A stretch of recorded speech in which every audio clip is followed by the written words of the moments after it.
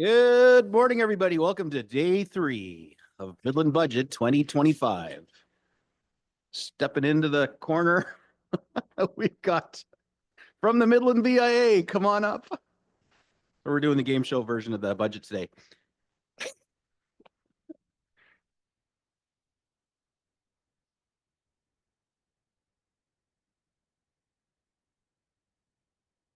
Hi.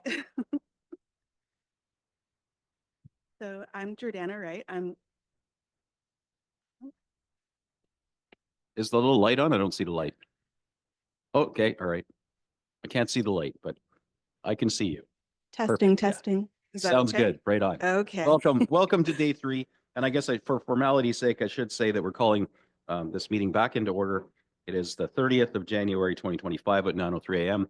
And we are going through our ABCs, our agencies, boards, and commissions. And first is kicking things off is our Downtown Midland BIA. So we're excited to have you. We got a PowerPoint on screen.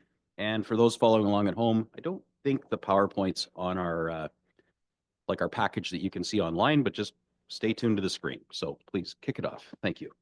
Thank you. Good morning, Mayor Gordon, council members, staff, and members of the public who are tuning in.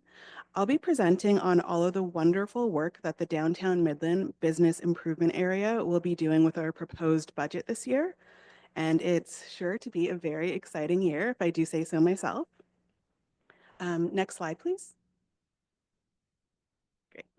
So who are we and what exactly do we do? The Downtown Midland BIA is all about making the central business district of the town of Midland an incredible place to live, work, and play. We're a special local board made up of some of your favorite local business people, commercial property owners, and tenants. We pool the resources of our membership together and diligently contribute our efforts towards carrying out important physical improvements and propelling economic development in downtown Midland. And this is beyond and kind of in addition to what the town provides the entire municipality. And for example, most recently, this has been demonstrated by a $250,000 investment the BIA just made in the downtown Midland infrastructure, activations, and events through a major grant that we were able to secure from the federal government. So we've done a lot of really big, really exciting projects. And the 2025 budget I'll be sharing about next represents the continued commitment of our small but mighty organization to bring our resources and our efforts to the table to create a vibrant, prosperous downtown area in the town of Midland. Next slide, please. Okay, so our budget has 5 strategic pillars, and we prioritize these pillars as important areas we can focus on as we work towards our overall goal of making downtown Midland a very prosperous, safe, and vibrant community. So those pillars are 1, promotion and events, 2, beautification and signage, 3, amenities and security, 4, expansion and fulfillment, and 5, alignment and communication. And all of these initiatives within our budget that we provided fall into one of these 5 buckets. So let's jump into the impactful initiatives of our budget that our budget covers in these 5 areas. Next slide, please. So first is promotion and events. As you can see, this very, very cute picture of an event I'm sure you're very familiar with. So this area of our budget covers our overall promotion of downtown Midland, as well as our routine events that drive more people to Midland's core. So this is about promoting downtown Midland in general, as well as some signature events that we do yearly. And this includes events, again, that you may be familiar with, like the town tree lighting event that the mayor, many members of council and staff often stop by and enjoy with the public and give a great speech and get people excited about the holiday festivities. And we're always so happy to have the mayor stop by and members of council and staff as well. We also have our mini monster march, which is pictured here, which gives the littlest members of our community the opportunity to trick or treat in a very safe environment. So they're going from store to store with our members of the BIA shop to shop and showing off their costumes and getting candy. And it's an opportunity for parents and young families to gather and be together in the safe environment of the downtown. And about 600 children have come to the downtown through that event series. And we also have our March break scavenger hunt throughout the downtown that around 40 families participate in. And they take the week to explore around the area, many of them for the very first time. And we've hosted things like sidewalk sale Sundays and much more. So promotions and events for us are a very important category of our budget and for bringing more people to the downtown core and just increasing safety and vibrancy. Next slide, please. Beautification and signage. So this area focus in our budget covers all of the art, landscaping, seating, and seasonal decor that we've made possible. So our beautification and signage has drawn a lot of positive attention from local residents and visitors. And it has also deepened partnerships that we have with a range of local and regional organizations that we collaborate with to make everything happen, putting our resources and efforts alongside theirs to create even more impactful projects.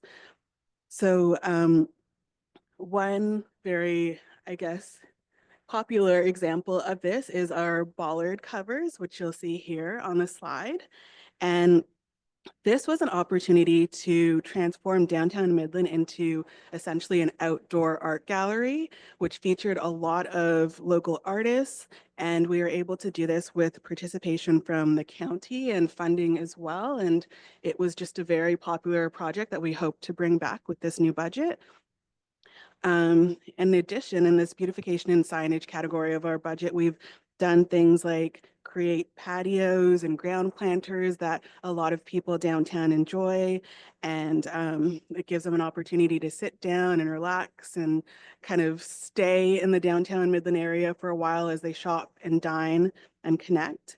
And that was made possible with participation from the federal government and a grant that we were able to secure. So a lot of these projects are important in making the downtown safe and secure, but it's also about building these partnerships and bringing additional resources to the downtown area above what the town is able to provide.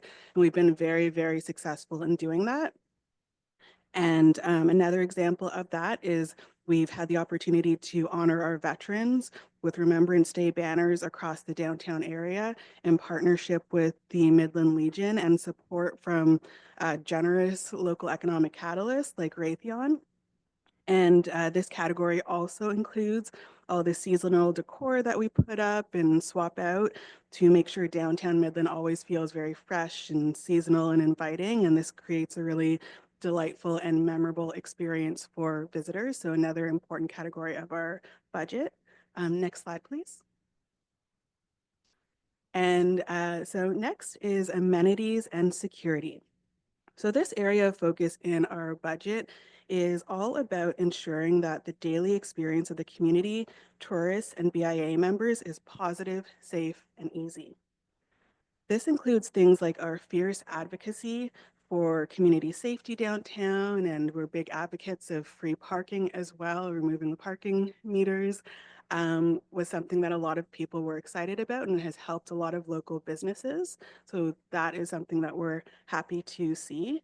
And this category of our budget, amenities and security, also includes things like developing partnerships with local community organizations like Waypoint, where we're developing a program to provide transitional employment for some of their program attendees, where they can participate in day-to-day maintenance positions and street cleaning positions and help create a safe environment downtown while having employment. And it's kind of a win-win. So we're looking for opportunities to partner with the town and partner with organizations to bring those opportunities to the community. And another part of this area of our budget is about downtown security personnel and cameras. This is something that we're hoping to see increase in the downtown area. And we're hoping to see if the town is willing to put some money in this category, that we can match the funds that we have now to kind of double the impact in these areas of creating these employment programs and having additional kind of opportunities for program participants of Waypoint and other impactful local organizations, and then also bringing more security personnel and cameras to the downtown area. So we'd love to put our resources alongside the towns and just double the impact there. And next slide, please. Expansion and fulfillment. This is a really important one. So this pillar of our budget is about expanding our impact in the downtown area, meaning both physically expanding the area that we work in, but also expanding our membership.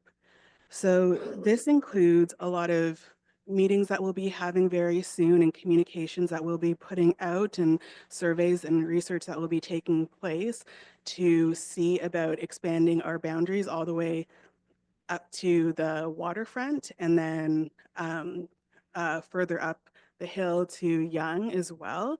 And this will give us a larger area to do the impactful work that we do downtown around just ensuring that it's safe and beautiful and engaging in their events. And it's a thriving and prosperous downtown core. So this is something that is on the horizon for us, and it will be a bit of a big undertaking and will involve a lot of collaboration with the town, and is an important project that our budget will be going towards this year. And as part of that, we are also going to be having more discussions about developing a memorandum of understanding, or MOU, with the town, which is in this budget category, whereby we're going to hopefully deepen our relationship and kind of formalize the way in which that we'll be working together to do these projects in downtown Midland. So we're not working at cross purposes. We're always collaborating and doing things together. And there are areas where we can act in a really nimble and agile way because of the nature of our organization and our membership, where the town might not be able to. And we're just trying to figure out where are those areas that we can make sure that we're working together and not at cross purposes, and we're utilizing our strengths. So that's important under the expansion and fulfillment category. And the very last area of our budget, next slide, please, is alignment and communication. So this area of focus is all about bringing together the businesses and property owners of the BIA area to align and collaborate on downtown initiatives, operating hours, events, beautification, and all sorts of important topics that are of interest to everyone. So we want to make sure that everyone is on the same page around operating hours and coming together to have a collective impact and working towards their strengths in the downtown area. So this is an area where we seek to keep our members included in what's happening in the downtown area.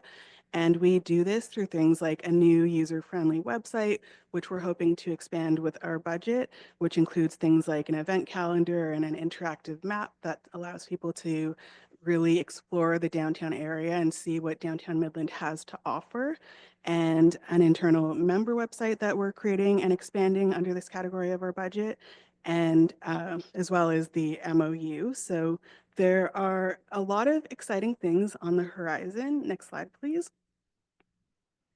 In this year's budget. And we have a very, very busy year ahead. And just looking forward, I think that the importance of having a vibrant and prosperous downtown in Midland will only grow.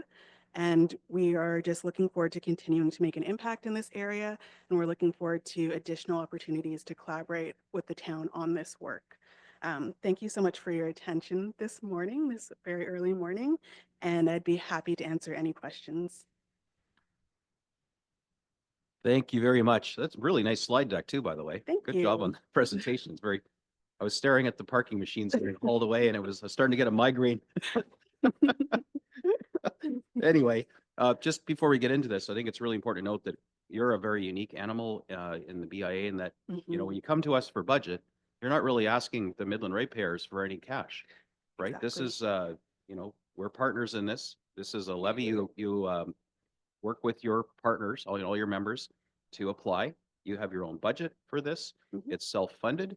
And the only expectation, which is completely realistic and one that I wholeheartedly embrace, is partnering with the town on things like MOU and collaborative efforts. Mhm. We have a neat proposal coming up a little later in our budget talks. That's a really exciting collaboration between the two. Security, of course, is always top of mind, making downtown more safe and more attractive. And I love what you guys did with the bollards. Thank And you. please repeat. Yes, And we're hoping again, to. that's awesome that you took that on yourself, because these much loathed bollards, which are completely standard, it's any municipality that has these, of which there are hundreds, it's the same bollards. It's just something about Midland and bollards just clash, and you found a really creative way, an artistic way to make them a little higher and more visible. So personally, and I'm just throwing it out there, when it comes time to reskin the bollards, I'm hoping you do that. But the town really should be a partner in that one. There Mhm. isn't a line item in our budget per se, but we need to have some skin in the game on that, because you're helping us out for a design feature that's beyond our control, and it's a safety requirement to have them. So anyway, without getting into it, great presentation. And for Thank those following you. along, this is not asks of taxpayers. It's more of just a presentation letting us know the exciting work they have done and are doing, and how it's self-funded and Mhm. opportunities for partnership. And I welcome all of that. So thank you very much. Thank you. Council. Councillor Ball.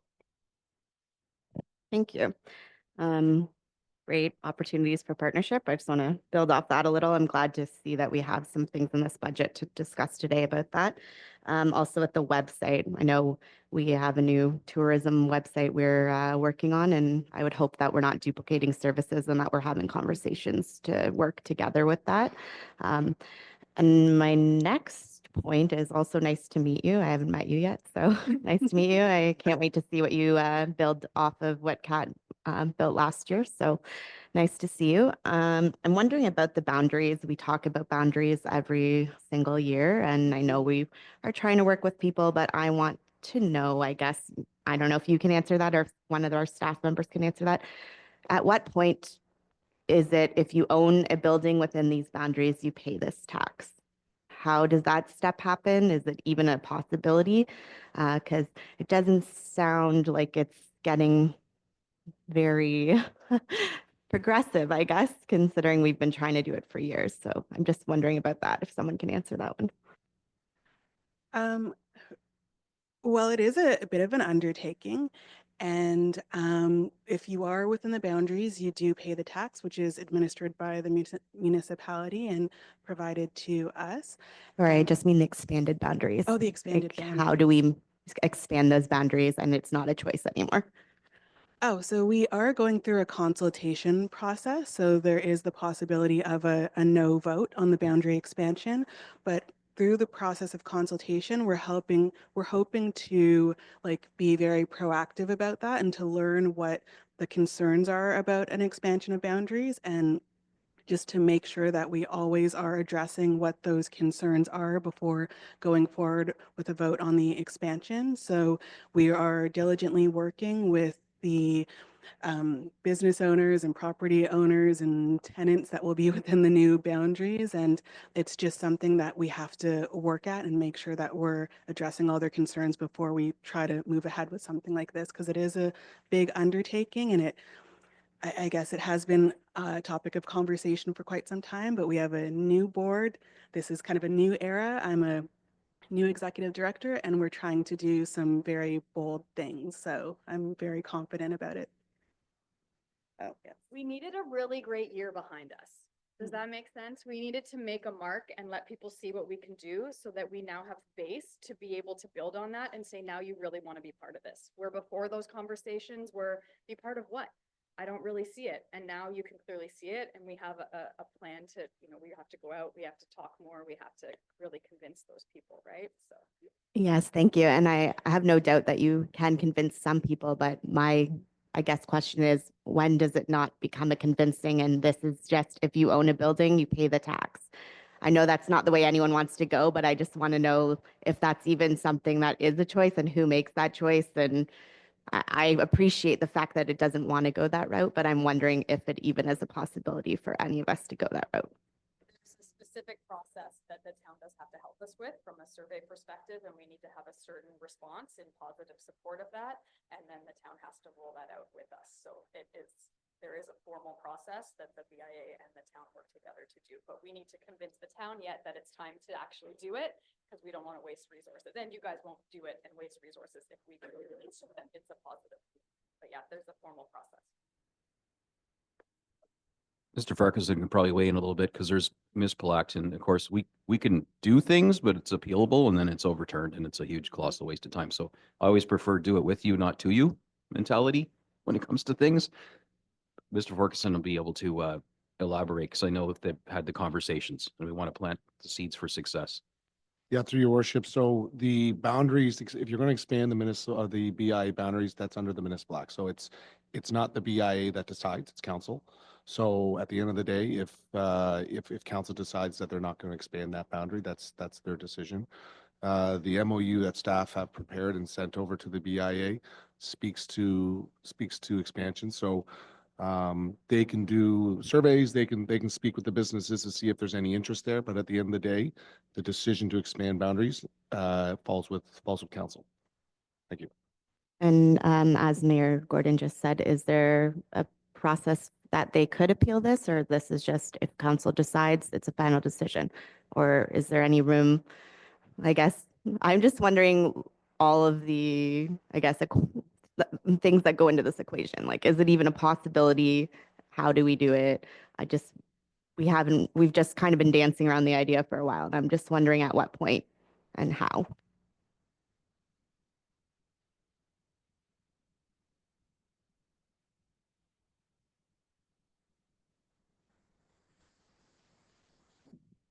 Through you, your worship, through to Council Ball, there is a process outlined in the Municipal Act as to how the expansion can occur. There would first have to be some discussion about whether council has an interest, and then there's all kinds of processes that have to take place. It probably would take in excess of a year to move that. You've got to put letters out to anybody that that would be affected by this.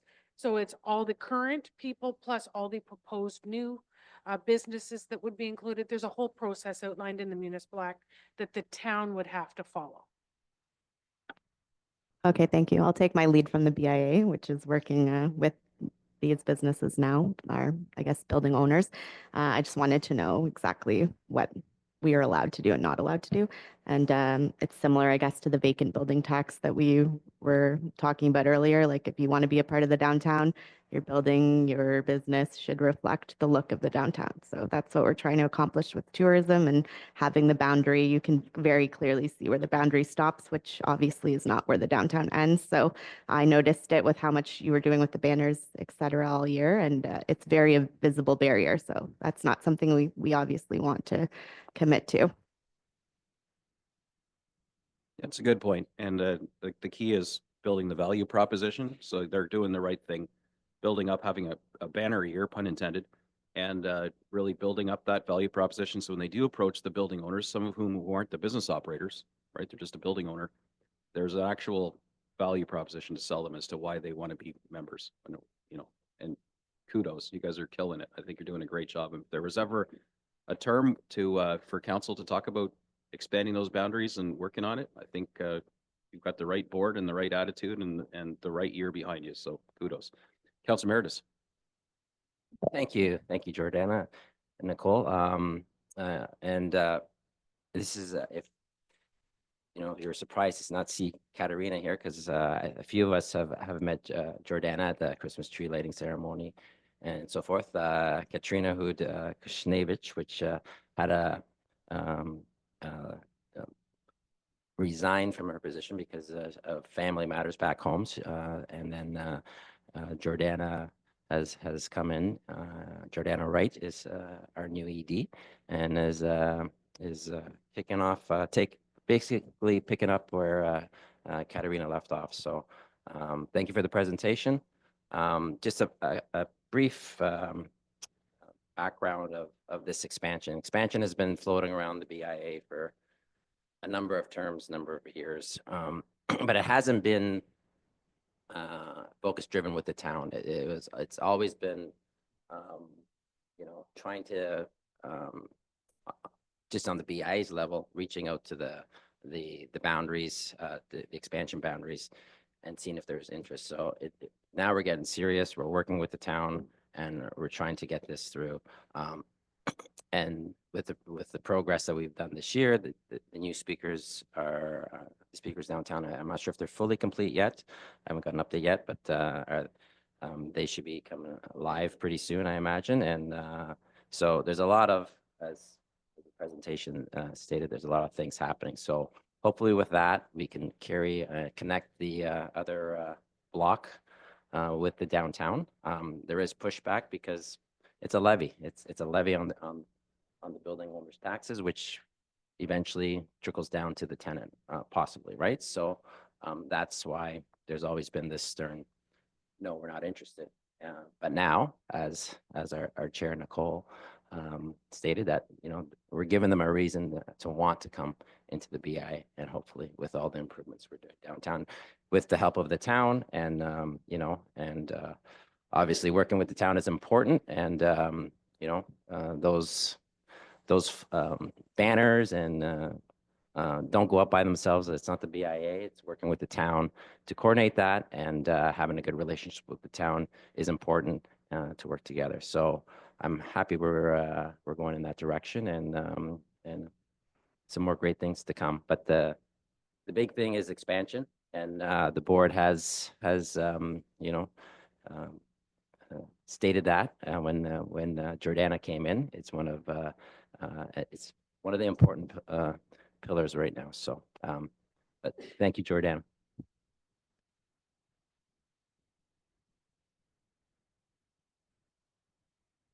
All right, well, that was easy. And hopefully this is a sign of the great collaboration for the rest of this year. I'm looking forward to the speakers going live and having them there for Butter Tart Festival and the mini Monster March with my granddaughter. Actually, by then I'll have two. So anyway, you guys are doing great things. Keep it up. And of course, as through the year, if there's anything new that pops up, your board dreams up, Council Emeritus will definitely be a champion on council. And we're looking forward to any ways we can help support our beautiful downtown business to survive and thrive. Oh, Councillor McDonald, I'm sorry. I was looking around for the raised eyebrows or anything, but I didn't see it. Please go ahead. Thank you. Good morning, everyone. My question is just in regards to last year's budget. If somebody could tell me what the amount was last year? I can jump in if you like. It's the same amount, 175,000. The 2024 budget was also 75,000, sorry. Thank you.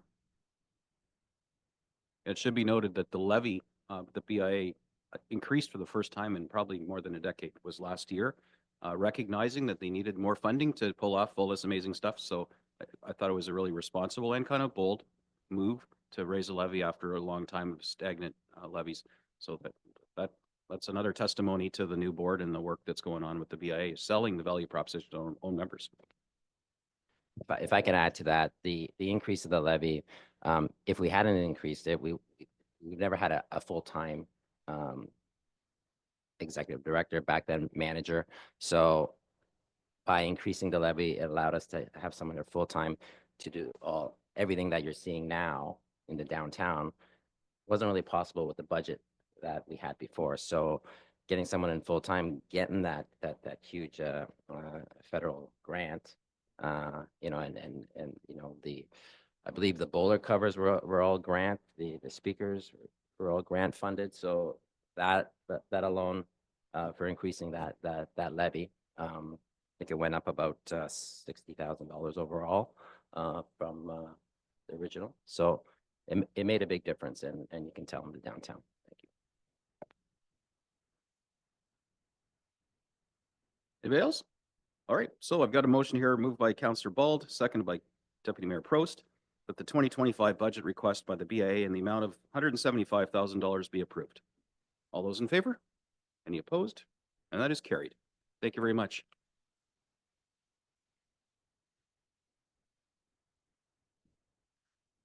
All right, up next, the EDC&S, Economic Development Corporation of North Simcoe.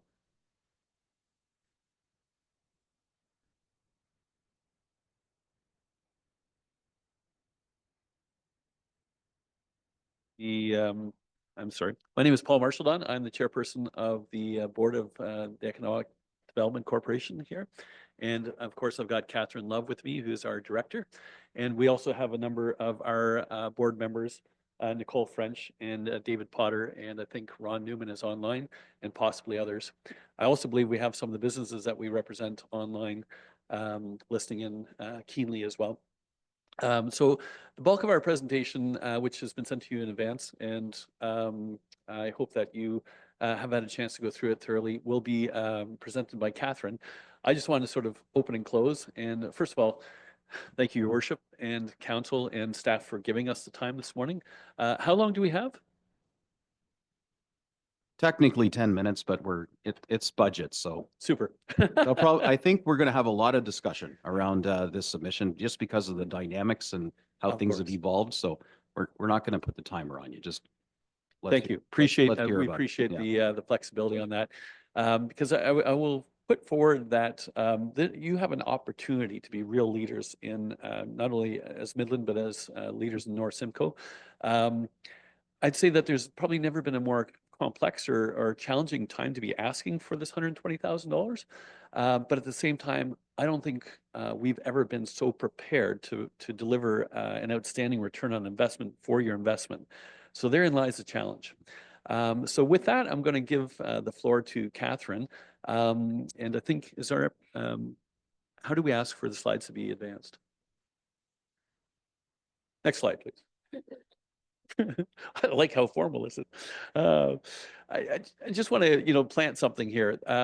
You've heard innovation, you're hearing AI, you're hearing all kinds of things out there. And it doesn't sound like that's something that's that important necessarily to small town, in Northern Ontario or in North Simcoe.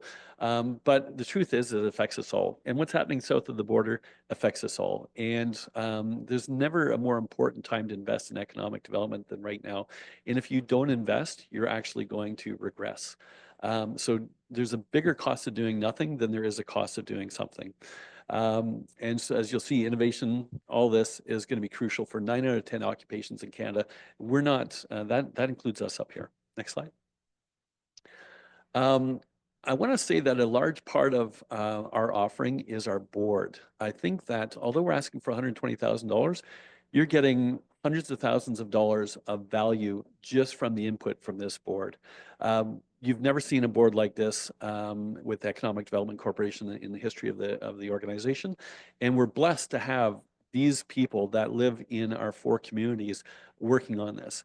You've got guys like Ron, who's actually been a founder of Communitech. You've got Dave Potter, who is professor at teaching innovation at McMaster. You've got Mark and Nicole, who have been thriving business owners in the area. Marcia Woods, who founded Fresh Spoke, who's now living in Tiny. And of course, the team, the appointed people from municipalities that all play a critical role. And then, of course, we've got, Catherine Love here, who's been the best hire ever. I'll tell you about the hiring process. We had we had 3 people that we narrowed down to that we were like, oh my God, we would be thrilled with any of these 3. The interest in the role alone demonstrated from our whole ecosystem the importance of what we're doing with Economic Development Corporation, and particularly the Innovation Hub and the approach we're taking to this. So let me tell you, we're blessed. We're strong, and we have a great mandate and a great plan. And in fact, we've been putting that plan into action already. So with that, I'm going to let Catherine take you through the presentation, and then I'll be around to field some of the questions. Thanks. Great, thank you, Paul. Next slide, please. So we've included the bios of all of our board of directors here, more just a little bit light reading. Next slide. But you'll see the resources that are available to you. Next slide. Great. So our mission is to support local businesses, welcome new businesses, create a culture of entrepreneurship and collaboration, build our future workforce, and engage the community. Next slide. Jobs, wages, and labor shortages are a key concern for a thriving North Simcoe region. The Aronia Community Future or Foundation report points to the fact that while jobs in North Simcoe are abundant, many do not come with a living wage. Youth engagement and employment has dropped post-pandemic, according to the YMCA Simcoe Muskoka Employment Services. Your support today provides job security and opportunities for the future. Next slide, please. But these challenges aren't mentioned without a solution. With your support in 2025, we are launching the Innovation Hub. It will serve as a central business resource for North Simcoe. It's a place for innovation, collaboration across industries, supports research and development, business events, training, youth engagement, and more. Regions with innovation hubs have higher exports, a more educated workforce, higher paid jobs, increased productivity. They help establish industry clusters and generate more capital. Next slide. Simply put, regions with innovation hubs outperform economically, financially, and socially. The long-term outcomes of economic development are new business, new tax revenue, and industry clusters. Communitech in Waterloo is a great example of the power of an innovation hub in forming a technology cluster, and closer to home, the Nuclear Innovation Institute in Bruce County in forming an energy cluster. Innovation hubs are the catalyst for economic growth and community revitalization. Next slide. Midland's economic profile shows that the labor force here is distributed across sectors, with manufacturing, construction, healthcare, and retail as top industries. The majority of our labor force is comprised of people within the community and within the region. Investing in economic development grows our local economy. Supporting local businesses and industry leads to more job opportunities within the community, reducing unemployment and strengthening our local economy. Local economic development fosters a business-friendly environment, encouraging entrepreneurship and innovation that helps small businesses thrive. A strong local economy generates higher tax revenues that can be reinvested into schools, infrastructure, public safety, and community programs. And local economies are less dependent on external factors when they have diverse businesses, making them more resilient during economic downturns or crises. Thriving local businesses contribute to better amenities, cultural activities, and social services, enhancing the overall well-being and satisfaction of residents. Next slide. Midland provides employment opportunities to residents and residents from neighboring communities in Tiny, Tay, and Penetanguishene. 9 out of people in Tay and 7 out of 10 in Tiny commute out for work every day. The commuting duration, as you saw on the last slide, is less than 15 minutes for most. So we know residents in North Simcoe are working here. Next slide. In North Simcoe, manufacturing, construction, and agriculture create just over half the exports when measured by industry. We're seeing growth across the automotive sector, especially in Ontario. The $15 billion announcement from Honda and Alliston and a $1 billion investment in Ontario by Linamar yesterday presents significant opportunities for our manufacturers in Midland. For the healthcare sector and tourism, we play a supporting role in promotion as they're still large employer and cornerstones of our community. Next slide. But the Innovation Hub isn't just for businesses. We engage youth, retirees, and residents, serving as a central resource to future-proof our community. Next slide. We play 4 key roles. We are your business representative, funding agent, community builder, trainer, and educator. Next slide. We are your business representative and the representative for businesses in the community with our partners in Simcoe County, provincially, and nationally. We establish partnerships and bring programs and training opportunities to the area.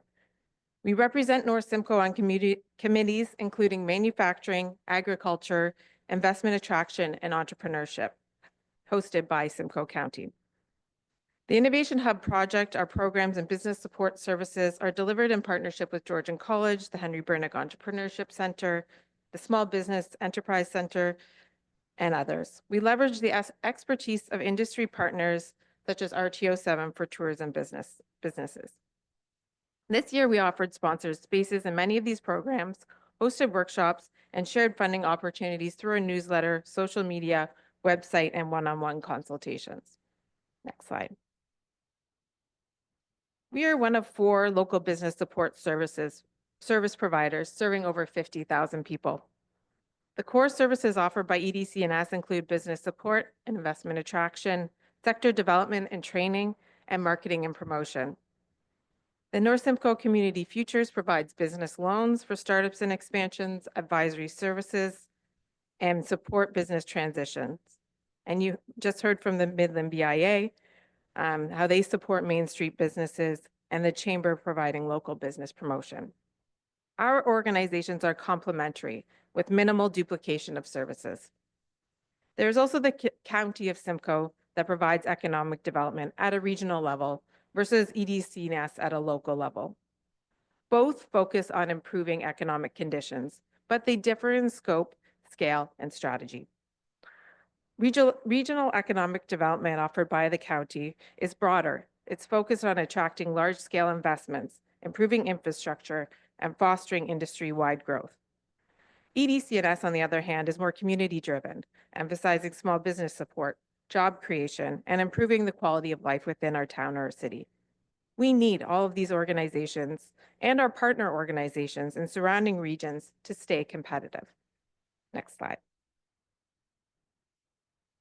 Going forward, we are bringing transparency to our work and a means of demonstrating our impact. We are tracking and reporting our KPIs. Metrics include business training, client supported, private funding, jobs, grants, partnerships, and more. On a quarterly basis, it's our plan to present our updates and KPIs to council and staff, and at the end of the year, producing an annual report.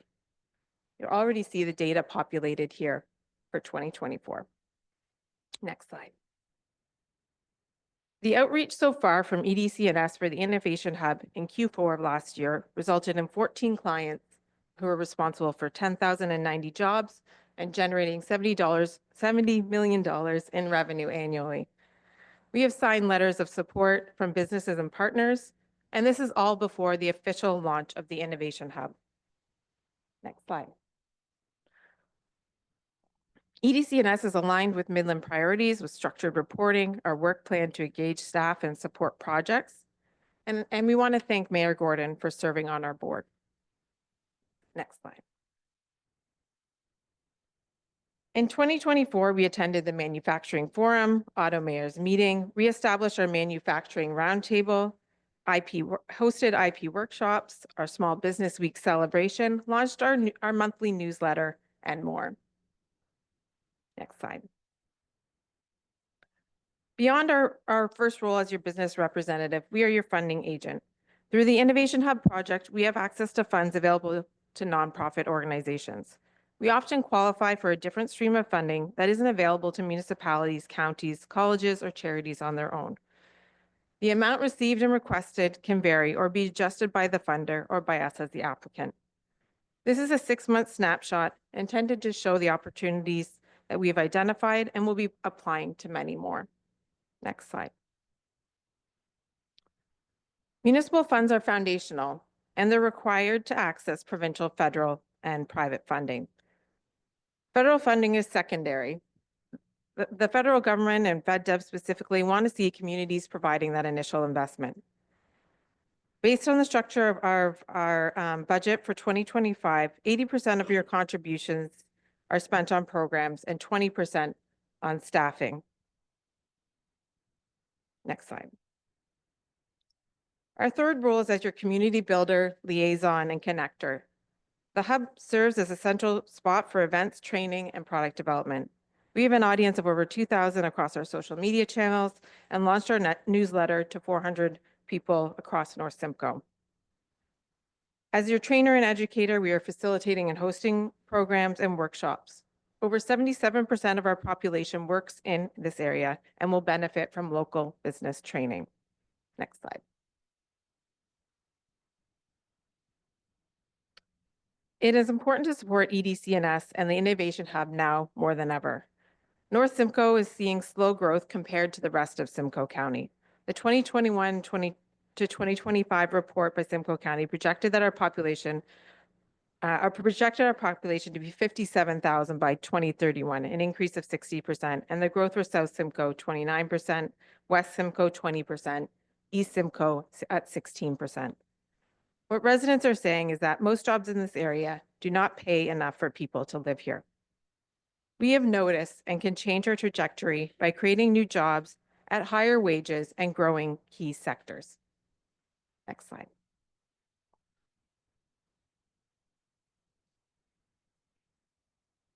We have a full program lined up for 2025. This is a snapshot. The schedule's been shared with you and reflects the sector's activities and programs planned for 2025. The Innovation Hub significantly increases what is available to residents. Your support is not for EDCNS as it was. It's for an active, vibrant center that will energize our community.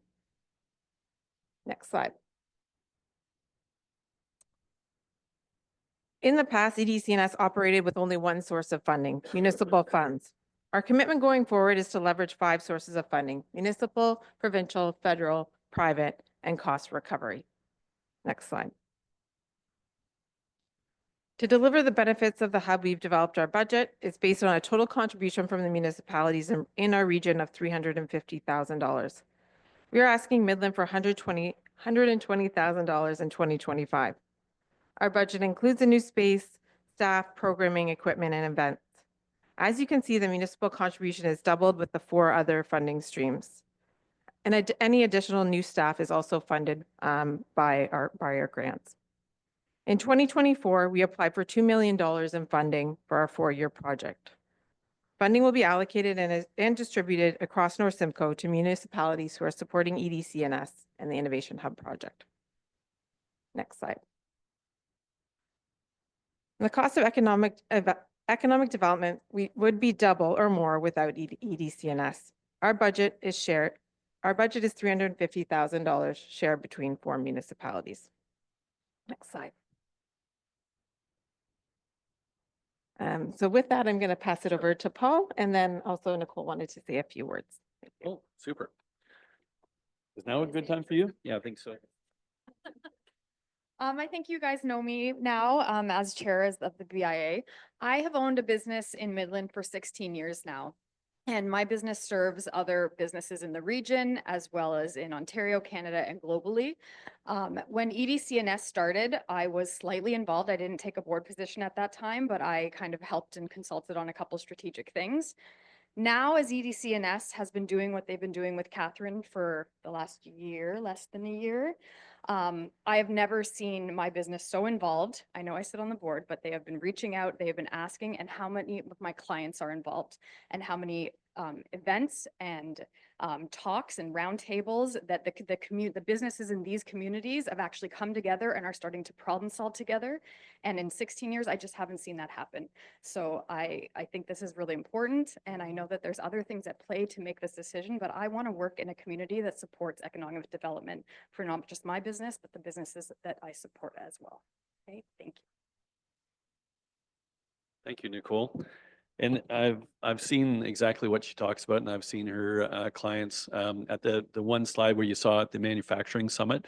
There was a nice picture of myself and the president of Honda, Honda Canada, who spent 10 minutes with me, was really dialed in to exactly what I had to say about Economic Development Corporation. Not only that, but you're probably aware of Triumph, a company called Triumph North that is moving into or has moved into the Pillsbury plant here in Midland. That is going to be a significant business in the area, and they're in the manufacturing or in the modular manufacturing for construction. And in that, when we talk about being your business representative, at that particular event, I was able to broker a relationship between the CEO of Triumph and Honda Canada, because Honda Canada is building these massive new factories, and how many millions of dollars they've committed. And your local business might be benefiting. It might be growing and cranking out some Honda plant just here in your backyard. So those are just the little interactions, the types of things that we're doing as your business representative. And we talk a lot about business, but I hope you also took away the importance of how this impacts all of your residents. The youth, for instance, the youth programs that we're putting in place, we want to keep your youth in the area. We want to, you know, we'd love for them to go to Georgian College, learn trades, come back and be, you know, stay in the community. And we think by getting them involved in innovation early when they're in high school is going to set the stage for that. Your retirees, I mean, you know, they become our mentors. We've got a whole pool of them already lined up that are willing to work at this innovation hub and take hours and sign up for volunteer times at the innovation hub. I don't know if you're aware, but we've actually moved into some space, so we're temporarily at where Shop Midland is, right at you know, King and Dominion, I guess. And it's a beautiful space, and we're going to be putting some new signage. We've got some branding that we've come up with that we haven't launched or revealed yet. These are exciting times with this innovation hub and what's happening with EDCNS. Now's the opportunity for Midland to play a leadership role. We know that it's not just Midland. We know that there's 4 municipalities. A couple of them are sitting in the sidelines right now, looking at what you're going to do and to decide how they're going to move forward. And I know it's tricky business. I know that there's been some challenges with collaboration in other areas with the other municipalities. I think this is the opportunity for you to come together and for the 4 municipalities to actually be strong and make a big difference for all residents of these municipalities. So it's over to you to make a decision, and we welcome whatever questions you might have. Thank you very much, Paul. So just about the other municipalities, there's lots to talk about here because we're at a crossroads, quite frankly. And there's no other way to say it. So Tiny is effectively out. They've committed a trivial amount compared to what the normal ask would be for EDCNS, and it's not going to EDCNS. It's going to be for potentially their own uses, just from watching their meetings. We haven't had official letters from our partners, but I can just tell you from speaking to other mayors and their meetings. Tay, you know, if I was a gambling guy, I'd bet my next paycheck that Tay's out of this, no matter what decision we make, just to be completely fair and transparent. You know, just, again, from the conversations that are meeting, the conversations that I've had. Petatang Machine has been looking and exploring at partnering and diverting their funds to the county, Simcoe, which would offer different offerings than this, clearly, and they don't have the ability to get the multiplying effect of North Simcoe Community Features. There's a lot of, it's different. It's not the same. There's no direct overlap between what county would do, you know, for funding you put to the county and what this new construct, this startup effectively, would be able to do for the Midland and North Simcoe area. The reality is that whatever happens in this economic hub, if it gets off the ground, benefits our neighbors. So, you know, if they're not in as funding partners anymore, and the 4-legged stool, we used to call it, has gone to 3 legs, I think definitively, likely 2. And right now, I think we really need to have this conversation as if it would be just us funding this. To be fair, I think to the Midland taxpayers and to our really talented board, we've had these really awkward conversations, honestly, at our board meetings in this very council chamber. So the ask today is effectively for the $50,000 that we reserved but never released to EDCNS last year because it was a different animal last year. Like, it was kind of still listless, and we hadn't found the North Star yet. You know, we had a different ED. There was a lot of things have changed in the past 6 to 7 months that have arguably I think everyone around the table wished had happened like a year and a bit ago. But it's been a very short runway that they've had to create all this sort of amazing energy around the innovation hub. So it's the 50,000 from last year that's in a reserve that was unspent, and an additional 70K this year that would go on the taxes.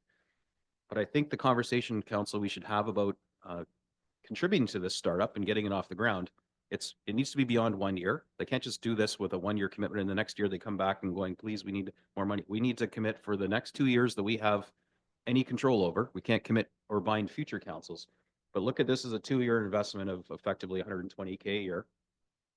And look at this from today's discussions as if we are going to do this solo. It'd be awesome if we could do it with our partners, but I think that's unrealistic right now. So are we prepared to do this solo, which means there isn't a $500,000 budget right away. It's 120. And then the confidence of our ED at EDCNS is that she can turn this money into a multiplier that, you know, could be 2, 3, 4 times more with our investment. We can't do that with municipal money. Like we can't play the stock market. We can't get these investments from EDC, from North Sydney Community Features or anything else. So this is a very unique opportunity we have, but it's also really challenging financial times. And it's exacerbated by the fact that our four-legged stool is effectively, balancing on a stick now. And I would argue that if we did fund it and we got this thing off the ground, then, in a year or two, potentially with new councils, this thing could all coalesce and come back, because much like the BIA's reinvention, they've had a really solid value proposition and proof that it works. But somebody has to be bold enough to take the first step and fund it into reality. And we're at that crossroads right now. And so what we're debating really is a $70,000 plus or minus on our tax rate, and whether we believe in this concept enough to not only fund it this year, but realistically for the next 2 years to get it off the ground. And then just hope through leadership and example that we can reattract our neighbors to come and join us again. But I don't want that to be part of the sell here today, because I think we need to look at this truly as would be Midland's investment, located in a highly visible location downtown, running programming for people from all around North Simcoe that we would be subsidizing.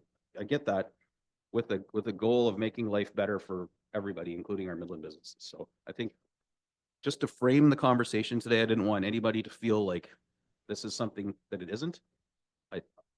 Paul, would you say I've accurately characterized where we're at on this crossroads? You did an amazing job. I salute you for how you just summarized that. Okay, so with all that in mind, let's talk. Councillor Ball. Thank you.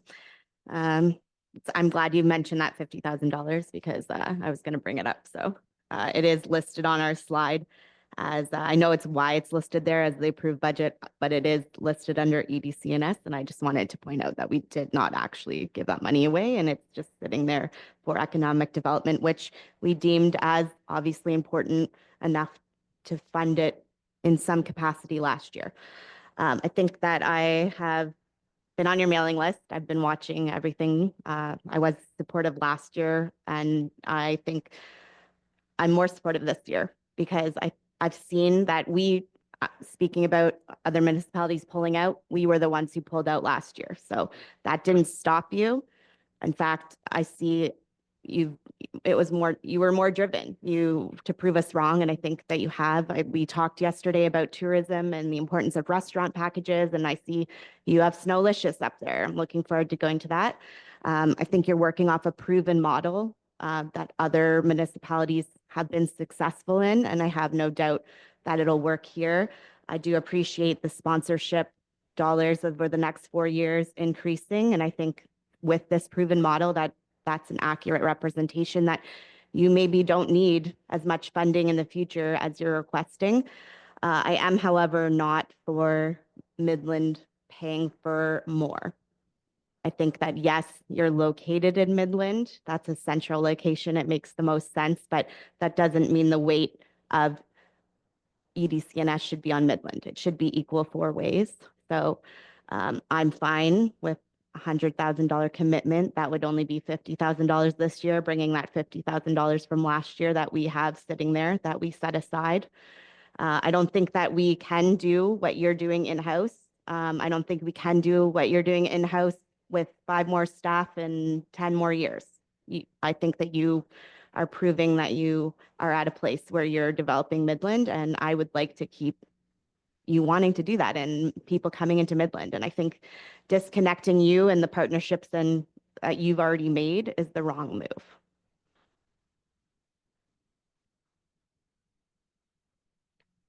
Thank you, Councillor Bell, for your kind words and support. Councillor Meredith. Thank you, through you, Mayor Gordon, and thank you for the presentation. It was obviously where the EDCNS hub is very different from the old, and the reason why we pulled out of EDCNS was for that reason. It wasn't what we have seen before us today. So the progression is the people that you have on the board, the talent, and I have all the confidence in it. The only thing, there's a but here, obviously. So if you're asking for 120,000 from Midland and everybody else is out, not officially, but if that's what Mayor Gordon is alluding to, then why wouldn't we, if we were split that four ways, has the conversation come up with our partners, that would be $30,000 each. Has that conversation ever come up? Maybe that would be more attractive for all partners to come aboard, and then they may have the confidence in EDCNS, because obviously they don't right now. And you build that confidence, and next year it can grow. So if you're asking for 120 from us, why not ask 30 from every partner? Because Midland takes the brunt of everything. Even in your formula, to begin here, like we're paying the most. Mhm. It's one thing that I didn't agree with the formulas. It's one of the reasons why I wanted out of EDCNS, the old EDCNS. It's one of the major issues I have with any of our partnerships with our communities is Midland's taken the brunt of everything, but everybody benefits. So, so just for that question, have you ever thrown that out to other communities that we split it 30,000 each? Has that ever come up? Thank you. I'll parse that into a few things. So first of all, I don't believe we've had that conversation about trying to do that, because we've been honestly trying to get to $350,000, and that's still our goal in some way or fashion, as far-fetched as that might be in some way. What I'd really like to try and do is, and this has been a challenge all the way through, is get our eye off of who's paying more than each other. I think the first decision that should be made, and hear me out, because I can tell you, it didn't seem like you were. Let me rephrase that. Give me a second.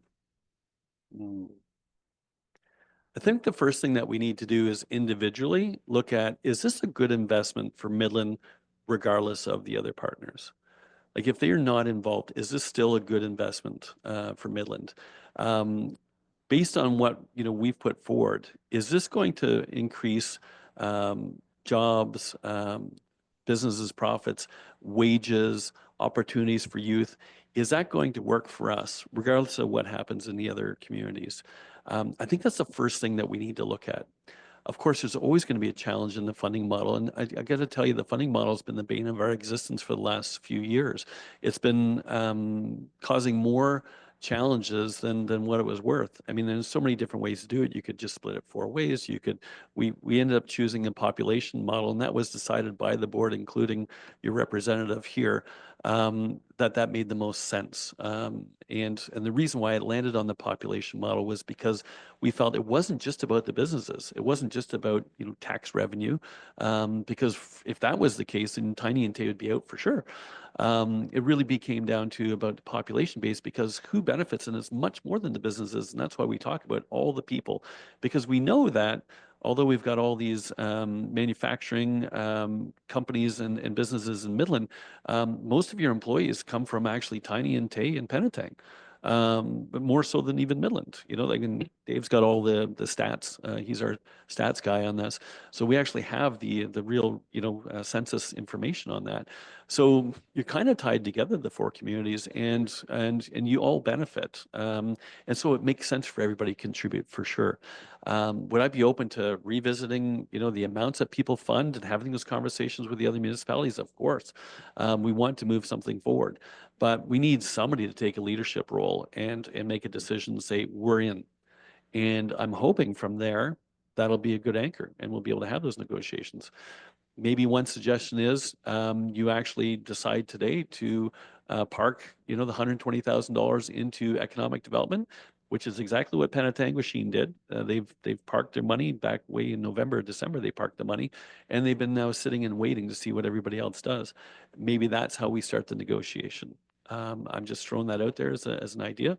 I'm open to anything, but I think that the value proposition right now, like if you're to not invest in EDCNS, and you're even to put, well, the terrible thing would be is to not put any money into economic development. But if you are to park it into economic development, you can move forward with investing in Simcoe County, or in hiring your own EDO, or doing some kind of programs yourselves. our presentation clearly says if you're going to have the money part aside, the multiples and the board and, you know, the energy that we've got behind this, there's no better value proposition than that. So I think we need somebody like Midland to come forward, make a commitment, and then maybe we'll go back to the negotiating table with the other partners. And that's fair enough. And we have 50,000 sitting there. We've committed to that last year. So there's our 50,000. If you can get 50,000 from every other community, right? I'm still stuck on, you know, everybody paying equal amount. This is taxpayers' money that we're dealing with.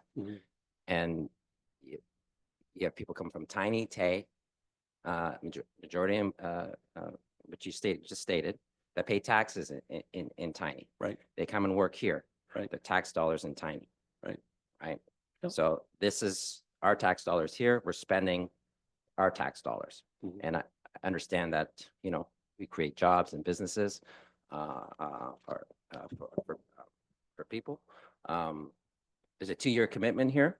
I mean, even if we supported 120, the math doesn't work out. Your ED's making 138, right? Not sure how much money's left in the bank, but you know, and you're going to get some grants, but I'm not sure if you're going to get the full amount of grants with only one partner. I don't know how that works, but I'm sure you guys can figure that out. But we have 50,000 sitting there, and we're committed to investing in economic development with that 50K.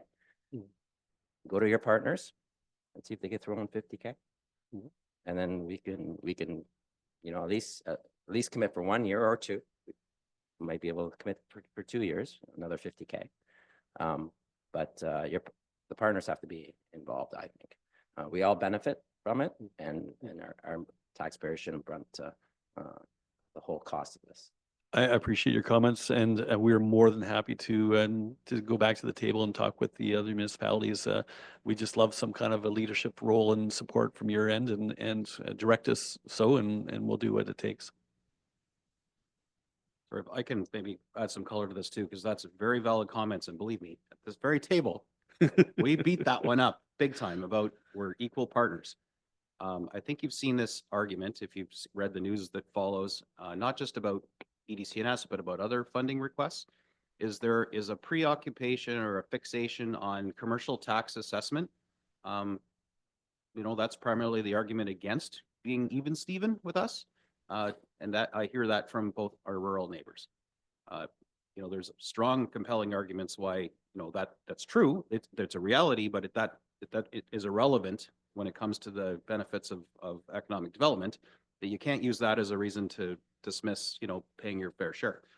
But unfortunately, all that logic, God knows the board has tried, has been unsuccessful in wavering. So I don't think going back now, just from sitting at the table with my peers, that their mind is going to change. So the everyone pays equally argument, while well-meaning and actually, you know, nothing wrong with that, we're sending them off to basically rinse and repeat what we already tried. So that's why I really wanted to couch today's conversation is forget about the partners. Let's focus on what 120K of tax money. Some of it is new tax money on this tax bill, and some is what we already put away.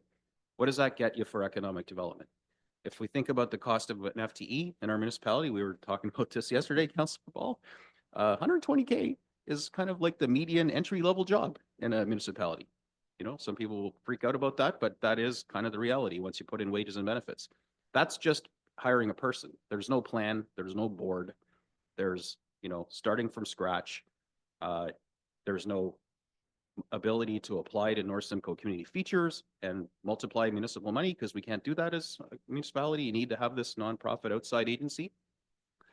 So the question here is, and the opportunity is, honestly, forget about there being neighbors. If they want to buy in later, we can choose, because, you know, if this is our construct, we can remake the Constitution and then all of the articles of incorporation. We can do what we want if it's just us. If they want to buy in later, we can set what that buy-in is if they really think this is an amazing thing. That's why today I really want us to focus on this is us. It's not called North Simcoe economic development anymore. Think about it as the Midland Economic Development Corporation. I know it sounds kind of exclusive, but I think it's important we look at it like that because that's the reality we're facing right now until I hear and see money from anyone else or they change their opinion about how the funding model should be. So thoughts on this, because I think that's the real ask is what is 120K get the Midland ratepayer, and why would we give it to the board and keep this alive in the corporation versus just going to market and hiring an economic development coordinator? Maybe would that help? Like to ask that question? So the question is with that 120K, do we basically go to market and hire an economic development person to work for the town of Midland and be our ED driver? Do we say we're out of the economic development business because we just can't afford it right now? Or do we take that 120K instead of hiring somebody, take advantage of the board and the construct that already exists, even if it means renaming it, like I said, to the Midland Economic Development Corporation, and have them use that money to apply for the grants, multiply the money, because to your point, 120K doesn't pay the bills. It's reliant on these other grants. So look, that's the fork in the road we're at. So three places we can go today, right? And that's, I just want us to stay, forget about partners. This is us funding economic development for Midland that does impact our neighbors, of course, but we have to look at it. This is a Midland spend for Midland. And I really think it's critical that we stay focused on that because going back and trying to talk to the partners for joining again is, I think, beating a dead horse at this moment. If that helps. Valid points. And okay, so if we're concentrating on Midland alone, how does economic development not spill into our neighboring communities? How does your service do not spill into the neighboring communities? Because this goes back to Midland taking the brunt of all of the services and our taxpayers paying for it. This is coming back full circle to the user fees, this whole dilemma, right? So how does it focus on Midland only tax dollars and not spilling anywhere else? Sure. Yeah. So just a couple points of clarification is our application for funding was submitted to FedDev. So it's not Community Futures, but just FedDev. So if in case they're listening. But yeah, just clarifying that. I think also by the time we transition this organization, speaking directly to if this were a Midland alone endeavor, we would be halfway through this calendar year. So the funding really is to get us through that last like 6 months in terms of runway. So playing with that in understanding what's taken place. And I think Mayor Gordon is correct in terms of like, we've been exhaustive in exploring all of these funding models. We did vote on the population model where 3 of 4 municipalities agreed to that model. That's how we went into our deputations. So we have had all of those conversations. I think coming to fruition, if it is a Midland only endeavor, is a cost, some sort of cost per program model for outside residents. And we may have needed to implement that anyways as residents from Barrie or other municipalities may want to participate in some of the programs and things we have to offer. So I think going forward, it will be, some sort of funding model where it's paid for non-funding partner municipalities. If I could just add to that, we would also narrow our focus. So agriculture would be out of the mix. We'd be focused primarily on manufacturing and construction and the businesses that are supported here. All of our programs would be geared towards the Midland businesses, and yes, there would be some kind of a cost recovery plan if outside organizations wanted to participate. And frankly, we'd want to welcome them in if it made sense financially. Councillor Ball and then Councillor McDonald. Thank you. Yeah, I'm still the same as when I first spoke about equal 4 ways as well. I don't think that's focusing on other municipalities. If they look at it and they say, we don't want to pay as much as Midland, and they decide to lower the amount they contribute, that's up to them. But as far as I'm concerned, I'm with Councillor Meredith, is that we are going into this as an equal funding model, and whatever the other municipalities decide, that's what they have to do for our residents or their own residents, and what we're doing for our residents. And I don't feel comfortable also approving something that shows Midland like Councilor Meredith said, having the brunt of everything. So I am wholeheartedly in support of funding this 4 ways, whatever the other municipality decide, we have no control over. But I would love to see this get off the ground, and I would like to see the $50,000 from last year transfer over. So my calculations is 87,500 is the amount equal 4 ways. So that would require 37,500 of our tax dollars this year if we moved forward the $50,000 we already put aside, which I don't think is a lot since we spent 30 grand on desks yesterday in the capital budget. So, this is going to give us more than desks, I think. Okay, just to be clear, the actual ask in front of us is for $500,000, and the funding formula that's used to come up with the ask for each municipality was by population. But if we did just go split it 4 ways, the 120 that's actually before us right now, look at that in isolation. We're not taking the 120 and now trying to slice it 4 ways. 120 is that 4-way deal. Yeah, so if were you saying that you would support the full ask of 120,000, 50K of which would come from the reserve and the remaining 70 would be new money from this year's budget? I'm just trying to be clear on what you're supporting. They are asking for $350,000 across 4 municipalities. That equals 87,500 for each municipality. That's the ask that I'm saying we approve. I'm even willing to go up to 100, but I'm not, I think if you want an equal full, I calculated as 100 first because I had the $150,000 that was originally here. So I calculated at 400,000 originally. It's $350,000 the ask. That's split 4 ways. That's $87,500. So $37,500 is what we would be giving them because we already have $50,000 set aside. So yes, I want to transfer the $50,000 that we set aside and put 37.5 on the tax rate this year. Or another 50 to make it 100, to make it an even number. Like basically that's what you're saying. You're fine with that piece of the ask. Okay, just wanted to be clear for everyone. So as we're talking in conversation, Councillor McDonald. Thank you and good morning. First of all, I'd like to commend all of you and the board for your commitment. You can tell it's wholeheartedly felt the best for our communities, the 4 communities.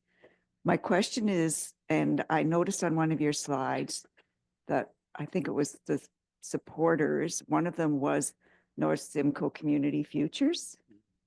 Did I see their emblem up there? Yes. Is this not the services you're offering? I'm looking at their website now, their services are business coaching, community economic development, and business loans. So isn't what you're offering a duplicate of what they're doing? It does sound like duplication. I think maybe I'll let Catherine speak to that because there's a little bit of misleading there. Yeah, I think their website speaks to their broader impact, and certainly providing businesses with financing improves the economic conditions of our community.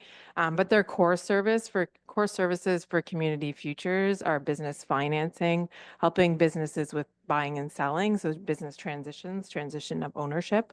So we're not it's not a duplication of services. We don't provide those things with EDC&S. We're more focused on business attraction, retention, training programs, development. They in reality don't have any programming. I think they sponsored a Women's Day, or they did one thing last year. And we're in contact. They've got a new director, as you know. They're an ally for us. And if they were here, I think they would say, invest in EDC&S because we help them. Thank you. Councillor Major. So just to save everybody time, we'll just eliminate Tiny and Tay. See what Penetang's going to put in, because you just told us they did their budget, they got money put aside. So it's basically, it's going to be like minor hockey, Penetang and Midland, Penetang joining up. And then we'll just carry on it. Like going back and forth with what Tiny and Tay are doing it's wasting everybody's time. So basically we got to hook up with Penetang, see what they want to do, and see if it works out as a good partnership for the 2 communities. And then, but we can decide between the two towns what we're putting in, right? Okay, Thank you. Yeah, and to be clear, all 4 municipalities are still part of this corporation, even if they're choosing not to fund, because remember, we didn't fund last year and we didn't get the boot. So this construct still exists. It's just that the funding from the 2 rurals is, I think for this year feels like a foregone conclusion. It's not happening. Penetanguishene is really waiting for us to blink, I think. If we're in, there's a chance that they may move their money into the keep this alive. They're not going to do it alone. I know that for sure. And so the question that is being asked of us, are we prepared to do this alone for the benefits we reap as a municipality? And then if other partners want to join in, then that's just more multiplying money. But for the question for us that I really want to focus on today, forget about partners. This is about us. Are we prepared to go alone on this and invest in this startup because of the net good it's going to bring us and the fact that they can multiply the investment? That's really, really, really what's being asked of us today. Councillor Meredith. Was I coming back to you? I think so, yeah. Well, I was just gonna say before your comments anyways, the attraction would be if for Tiny and Tay, like obviously the numbers you have here for Tay for 74,000, Tiny 90,000, they're not happy with those numbers. So the reason why I say, okay, well, if we have 50,000 put aside, reduce everybody's to 50,000, maybe they'd all jump in and we'd all can be partners. But if we leave it at the standing totals, there's no way they're coming in. They've already said no. So at a lesser tax hit, right, for their ratepayers, possibly that's why they're moving on. I'm not sure. So I'm trying to make it more attractive for the partners because I think 4 of us would be stronger, obviously, than one of us sitting here, right, at the table, and then again having that feeling of taking the brunt of everything. And I'm not saying that this economic development is important. I haven't seen it in the past. We wasted a lot of money with it, and I'm hesitant to jump in now all alone. Although you presented some numbers, whether those numbers are accurate or I don't know. I'm sure they are. You've done your homework. How much of that, 1,090? I think I forget the slide, 1,090 jobs or something like that, and Right. millions of dollars. How much was that direct impact from your short time here? I don't know. So these are the questions I have. So that's why I don't think Midland should be taking this hit. So by lessening everything, maybe they'll jump back in. I'm not sure what Penetang has set aside. If it's the full 86. My understanding is it is. They have put the required amount aside, but have not committed to where they're directing it yet. Right. So what Councillor Ball's suggestion is basically the same number as Penetang. 87.5. Yeah. So Apparently Penetanguishene is 68,000 this year, 68,000. So based on the population model. okay. So 68,000. A little bit of a difference there. Yeah, so anyways, I'm still at the 50-50 all across the board is where I stand. If you're asking for 120 today from us, I would have to say no.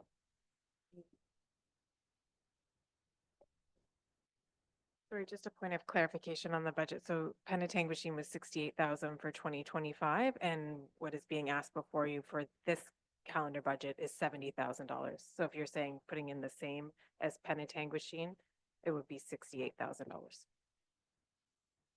Yeah, so yeah, I have 86 in front of me, so that's why I'm getting the 86 here. So you're on what you submitted in the budget report. So if it's 68, then yes, whatever that number is. Councillor Ball? Thank you. Yeah, I think we should just split it equally. Whatever other municipalities do is up to them. Like, if it's equal, it's equal. We're saying to our taxpayers, we're committing to equality among 4 municipalities. We have no control over other ones. So there's not a point in continuing, I think, talking about it. If we split it equally, we're doing right by our residents, and that's what matters. With that, though, I would like to see some more collaboration with Town of Midland. I know there isn't really much right now, and I think just the open line of communication would be good. So that's my only, I guess, kind of stipulation to what I hope to see from this money is just continuous. Absolutely, and Cooperation. we're all open to that, and we've had those conversations. In fact, Catherine's even offered to, spend time on a regular basis right here, hoteling, and yeah, we welcome that. In fact, recommend it. So thank you. Deputy Mayor. I'm just looking for some clarification. You've come here today and to other councils with a specific number to be able to set up and make things happen. What would you be able to offer? How would it look if all those numbers change or people back out? Is this something that you can still continue? Mm. There's a few different scenarios there. Yeah. You mean, if you were to be specific, what would happen if only Midland went forward as one scenario? Yes, yeah. So we would have to readjust. We've already done some preliminary, we've looked at those scenarios, and we're confident, we're very confident. I mean, you're never guaranteed to get the FedDev funding, but let me tell you, they've told us that this area has been underserviced and that they haven't actually been approached the way that they've been approached by us. And so they want to fund us. They want us to be successful. So we're fairly confident that we're going to get the funding that we need, and that will, of course, cover more than salaries and rent. We'll have ample money for programming, not to the extent that we would have had if all four partners were involved, but we still have a great program. You still have the whole board, which costs you nothing, that are still very keen to make this thing successful. Also, as Catherine mentioned, that we still have runway halfway through this year, right? So we're really looking at funding the back half of this year, hopefully getting those KPIs, showing you the results, and garnering more interest. So when we're at budget talks with the other municipalities next year, people are kind of like, oh, okay, you guys actually did it, and hopefully get them back. But there's the other revenue sources as well. Corporate usually lags a little while because they need to see your success, and then they start to privately finance, because ultimately these things you always want to over several years to get to sustainability, right? Where it doesn't actually require the government funding. And there's other models that have proven that, and that's what we would be working towards long term, but it takes good municipal support in the early years. Okay, thank you. Madam CFO, I think you had some input about the funds in the back end.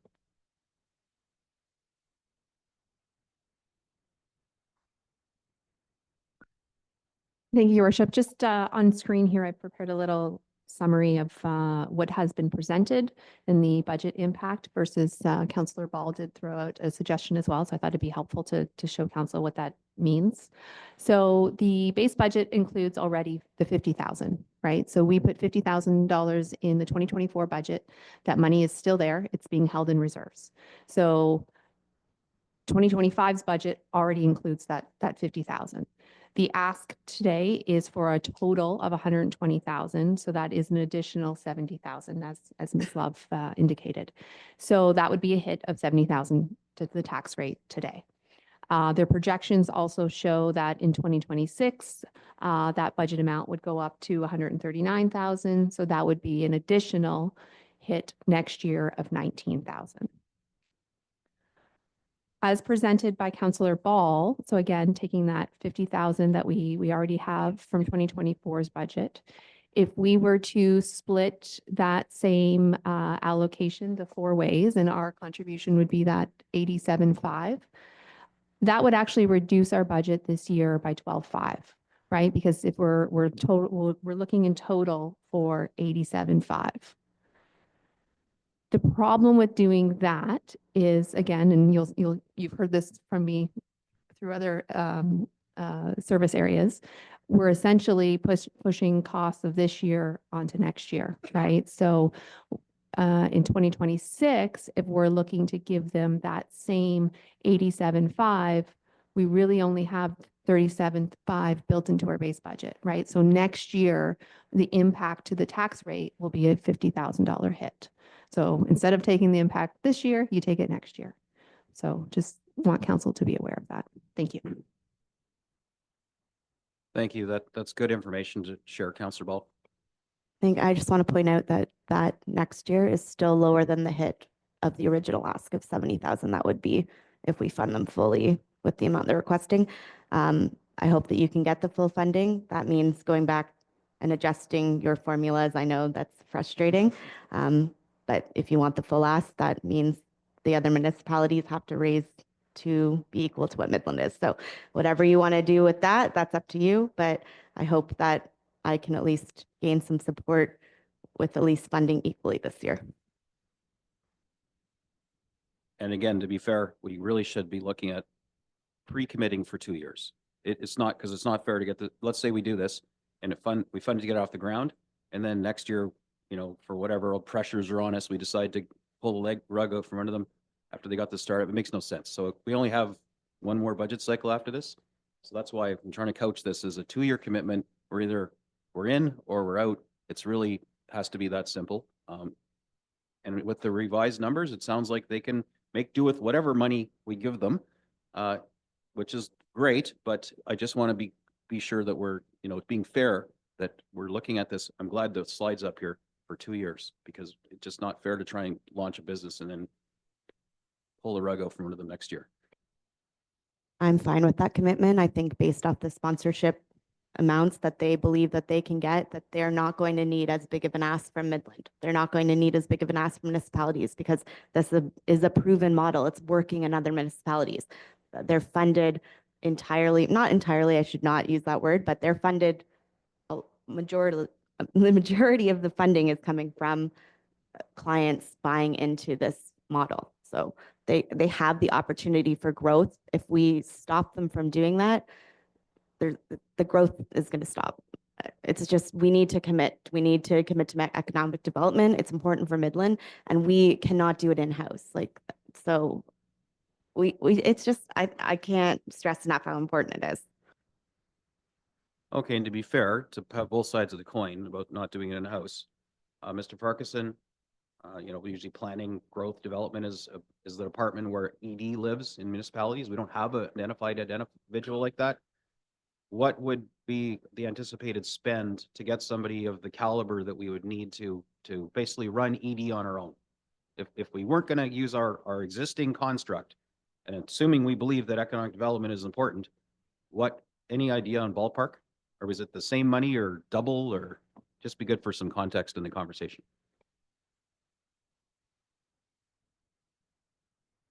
Through your worship, yes. Excuse me, yes. So economic development does fall usually with planning in most municipalities. And when you do have an identifiable economic development officer within a corporation, we would probably, if we were to try and recruit someone, we would probably have it at the same job rate as our senior planner.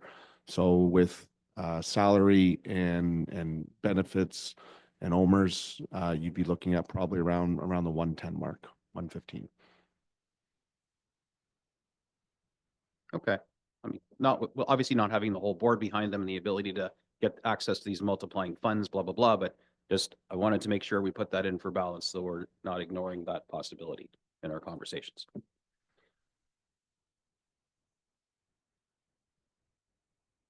Any other, Councillor Meredith. Thank you. One question I had, I failed to ask earlier is, at one of your initial, gatherings at the boathouse, I believe it was, and there's, when you're getting the hub off the ground and pitching to everybody, you brought in the sandbox from Barrie and that model. That model was a strictly membership model. It wasn't funded by the city of Barrie, and in that presentation, I believe there was some talk about going towards that model eventually. Is that still on the table, or are you still? Yeah, that's the sponsorship. But that is, so the city of Barrie doesn't have any direct funding for the sandbox in Barrie. So would that model pertain to the hub, where eventually you would wean off the municipality's share? Yeah, I think a couple, in terms of the Sandbox Center, so their space is donated in kind by the city of Barrie. So that was a partnership in terms of them, the Sandbox taking on the role of updating that building, and then their current lease structure, as far as I know, is a zero cost. So they do have a membership model, but they also do have other government funding. I believe municipal, but also provincial, as was just announced with their RIC. In short, in terms of the direction we're going, we're looking to be part of that hub and spoke, if you will, of the Barrie RIC. So leveraging some of their programs and bringing in those resources here, some of their mentors, but then also having some of our own local programming, our own central space as well. Yeah, their success was founded off of having really strong support from the city of Barrie in the beginning. What they did do an amazing job of, and if you go in and you look at the wall of donors, they have fantastic corporate sponsorship. They really do. And in fact, they're so interested in what we're doing up here as part of their ecosystem. So Craig Bush, who is, the founder of it, who rallied a lot of the corporations that have invested, his being one of the largest investments in it, has already introduced me and said, these people are willing to actually extend their sponsorships up here. There's the Grant Thorntons, there's the business development corporations, like those sponsors are very interested because we're the same audience, except for we're remote. And so, yes, we would want to build a wall of founding sponsors. Of course, those sponsors need to see they can't see inertia. They need to see that we're actually alive and we're doing something. And yes, they're hoping to hear a great report from us in the next few weeks about the funding with you and moving forward.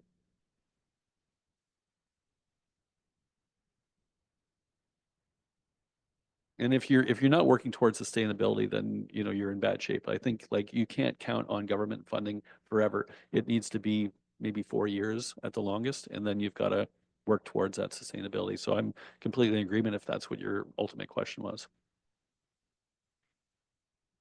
Yeah, we take that same approach with our community grants program too. It's meant to be more seed funding and not, sustainable operational fundings for a business that otherwise wouldn't exist. I mean, a nonprofit, but you know what I mean? Yeah, just a point of clarification on a sustainable model, like organizations like Communitech, for example, that have been around for 20 years, they're still working towards a split between private sponsorship and municipal funding. So it's not replaceable entirely by private funding, but it's meant to be supplemented. And most organizations in this space are working towards 50-50 if they can achieve that. But it's a direction and path to sustainability, but typically there is a role that government plays as well as private and in this model.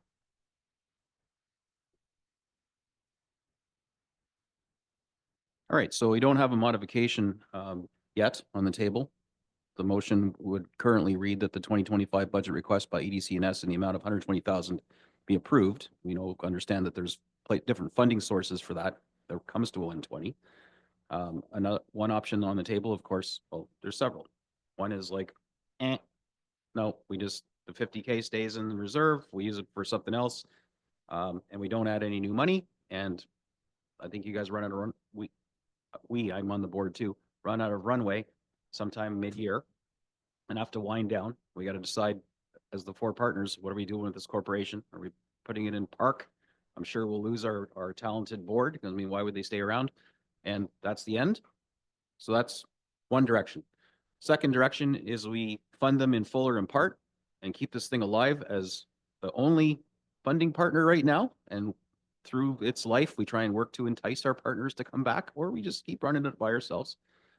And option 3 is we take the money that we would normally give to EDC&S, we enhance the 50K and put a bit more in there, and maybe we explore a partnership with Penetang Machine and we try and co-hire an economic development person and we split the costs like we do with the building officials, and we work collaboratively as one urban node to do economic development that benefits Midland Penetang Machine. Somewhere like that means we support economic development, but we just don't want to do it with EDC&S.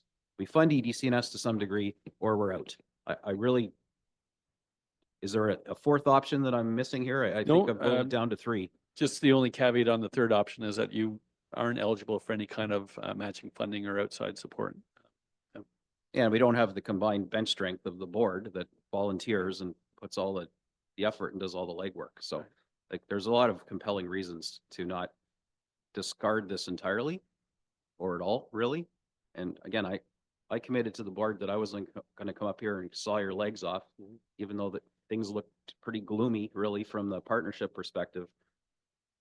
But I wanted to be absolutely transparent and make sure all the options are in front of council and try not to lead the conversation one way or the other than extolling the virtues of the really, really hard work that's happened in the past 6 to 7 months. Basically a full rebranding of economic development and calling that out, because it has been something interesting and actually awe-inspiring to watch. I Thank can't you. take credit for any of the work the board does. Like, I go to the board meetings, but they're doing the work. So there it is, council. We kind of have three options, and we would need to modify this motion, or maybe we don't, but I'm in your hands. Councilor Meredith. Can we have a fourth option? Because I really, if Penetang's sitting in the wings there and waiting for us to come aboard, if we commit to what, 68, right? With the exception, Penetang has to come on board. I don't want to go this alone.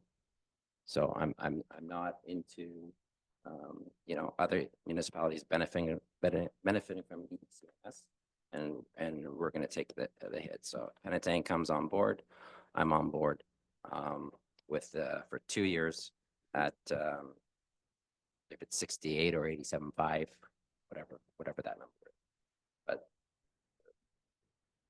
that would be my only way in here. So I hate to see all their efforts go to waste, right? Some sort. So I think the pressure's put on us. You're coming here, right? To put on us to say, yeah, we're in, and then everybody else is going to come in. Well, that's wrong, right? So we're 4 municipalities who should be working together. So and equally together. So that's where I stand on that. And if you're asking me for 120K today or anything different, I'll have to check.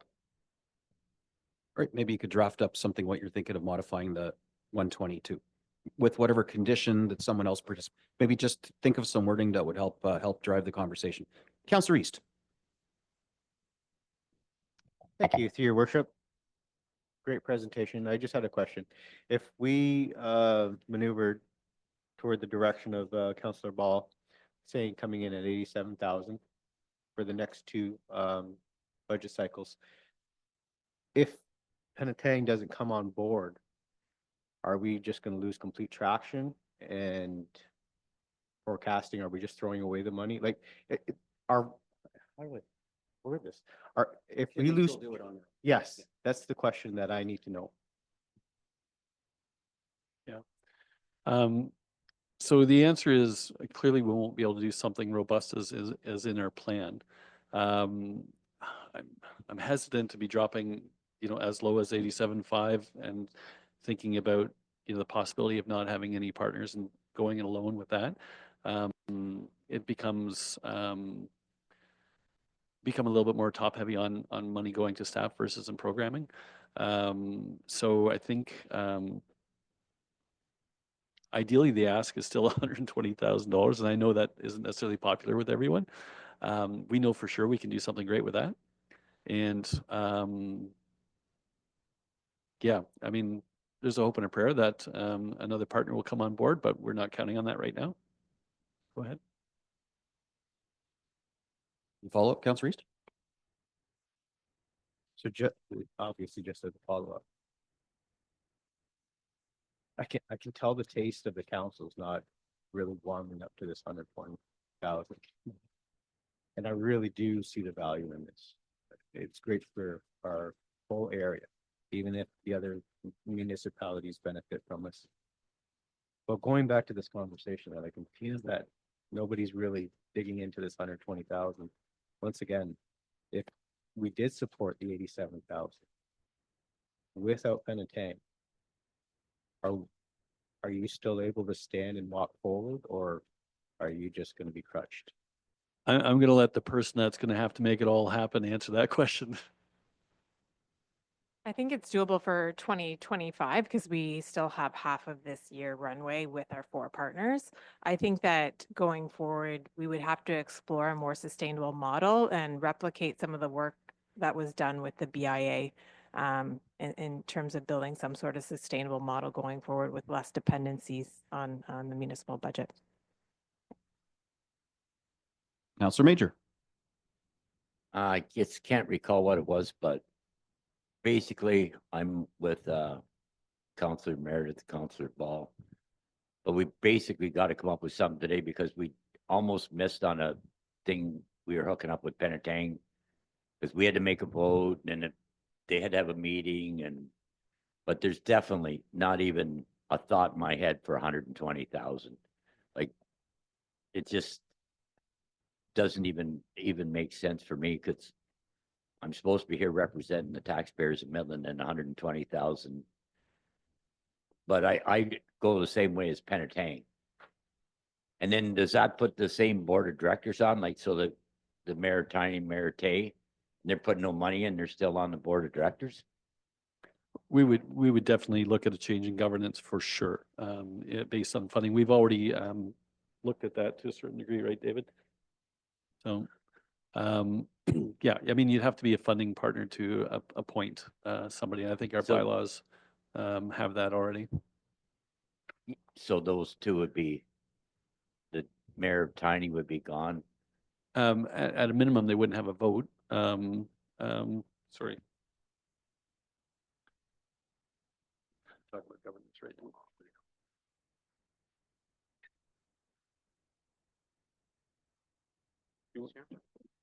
Sure, thanks. I understandably, you would want to have your governance be directed by the funding partners. Yeah. So, you know, the board, how many are we on the board right now? 8. I think there's probably 9 or 10. Yeah. And so 4 of them are appointed, right? So there's a majority of the board is more than the appointed. But yeah, you want to have your governance aligned with your funding for sure, and we would adjust accordingly. Okay, but like for sure, like for 120,000, not me. Like I can go with Penetang or whatever they do, but if you came to me for the 120,000, right? No. Right. David was just trying to point out to me that I don't know if you're aware, but historically you funded 160,000. We had a larger budget in the past, and we've been paring it down.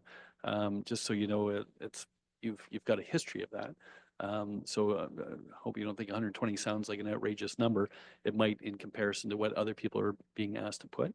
But for sure, we're open, as Catherine said, we're open to your a revision to what you propose as far as funding, and we'll do the best with it. And we'll, I know that you'll have the excitement and commitment behind our board to be successful, because we know that if we get the KPIs that we think we're going to get, people are going to, I think the people or the municipalities are going to come back. I think they're going to want to be involved.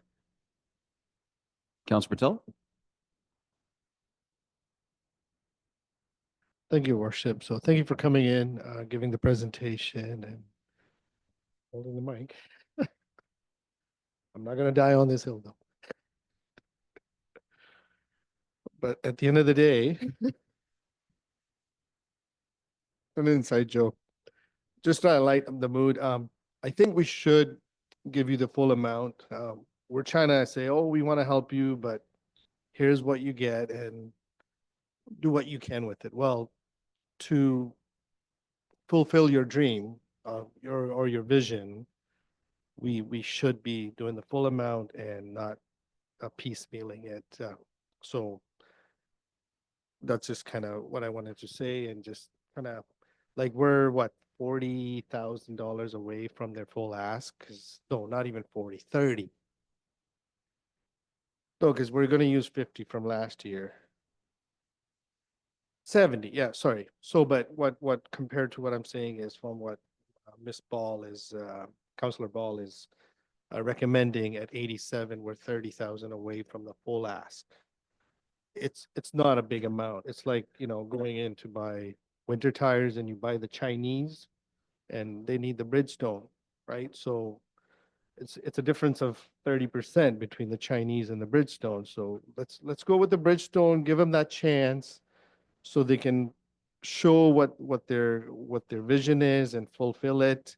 And then hopefully, like you said, the other townships come back to the table. I think they should still stay on board. They can see what you're doing and we can bring them back because we really need to bring the economic development into this area that existed all these years. Thank you. Thank you. Deputy Mayor, and then going back left here. Okay, I feel really torn. I agree with Councillor Patel. If you're here for 120 ask, I think that's what you either leave with or don't leave with. My only concern is if it were to be, if council's will is for it to be less, and we could possibly be the only ones on board. I mean, I am concerned that it would hurt what you're doing, but I don't know that it would really benefit Midland very well either, right? Is that correct? You wouldn't be able to provide as much. Clearly, Councillor Meredith, don't get upset with me here. I am still trying to move away from this, what we're paying versus others paying, because I believe that if you invest $120,000, Midland will get the return on investment. They're not going to get a less return on investment because the other partners aren't in. You're going to get, and they're going to get some benefit. I can guarantee you that. This is the opportunity for Midland to play a leadership role in this. And you are the largest economic driver in North Simcoe. We do want our other partners involved, but I think this is an opportunity for you to make a really wise investment that, based on our belief, is going to have an exceptional return on investment, like an exponential return on investment.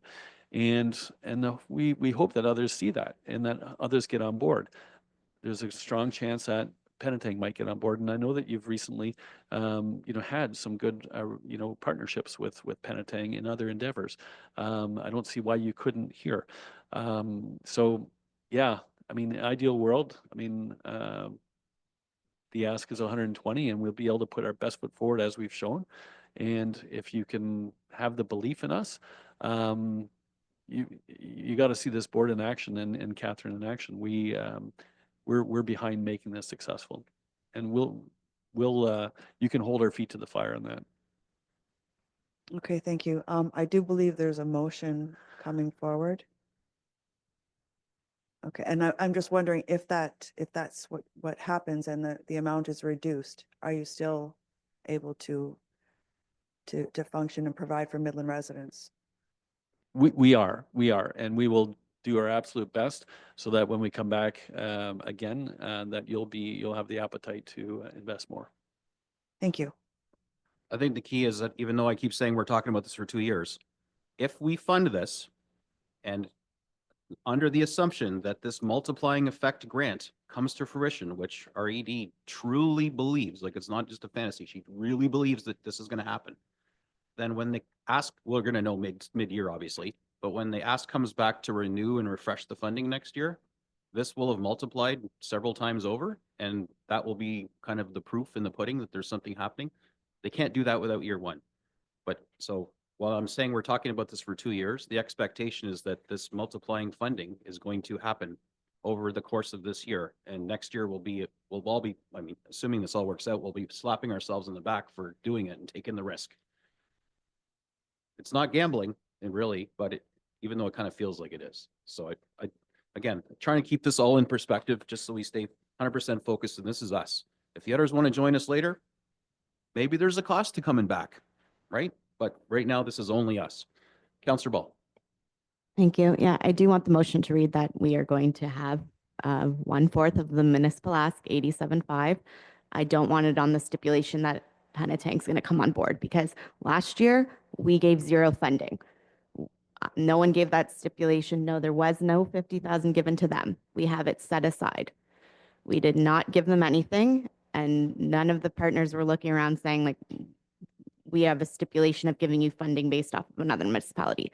I don't want that at all. So I don't want the motion to read that. So if you want to change it, then you're more than welcome to, but I don't want that. We don't have any stipulations right now. Yeah, there's nothing formalized. Councillor Meredith.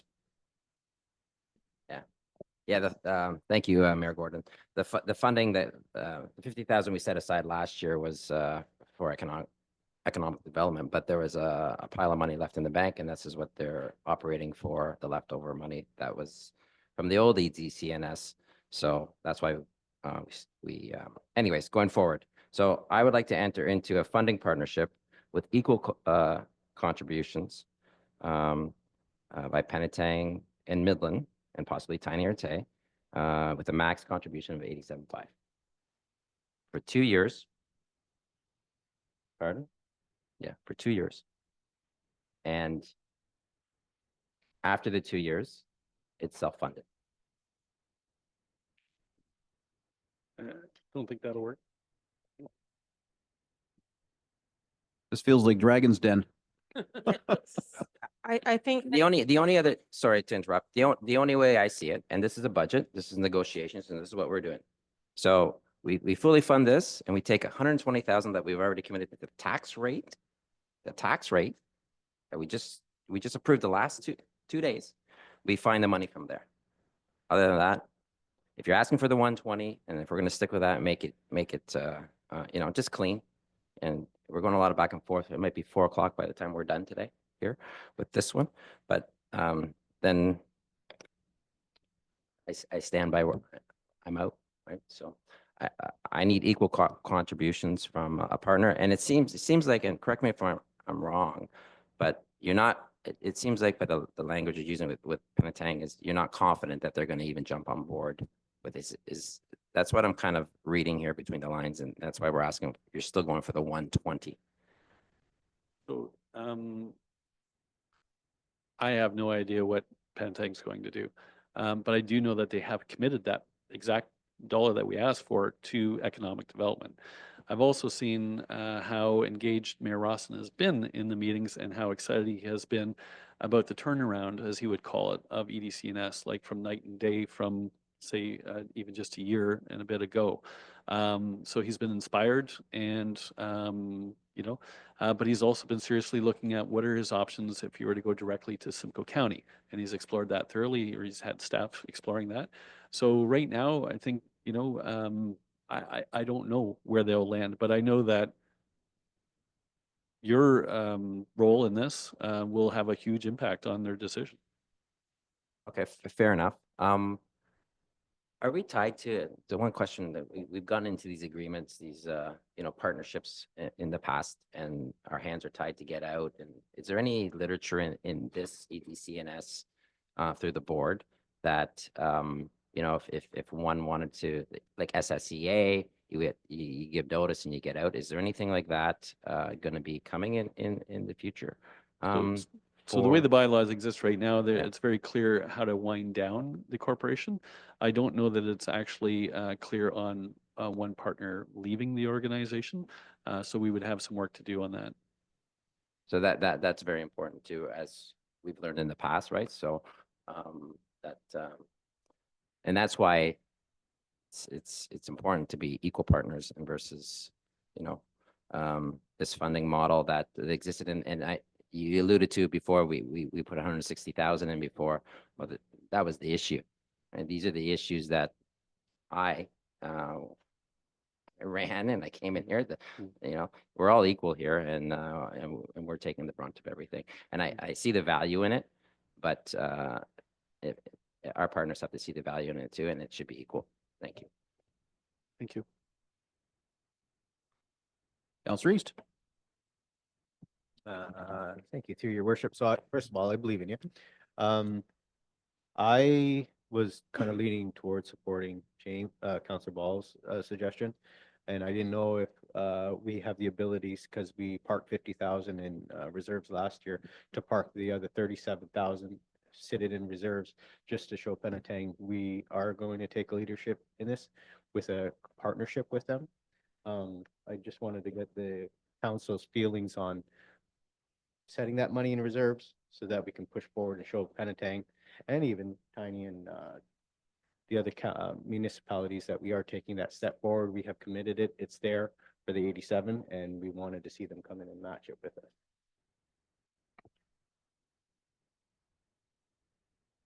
Councillor Ball?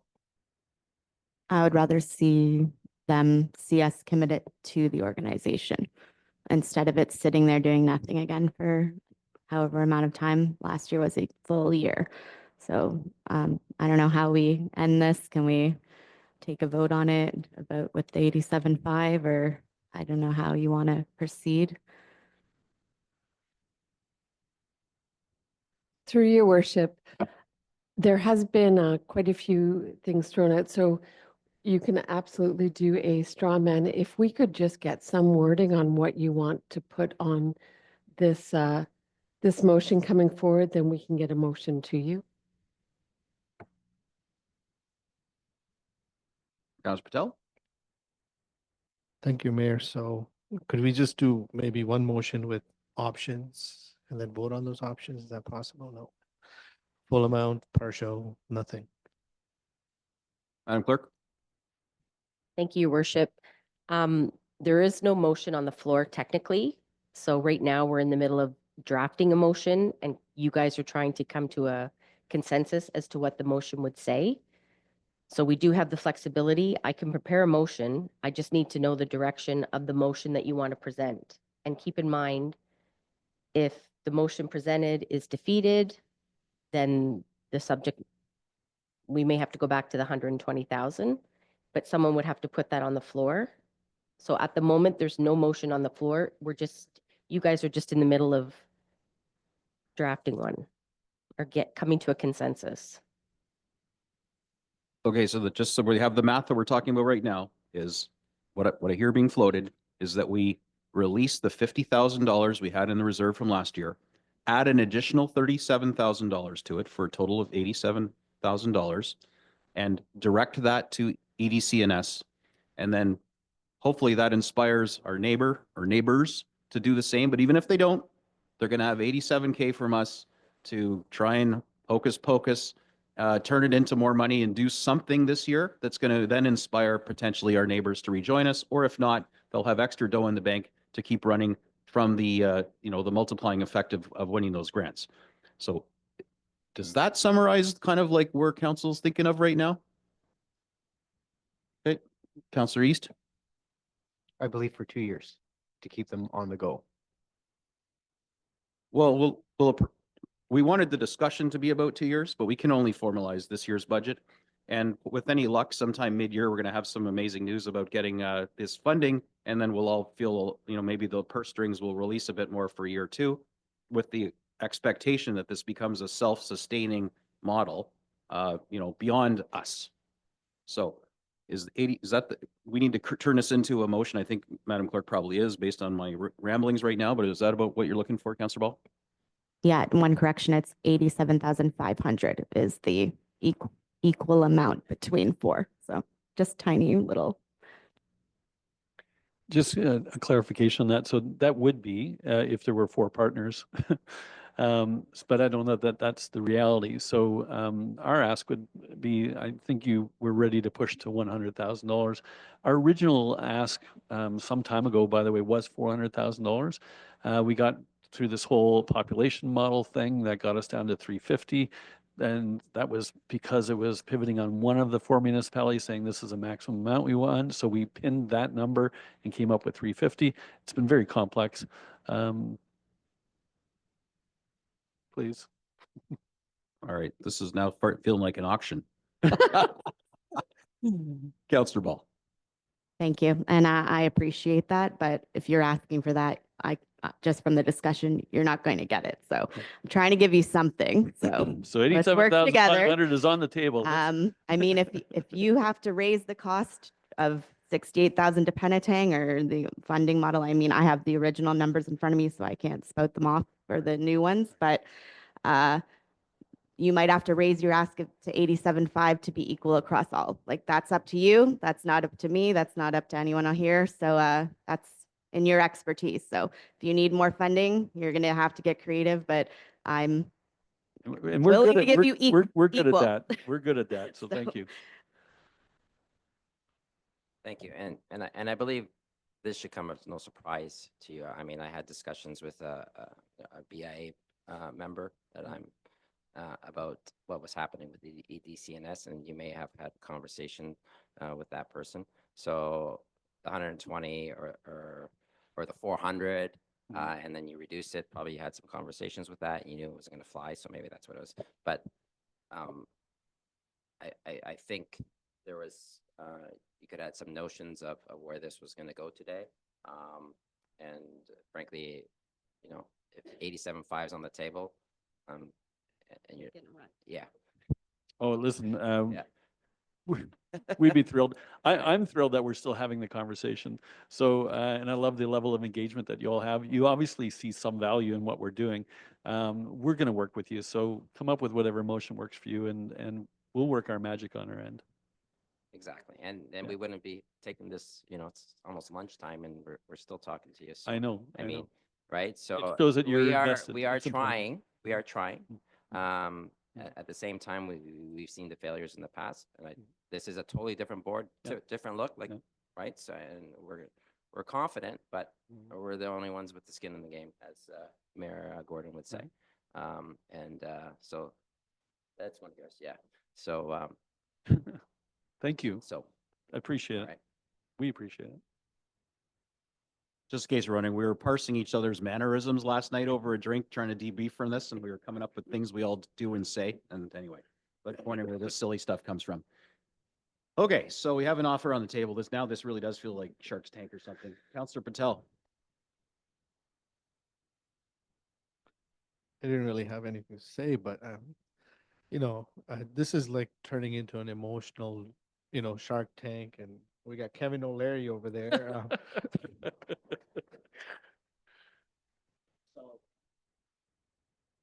No, that's why he moved to Shark Tank. But I still support the full ask. We can inspire the other towns, and I hope we can come to that.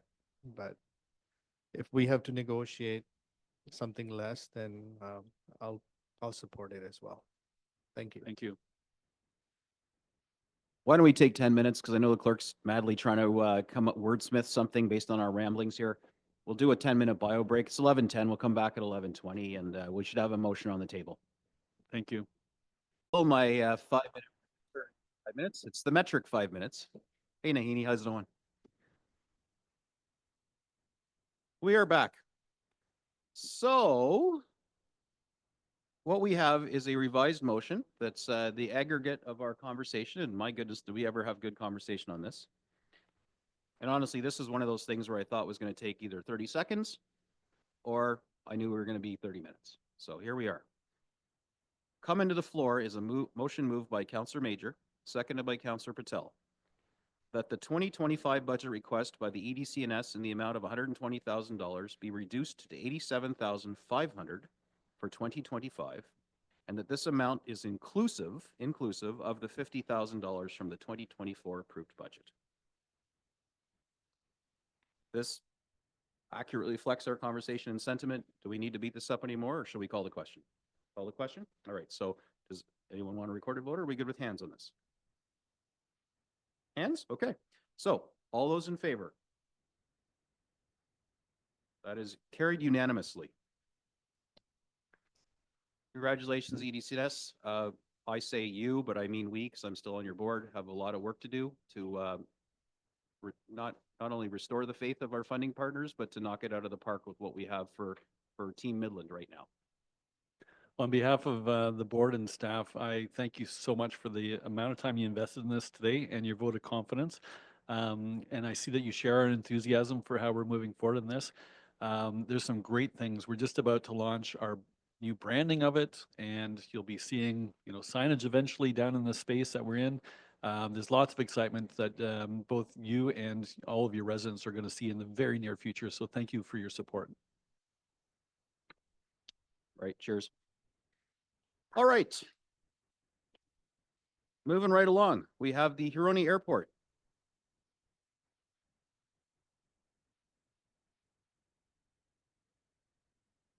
welcome to the microphone. morning. Another commission I have a connection with is your rep from Midland on the County Airport Commission. And welcome back. Oh, thank you. Good morning, everybody. I'm going to keep this short and sweet as I see this went much longer than we should have. Just wanted to go through some of the developments we've had at the airport over the last year. We've had a lot of implementation of new structures being built. We've got a commercial development that has just completed being built.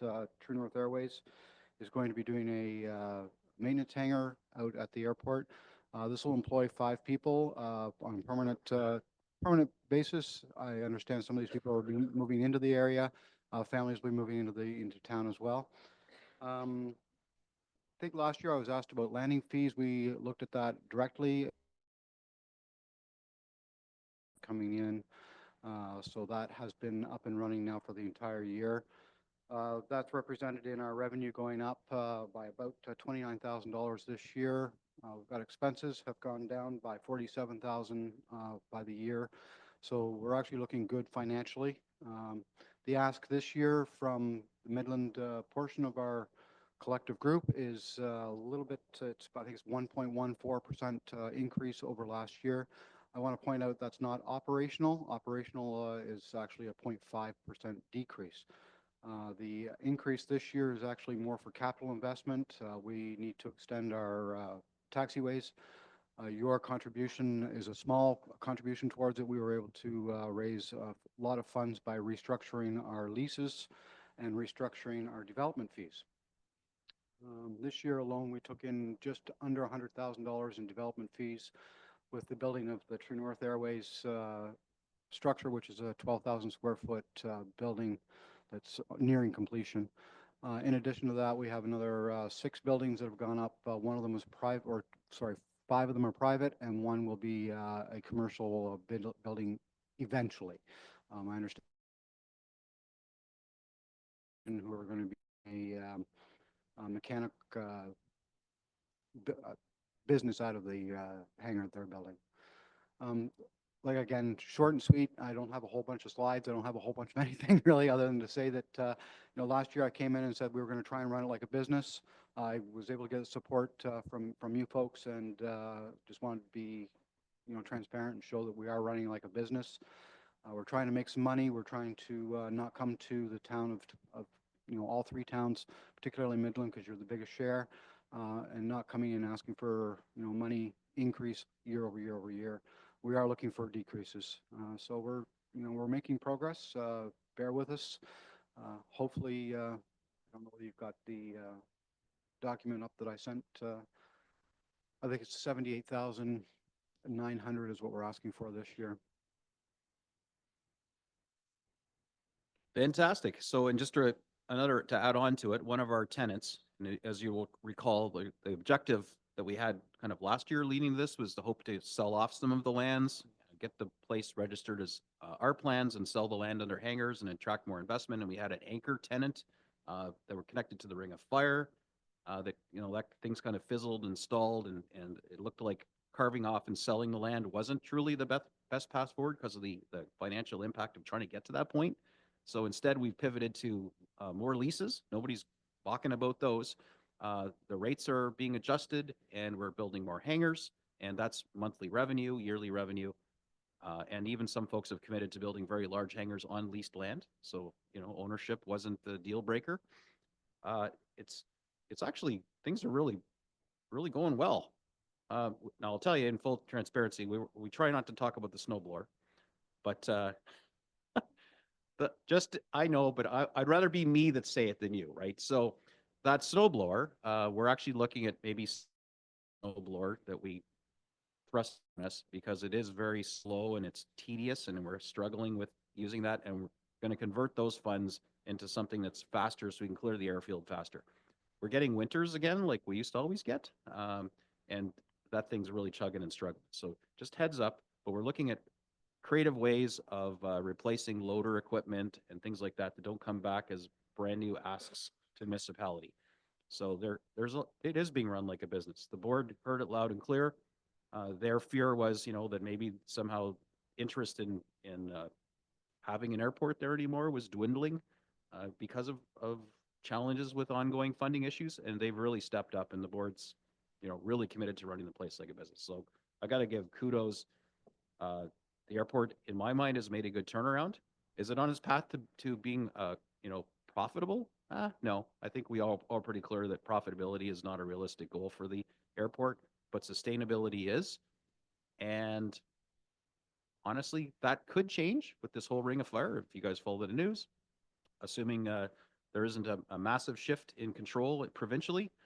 There's been some very bold commitments to accelerating access to the ring of fire minerals, and the company that I think owns 60% of the rights to that monster pile of critical minerals is one of our tenants, and they're looking at using our airport as the launch base. So who knows what the future holds, but it looks like all the little pieces of the puzzle are lining up that there could be some explosive growth in the future. Again, not necessarily turning a profit, but reducing the reliance on the funding partners for the day-to-day operational costs significantly. So I see light at the end of the tunnel, and it's not a train, and it's good. And so as a member of the commission, I support this budget entirely, and just wanted to give you some assurance that messaging from this council and our other funding partners to the airport commission is being received loud and clear, and they're working really hard collectively to really show the value of keeping the airport intact in our municipalities. If that's a fair synopsis. I think that's more than fair. I appreciate your kind words. The other thing that I haven't mentioned yet, we've actually just secured a school that's going to be starting up at the airport effective Saturday. They've taken over our boardroom. They're going to be using that as an office space, and they'll be renting some additional hangar space from us as well. They're going to be bringing 3 airplanes up, and they'll be generating students. I think they've got 25 students enrolled to start flight training out of Midland. Effective Saturday. So that's also a really good positive thing for us. Just expanding on the True North Airways, as I said, the building's nearing completion. We're just waiting for Hydro 1 to come in and put in extra poles, which have been paid for and taken care of by us exclusively. So really, we're just looking for now just opportunities to expand. We're using the monies that we're getting from development fees and from these additional leases, as well as restructuring the lease agreements altogether, where it's much more, I guess it's much more within the market where we're at now as where we were before. So those are kind of the steps we're taking at this point. So appreciate all of your time, and I'll let you guys go ahead and ask questions. Perfect. Thank you. Councillor Ball. Thank you. I think you rose to the challenge we gave you last year. I appreciate that your operating budget is down. That's I don't think we've seen that in a while. So my kids that were old enough did participate in your flight day. It was very successful. I appreciated that event and welcoming the community into the airport. Last year, I was wondering about fees for smaller planes. I don't know if that's been put forward and dealt with this year. That's my one question. So for smaller airplanes, it becomes much more challenging in that it's very expensive for schools. Like that's primarily what we get. Is we get schools that come up and they will stop for a brief period of time. I know that Owen Sound did implement landing fees. I believe it was $25 per movement. And essentially what happened is their fuel sales completely went off the rail because nobody would go there. Commercially is really the way to get monies as far as landing fees and services, because we don't really provide any services to small aircraft other than the occasional time we'll get them some fuel, we might sell them some oil, they might have a cup of coffee. Commercially, it's a little bit different. We have to open up gates. We're a little bit more on board with what they're doing, being sure that their passengers are being taken care of, things like that. So smaller aircraft, it's like a very fine needle to thread, because you don't want to drive people away. And that's really what we have tried to avoid, is driving people away. So although I do understand your point of view is, you charge them $5, charge them $10, but then, maybe they stop coming to you, and then they stop buying the fuel and they stop buying the oil that you do happen to sell them, or the miscellaneous sundry items that you do sell them. Like I said, we increased the landing fees for all the commercial operations. We did see a rise in commercial traffic this year as well, so there's a lot more coming in. I think that's part of the ring of fire is beginning to start to happen. So we are hitting those people a little bit harder because they've got a tolerance for it. I think that the smaller aircraft, the smaller businesses, the smaller people just don't have a tolerance for it at this time. Something I would certainly like to keep investigating, and we'll keep our eyes open as to where we can, monopolize on that or make that a priority to get some income from there. But really, we want to get them to the airport so we can sell them oil, so we can sell them fuel, so that we can, say, hey, come on over. Like, this is a great place to come. And they tell their friends, and then you wind up with, we get fly-ins. We have people come in with groups that will make ours a destination now. And they'll stop and we had this year, we had, it's an aviation group, and they go from airport to airport every weekend they go. And they came up to us twice this year. So it was kind of nice. It was the first time they've come up to us twice in a year. So that's kind of where we want to drive the business, is more towards the sale of the items that we have for sale rather than penalizing them for coming to our communities. Thank you. And I appreciate that you did look into that. And that wasn't just, you came here, you nodded, and you did whatever you wanted. So I appreciate that you're able to give me a reasonable explanation. And I'm supportive of the way that you're running it. Obviously, you're doing a good job because you're down in your operating costs. That being said, I don't love the municipality being in the business of airports. So I would still like to see it privatized at this point. Obviously, that's not going to happen, I'm sure, this year. But if not, then I would like to see working with Town of Midland, especially since we're the highest contributor, for stay and play type packages that we've been developing. Currently, we talked about it a lot yesterday. So I would like to see some conversations surrounding that and how we can bring people who are using the airport into Midland to actually spend money in Midland.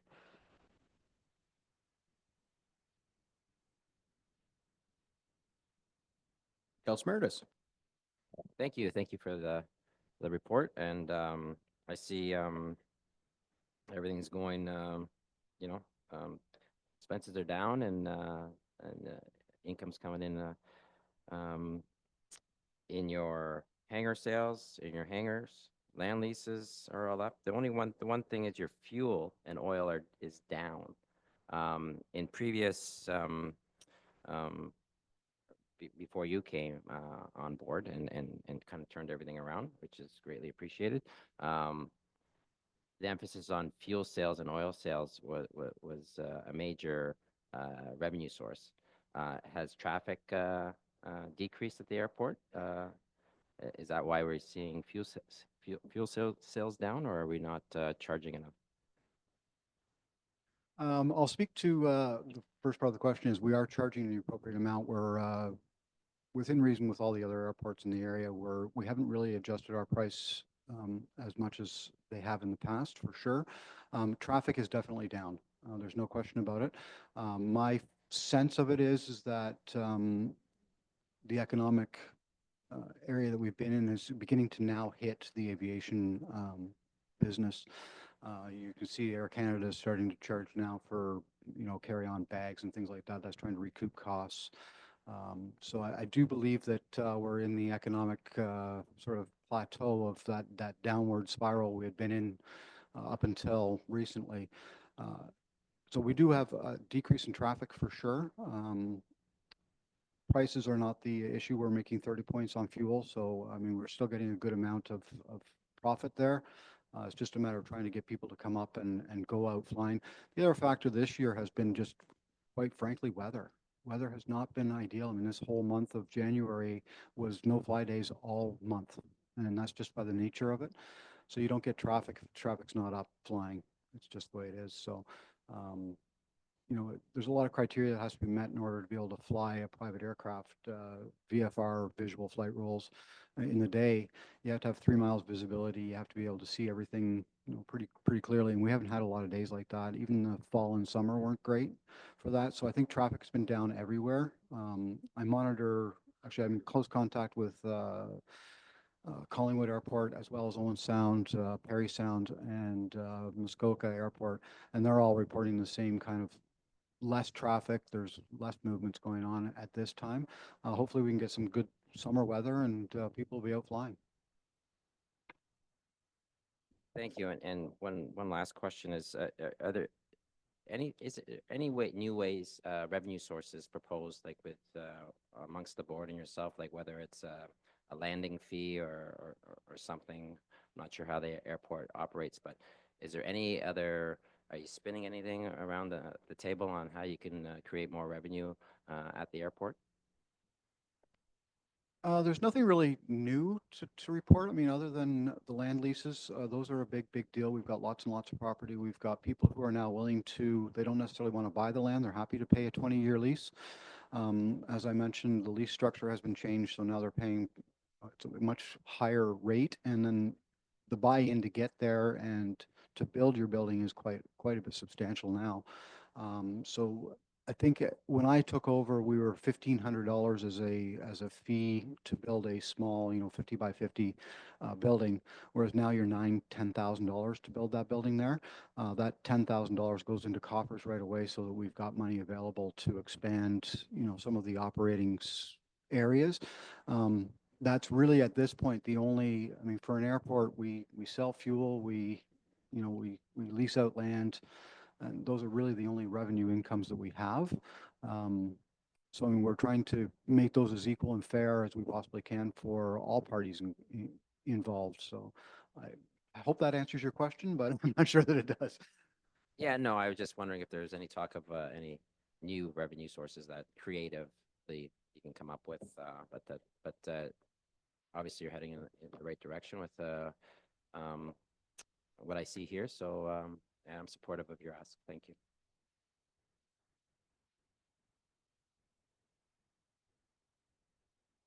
All right. No further conversation. I've got a motion here, moved by Councillor Patel, seconded by Councillor McDonald. The 2025 budget request by Huron Airport in the amount of $79,800 be approved. All those in favor? Any opposed? And that carries. All right, up next we have the Huron Museum.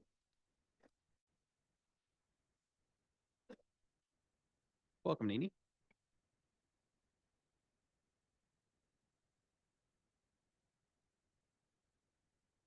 Hello, there we go. Good morning. Thank you very much for having me today, Your Worship and members of council. I did send a PowerPoint in advance.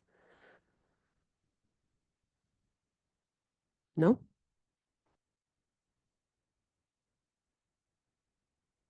It's okay. I can just talk too.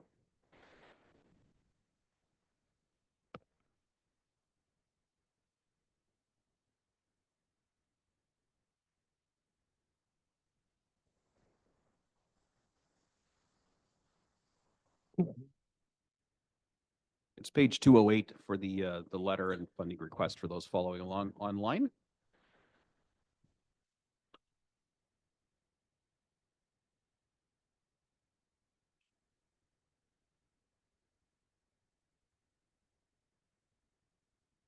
I can just go ahead and yeah, that's fine. Okay. So actually, no, imagine a PowerPoint. I'm just kidding. It's okay. I was going to start talking about our 2024 year in review and how we did. We operated at just under 600,000 in 2024. And in 2024, that allows us to keep 5 full-time staff to provide museum services in the community. Now, of those funds, 233,000 were actually grants in 2024. 92,000 of that was a capital grant. It's obviously dedicated to capital improvements at the museum, and the rest was project and programming grants. We are asking the town of Midland this year for 84,000, just as we have in years past. We haven't asked for an increase. Is that okay? For every dollar that the town of Midland gives us, we leverage another 5, allowing us to operate at this level. Now, as mentioned, we did have over 233,000 in grants. The rest of the money we also make up in programming admission prices. We also do a large portion in fundraising, 57,000, and the remaining comes from donations, membership research fees, and interest from our endowment funds and donations. This allows us to operate and leverage dollars, like I said, for capital projects, special projects. It helps us significantly with our cash flow because, as you can imagine, it's very quiet this time of the year in the community, but it allows us to operate for 4 seasons of the year. Throughout the year, we also have a number of project partners that allow us to operate and offer these programs, including like the Water Museum, the Georgian Bay Heritage League, the Y-Marsh, and we also have a number of employment partners that either fund us directly or manage our employment programs at the museum to allow us to get our work done, including the Gamawaj Tribal Council, the Métis Nation of Ontario, the Georgian Bay Native Friendship Center, and we even, and I can't forget to mention all of our wonderful volunteers that come out on an almost daily basis. I also wanted to talk a little bit about our programming we're offering throughout the year. Imagine a slide of the Heritage Boat Show, which is our 2nd year operating. We operated the Heritage Boat Show last year in partnership with the Water Museum and the Georgian Bay Heritage League for the first time, and we hosted it again this year with a fish fry. And it actually grew out and was a well-attended event. We're planning to hold it for a 3rd year running and build it out even more. We've been having fantastic turnout to that event. It's an all-day event. It's a lot of fun. And we're looking forward to hosting it again with our project partners. Oh, hello. It's far more exciting when you get to see the pictures. I think I'd be on slide, next one. There we go. Perfect, thank you.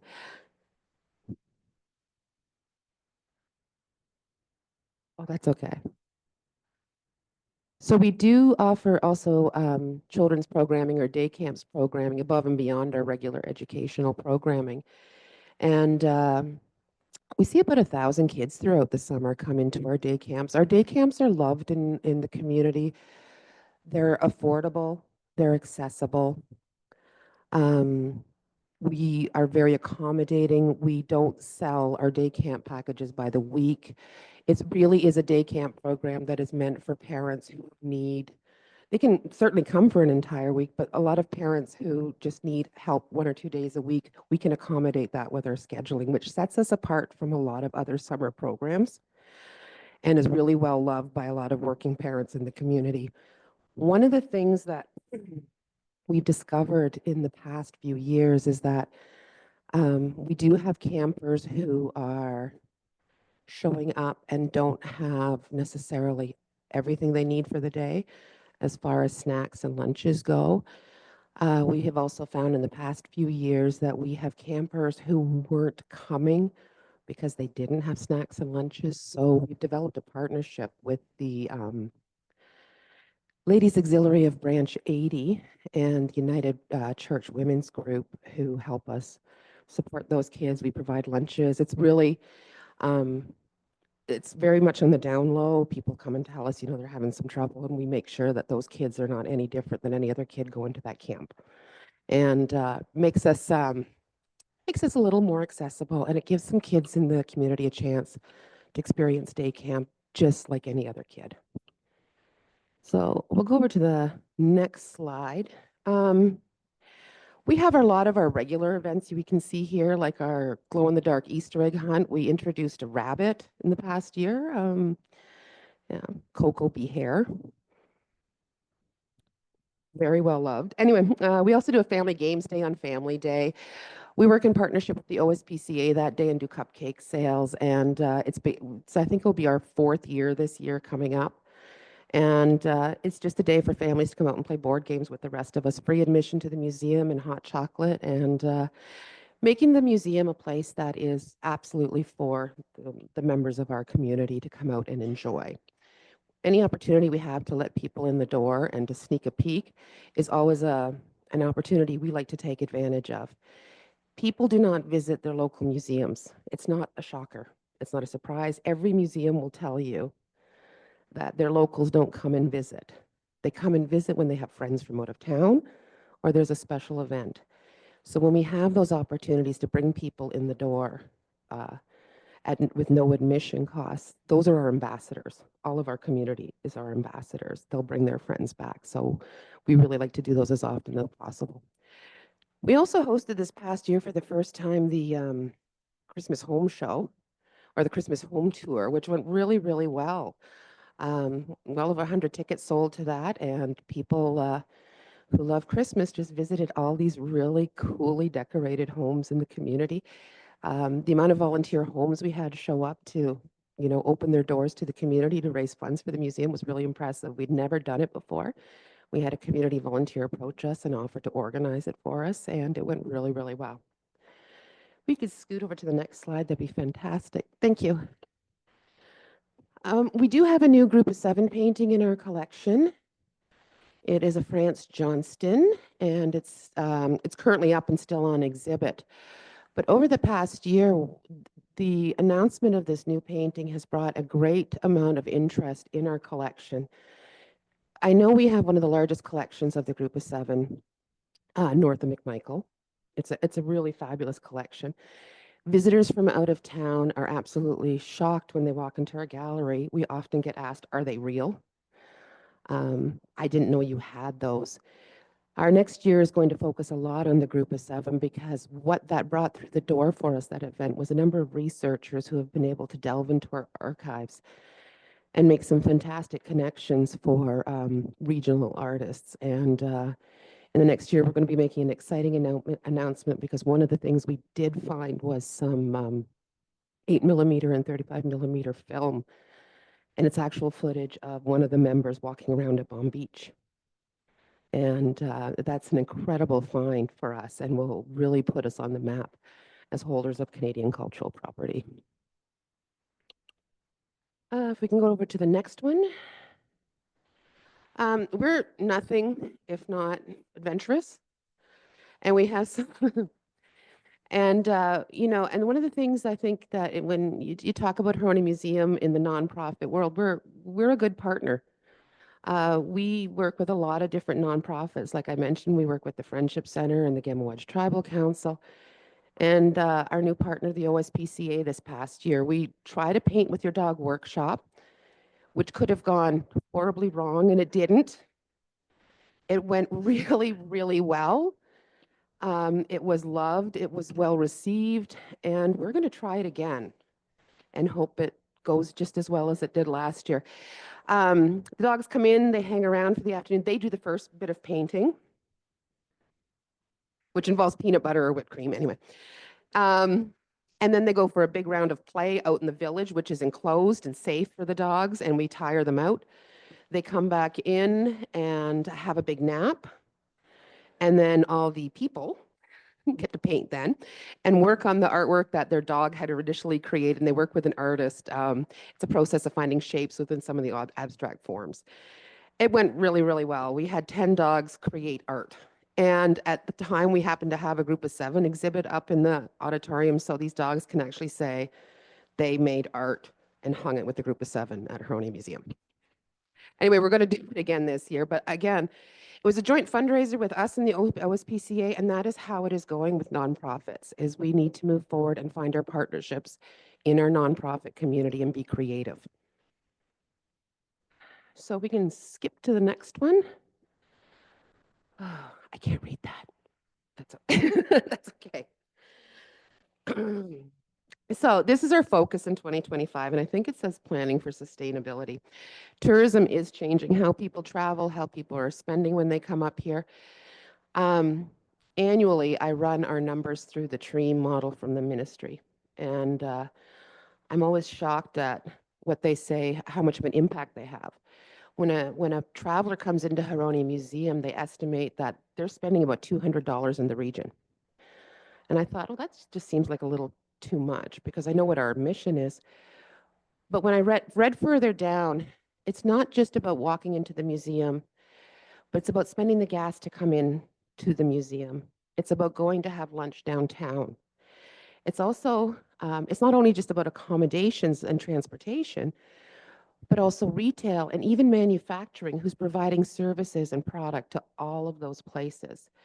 So yes, indeed, Haroni Museum does have beyond providing fun workshops for people's pets, we do have an economic impact in our community, and it's undeniable. $200 for every person that walks in through the door, I'm assuming give or take, but we do help keep people in the region throughout the day. We're also focusing this year on responding to demand. The way our museum is being accessed is changing significantly after the pandemic. Our education programming is no longer our driving programming force. It is more these other workshops and ways of accessing the collection in the museum, the exhibits, our programming that is taking the lead in our programming revenues. So we will be focusing more on that area. We'll also be looking for new opportunities and accessing new demographics, because who is visiting our museum is also changing. We will be refocusing our programming, as mentioned. We will be looking more at the workshop model, but another thing that's taking a lead in our revenues is the demand for research and assistance with research. Since before the pandemic, this has gone up about 300 or 400%. And we will be focusing a lot more on providing research services as people, a lot of community, and a lot of even organizations have taken up history, community, genealogy, heritage since the pandemic. And of course, we'll also be, continuing to look for new ways to engage our community. We have a new Group of 7 community art project coming up, and we're pretty excited. We just got an announcement of a grant for that, where we'll be engaging schools with our collection with the Group of 7 and holding a community event for that. Of course, we'd like to build out the boat show and build out our community program generally. So I think we've got some exciting things in 2025. Again, we are making an ask for the same amount as we did last year. We do our very, very best to use those dollars to leverage more. And I think we have been doing that pretty well this past year. So thank you very much. I'll take any questions. What a beautiful presentation. Anyway, it still boggles my mind. You've had a 0% budget increase for as long as I can remember being on council. Like even back in the last term. I don't know how you do it, because all the costs go up, cost of living, anyway, it's incredible. And I've been expressing appreciation for many years now at that. However, at some point, you need to ask for more money. I'm just saying, because it's absolutely Councilor Meredith's head's going to explode here, but I know this isn't the year. Obviously, here's your ask. You've got a budget plan. That's great. But, maybe for the next term, just, cost of living, something just reasonable. Nobody could really squawk about. But what you squeeze out of the money you get and how you multiply it and put on these really awesome programs and bring people into the library while, in growing your collection and hosting these events and day camps and everything. And all that stuff about feeding the kids as well that otherwise would be too embarrassed, to go to the day camp. Like, God love you. I just want to give you a big hug. So anyway, it's clearly, let me open the floor up because I'm sure other councillors have things to say. So Deputy Mayor. That was a great presentation. As you know, my girls went to the camp, but I've never been more excited about the museum as I am today. I'm an empty nester now and I have a dog and we are coming. Please let me know. Absolutely. It's looking like March 1st, and I expect that is going, because we do have limited enrollment, obviously.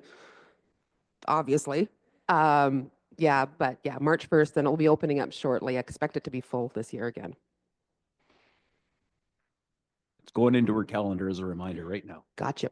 Councillor Patel. Thank you, Your Worship. So great presentation. Thank you for coming in. And when I had our meeting with Madame CFO and Madame CAO, I asked about the museum, how are they doing? And they said they never, ever asked for an increase, and they run great programs. The drop-in program, which is highly successful compared to the other ones you've got to commit. Mhm. And then, when you said the dog paint program, the dog artist program, my brain just started going in a different stratosphere. We could have the next Vincent Doggo, Leonardo. I'm just gonna da write that down. Vinci. No, I got more names. Oh, okay. Pablo Dogassi and Dogalangelo. But thank you very much. I love it. Thank you very much. That workshop, when we tell people about that workshop, they get so excited about the museum. If you go on our webpage, we have lots of pictures posted from last year's workshop, and the dogs are smiling. Like the dogs love it too. It's not something we make them do. Councillor Ball. Thank you. I'm obviously going to echo 0% increase. Thank you. Like we would like to see that more, obviously, but also just want to touch on the community needs. You're a direct reflection of that. You listen to what the community needs, even discussing the fact that you open your doors knowing that community members aren't coming in on their own. You're finding creative ways to get people into the museum to not only survive, but to thrive. That's important. I just wanted to touch on the day camps, offering that day camp service of the one day. I don't think that council understands just how great that is for our community.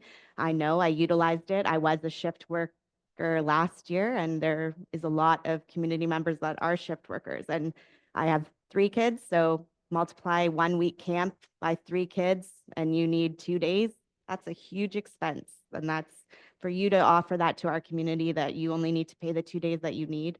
I know that the community really appreciates that, and it's a really important thing to note. We just kind of touched on it. I just want to bring more light to it because it is a direct reflection of the needs of our community. So I really appreciate that you are taking the needs of our community and you're running with them, and you are developing programming that actually reflects what the community needs. Thank you. Councillor McDonald. Thank you, Mayor Gordon, and thank you for enlightening us with some positive activities in our town and offering them. I have a couple of questions in regards to the first one, the Huron-Wendat Village. There's concern out there that it needs some attention. Are there plans on how to address that? Is my first question. Yeah, we've been having a lot of trouble with the Palisade, and we've just been hit with such crazy weather the past few years. We find that we just get one area fixed and then we have to come in. We are having trouble sourcing materials in some cases to replace those walls, but I think you'll find there's a very small gap there that's right now is on slate to do in the spring. Once the snow hits and the ground freezes, we can't do anything about the Palisade. Glad to see that the effort is there to maintain it. My other question is a little bit off. It's regarding the Culture Alliance that we both briefly spoke about. And we both valued what they were attempting to offer and do and did.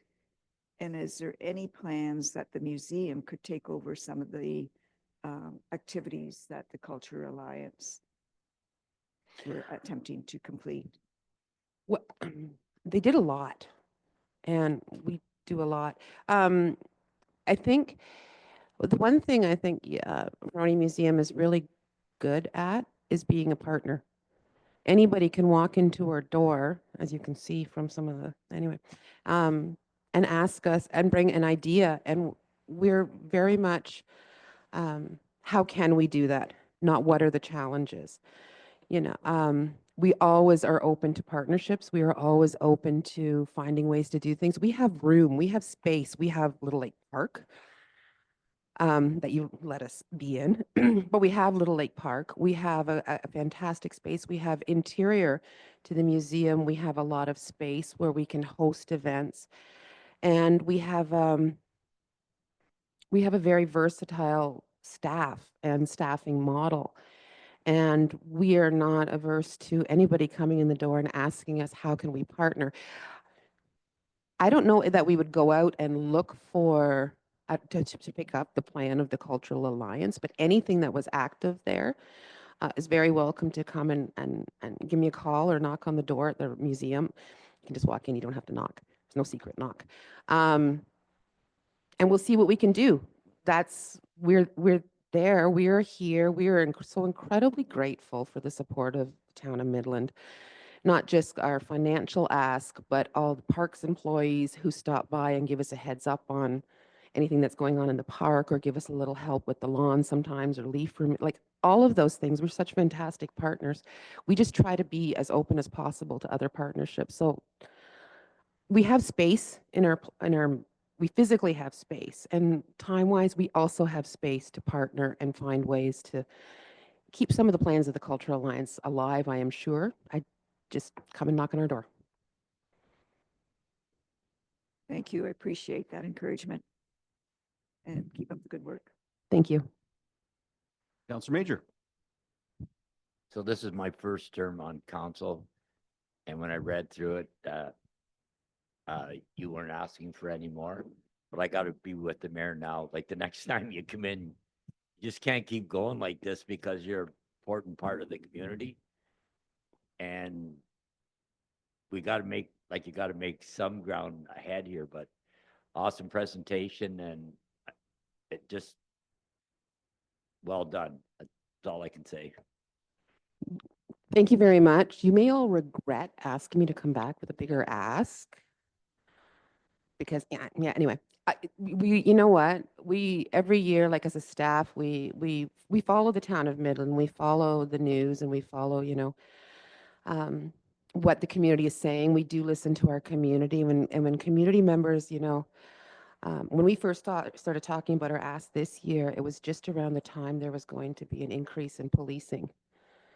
And our staff sat around saying, what is that going to mean for us, and how does that reflect on us as a community organization that partners with the town of Midland and asks for financial support? If we, you know, we're very cognizant, because the people, like we're very close to our community. We have people who stop by and visit us regularly. I mean, we know every dog in that dog park because it's right behind us. Any walker, like, we are so close to our community, and they tell us, you know, how concerned they are about, you know, their lives, the cost of living. And we think about that when we're setting our budget and writing our letter to ask you for support. But maybe next year, we'll see what I can do. Councillor Meredith. Thank you, and I'll follow up on that note, sure, but thank you for the presentation. You do great things, and again, echoing everybody's comments for sure. Yeah, I don't know if you ever thought about consulting with these other boards and agencies and commissions on how you do it. You'd probably double, you know, your ask if you could do that. But we have the ability to obviously take your ask, and whether we approve it or not, or we could also take from other boards and commissions and give it to you, right? So again, 84,000 consistently through for my term anyways, and prior to is impressive, and I don't know how you do it, but you know, everybody should take note for sure on how you look at the whole picture of the community and judge you know, your ask through that information. So I applaud you on that, and thank you for thinking community first. Thank you very much. Thank you. All right. I've got a motion on the floor, or about to be on the floor, moved by Deputy Mayor Prost, seconded by Councillor Ball. The 2025 budget request by the Huronia Museum in the amount of 84,000 be approved. All those in favor? Any opposed? It's carried. Thank you very much. Thank you very much. All right. Next, we have the Severn Sound Environmental Association.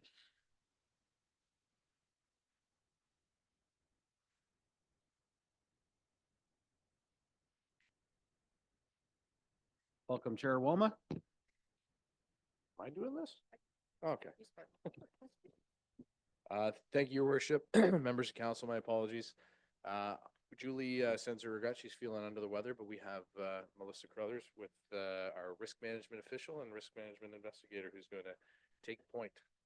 Chair Walma. Good afternoon, Your Worship, members of council, staff. As Chairwoman said, I'm Melissa Crothers. I'm Manager of Source Water Protection at the Severn Sound Environmental Association.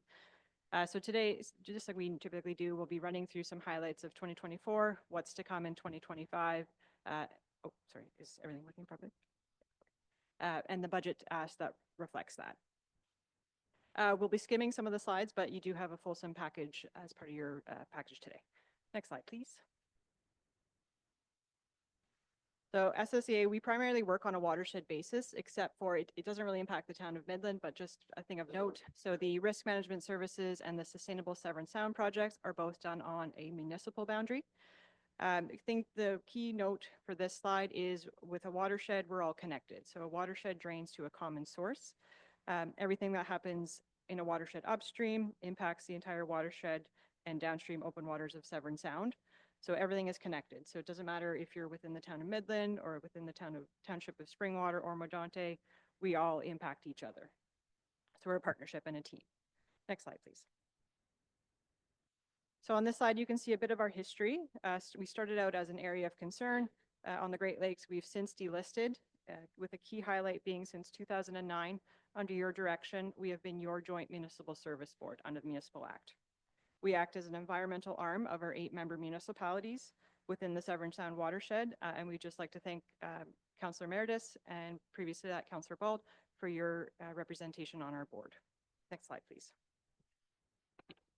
So this is just a bit of a summary slide. We'll get into more of the details as we move through this presentation, but the key points are the work that we do revolves around keeping your community and our other partners, ensuring a safe and healthy and sustainable environment. We do directly apply for funding grants as well as support your municipality, such as the Enbridge grant, or sorry, Gas Municipal Class Action Grant that was received. Next slide, please. So just quickly touching on 2024, some of our key highlights, starting with the monitoring. We continue to monitor the open waters of Severn Sound. So 2 of our stations are, I'll say, within the proximity of the town of Midland. We do this for trends to anticipate changes in water quality. Next slide, please. Through a partnership with the Ministry of Environment, Conservation and Parks, we do monitor some of the local streams through the Provincial Water Quality Monitoring Network. This is for overall water quality trends and changes in ecosystem health. We do monitor groundwater as well for through the Provincial Groundwater Monitoring Network for water quality and quantity. There's climate monitoring being done through temperature monitoring of streams, as well as a climate monitoring station at the Midland Sewage Treatment Plant. Next slide, please. This is just an example of the data that can be produced from the weather station, and it's useful in infrastructure and emergency preparedness planning. Next slide, please.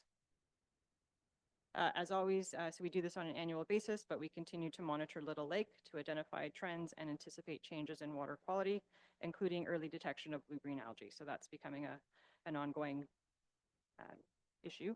Next slide, please. So just in summary, so I'm sure we could do a full-on deputation for Little Lake, but just in summary, we are seeing some trends in water quality in Little Lake, such as increase in water conductivity, most likely from road salt runoff, elevated chlorophyll A levels, which indicates increased algal biomass and nutrient enrichment, and a decline in dissolved oxygen, likely due to increased respiration from algae or decomposition of organic materials. Next slide, please. Through our climate monitoring, we're also seeing increased in intensity of storm events and regional air temperature, which is causing changes in water quality and quantity, algal growth, dissolved oxygen, and aquatic habitat. Within the open waters and inland lakes, we're also seeing an increase to the surface water temperatures and the amount of toxic and nuisance algae, which can be a concern to human and pets. Next slide, please. So a bit of a good news story. So in 2024, we did secure external funding to run 3 separate projects. So one was B Parks, so that's Biodiversity Enhancement and Education Parks, as well as Project SEED, which was Severn Sound Engagement and Education. So these projects involve working with municipalities and schools to develop and implement naturalization plans. There was also Restore the Shore. It was a pilot project which provided advice on shoreline naturalization, including site visits, developing planting plants, and sourcing appropriate native species for landowners to plant. So those were some very positive influences. Next slide, please. In terms of invasive species, so the program continues to focus on education and providing identification and management support to our municipalities and the public, as well as coordinating management events on municipal sites. Staff also conduct in-person training to some of your seasonal staff for noxious plants and invasive species. And just quickly on the tree program, so last spring, 820 seedlings were planted within the town, and approximately 12,000 have been planted in the town through since the program started in 2009. Next slide, please. So education and outreach, we do respond to many inquiries from members of the public, some of your staff. Last year we did coordinated some webinar series on various topics, including provincial permits and approvals and legislation. We're always out in the community trying to get a better sense of letting them know who we are, what we do, and the benefits that is to that municipality that we're in for that particular day. And next slide, please. So in terms of drinking water source protection, under the Clean Water Act, we do fill two separate roles under this program. So one is as the Source Protection Authority. So through that, we are delegated and paid for by the province. This work is a focus more on the higher level policy work, making sure the science behind the program is up to date, and education and outreach. So also, if there's any changes to your municipal systems, we're heavily involved in that process. The second is as the town's risk management official and inspector, and this is delegated through the town through municipal bylaw, and this is focusing more on the implementation of the policies, so more your boots on the ground person, so dealing with local businesses, dealing with your planning department, reviewing development applications. This one is paid through the municipality. It does fluctuate yearly because it's based on use, so it's actual number of hours that we spent working for your municipality. Next slide, please. Sustainable Severn Sound, just quickly. So we provide project support and guidance as we collaborate on sustainability and climate planning, continue to tap into various external funding sources to advance projects such as the $10,000 grant from Enbridge. Next slide, please. So looking forward to 2025. So we'll be continuing the great work we've been doing regarding climate monitoring, invasive species, tree and stewardship programs, and monitoring, including Little Lake. Next slide, please.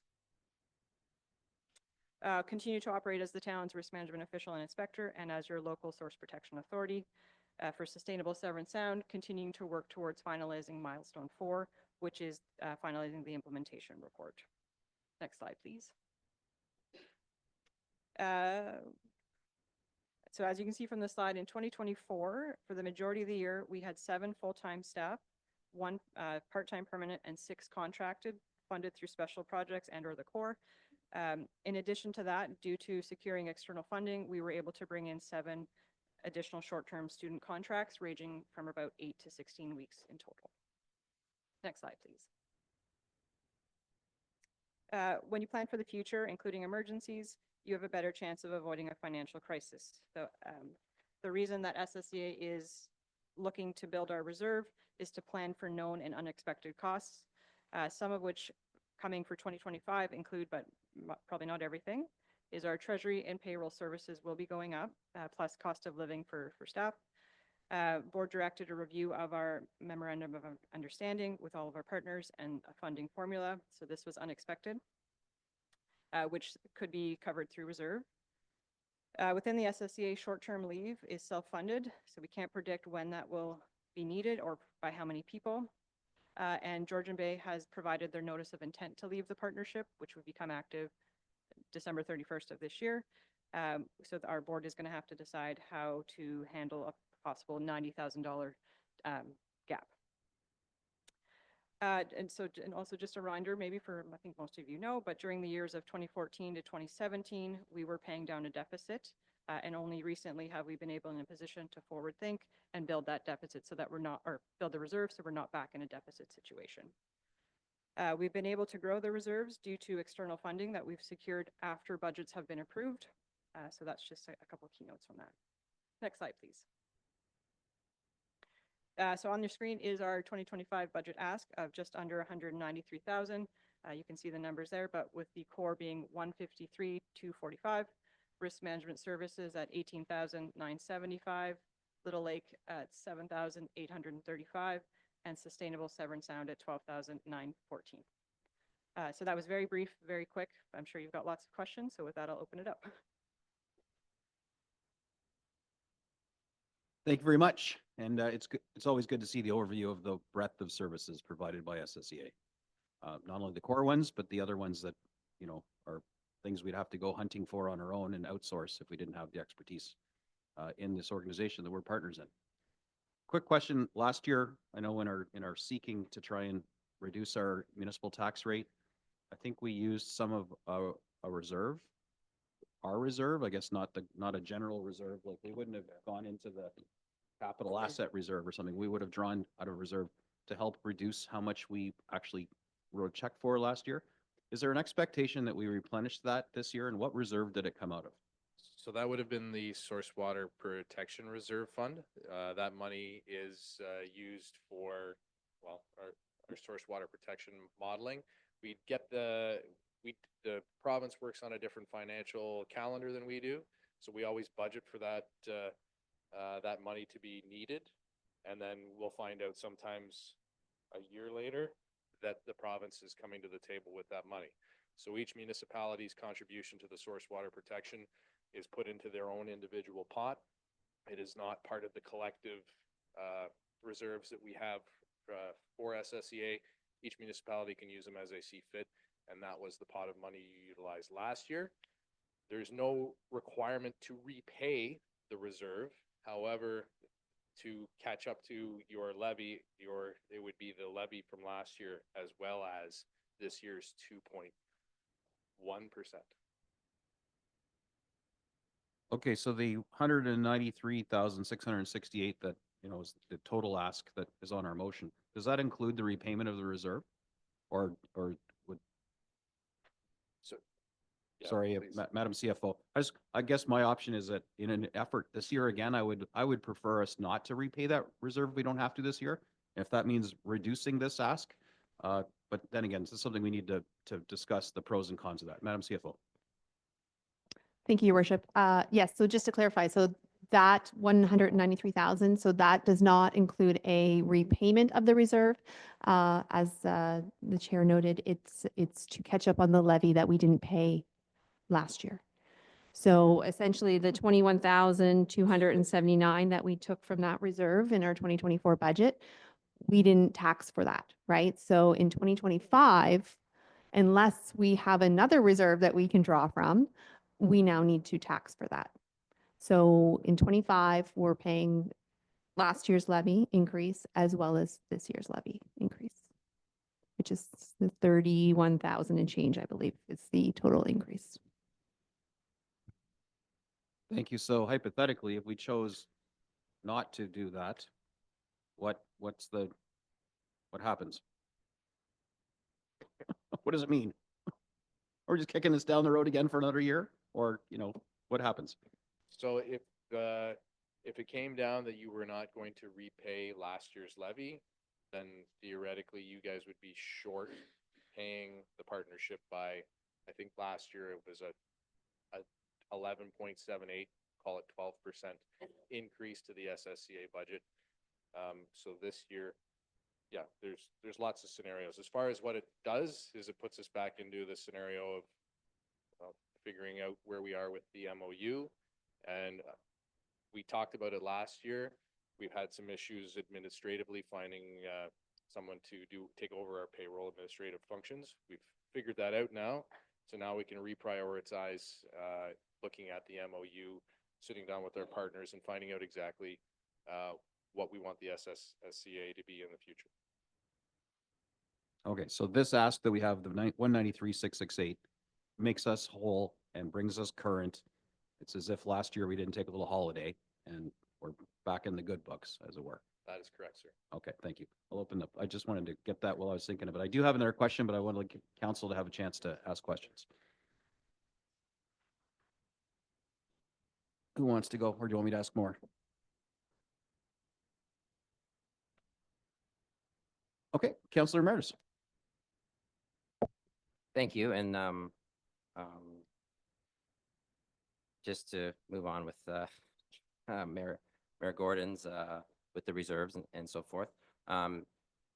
You mentioned that, and we know that one of our partners is bowing out, and what that 90,000 shortfall is going to look like. And we haven't figured that out, but I'm assuming that that is going to get spread onto the remaining 7 partners, which is probably a high possibility, unless we find something in the SSSEA, whether it's programs, non-core programs that we cut or so forth, but that's the board decision to find these savings. So this 192, is ballooning at a, at a good rate, I would say. And there's concern from some of us on the board about the cost of increases going up. And also with the reserves, the balances of the whole reserve balance of 437,000 always comes, as a question mark as why I do have the information. I don't know. The board has to come to, I guess, unanimous decision if it is to tap into these reserves or somewhat, but we have some work to do on the board. I would imagine. I know I do, especially with I don't want to downplay what the importance of the SSEA, and they are very important. And I've had meetings with staff and so forth. But we have other partners that are bowing out. We have other partners have the same concern as I do as well when it comes to funding. And I'm sure there's some counselors on sitting up here have the same concerns. So I just wanted to voice that out. But again, for what the SSEA does right now, for us to go and individually hire staff to do this, it would cost more. So we are pooling our resources here and keeping it down as much as possible. But there are some concerns with of course, the mounting pressure it puts on our tax rates. So I'll leave it at that. And anybody else wants to take it from there? Your worship. We also have our treasurer here today, and she did clarify that you still have $6,400-ish in reserve that you could utilize to smooth out this year's. And I would say again that would impact next year's, but it is available to you. Councilor Mears? One other question I have just for clarity in the source protection of 18,975. So that is I see it here on the non-core services, or sorry, on the core services. The cost is or the expense comes from the province, right? And then when we go to the non-core services, that exact same amount of 18,975 is in the risk management of the source water protection. What's the difference there in those two categories from the government, the funding that we get, the grant, and then we're paying the exact same number in the non-core? Through your worship to Councilor Meredith.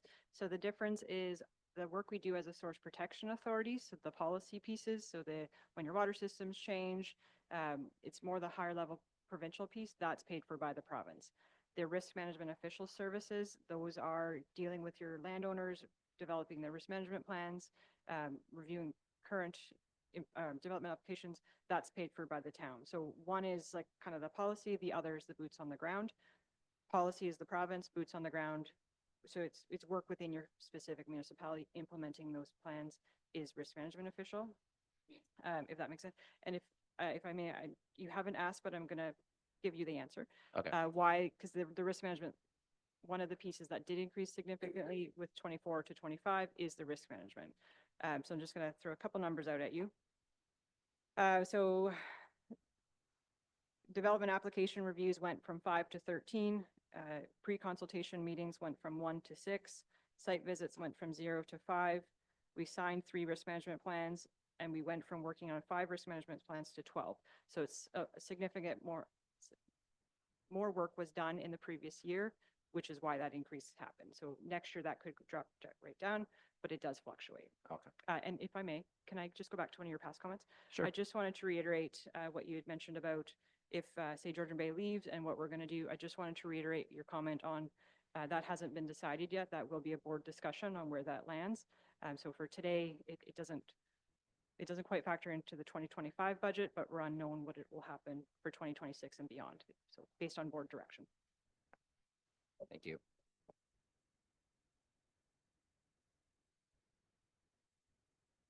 I got a couple for you.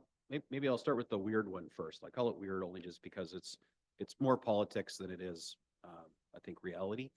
If you go back to your slide that talks about FCM, Federation of Canadian Municipalities, and our ICLAA initiatives, ICLEI. For those, I think, Councillor Wellman, you actually had this at your council for whatever reason. The groups that, or the group specifically that has concerns about multinational control over decisions at the Canadian, provincial, and right trickling down to the lower tiers like us, made by climate organizations and perhaps driving climate mandates that maybe make things unaffordable for municipalities. I'm trying to encapsulate a really complex pitch, if I will, by one group specifically called KICLEI, which encourages, or its mission is to encourage financial responsibility in municipalities, which is a noble mission, we all agree. But the concern with them is that municipalities that have bought into the sort of affirmative climate action plans and some of the initiatives are putting undue costs and pressures and driving decisions down to the municipal level that are impacting and impairing tax costs. So while just to make it clear, I don't want to lobby for this organization. They haven't come to us for whatever reason, but they've come to our neighbors, and I've watched those meetings carefully and then done a little bit of research on my own. And I've shared this with council, we are not members of ICLA, ICLEI. We just don't pay into that. We are FCM members, of course, as a municipality in Canada, and actually plan to go for the first time to the FCM conference in Ottawa this year. But in doing that research and asking the questions of ICLEI, SSEA is, and part of the responsibility to be good stewards of the environment and try and guide and suggest environmentally responsible paths forward falls into the SSEA. I know it's complicated and there's different parts that have different achievements and milestones, but I'm wondering, just for simplicity's sake, to assure our council and the people that are watching online, who are probably wondering, why is Gordon going down this path? that the costs of SSEA and the programming that you do, I'm just wondering how directly or indirectly impacted are they by ICLEI's goals and objectives? And I don't expect you to be able to pull out something out of a GL to tell me exactly, but I'm sure since you having received these at your council, maybe you've done a little looking into this, or maybe independently, and could share some of that with our council, who hasn't had the lobby approach us to try and change the way we do business. I wonder if you can help us out, because those letters and that membership and associations are in your slide deck, which I think is probably going to prompt a few questions or emails to me and maybe other councillors. So I'm trying to get ahead of that and get a little bit of feedback on what those costs are and if we're required to do them or if they're optional. It's a big bag here. I know I'm kind of lobbing this on you, but maybe you can help us out. So we'll start high level and we'll go with the last one, whether it's pushed upon you or it's optional. The model that we have as a joint municipal service board is a lot better, in my opinion, than the conservation authority model, where the conservation authorities dictate what municipalities do. In our model, the SSEA operates as our experts, our staff, if you will. They're basically the environmental department, and they provide recommendations to council, and council makes the final decision. So always optional based on council's discussion. ICLEI creates the criteria for the PCP program, Partners in Climate Protection, which is administered by FCM, Federation of Canadian Municipalities. All the municipalities in the county of Simcoe are members of FCM through their membership by the county of Simcoe. So there's no direct billing back to the municipalities. Basically, we opted as well, each municipality individually opted to be a member of the PCP program. And the direct financial impact to each of those municipalities is that you have to have a staff member basically administering the criteria for the PCP. So tracking GHGs, your electrical usage, what kind of consumption you have. This falls into the GHGs, but for fuel in your fleet, that kind of stuff. And so we have shared as a group the SSS component of that. So that $12,914 in the ask is what each municipality is, I guess, investing into these additional criteria that ICLEI has recommended through the PCP program. That program it has a whole bunch of different facets. I can speak specifically to Tiny. Yes, we've spent $12,000 to administer this program, but one of the recommendations that we looked at was moving our fleet from diesel, gas to either hybrid electric. Obviously, upfront costs of the hybrid vehicles is more, but our last staff report that came forward shows that after 3 years, we've caught up to that initial purchase price, and every year after 3 years, we're making money on the savings and fuel. So we haven't done the math to find out how much we're saving and whether that $12,000 annual investment's worthwhile. But I will say that it has opened the pathway to other revenue sources like Enbridge $10,000 one, which Midland was awarded last year. So your $12,000 investment did leverage an additional $10,000 back into the program as well. I don't know if I got over all of it, but I will say that yes, ICLEI does make, if there was a concern, I would not see it at the municipal level. It would be about policies that are built into development more than what we're administering at the municipal level. Okay, thanks. That's reassuring because it doesn't come to us directly. We really, abdicate that environmental responsibility to our SSCA partners. And so that's good to know. So just wanted to talk about that because those acronyms were on a slide and they caused some consternation to some people who feel that there's undue pressure or influence on municipal spending as a result. I will say that, yesterday we approved a capital expense for a new ice resurfacer, affectionately known as a Zamboni, even though it isn't. And that one is going to be electric. And that nobody from ICLEI lobbied our staff or council to buy this electric ice resurfacer. It was primarily driven out of cost and the fact that we're not emitting carbon monoxide into the arena where there are people sitting in the stands. So I just want to talk about that because you are our environmental experts. And I just thought it'd be worth maybe preemptively having the conversation just to assuage any concerns. My second one is more near and dear to my heart, and that is our natural heritage designation on our official plan. I know when I was, concerned, I think it was last year or 2 years ago about, what do we really need this SSCA for aside from source water protection? We don't have, the issues of Fairlane Lake has and other problems, but we're a collective. And it turns out in talking to my growth and planning team, that man, do we ever use you? And we need you to help us kind of correct which was a bit more a hand-fisted approach to our official plan, which has painted everything green in town with natural heritage, regardless of whether it was worthy of that designation, which then killed development. We've been working on an application by application basis to remedy that while we explore a better way to put our official plan in order where layers for natural heritage are actually evidence-based with science and ground truthing that makes them deserving of that protection so that development can't happen there or can't without all kinds of caveats. And other swaths of land, large swaths of land in the community are developable for housing or whatever the landowner wants to use it for within zoning and official planning rules. So is there a way to, I guess, maybe just validate what I'm saying so I'm not operating on a false assertion, because I've been quite outspoken about our need to grow as a municipality and the hindrance that we self-imposed with our current official plan and that are now working diligently with our planning staff to try and remedy. And my assertions have been largely validated by planning that there are in fact large portions of our town that aren't deserving of that designation, and they're working on a way to fix that. But they're using SSEA, not some politician, to validate those concerns and to make sure that the environmental protections that would see no growth housing, for example, or anything built in those environmentally sensitive areas, but unlocking the areas that really do qualify for that, even if there's some mitigation steps involved. Is it an accurate portrayal that our SSEA partners are integral parts of that, and there's scientists and people who aren't politicians that actually are driving the recommendations and decision making? Thank you, through your worship.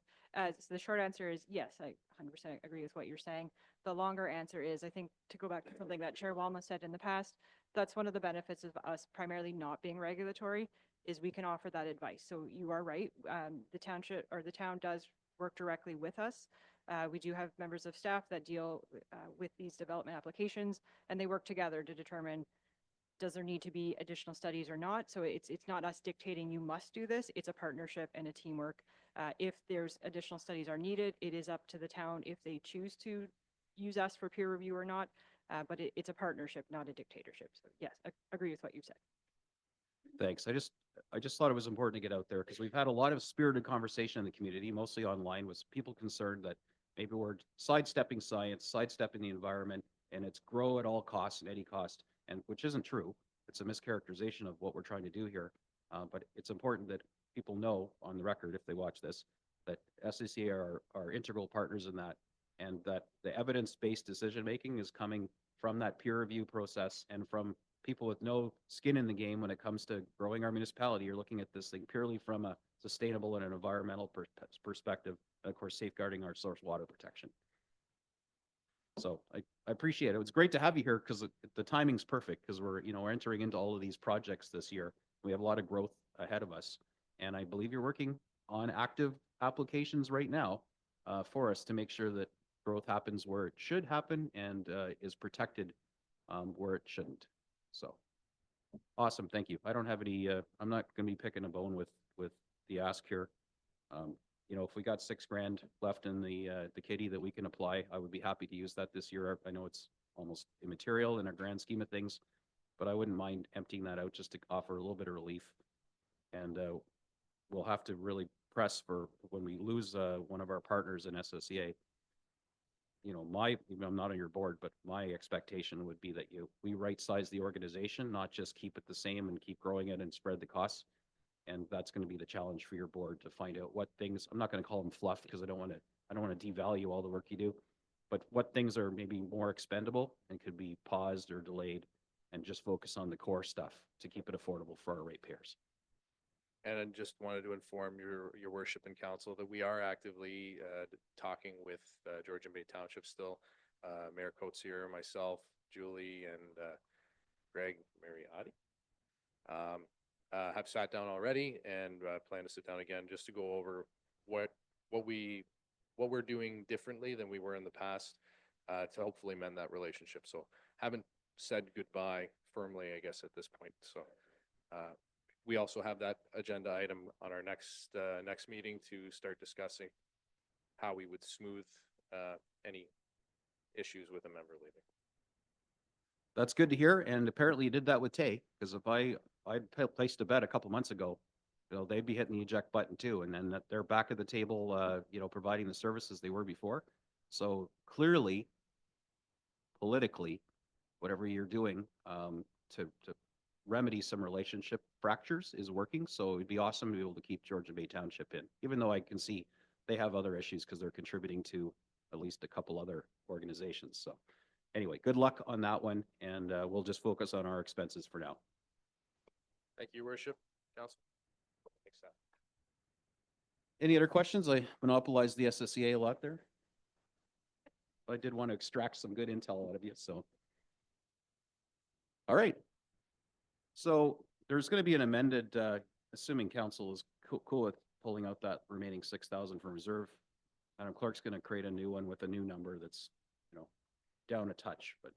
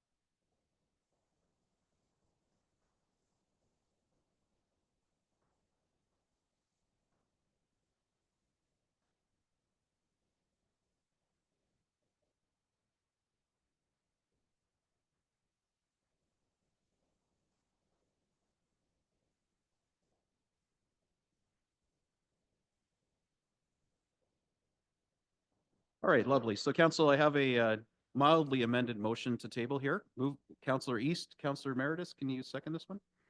That the 2025 budget for the Severn Sound Environmental Association, the new amount of 187,215 be approved.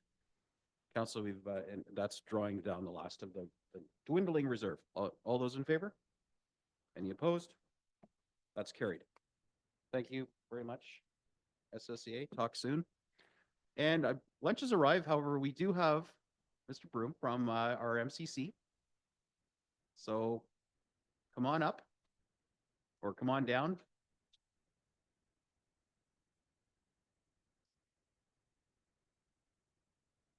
I will be You very, get us, very. you get us on grumbly tummies. So I will which be can either very, work in very. your favor or not. I So. will be very, very brief. Honorable Mayor, members of council, and fellow champions of stretching a dollar. I'm here today on behalf of the Midland Cultural Center, and let me start by saying we get it. If anyone understands the magic trick of stretching $1.24 out of a single dollar, it's arts and culture organizations. In fact, if budgeting were an art form, we'd already have a gallery exhibit and a show dedicated to it. We know these are challenging times, and every dollar has to do the work of three. But just like a great performance, a vibrant art scene doesn't happen without a strong supporting cast, including you. So, with a mix of creativity, resourcefulness, and maybe a little bit of duct tape, I'm here to talk to you about how a modest investment in the arts and culture will support local not-for-profit arts organizations and keep Midland cultural activities thriving, even when budgets are tighter than a drum. Next slide, please. In this short presentation, I will briefly cover the following: beneficial collaboration, the Weber Foundation's support of the MCC and what it means to the MCC's future, a look at the MCC's 2024 financial picture and what's on the horizon, the 2025 Arts and Culture funding forecast, and a modest funding proposal to support Midland's not-for-profit arts and culture community. Addressing the point of beneficial collaboration, I would like to start by acknowledging that we heard council loud and clear last year. Now is not the time for the town to take on the MCC facility insurance costs. We truly appreciate the open dialogue and are especially grateful to Councillor Ball for joining our board as the town's representative. Her insight has helped us better understand the town's position, and we've been encouraged to explore ways the MCC can save money, whether through better service rates via town contracted suppliers, if that's a possibility, or by working together on win-win collaborations that benefit both the MCC and the town of Midland. Slide 3, please. The Midland Cultural Center has been incredibly fortunate to receive significant funding and support from local industrialist and philanthropist Reinhard Weber. His generosity founded the majority of the facility's construction, providing the town of Midland and the North Simcoe region with an arts and culture hub that surpasses what is typically found in similar-sized communities. Over the years, the Weber Foundation has continued to support the MCC with annual contributions. However, as of July 2024, the foundation has begun winding down its operations, distributing $22.5 million to local not-for-profits and charities. The MCC was awarded $2 million, which will be provided in annual payments of $100,000 adjusted for inflation. This shift in funding raises important considerations for the MCC's financial outlook and sustainability moving forward. Next slide, please. Since reopening in the fall of 2021, the Midland Cultural Center has operated close to break even. In 2021, thanks to post-COVID recovery funding, we ended the year with a $47,000 surplus. In 2022, we had a modest $1,000 surplus. Of course, waiting for audiences to return, the challenges involved with that ate most of that surplus from the previous year up. In 2023, we posted an $18,000 loss due to the town council's decision to not cover property insurance costs. This year, we anticipate a small surplus. I'm happy to report. The final numbers aren't in, but we are looking at a surplus for the year. But But looking ahead, with the Weber Foundation's funding schedule in place, rising facility cost will eventually, looking ahead with the Weber Foundation's funding schedule in place, rising facility costs will eventually surpass the combined support from the foundation and our cultural partners' lease payments. Ensuring long-term sustainability remains a key concern. In 2024, the Weber Foundation and tenant partner rental fees sat at $168,000, while overhead was at $141,000. In 2025, when we add in the property insurance expense and adjust other expenses to the year-end of CPI of 2.4% cost increases, that moves those costs to just over $161,000. Each year as costs rise, the Weber Foundation annual disbursements will continue to be eaten up more and more by overhead expenses, putting more pressure on the MCC to find alternative sources of funding to cover other operational costs. And if a major infrastructure issue were to arise, it could shave years off of available funding stability provided by the Weber Foundation's support, as the MCC would have no choice but to have to draw that funding down earlier. I'm sure a number of you have seen our marquee. Our board is struggling mightily to not have to dip into those funds to replace it, sourcing a number of grants and hopefully finding ways to alleviate that problem. Next slide, please. Securing funding through donors, sponsors, and grants has always been essential for the Midland Cultural Center, but the current landscape is particularly challenging. Across the country, arts and culture facilities and presenters are seeing operating costs that have surged by up to 41% since 2019, while corporate sponsorships decline and public funding diminishes. For example, government funding cuts to the Canada Council for the Arts will total over $10 million by 2025, and this is reflective across all arts and culture funding bodies, massive cuts.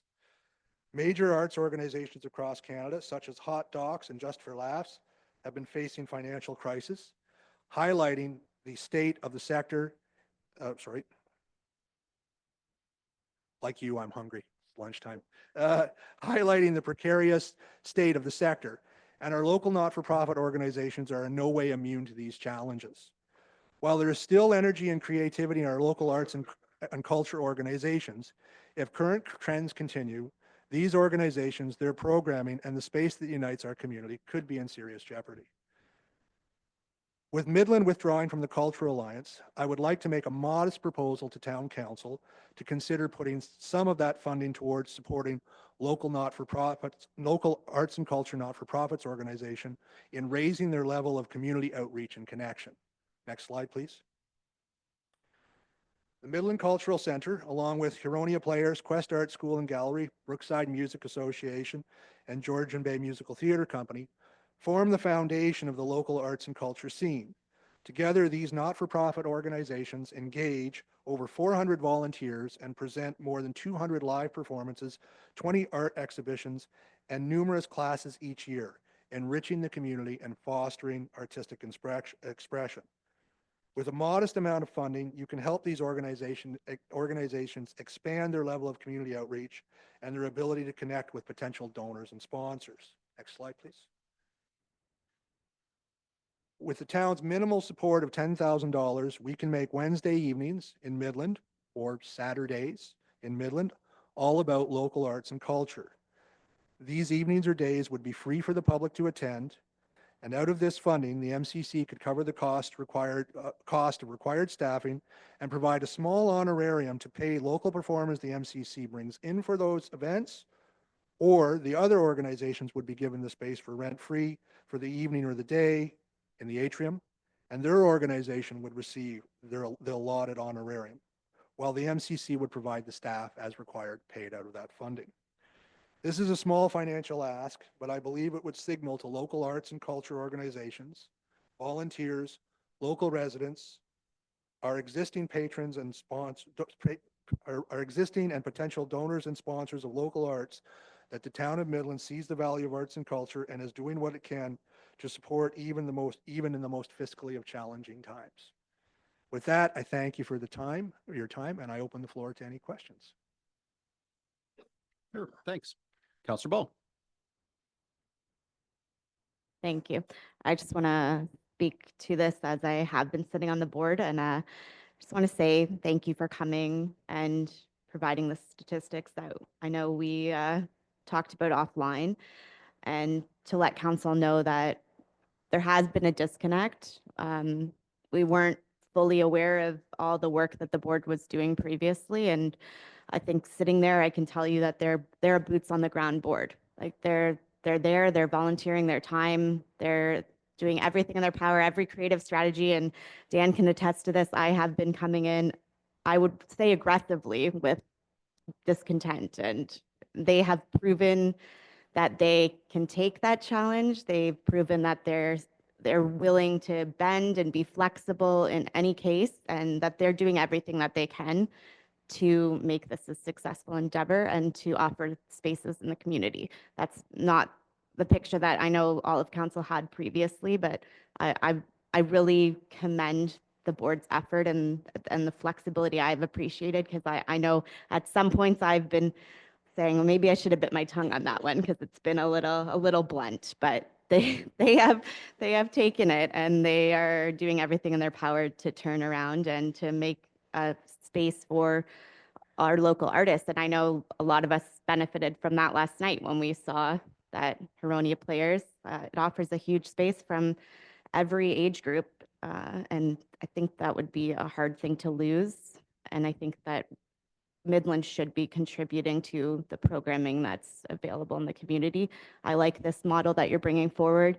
You're giving something to the residents of Midland. We're partnering with you. I like the collaborative approach that you've been able to kind of foster at this point. And I know that having offline conversations with the CAO and CFO, that you're doing everything in your power to work collaboratively. And I think that just needs to be noted. Well said. I can tell you that, that one slide you had up there where the wheels fell off the bus, and I think my quote about circling the drain, seemed to really play well in the media. Just for the record, when we were discussing the Cultural Alliance, the removal of the funding from it, which was not unanimous, was not a abandonment or a sentiment of abandoning arts and culture in Midland. It's just that the organization as itself, the ask that was coming in, was immaterial. Like they couldn't do anything with the money they were asking for except share Facebook posts, which you can do for free. So it didn't make sense with that ask to continue that organization, because we were spinning our wheels. Plus we were burning all kinds of staff time that was uncompensated. It's funny because I was at the opening for one of the Indigenous art shows, and I talked to your new elder in residence there, Trish Monet, who's was somebody who I really valued amongst all the volunteers that were on the Cultural Alliance. And I told her that my belief is that the Midlands funding that we need to put into arts and culture, rather than funding some other entity over here or over there or over here, it should be at the MCC. Like we have this amazing facility that's not only beautiful and architecturally beautiful, but already has all the programming and the skill set and the staff and a board. Like it didn't make sense to have another organization on the side of our desk trying to run, even though it was originally collaborating with our other partners. That didn't work out so well because it got underfunded and to a large degree defunded last year. So I'm in support of this ask. I wasn't expecting this to come. I'm really, we had a chat in my office. Your path to profitability, or at least break evenness, is actually almost there, which is incredible. The gifts from Reinhardt Weber Foundation and the way that he's orchestrated this drip funding for you, I think is equally responsible, so that, a new board, if it wasn't you guys, couldn't just go in there and blow it all. Like it's almost like a lift, that they've set up for you guys. So the fact that Midland really contributes nothing into the MCC, other than the expectation was for you to pay for the insurance we have to pay anyway because it's our building, and you haven't been able to do that for, I believe, valid reasons. And the fact that you've got a new board that's reinvigorated, looking for ways for revenues, more programming, looking at the talent, the youngsters and everything that were performing last night in the facility and the other events, to me, that we really need to spend, 10,000 is almost immaterial, but we need to spend time, effort on that building and the people that are in it. And that is our arts and culture commitment. If at some point some new committee or something needs to reform and there's a willingness by your partners, fair enough. But arguably, all the funneling for arts and cultural should be funneling into the MCC, in my opinion. And we just haven't been doing that. We certainly don't do it to the extent that other big cities and everything do for we just don't have the capacity. Although we have a nicer building in many cases. But I like this ask. I wasn't expecting more to put this in. It's not on my spreadsheet of things to save. It kind of actually goes in the wrong direction. But I like the direction you guys have been taking, and I don't see this as the same old MCC. I'm not throwing shade on the old MCC way it was run, but you know, it felt kind of elite and snobby and highbrow, and people weren't really feeling like it resonated with the community. And I'm seeing different demographics there. A lot of kids, a lot of families. I know my granddaughter and a bunch of her friends and family attended the Frozen show, which I think was so popular they had to extend it several times, and everyone sold out. Anne of Green Gables we saw last night sold out, so I would plug it, but you can't get a ticket because they extended shows and it's all sold out. So I'm in support of this ask for 10,000. I believe in what you're doing, and Councillor Ball, as you know, our council rep there, is there to browbeat you and speak directly and make sure that the taxpayers' voice is at the table for what you're doing. And I think that's commendable, and I have all the faith in the world that Councillor Ball is accurately representing our sentiments on that board. And so just in short, I'd be in support of this $10,000 new ask that I didn't know was coming. Councillor McDonald. Thank you, Mayor Gordon, and thank you for your presentation and enlightening us with and reminding us how lucky we are to have the Culture Center. I would just like to kind of refer back to the Culture Alliance and how they weren't doing anything. Many volunteers worked very hard for different projects. The Do You Remember When, which just finished interviewing some people, and their presentation is going to be at the Huronia Museum, the Midland one, and also in Penetang. They've done scavenger hunts. They do sunrise ceremonies. Actually, I've been to a couple of workshops that they offered at the MCC, and it was great exposure to the other communities that attended. And I heard so many comments from, I'm going to say Aurelia, Collingwood, our surrounding communities that say, Midland is so fortunate to have the MCC. So I'm excited about this $10,000 ask, and you even have a plan what you're going to do with it. And I'm in full support of it. Thank you.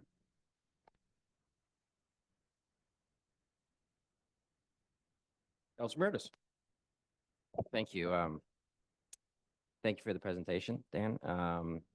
I was a little bit confused on what the ask was because I thought you were coming in here for insurance, and I just had a side-by conversation here. I'm like, what's the original ask? Like, where's the insurance, right? So, so the ask is $10,000 for this new ask, which is a surprising ask,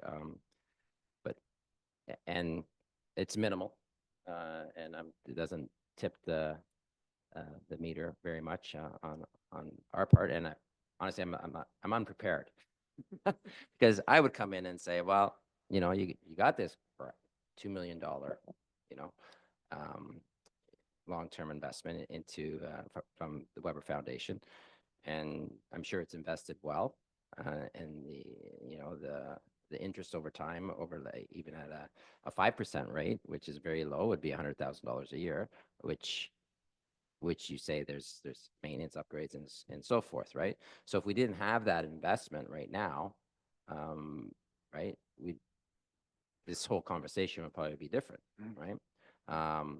And then I would say, well, that's a 5% invested $2 million, which normally you'll probably get 7 or 8.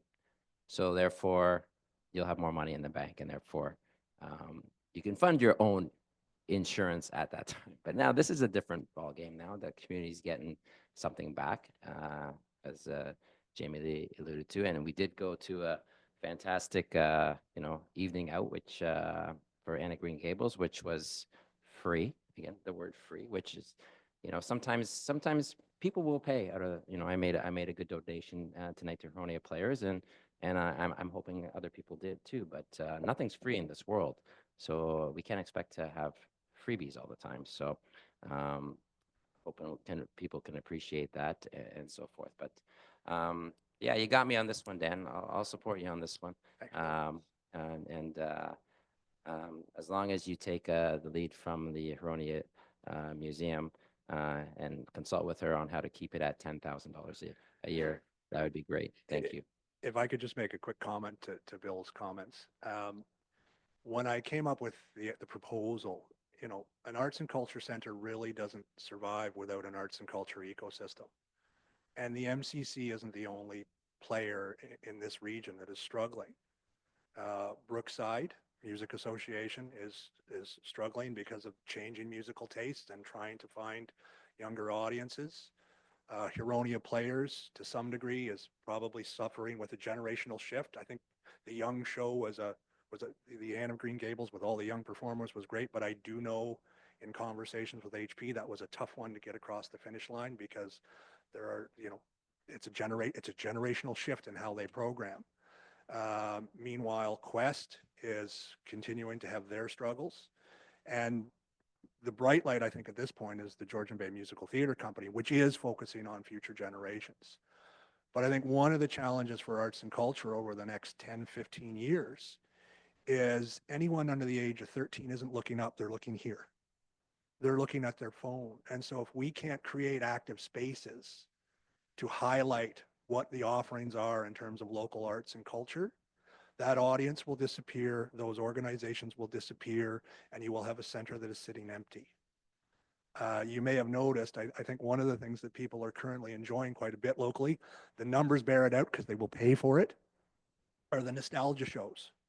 The nostalgia shows are big box office right now. We're at about a 95% sellout rate on nostalgia shows, which are mostly production company rentals, which is great. Will that trend continue? Will it shift to the under 50 set? Where, I will share this with you. I am looking at bringing a grunge tribute show in 2025. Will that bring that audience? And will that pattern continue? These are big questions in the world of arts and culture.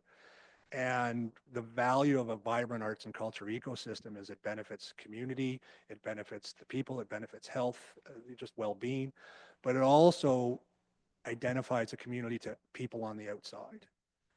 Visitors to the community can see the evidence of it, the work that's been done in the town on the murals and all those sorts of pieces that demonstrates to anyone that comes to this town, oh, this is a vibrant community. These are people who don't just see industry. They see the beauty and the passion of arts, and that is best served in a local community when the local community is allowed to participate in it. I know it's lunchtime. I'll share one more thing with you, just so you can understand. The MCC currently runs 2 programs annually, Midland Jams and the Folk and Blues Collective. Those are open mic nights, free for any local musicians to attend and play, right? And that costs us about $15,000 a year. We were fortunate enough this year to get support from a sponsor to cover one of those 12 times a year nights, right? But we do that because that commitment is important, because if we're not there saying, keep playing your guitar, keep singing, keep all of those things, then the ecosystem is under threat. And so I thank you for your time, and I thank you for the kind words I've heard back, and I will leave it to you to have the discussion and enjoy your lunch. Thank you. Thank you, Your Worship. Thank you, councillors.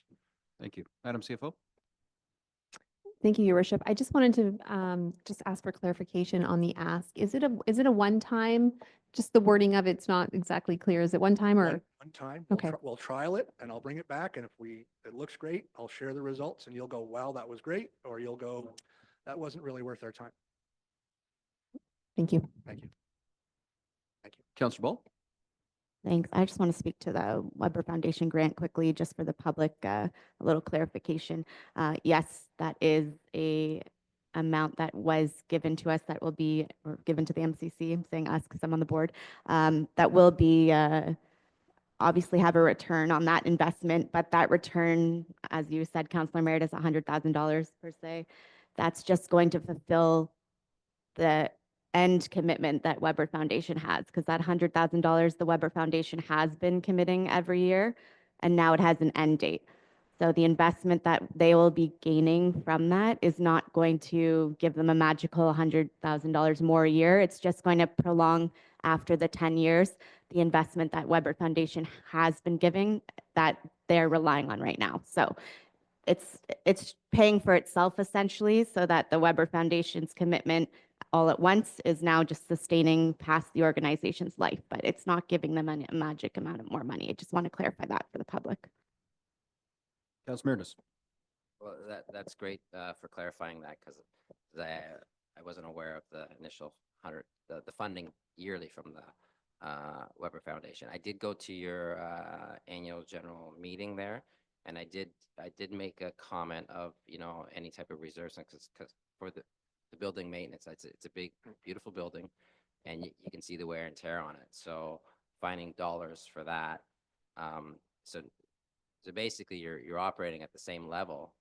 This influx of 2 million will sustain the $100,000 plus every year, which is not enough to maintain, like you said, if an HVAC unit goes, or the roof needs replacement. We've seen the cost of roofs here, right? Yeah, that right. So, I mean, and those are the challenges I see you have, and whether you're fundraising, because right now you're just trying to stay alive here, right? I can say this, we have reinstituted, now that we're back fully open, we have reinstituted that a portion of our ticket sales, so the ticketing fees, goes into a building reserve fund. So it's slowly, it was drawn down during the pandemic, and it is slowly going back up, but the amount of it wouldn't cover, I'm going to say conservatively, of an estimate of maybe 5% of the cost of replacing the roof. And the only other item I wanted to talk about, I know everyone wants to go, but what's going on with the kitchen, the little cafeteria out there? It's kind of a roller coaster ride with that part of the building. I want to talk a little bit about that. The board has reviewed the financials of it, and given the foot traffic and the reality of the profit margin on cups of coffee and donuts and pastries, it is a pretty hard financial situation to get around to. So with that in mind, the idea going forward, at least starting in the coming months, we're going to expand our concession stand bar offerings in that space to drive more revenue. The other piece that we're looking at doing, I do have a couple of people who have reached out about just renting the kitchen alone. And with that rent, with a portion of that rent, it looks like it would be financially feasible from about mid-June to mid-September to cover the costs of staffing the concession stand during the day, Thursdays, Fridays, and Saturdays, so that if people walked off the street, there would be stuff there available for them. So again, that revenue model expansion is important. I don't imagine we will ever go back to the original vision where it will be a full-blown service menu of food, et cetera, because that's a hefty investment in really good staff and a really good chef. But I think at a smaller level, we can find a way to drive revenue through that space. I will say this, with that proposal, that is the one upside for the MCC of that proposal. If HP has a night, we can open the facility for them, and if guests want to buy drinks, et cetera, that goes to our bottom line, which again helps us. That's great to hear, because I was actually going to suggest, you know, because we were at the show last night, could have had a non-alcoholic beverage, probably, and you know, but you would have made some revenues there too. So and it's basically already set to go. Lock and key, unlock your compartments, your fridges, and then just right. So instead of the bar trolley floating in the hallway there, yeah. So that's good. I'm glad to hear that. Thank you. Councilor Ball. Yeah, thank you. I just want to add to that. It's been the bane of the existence, and I know that's a lot of my aggressive comments were surrounding the cafe for sure.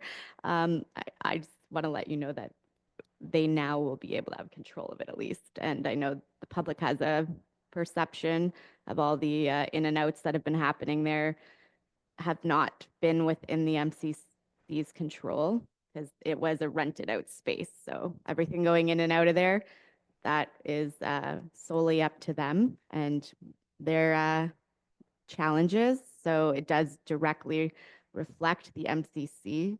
And I think that the board has taken note of that. And with the ability to control it themselves now, you won't have that negative opinion that the public has displayed. Alrighty, I've got a motion here. Moved by Councillor East, seconded by Deputy Mayor Prost. The council approved the one-time request for $10,000 funded by tax-supported reserves to aid the Midland Cultural Center in activating local Wednesday evening programming in support of the Midland Cultural Center and other community arts organizations. And I think the important clarification in there is Madam CFO has made this coming out of the tax-supported reserves. So this isn't going to pin it onto our decimal points that we're trying to work off of the budget increase this year. So it's a one-timer. Council, we've had our conversation and discussion on it. All those in favor? Any opposed? Oh no, that's unanimous. Ta-da. Thank you, Your Worship. Thank you, councillors. Enjoy your lunch. Thank you. And with that, we will break for lunch and be back at what is it? We'll say 2 o'clock, 40 minutes from now. Recording. Alrighty, everybody, welcome back. We're all fed and watered. Got our caffeine ready for round 2. Ding, ding, ding, ding. Oh, my internet connection is unstable. So if I drop off, folks, it means I got to reboot. But anyway, we'll go until I drop off. So we are at the Midland Public Library. Now, yesterday we had the presentation because our chief librarian CEO needed to be at a conference today. So we got the pitch yesterday. We did our Q&A, and now we're down to the brass tacks and the ask. So this is page 215.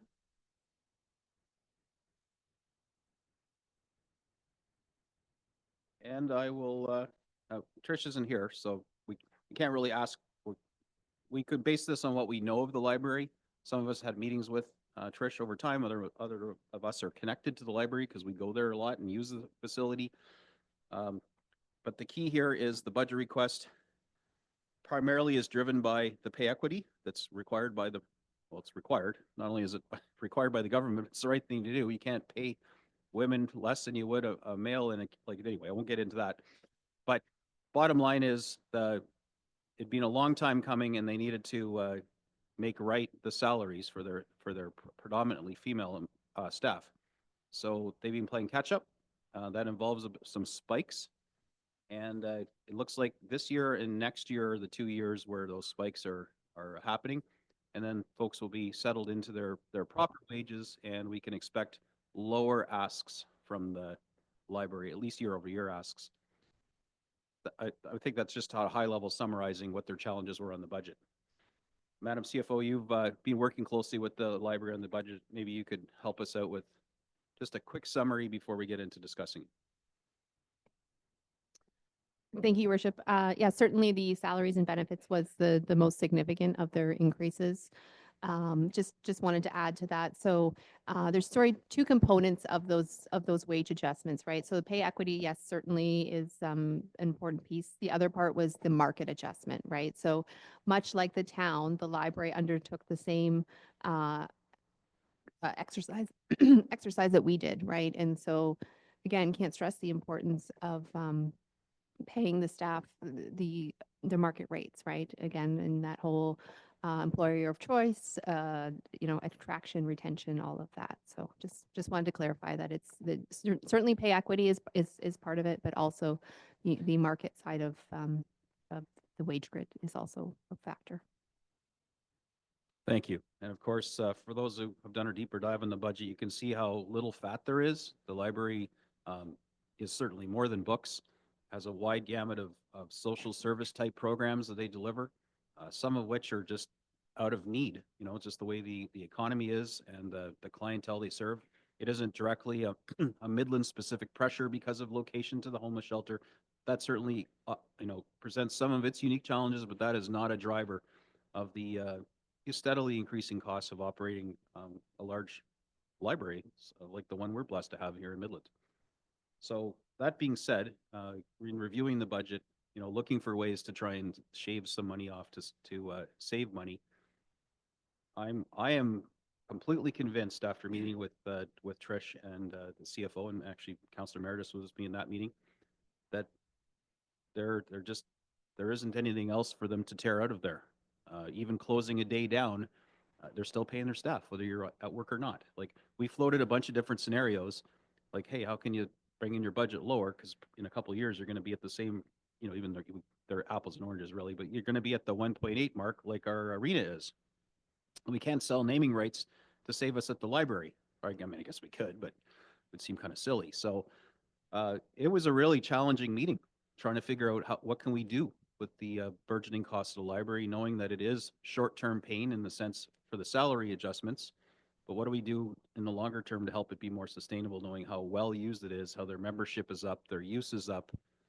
There's absolutely nothing floundering or inefficient on its face at the library that jumped out to myself anyway. I won't speak for Council Meredith, but it is what it is, and we are where we are. However, that being said, trying to get this number down for Midland residents, as we have, looking at things that are largely beyond our control and understanding that staffing, wages and benefits are really the only big thing that really we have any control, even our own organization.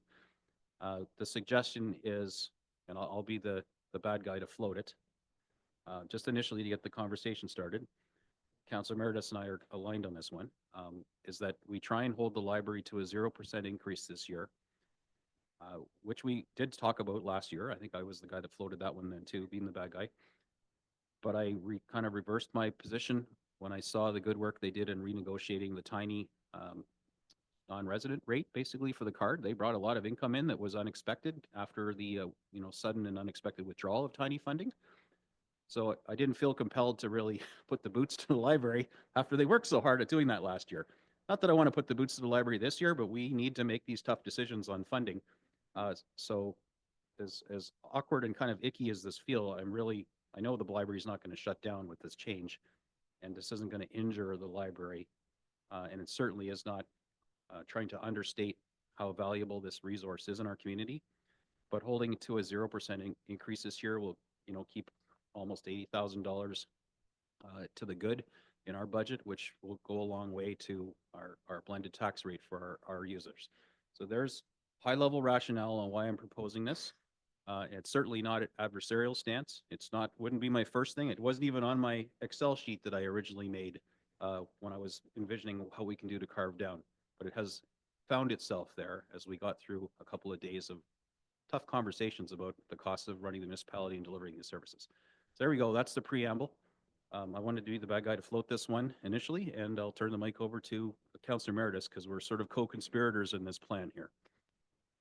Yeah, we didn't even, thank you, Mayor Gordon. We didn't even draw straws on that one. I would have taken the hit for you anyways, or for myself, because I'm the one who proposed it. It is a tough decision, looking at the budget and where we're at today, trying to find savings. They do great work. They have, and they'll continue to do it. The staff of led by our chief librarian Trish, very good at what they do, and even with last year the proposed, I think she was cutting about $30,000, which she was willing to give up, but then we gave it back to the library, so with their full ask. So at this point, I'm with, or Mayor Gordon's with me, or I'm with him on a 0% increase for the library. The library has never, to my knowledge, has never experienced. They've always gotten what they want, their asks, right? So the rate that we're going on with the library, and I said it before, we're at 1.6 million right now if we approve of their ask, and next year and the following year, if we, it keeps on going at this rate, we're going to be at 1.8 million, 1.73 million next year. As I said, at that 4% rate increase average last 5 years. So there's tough decisions. So sitting here, you know, giving them a number to work with, and after that, they take that number and they figure out how they're gonna work with that number. And as I said before, there's not much in the budget. There's in my experience, the only control you kind of have is you know, figure out whether it's staffing, whether it's you know, other most of it's staffing right now. The insurance you can't do anything about. Your security, you know, that's a hefty increase too. But at the end of the day, I'm going to hold them at 0% increase, and because next year we're going to be in the same boat, and it's going to be 1.7 over 1.7 million for the library. So it's at my tipping point right now where I have to say it. We got to put a little bit of a break on the ask, and I know it doesn't feel good for our library, but they do have a hefty $1.6 million price tag. So, thank you. Deputy Mayor Prost. So Trish isn't here for clarification, but if we were to go with the 0% increase, because there was a portion of that being in wages, is a portion not mandated? Is that part of it, or would that not play any part in if we chose to go 0% increase? Through Mayor Gordon to Deputy Mayor Prost. So council authorizes the libraries, essentially their operating grant, right? So the library is governed by the board, right? The library is a separate legal entity. You know, as much as Trish comes and gives us a line by line of her budget, it's not necessarily for council to decide which line the money comes out of, right? And so salaries obviously is the biggest portion of the operating budget, and so that is naturally probably where the money would need to come from. Still need to maintain the building, still need to keep the lights on, you know, buy library collections, whatnot, right? So, but it would be for Trish and the board to determine where those funds would need to be pulled from. You know, whether operating hours would be impacted, that would be their decision. So, short answer is yes, that it would probably impact that salary line. The library is not unionized, unlike the town. Okay, thank you. I just wanted to make sure before we talked for a long time to find out that it was part of it. Because of that, it was something maybe we weren't able to do. But thanks for that clarification.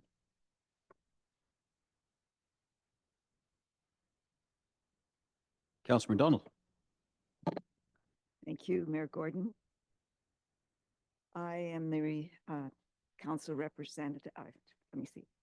I have the privilege of representing the council on the library board. I hear their reports every month. There is no frivolous spending there whatsoever. I'm disappointed to suggest that we don't give them any increase at all. There's some expenses here that that is met. For instance, the security and alarm costs. Perhaps we can look at how we can assist in that. The library is run very efficiently. There's constant praise for the staff and the stressful work they have to do dealing with the community, some community members and people that have the privilege of going in there. There's also constant praise for the cooperation that we receive from the town, that is received from the town. So I certainly can't support suggesting 0%. I don't think it's a fair suggestion. I think they're working very hard. That was mentioned with the library bookstore, and the volunteers there are doing fundraising for different things. And the programming is, as you know, is well received, well attended, working well with the youth. Also, they're working with keeping the symposium service provider group meeting again. So it could be, I think the library is the heart of part of the community, along with the rec center. So I urge the mayor, Councillor Meredith, to reconsider this 0% increase. And I certainly urge my fellow councillors to support the library budget with maybe some assistance on, or some suggestions on where they could make some savings. Councillor Major. They can just get rid of, where you get a book from another library for 1 year and then they're good to go. That department transfers, that's sending if you want a book from the Guelph Library, then they send it up, right? That's what that is. I think it's a little more involved than that, but I wish our chief librarian was here to describe it. I think it's a little more involved than just getting a book from here and there. Well, but there's one, or interdepartment transfers, like between those 98 and 54, like if they work it out, then there's their money. I think you'll find those are the fees that we charge the library for shared staffing, but Madam CFO, you could elaborate. When you see this is, welcome to your first budget, interdepartmental transfers, you're going to see this all over the place. That's how we account for, well, go ahead, Madam CFO. We all learned it the same way Councillor Major's about to. Thank you, Your Worship, to Councillor Major. So yeah, so that was something that we introduced in last year's budget. And so you actually will see a very minimal change over last year for those interdepartmental changes of just over $1,100. So those are the support costs that the town charges the library. So what happens is it ends up being a wash. So the town's budget actually is less by that $154,000. Because the town provides financial services, HR services, legal risk, procurement, and very minimal IT, but thank you. What you're talking about is the interlibrary loans and those mechanisms. Yeah, we don't see that level of granularity in their ask because it's all just how they do it.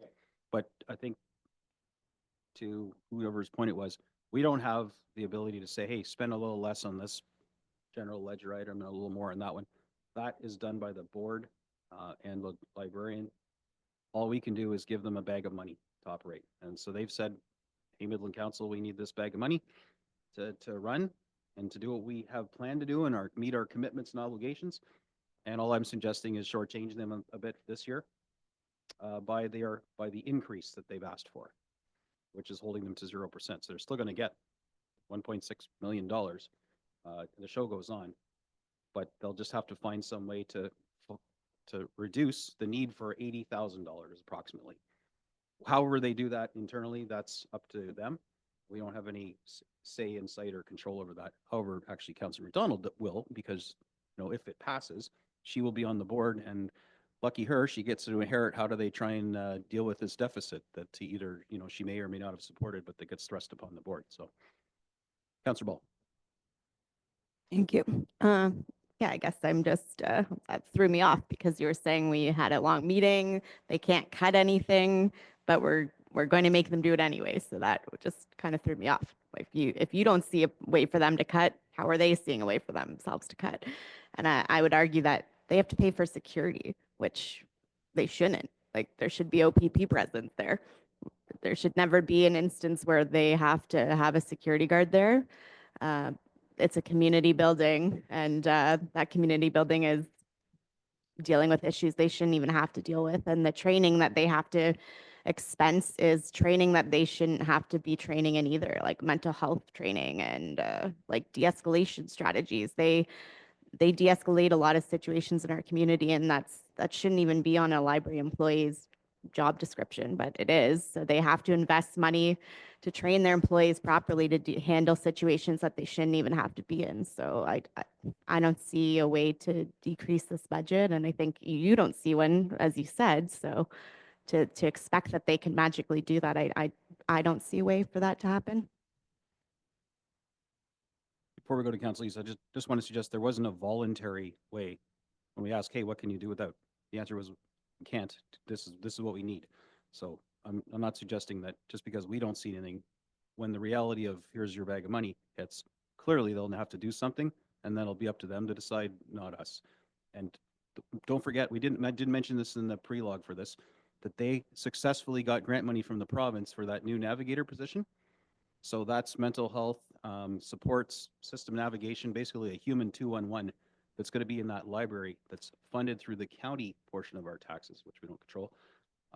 And so that's a good news story for them. And so maybe they'll be looking for more opportunity. I don't know what they're going to do at the board level, but we forgot to mention that they did this really good work of getting this navigator position fully funded, so it didn't hit the tax rate. So I wanted to give Trish props for that too, and the board for seeking and gaining that funding from the county. Councillor East. Thank you, through your worship. Speaking in regards to security, I truthfully believe that security should be on the hands of the county of Simcoe, seeing as it's a direct result of the guest house shelter being right next to them that we need security.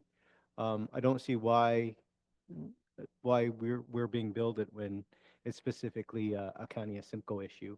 So that is one thing that we should be looking at, if not this turn, like this budget, next budget, we should be looking at asking the county of Simcoe to pick up that slack.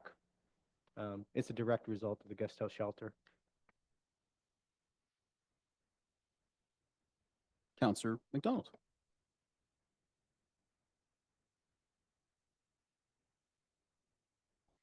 Thank you. And Councillor Ball certainly expressed it very well. If you said you can't see how they, even if they shut down a day, that isn't going to reach their savings. But I want to touch a little bit more on the library reports that I hear monthly and the security. There is a lot of staff stress dealing with de-escalating the people there. They have the right approach. There's they get support for having a pantry there because people go in there hungry. They're allowed to stay in there because it's a public building, but they're not allowed to sleep. And the security is a big problem. We should commend the staff for the work they do, not as librarians, but as a social worker. And I just don't think it's fair to suggest that we're going to give them 0%. We might give them the heads up and say, you've got to find more savings, but this is not a partnership. It's saying, of course, it's a big building. It takes a lot of money to run it. It's well used. And I can't justify doing 0%. And I'm disappointed that it's even on the table. Councillor Meredith. Thank you, Mayor Gordon, and I hear you, Councillor McDonald. I don't feel good doing this, but you know, when I hear citizens of our citizens that won't bring their grandkids into the library anymore because of the issues that you just mentioned, that's not fair to them. So something needs to be done. We cannot be, you know, a pantry. We cannot. There's difficult choices that the board will have to make. right? So that they can make the right choices so everybody can, even the tax-paying citizens that want to bring their grandkids in or themselves, and they don't feel safe using our library anymore. Those are the decisions that are going to have to be made, whether security is utilized more effectively, whether you need a library card to enter the library, whatever. Well, whatever the situation, as I said, it's not our determination on how those funds are utilized and where the savings come. I did pose the question at a 0% increase and what would happen, and she gave me an answer. So it's doable. Maybe we don't feel like it's you know, taking the emotion out of my decision right now, but if we want to go ahead, and that's fine, but we're going to be facing, you know, in 3 years, $2 million at the library, and that'll just keep on escalating if this carries on. So I never you know, imagined, and it's across the board in all libraries. I mean, libraries, security, social issues, I get it. I'm looking at our library right now, and these are tough decisions that we have to make. And then once if this passes, which I don't think it's ever passed before in the history of taking the money away from the library, but if it does, they'll be fine. They just have to make some cuts, just like anybody. And you know, with I wish I could do that to the SSEA, right? Cut there, 100%, right? We didn't because we can't right now, but I'm working on it, But at the end of the day, you know, we cut all our Hasrona Airport, same thing. So, I mean, we're working on things absolutely on the other agencies, boards, commissions, but right now, I'm looking not only for this year, I'm looking at the years to come and the trends and the paths, which is going to make it more and more difficult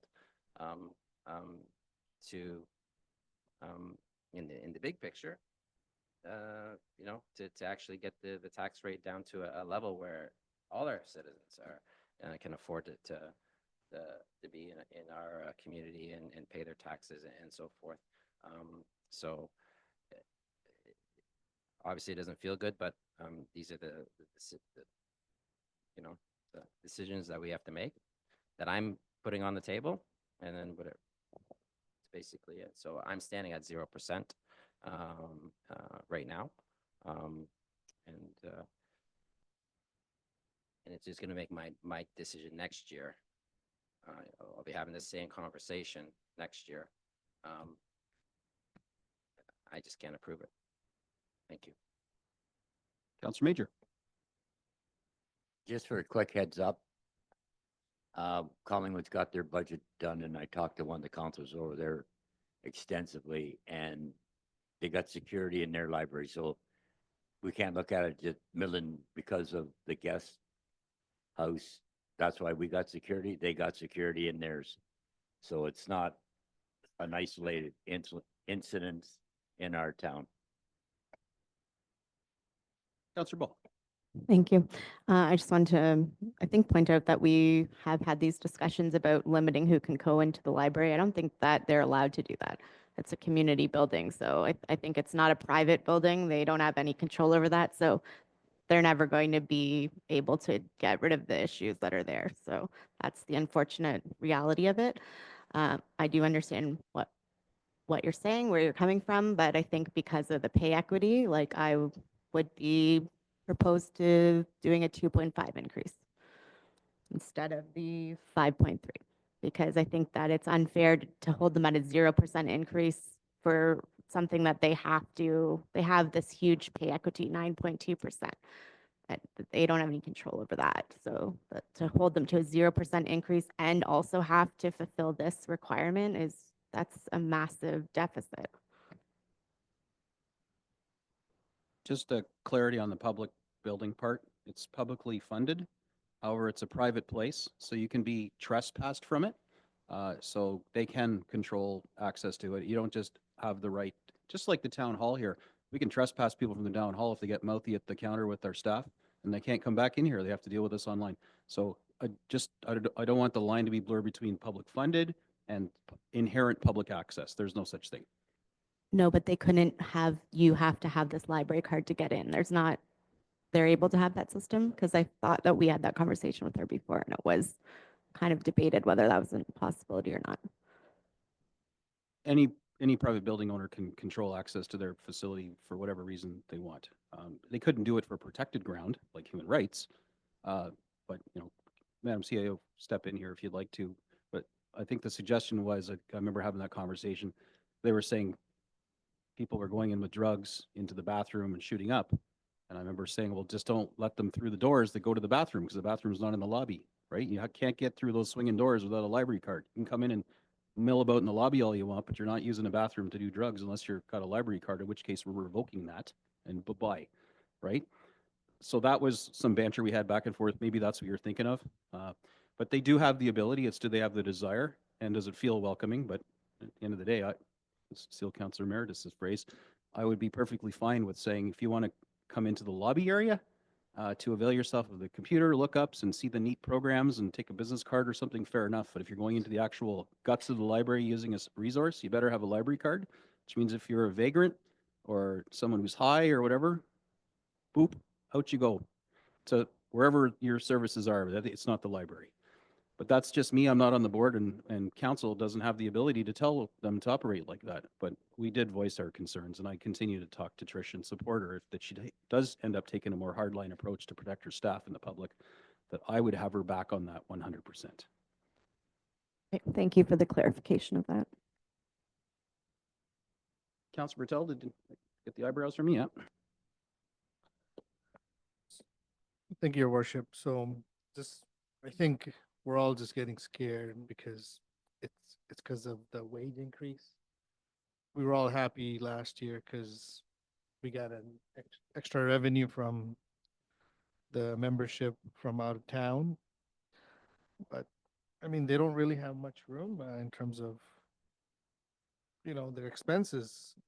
They even withdrew some money from the sundry expense to lower the increase of the budget ask. I understand the library needs to, just do a better job in managing expenses, but I don't know what 23 numbers are like. But 24 and 25 are identical besides the wages. It's the wages that are causing the increase, which is the 5.3. But besides that, I don't see any increase in, they're not adding new programming and doubling the cost on that, or they're not adding, the cost on the maker place. The main expense is from the wage increase, is what I see. Thank you. Councillor Meredith? Yeah, so last year, 2024, the increase started last year, and it went up.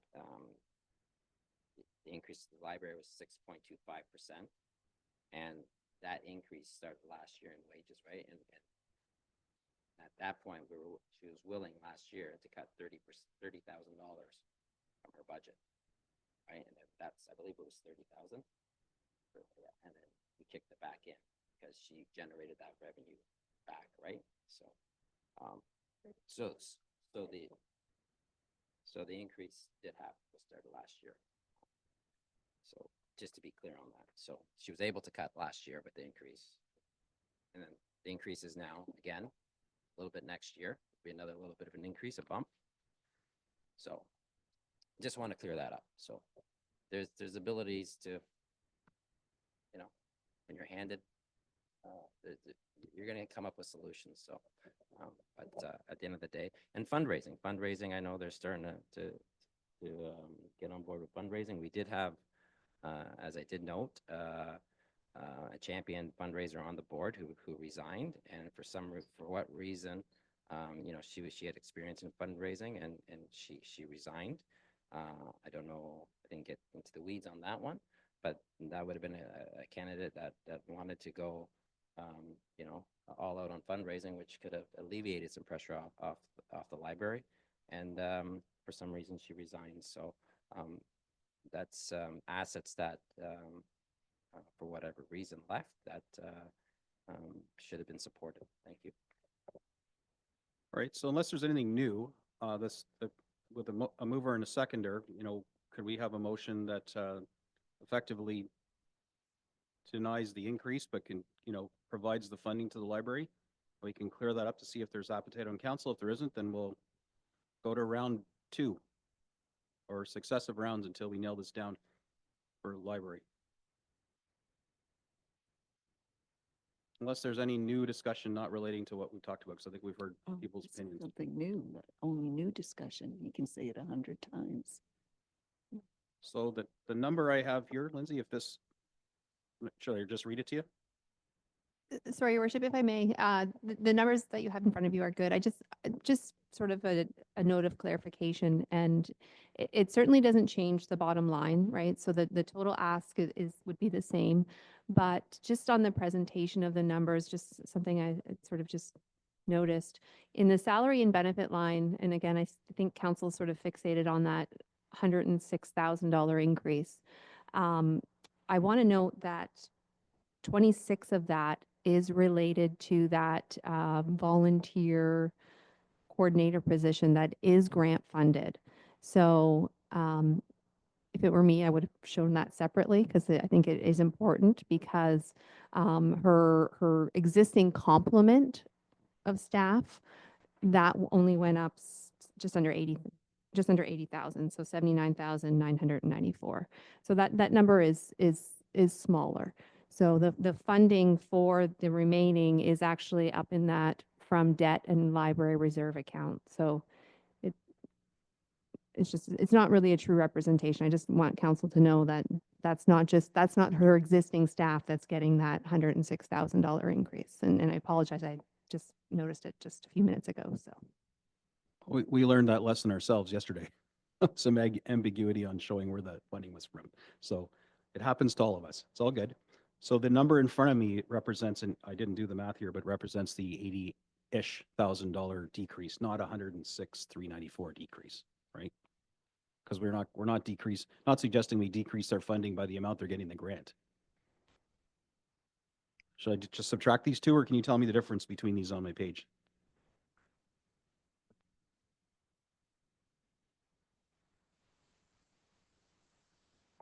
So the motion you have in front of you is, I'm sorry, I have to go back.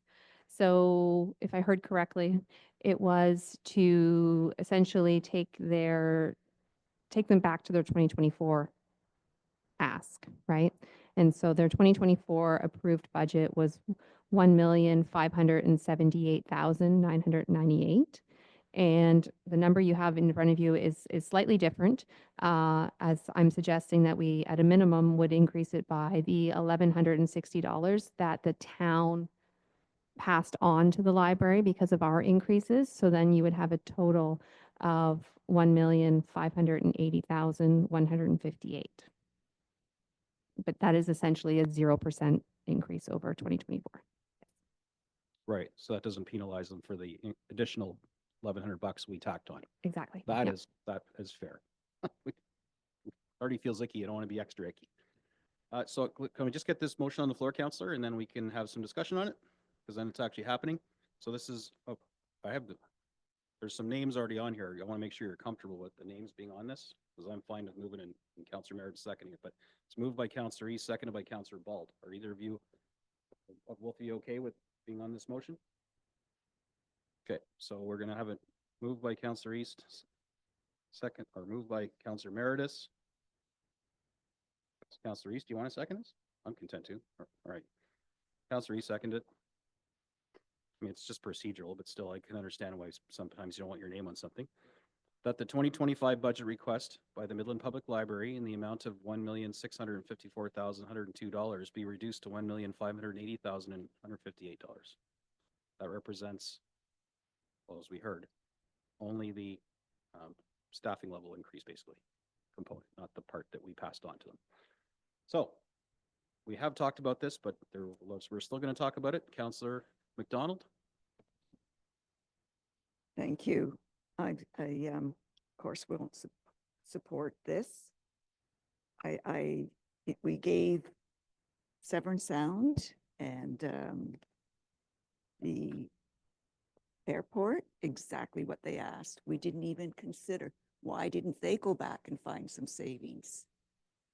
And the Midland population uses the library a lot more than the airport.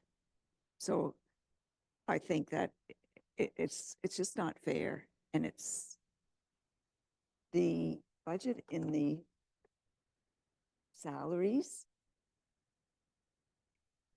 they're playing catch up. And it's something that it's legislated. The card entry thing has been discussed at the library board meetings prior to my there, because that was one of the first things I asked, why wasn't it implemented? And it does present different things. You're right, the library has banned some people that have misused the library, and the OPP have issued them a trespassing warrant, or they're not allowed to enter the library, but they still do. So they have to call. You'd be flabbergasted at the number of times they have to place calls, the number of times the ambulance has to go there. And the fact that people say they're not safe going there, by cutting their budget isn't going to make them any more enticing. We have to help them with the security. They're looking for answers. And by slapping them in the face, by saying, no, do what you can, it's just wrong. So maybe work with them with this and say, let's work ahead and find some savings in the future. We can't continue to support you at this level.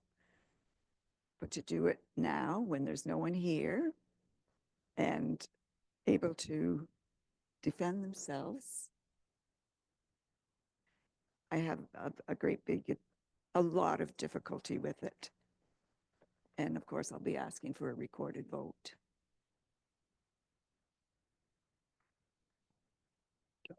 Well, I can weigh in quickly. The one big distinction between those other services you recommended or you referred to, those are shared services where we co-own and we have these funding agreements. The library is solely owned and funded by the Midland Ratepayer. So on its face, that's the primary difference, without getting into the weeds. So, you're right. Yes, You get some user fees from time to yes, time. they do. That is correct. So, but that, just so you understand the rationale, it's a little different when you have an actual shared asset like the co-owned asset, however you want to put it. Anyway, just my thoughts on that one, because it's a valid point, but I'm telling, that's how I believe it doesn't apply. Councillor Meredith. Thank you. And I mean, I don't think it's a slap in the face the way I see it, and it has nothing to do. I just want to make it clear. This has nothing to do with the increase in salaries. This says the increases could have went up to 50%, or salaries wouldn't be on the board, and there would be some other increase. This is about the number of the budgetary number of 1.6 million. And in order for going forward, we have to start cutting, I believe, at the library, because it's going to be up to $2 million in less than, well, three to 4 years. It'll be at over $2 million, more than our rec center. 6 full-time employees, six part-time employees. The numbers, but at the end of the day, it's not about that. It's about that number, and it's going to be very difficult to. And when are you going to cut? Are you going to cut next year? Are you going to ask, or the following year? So now we're going to be at 1.7, 1.8 million. Same year, you got a 0% increase. That's going to be right. So the budgetary or the impact on the rate when they have to get serious about the issues that they have, whether it's security, they have security. We pay for security. Security should be at the door monitoring who's coming in, coming out, to monitor their problems. That's the problems they have to deal with. And that's their responsibility to do it. They have the tools, they have security. Whether they let an open door policy and everybody come in, and then they have to deal with this. Once you're inside the door, it's harder to deal with it inside. It's disruptive.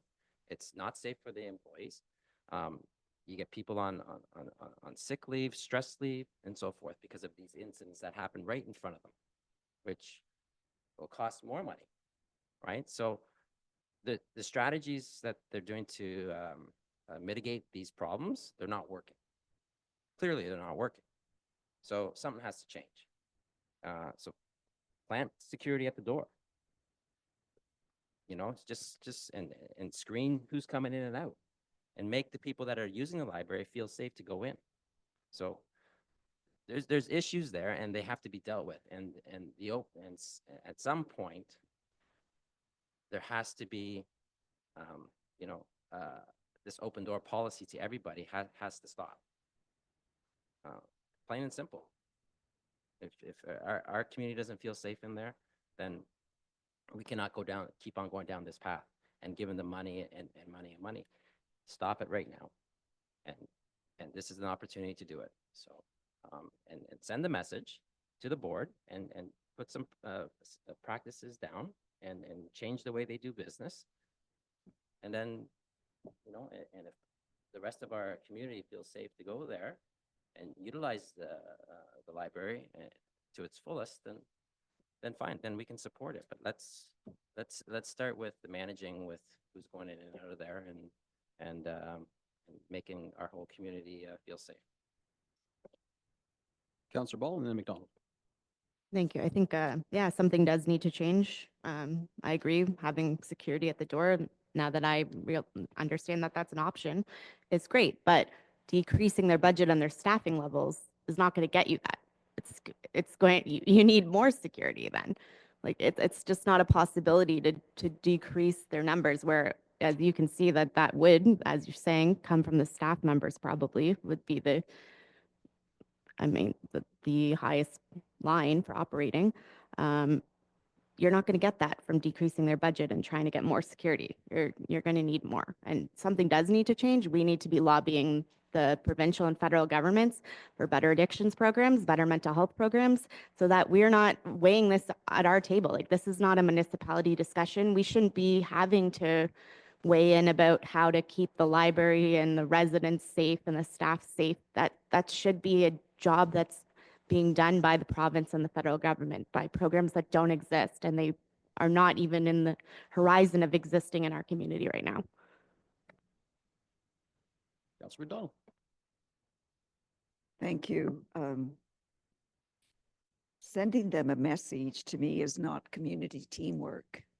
We have to work with them to help them get their budget so that it isn't 2 million in 5 years, as Councillor Meredith predicts. You know, Fire Chief says, one team, one dream. We like to think of ourselves as a team with the boards and the facilities that make our town beautiful. And our chief librarian is trying to work with what Councillor Ball just referred to, that it's a social challenge. It's very complex. That's why she's still working on pulling the services together to try and find a solution. So by not supporting this budget, when we all recognize there's no wiggle room, I think it's sending a wrong message. We want to support them in every way and help them find a solution. I'll be better at reporting back to the county, or excuse me, the board meetings on the council meetings. I just never find the right opportunity in our agenda, and I think there should be maybe, oh, there is the opportunity, but I just don't do it. Pardon me, I will from now on. But please, I urge you not to pass the motion that's on the table. Right. Oh, sorry. Without getting cyclical, I mean. Yeah, and that's fair enough. But the suggestions of the security suggestion, which I just mentioned, has been suggested.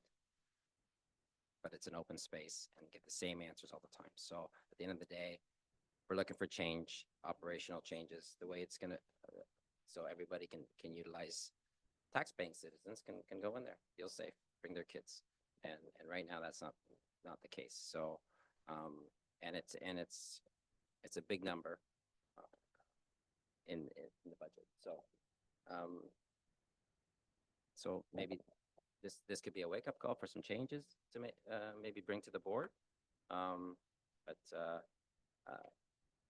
as I said, I don't like bringing it up, but when I have the complaints coming to me from citizens, this is my job to bring them forward here at council. And then they look at the, you know, what the contribution is there, then I say, something has to get done. So, and I don't know any other answer here. It's not in our hands, it's the board's hands, and it's separate. So what we give them, they have to work with. And it's doable. This is not tying their hands behind their back. This is everybody's faced with this. So at one point, so it's very doable. All right, council. So before we call the question by recorded vote, I'll just throw in there that again, I have absolute faith in our chief librarian. Trish is a very intelligent, very capable person, very creative thinker. I have utmost respect for her. Clearly, she's not going to throw herself on the sword, and you know, this isn't the ideal outcome.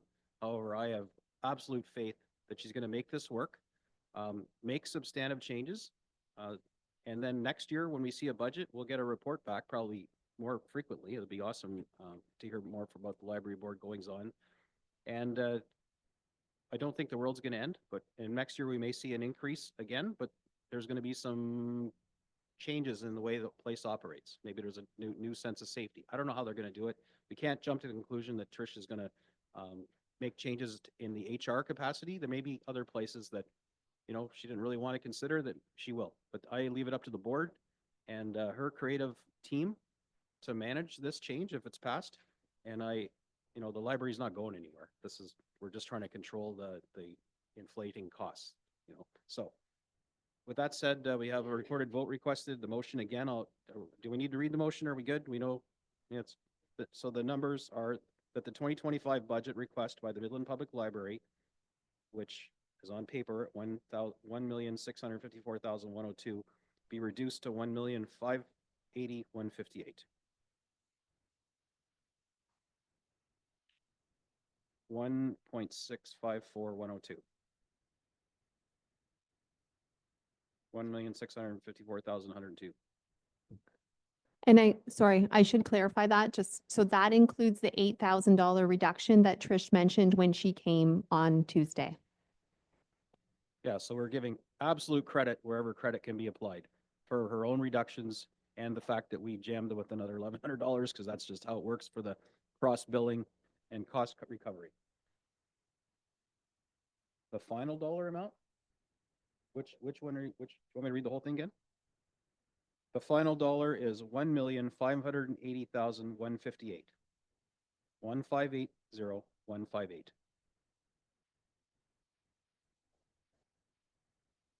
That's right.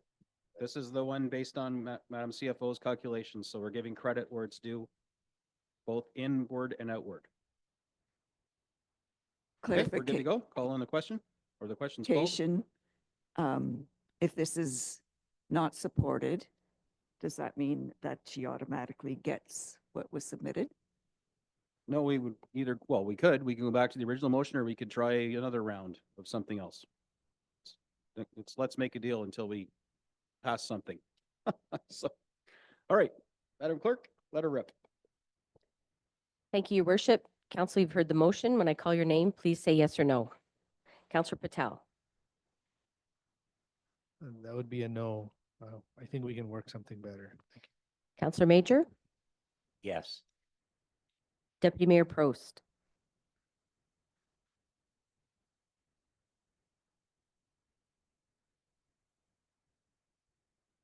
Yes.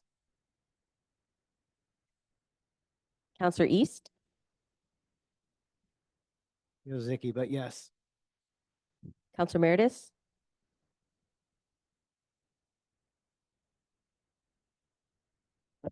Sorry, I wasn't paying attention there. Yeah, no, I know the question to Motion. reducing it. Yes, yes, yes. Sorry. Is that a yes? Yes. Okay. Yeah. Counselor Bald? Yes. Counselor Ball? No. Counselor McDonald? Capital N-O. Mayor Gordon? Yes. Motion is carried.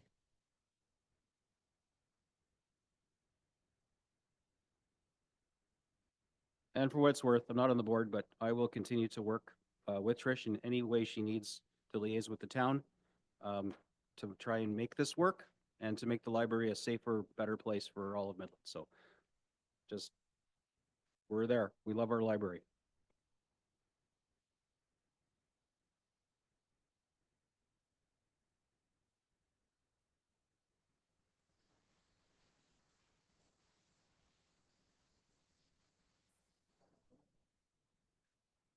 Now we are moving on to the real fun one, the service level change requests. So these are the ones we dream up.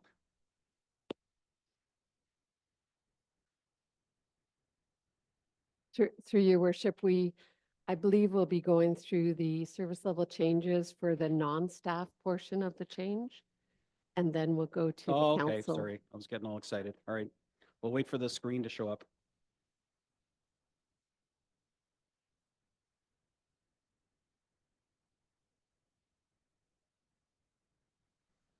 So this is stuff, not people.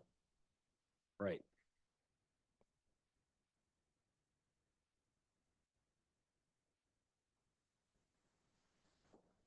All right.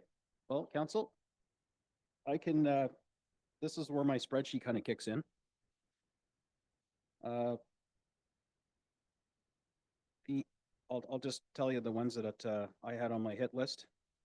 Again, not because of their lack of worthiness, just working on trying to get the number. Sorry. Go ahead. Through your worship, I'll pipe in and then I think our CFO may have something as well. I think our IT manager has something that he would like to talk about on this before we get started. Does it have a negative sign in front of it? Oh, very good. Please, by all means.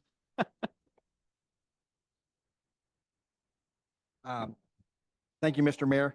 We would like to withdraw the service level change request for the cybersecurity licensing for $16,700. We've collaborated with our partners. We were able to utilize existing licensing to achieve the same security controls. And that was backed up by council's support of the new council devices. So that is no longer required. Thank you very much. Voluntary reductions are always lovely. This feels like self-deportation. Madam CFO. Thank you. Just while we're on that, so you do have an updated version of the service level change request summary in front of you. And so just, I wanted to note a couple of changes that we have made, some of which you're aware of, some of which we just made this afternoon. So the website upgrade and web content coordinator, website upgrade and contract web content coordinator. It's a mouthful. So that funding previously was shown as $115,063. And so we have updated that number, and that's really related to our discussion yesterday on full-time versus contract staff. And because this is a contract, we have amended this number so that it reflects a 35-week position. So council's aware. And then a change that you are aware of, but just letting you know that it will not match your binder, is that splash pads. So again, we did update the funding to recognize the $122,800 in development charge eligible funding for that project. Lastly, so the manager of IT mentioned the cybersecurity. And then lastly, the enhancing the public Wi-Fi at the harbor.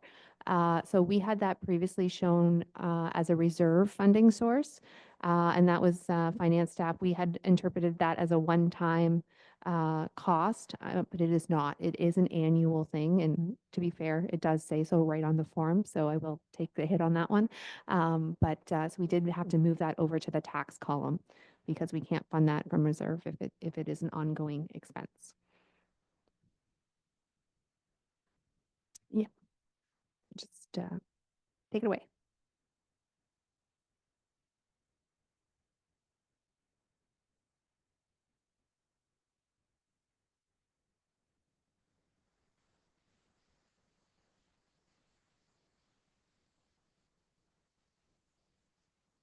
Okay. So, everyone probably has their own ideas on these things. Why don't we, rather than just going all over the map, why don't we just go down line by line? So I think there's one, Madam Clerk, that I think we'll likely want to pull as its own. I don't know, maybe not, but the splash pad is a big number, and I think there'll be some fulsome discussion around it. But I'm content to leave it in here, and we just do it all, whatever. But so, website content creation coordinator, what have you, the new contracted fee. Anybody got an issue with this one? Number one on the list here? Okay, Councillor Ball. Okay. Again, why can we not utilize this in-house in our departments that we have?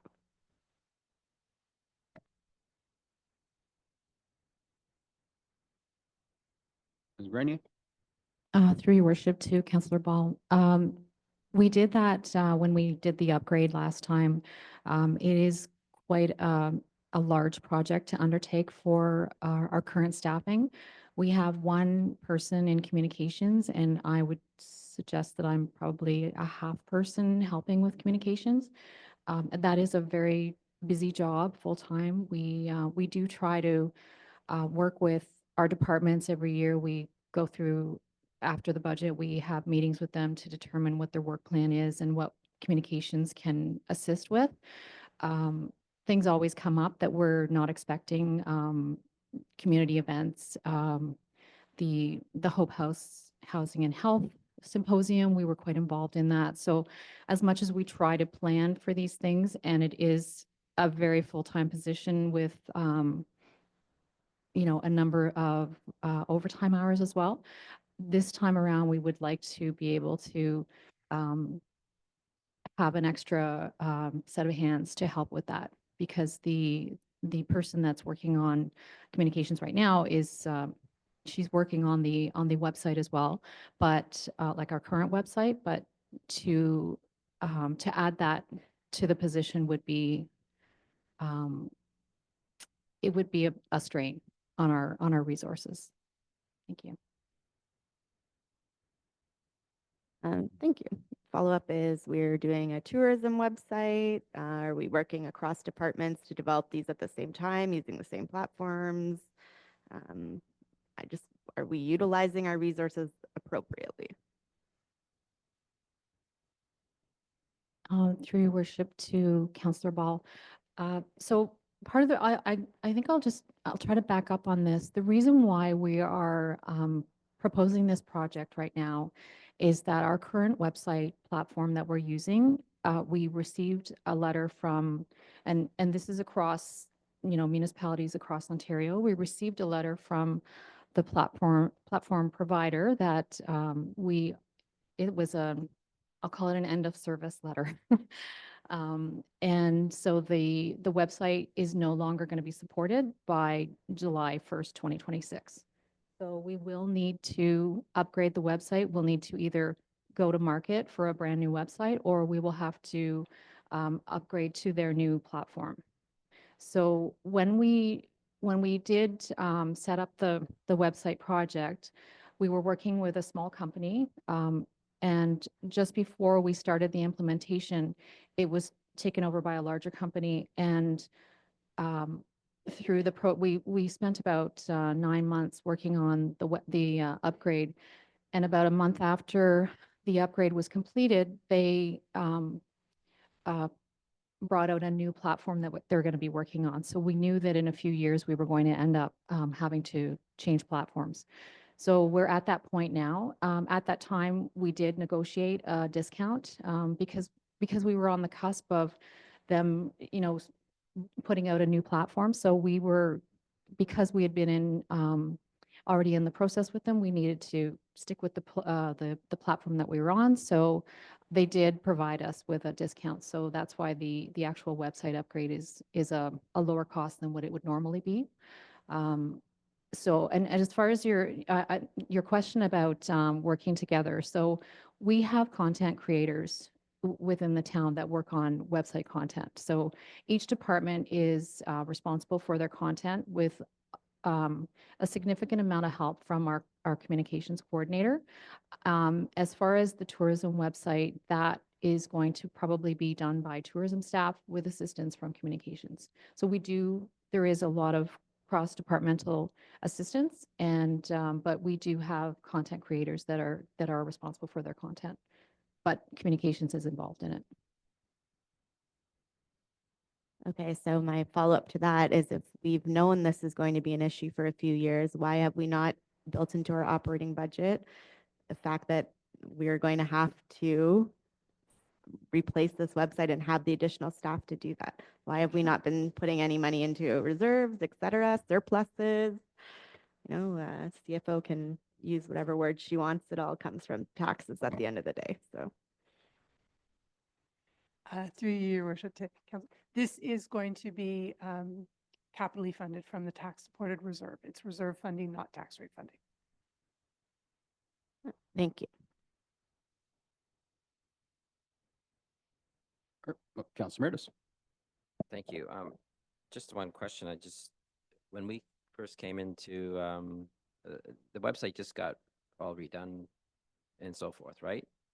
So is that all garbage now, and we have to redo the whole thing? Is this what this person's going to do, or?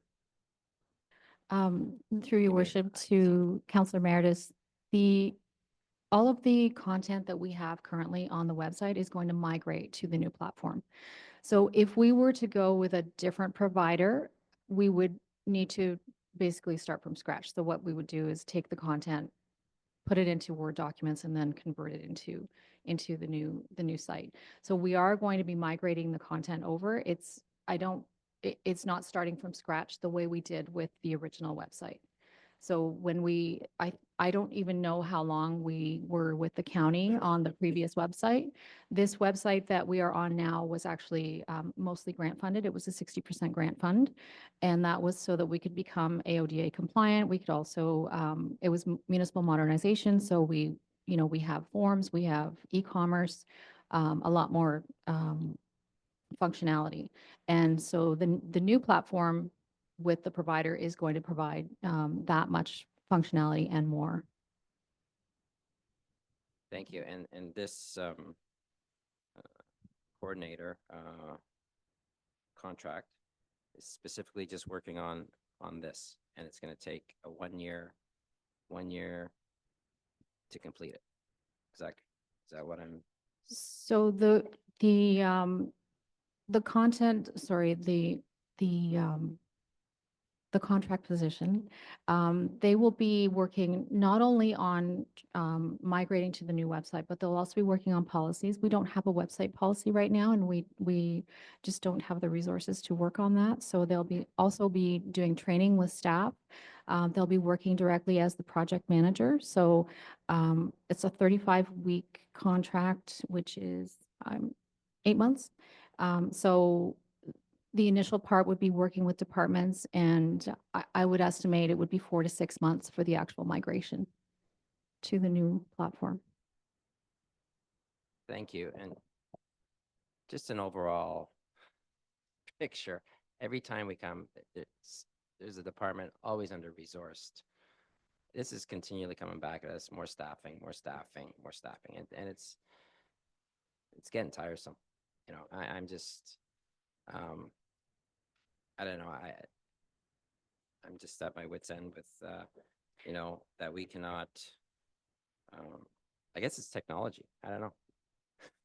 I don't know. I just don't get it. So, I just, we're bombarded with issues of not, being able to, oh, Miss CAO Bun, you can gladly interrupt because I'm rambling. Thank you. Through your worship to Councillor Meredith. So if you look at the breakdown here, it is not all a person. There is a one-time cost on the platform as well. So it's just trying to get us migrated over fairly quickly. We'll have more functionality than we do today. And the website is one of the first faces other than walking into the office for the organization. So it isn't all a person. You'll see the salaries are 56. So there is a contract that will come and help us migrate, but there is also the purchase cost in here as well. So that's why it didn't show up on the pages yesterday. So just to be clear, this is a very specific contract, a one and done. If you were to help us migrate, we're not employing like an influencer on Insta or anything that we're somehow funding through this. You know, so we already have pretty capable people who do great content like that. This is more the migration from aging platform to newer one. Website refreshes are common. We do have a lot of old PDF forms that we provide to our residents that are not friendly at all to fill out. When you do fill them out, they don't like populate in a database. You got to print them and lick a stamp and or attach them to an email. So our new one isn't, I won't call it, our new website has the framework that's modernish, more modern than the old one, but it still has a lot of the old remnants, like tentacles attached to it. And the new one, I'm assuming, is going to be very modern, have all the built-in e-commerce. All of our forms will be live web forms that when you smash the submit button, it validates the input and submits it into a database. People are notified. There's approval, you know, routines that it goes through, all this kind of modern tech stuff that we don't quite have yet. So this isn't the last grant money we got that largely funded the full refresh from, you know, like the 90s website to the newer one. Wasn't a waste of money. It's just it was a progressive change. So this person is really just a propeller head that can help us migrate from aging to latest cutting edge. And then when they're done, the care and feeding of this thing and the day-to-day activities are done by our existing staff trained on it. So we don't have to hire someone just to work the new machine we just bought. Is that a fair characterization? I've gone through these many times in my other life. So I've had to explain this to boards, you know, until my eyes glazed over. So if that, hopefully that helps. Any, Your worship, if I could add, you touched on the forms, so that's something that we are working on right now as well. We actually just upgraded our PAP forms for finance, so people can now apply for PAP online through a web form. Our current platform only allows for 30 forms, and we have to really be careful with you know, our use of the forms, because otherwise we would have to pay for them. The new platform has 200 forms included, so we will be able to provide even more. We have to limit staff to the number of forms that they can use because we're almost out of forms right now. So we have to use the forms that are, you know, that generate the most use. So yes, and you're correct about everything that you said about the migration. Thank you. It can be bewildering, I know, and cause people that have to fund it, their eyes to glaze over very easily. So, Councillor Ball. Okay, I know Mike's probably going to throw something at me, but with our enhanced IT department we just approved yesterday, can they not be a part of this project and alleviate some of this cost? Or I'll let you respond to that one, but I'm sure they're going to throw something. Through you, Your Worship, to Councillor Ball. Sorry, I'll take this one to half on both of them. It is a different skill set, a business system analyst from a content coordinator and someone working with website content. I do hear you. I know it's always the desire of us to be able to take on. This is a project. It's a limited term project. So we propose a contract person so that we don't impact the service levels that we're providing to the community and to the staff related to content and our website. The existing website will exist while this contract person is working on the new website. So there will be no impact to our residents until they get the brand new website and the extra functionality. Councillor Patel?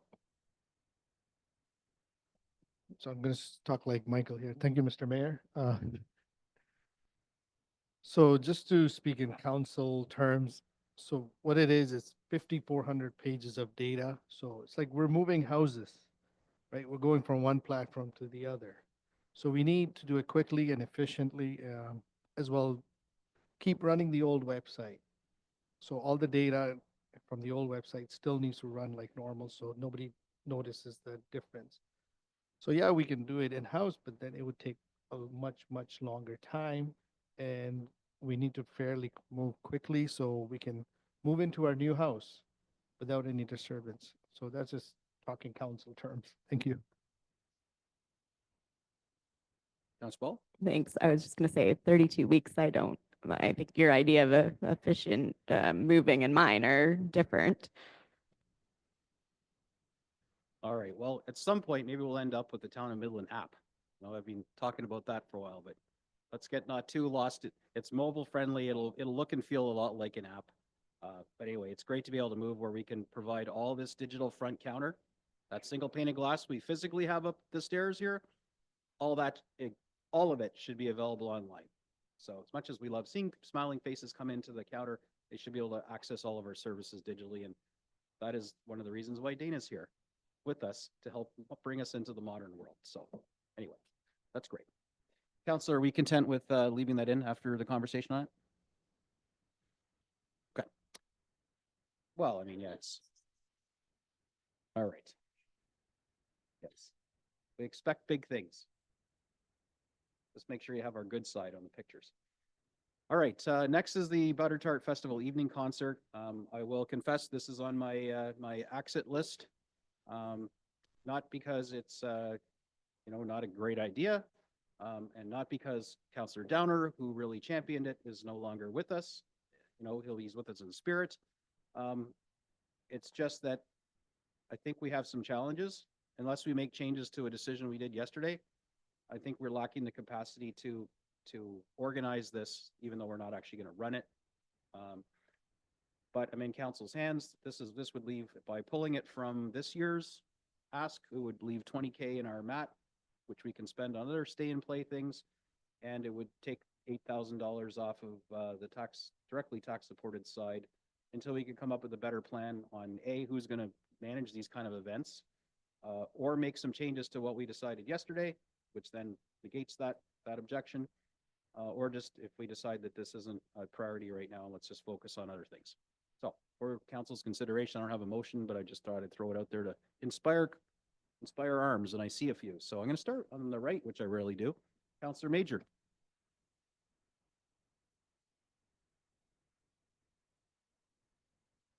So anyways, my wife and I helped at Party on the Dock from the beginning to the end. And I think when it got down to our third oldest kid, they started, like, it went from huge money. I think we were up to 80, 90,000 we made. And it just dwindled down to, I think at the end, maybe 40,000. And just to do it, like they had to bring security from London. They stayed overnight. The fencing. One time the liquor guy came down and made us move all the porta potties. Like, it's just, unless the Rotary or someone else is taking over, there's no way personally for the town to get into that. Like, it's just a different time, a different age, and I don't see where it's going to generate the money that it's going to cost us. Councillor Ball. Thank you. My suggestion last year and my suggestion again this year is going to be put on social media, put on our town website. Would you like to use our stage? We will leave it set up for you. That didn't happen last year. I know there was conversations with organizations internally on the sidelines, but those are ones that we already had connections with. I would like to see the town of Midland and the surrounding area be able to see that we have a stage up for offer, that if you want to come run an event, that we'll leave it up for you. That's still has a cost, obviously. Not a huge cost though, and we just take down our items later in the day than we do already at 5 p.m. I guess now. So I wonder why that didn't happen. And that's my first question, I guess, is why was there not an all call? We have a stage for you to use. Come use it. Seems like a simple question. There's probably a complex answer. But so what you're suggesting is really, it's a separate ask. Could we pull that off by removing the $28,000 that are on this item by just leaving it open? And I don't know if we have to have them insured or whatever happens. There's got to be something. But are you in favor of removing the tax supported funding and just trying something else, or do you want to keep this in there because there's an expectation that we need to contribute financially to whatever this thing is you're talking about? No, I absolutely don't want to leave this in. I think this was an Everett Council suggestion to increase our involvement in the festival. I think that what our collective voice was saying was find someone else to expand into the stuff that we have. Like, we have the stage, we have to take it down either way. We take it down the next day instead of at 5 p.m. and do an all call to say, is there a third party that can use this? I'm just wondering why that never happened. And I know there were conversations with organizations to try and get that, but it's not the same as putting that out there that we have this. Okay, so you'd support removing this and then just kind of throwing the gauntlet out to existing staff saying, here, advertise this vacancy. And if someone takes us up on it, yay. If they don't, well, we pack up our stage and drag it from whence it came. Is that basically what you're suggesting? Is that crazy thinking? Sometimes we just make stuff up here, obviously. Through your worship, I think it's something that we'll have to look at because there's probably additional insurance costs that we'll have to consider. There may be additional expenses to having the stage up and being used. If we have a night event, as Councillor Major indicated, there's porta potties that may need to be emptied and monitored. So there would be additional cost for us leaving, having a stage up and leaving it later on for use. So I don't know what those costs would be, but that's something that we would definitely have to look at to see if that's something that council would want to support with the proposed request that's before them. Councillor Ball? And then we'll go to Councillor Meadows. Yeah, I think that is my question, is that was what we asked for and this is what we got. It's not the same at all. So that's my confusion, I guess, is we asked for the cost on and the third party event to work with them and to help with that, to alleviate the cost on our taxpayer, not to run something ourselves. So that is why I'm asking, why are we seeing this and not, you're saying you have to research it. That's what I asked for last year. So I'm a little confused. Yeah, through your worship. So what's before council is for us to run the event. Council asked staff to research how much it would cost for us to run an evening event for Butter Tart. So this would include the cost for us to get the musicians to come and participate, any sort of technicians that need to be required to set up equipment. So that's what's before. That was the direction from council, was for us to run the event. If it sounds like what you're requesting is if we just said, hey, stage is there, if you want to use it, let us know, then that's not us going and recruiting the musicians, and we still have the technicians and that type of cost. But at the entertainment, that's not something that we may not have to pay for, but musicians usually aren't free. We'd have to compensate them probably. Thank you. Thank you. Yeah, the direction I think that we all spoke about was to investigate with a third party option as well. Like all of us discussed having both the options. So I know that I'll let Karen speak to it, but she did reach out to third parties that we have a relationship to try and utilize that already. I'm just wondering why there was not an advertisement. Through Mayor Gordon to Councillor Ball, we did reach out to a third-party company to see what it would cost us to run an event and have an external company come in. It would be probably 3 or 4 times this amount. Also, I want to note that this event, per the service level change request form, says that it's contingent on additional staffing. We don't have the staff capacity to monitor this event. Even if we opened it up to the public in the evening, there would also be cost because we don't have lights. We would need to have additional security there. So there's additional costs that would come into place. Sorry, those are not listed on this right now.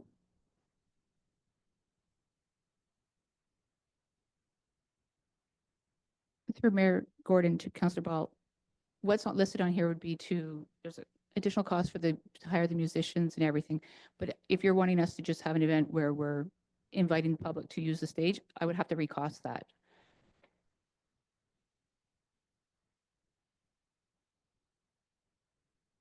Okay, so this isn't what you're expecting. And we can easily just save this money and we got the next year to come up with what we really want to do and next Butter Tart Festival. Maybe we can try and pull off be a bit more clear about what our ask is and have staff really fully research it, cost it out. Maybe an AB option of us hosting it versus just making the stage available. Someone still has to provide the cost for porta potties, licensing, blah, blah, blah. So it sounds like it's not something we can decide right on the fly here. So again, my suggestion is that we just remove the 20K from the mat or put it back in the mat and put the $8,000 back in our pockets and just don't add it to the tax rate. Anybody else wanted to, or is that a fair characterization, Councillor Ball? Go ahead, yeah. Thanks. Yeah, I just want to make sure that what I'm saying up here, I guess to me, that is a council direction. I'm hoping that staff are listening when we're talking. So I guess want to formalize this request somehow. It can be done later. I just want to know how what I say up here is actually a direction that staff are investigating. If that's something formal that we need to talk about, then great. But I was under the assumption if we talk about it, it's kind of being listened to. So this can be talked about after. I just want to ask that question to investigate at some point today and let me know, please. Okay, I'm going to just jump in for a second because the problem is when we have these conversations, sometimes emotions get away with us. But I'm finding that the way you're phrasing your statements is floating between passive aggressive, which is, not pleasant to be in the other end of, and aggressive. Staff are listening to us, so is the public. It's on recorded public record. There isn't a specific motion drafted that staff ignored or didn't follow or misunderstood. And I find we're you specifically right now feel like you're belittling staff and talking down to them and just being a little like not very polite. So without trying to be all, fluffy here, because, I get nothing wrong with being direct and to the point, but again, like yesterday, we just don't want to have this adversarial relationship with our team. These are the people that make what we dream happen. So my feeling and my impression is that this is a little switching between aggressive and passive aggressive. And I don't know that that's your intention. I assume it isn't, but could we just try and be more self-aware on that? Yeah, no, that's not my intention at all. I'm just strictly wanting clarification as to what we say up here is taken as direction, because I know there's a specific process to what staff are able to investigate and not investigate based off of what we say up here. So I'm just asking for the clarification at some point later to tell me how I bring that to become a council direction that's investigated. Nothing to do with what staff is doing and not doing at all. Not an intention at all about that. Not. Perfect.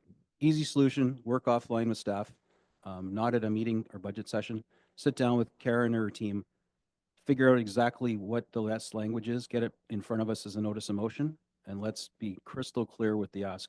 When I have these sort of ones where it could be ambiguous, work with staff to help you write the notice of motion, and then you're in complete alignment. And then if your expectations aren't met, you only have yourself to blame because you helped write the darn thing. So, sound like a plan? Yeah, that was why I was asking if they could get back to me a later date. It's up for discussion now. So I'm just saying, please let me know at a later date. Fair enough. So my suggestion is we pull this. Oh, sorry, Madam Clerk.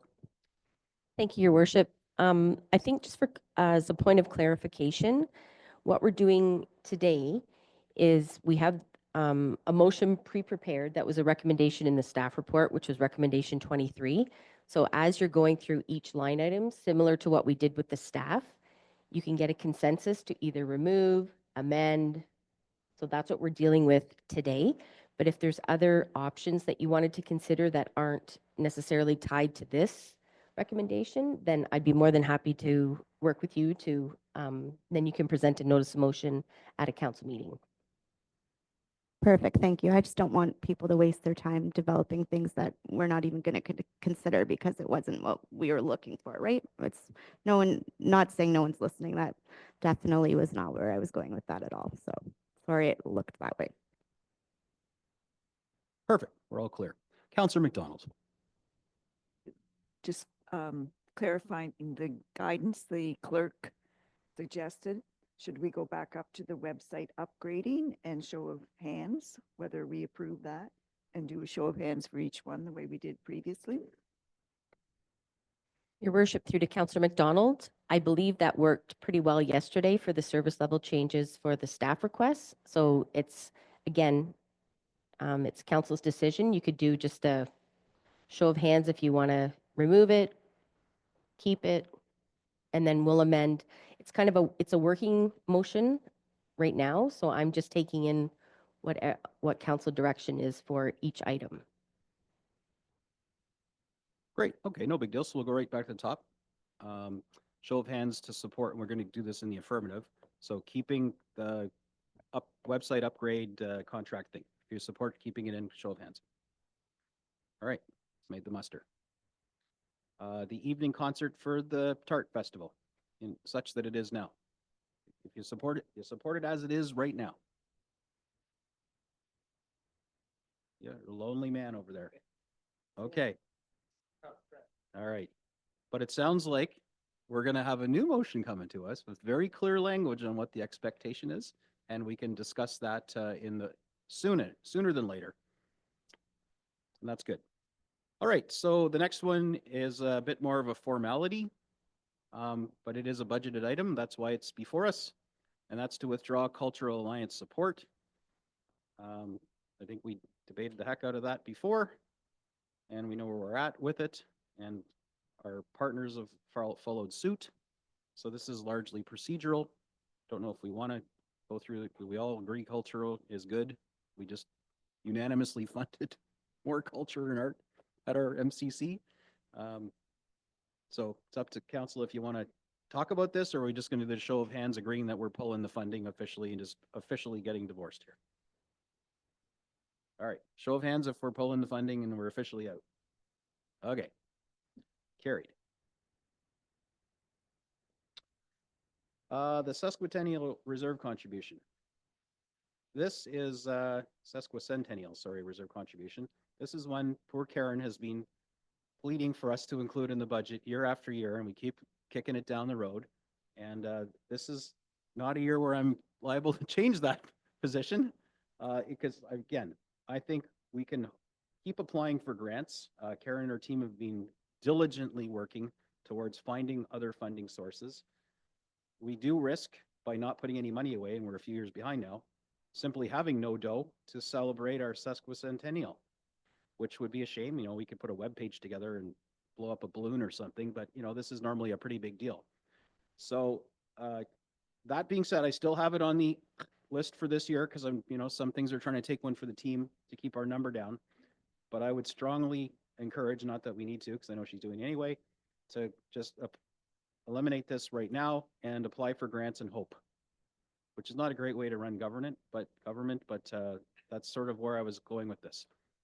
However, Karen, you're the owner of this bad boy, and if we end up doing nothing for our sesquicentennial, it's easy to blame council, but more people will probably look at you and your team. So this is your chance to sing for your soup, as it were, and tell us why pulling this 25K, which is my idea, I'm sorry, would be a bad idea.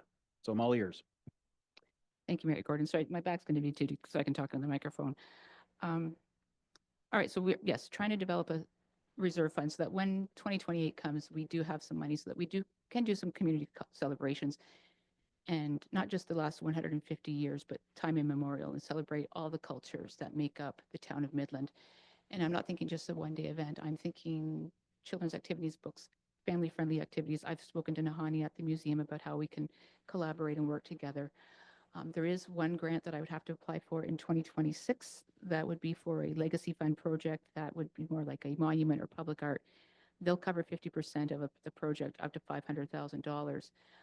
I don't have any money to apply for that grant with, so I wouldn't be eligible for that one. There is another one where we can go for after activity costs, but that wouldn't be till 2027. So at this point, if there's no budget or confirmation from council that there'll be budget going forward, there's one grant I won't be able to apply for.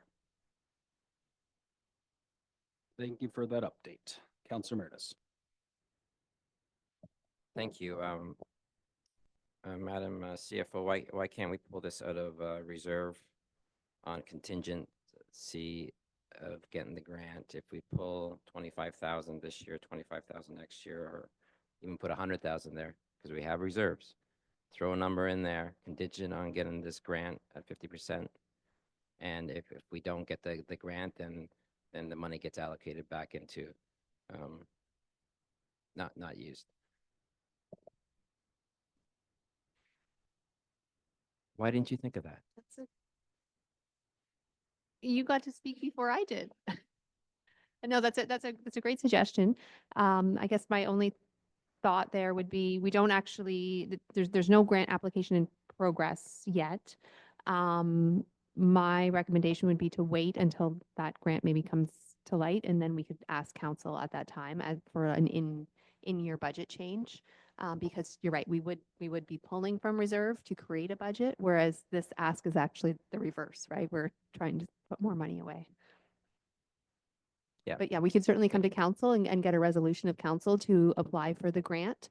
And at that time, council could commit whatever funds necessary. If arbitrarily we put 25,000 today, it may not be enough, right? So we should wait. That was my thinking. It was 25K. You're gonna go match 25K. So, and when the time comes, we'll deal with it. Sound good? Sound good, council? More than in a balloon. That's good. How are you solving these problems here? All right, Councillor Ball. I actually think we should put money into reserves for this. Then all of a sudden, we're going to need $500,000. Where are you pulling that from? I think if you have, obviously that's a made up number, but I think we do need to, the same way we're planning for, capital projects, I think what we should be thinking of in the same line, like we need to plan for this. I think this would be embarrassing if we didn't have any funds contributed towards this and we didn't pull this off. I mean, people already asked me why we don't have fireworks on New Year's and that type of thing. So I think it's a whole other ballgame, but I would actually rather put some money aside and at least think proactively about this. Well, technically we are, because tax supported reserves are, to your point, tax supported reserves that we do put money aside. We just would not draw it out for something else. Earmark it, as it were. So I do look forward to that report coming mid-year, whenever the application time is. And Karen, apply for whatever you can. If it's matching funding and you figure we need 350 to do this, then come to us with the 150K ask. And it's the same people sitting at the table. We've all heard this conversation. I don't think you're going to face any browbeating at the time. All right, so straw poll, pulling this for now, knowing that it's coming back to us later. Hands up if you're good with pulling it. Good with pulling it. Okay. All right. Next. No secret. This is near and dear to my heart. I've been at this since 2019. I do have lots of stuff I could say about this, but I mean, I think I've already talked this thing to death. I will talk about it if I have to, if it looks like this is, not going to happen. But man, we've come a long way. The community wants this.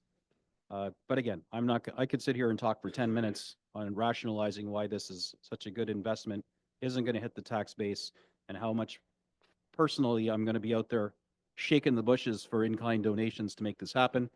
But none of that will happen until this is approved without strings attached.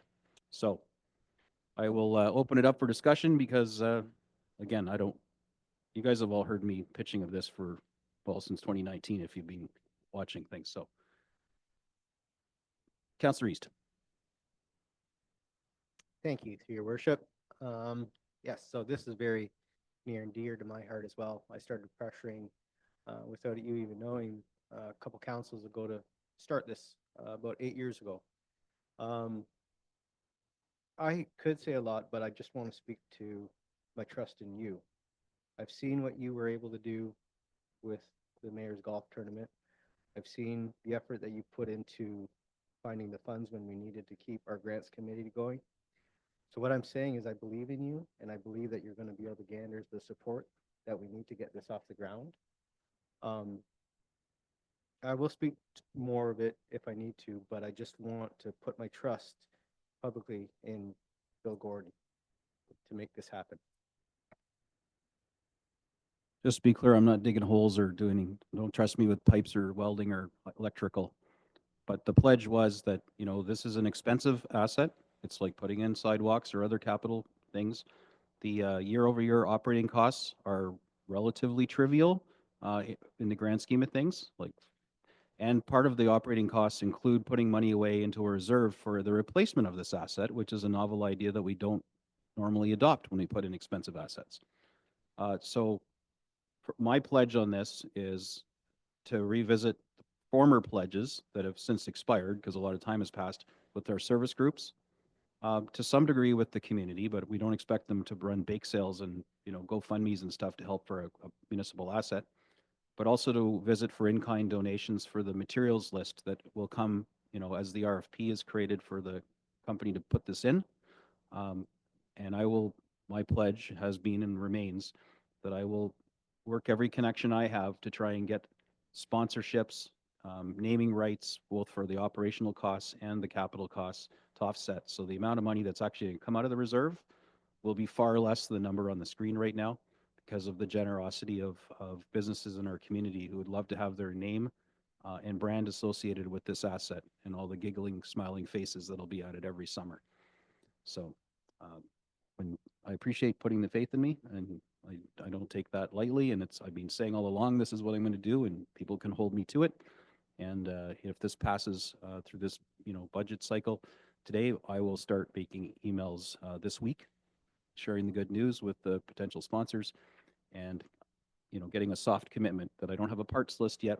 Procurement has to do their part. I can't wade into that part of our business, but the RFP will be crafted in such a way that whoever is selected has to be aware of and willing to work with materials provided by people other than folks they contract with.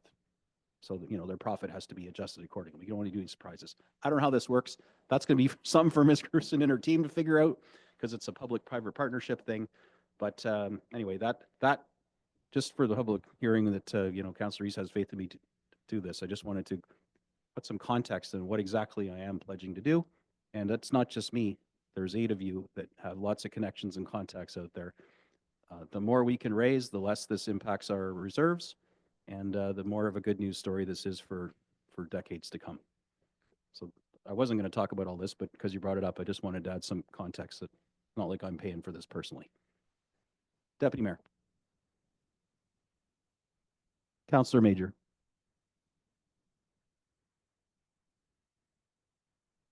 So when this first came up, full disclosure, I was against it, but then I thought, well, I better start going around town asking families with kids that would use it, because I don't think my kids are going to be down there using it much.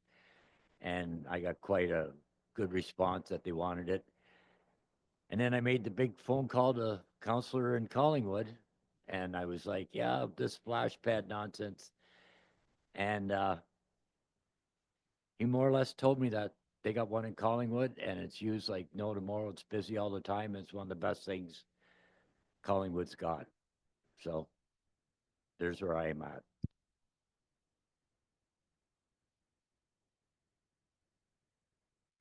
I just have a question for staff. I can't remember what budget, it might have been last one or the one before. Did we not put 320,000 or a number somewhere around that amount away for a splash pad before? And if we did, can we still access it to put toward this?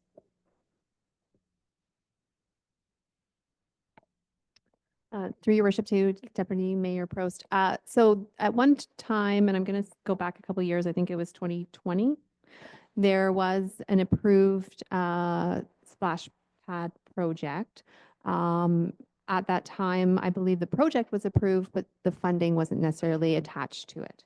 For whatever reason, that project did not get carried forward to sort of the next budget year. And again, this predates many of us in this room. So there is no, essentially, there's no money tagged specifically for this project at this time.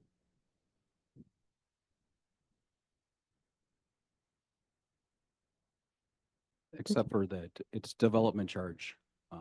It qualifies for some DCs now, which is a new thing that doesn't show right here, but No, it does. Yep. No, fair enough. So our new development charge background study that's not yet adopted, but that study does have the project in it. And it would qualify for 122,000 in development charges.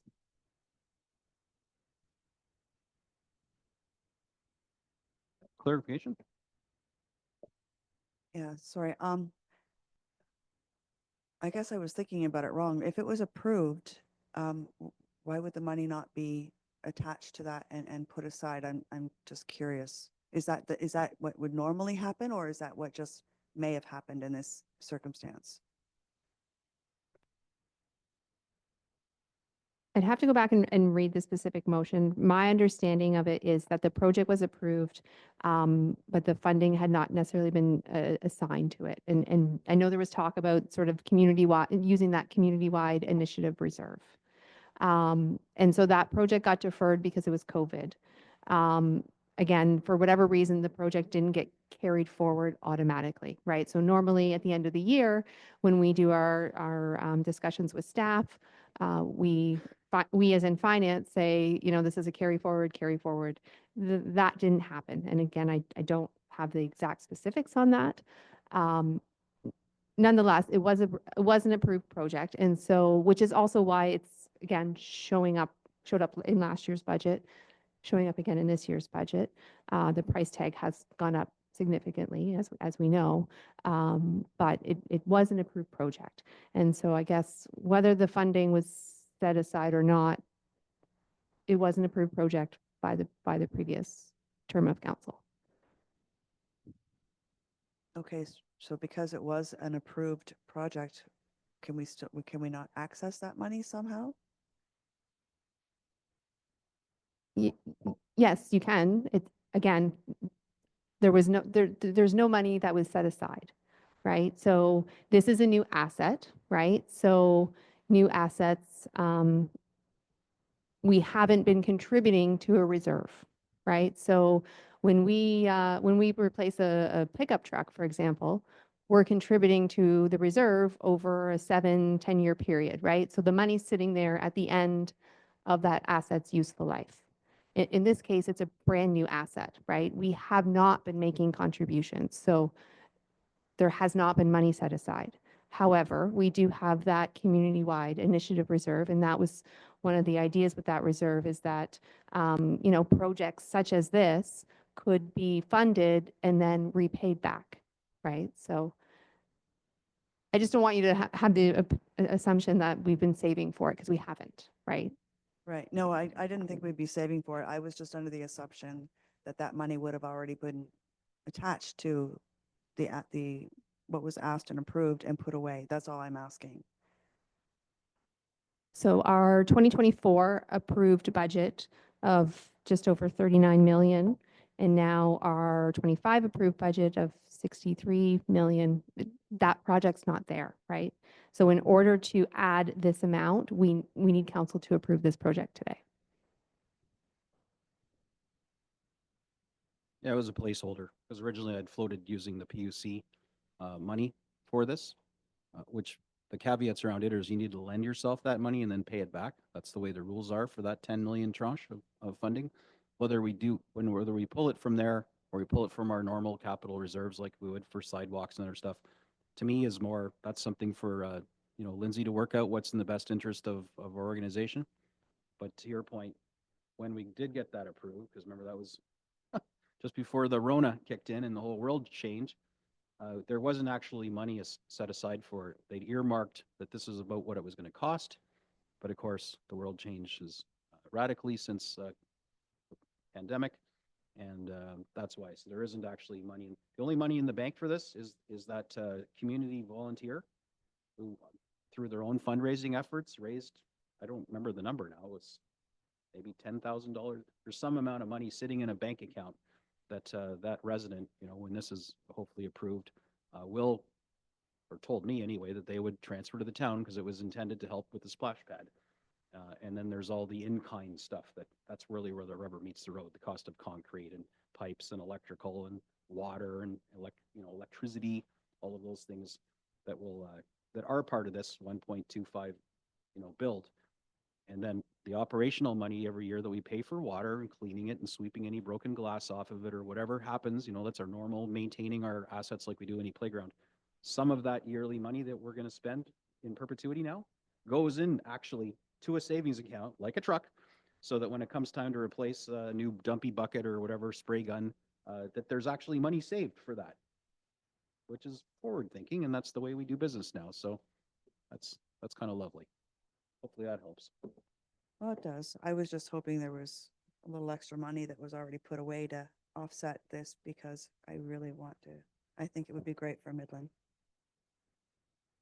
Councillor Ball.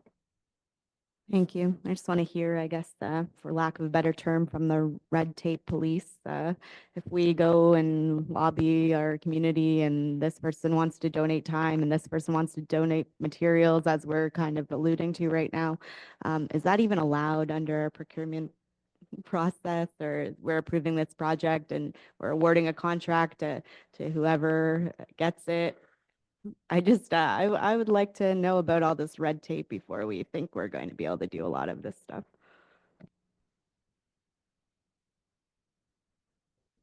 Worship to Councillor Ball.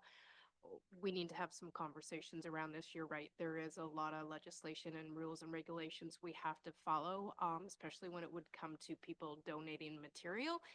We may have some issues bringing contractors on board and warranties and finger pointing if something goes wrong. So Mr. Sobel and myself need to have some conversations around this and see what works best. If the donations come in and they're in monetary form, that's a very different story.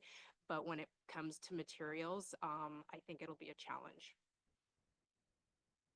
Thank you. Yeah, that is what I thought. So the ask in front of us is basically this: unless we get monetary contributions, this is the ask that we have. We're not going to be able to get creative with it.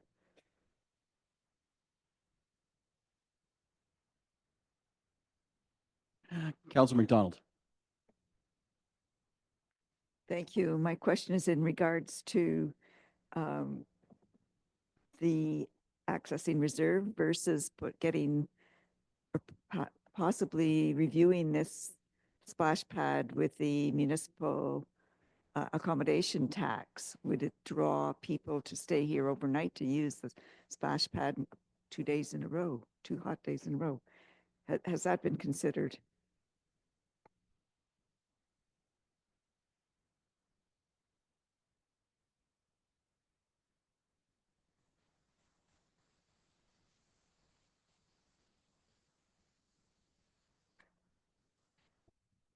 Through Mayor Gordon to Councillor McDonald. No, it's not something we have investigated, but it's not likely to be considered a tourist attraction that would qualify under MAT tax usage, I would think, but we'd have to have a more detailed conversation with Ms. Mealing and the MAT committee, and there's a process for that would have to be considered. Thank you. I think it would be worth a try. I don't know. I guess it's kind of late. If we're decided pulling it out of reserves, then they'll save their money for something else. Councillor McDonald, it's not a bad idea, especially for the ongoing operational costs, because it's, projected to be $50,000 a year. If a component of that could be funded as an attraction, that's that's a worthwhile look into. The capital is a different animal because it needs to get built before it can be an attraction.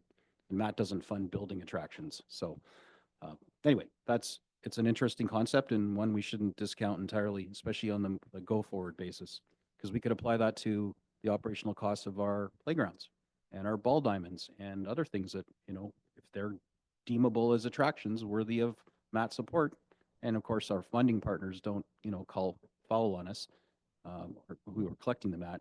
But as we increase the scope this year, I'm hoping, or into next year with short-term rentals and have more people collecting, these kind of questions need to be asked. How many things can we qualify for funding?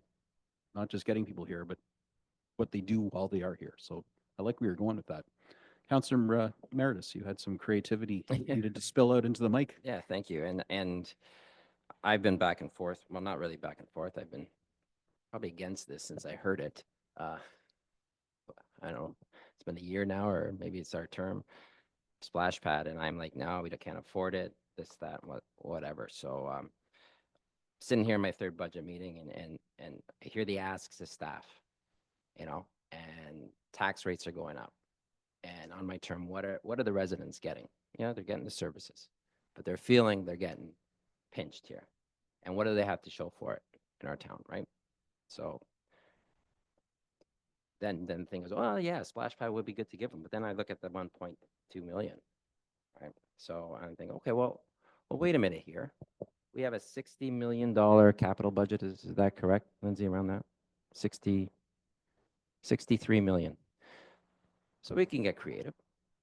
So the 320,000, let's call it 300,000, that approved in 2020. And we put it back in staff's hands. Out of your $63 million budget, get to work and cut 300,000 out of it. Whether it's $40,000 for to soundproof an office, whether it's $30,000 for desks, whether it's vehicles and whatever. So why is it on our shoulders? Let's give the residents something and throw it back. Or we can go on the chopping block, but I don't know what to chop. I don't know what's important, what's not. Take 300,000 out of the capital budget. Now we're down to, we're saving on 300,000 of reserves. We're down to, right? We're still going to be at 63 million because the difference is going to be, but in that 63 million is going to be 300,000 of the splash pad taken down, right? And then with the in-kind donations and so forth, that I'm confident if anybody can do it. Pardon? No, there's in-kind donations. Yeah. Maybe we need some clarity from donations, procurement. but I think the impression that you left is that we can't do in-kind for materials and that it's not possible. Is that not and I know possible? that it is, so I think But maybe you need to either educate me and tell me why other municipalities do this all the time and why we can't, or maybe just clear up the response to, if we had, I'm going to say, a concrete vendor. Concrete's a big part of the splash pad that wanted to donate their materials. Whoever got the RFP needs to get concrete. Whether they use their buddy Vinny from Vaughan or they call whoever it's going to be up here, there's going to be concrete needed. And if we say, hey, part of the deal, build it in your profits, you're not calling cousin Vinny where you're getting a 50-point kickback. You're going to use our guy because it's going to come here and there's not going to be any charges at all because they want to donate, and in turn their name's going to be on that leaderboard board. So if that's illegal or not possible, and that's the premise I've been working under for the past 2 years, I want to know that now and not find out later and look like a chump. So I need to know right now whether or not we can work with in-kind materials donations on capital projects like recreation equipment. And if you can't answer this second, which could be totally agree, if you can't, then we can defer this until you can do the research and get back to me, because this is what I've been saying since 2019. No one's ever told me it can't be done until what I'm hearing right now. So I need to know right now, because that materially changes what I'm pledging to do for the municipality here with partners.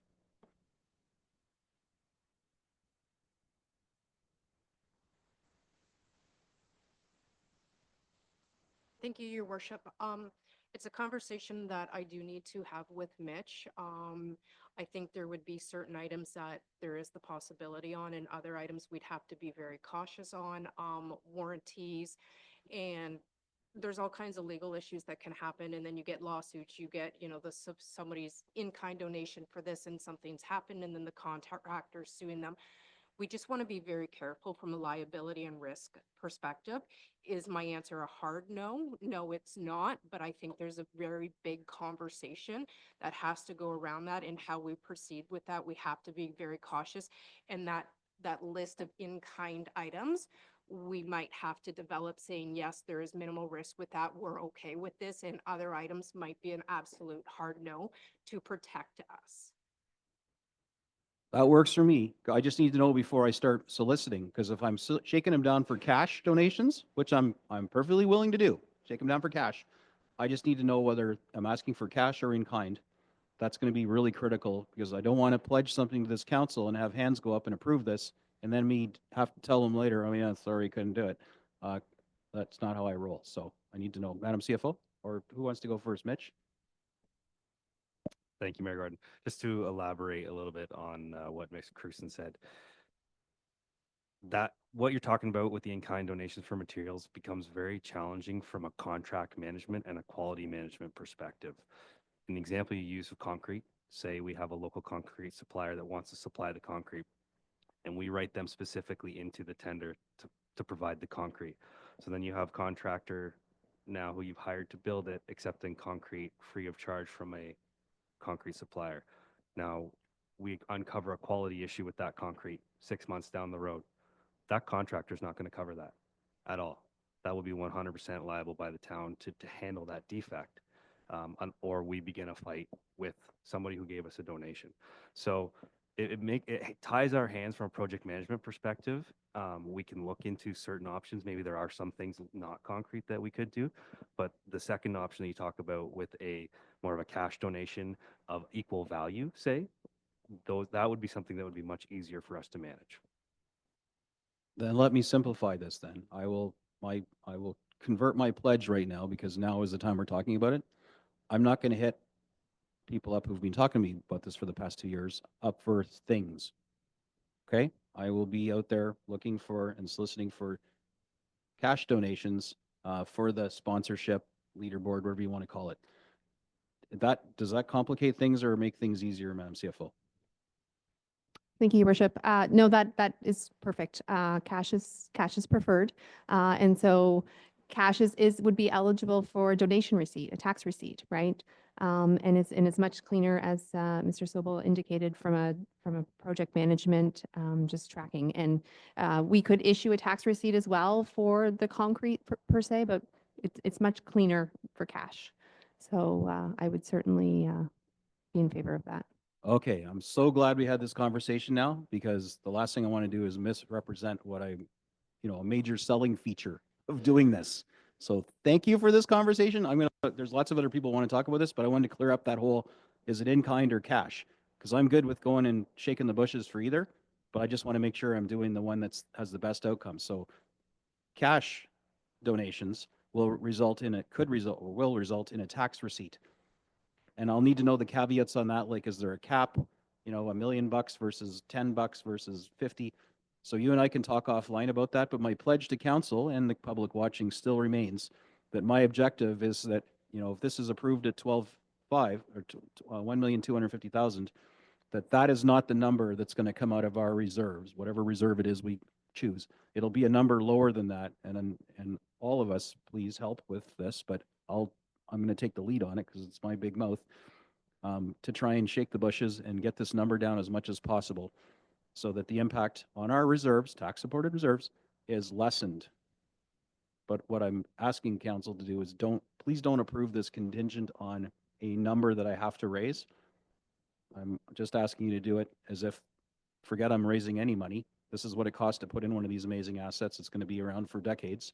We're putting away money to replace it on top of it, and any money I make is all found money. And that's the way I'd like this to be approved so that I'm not muddying the water with my pledge to, do what I do, which is hustle and try and find ways to save money on the side. Thank you. So going back to my, oh, sorry, Catherine. Going back to my, which I like to call creativity. Town doesn't like it right now, but we're the boss right now. We control the money. We do. So is there any appetite for town staff to go back into the capital reserve. Number could be 100, could be 200, could be 300. And see what they want to chop off of their list to reduce this number. Fair, to be fair and pass, we shouldn't put that on the staff shoulders. That's entirely us, right?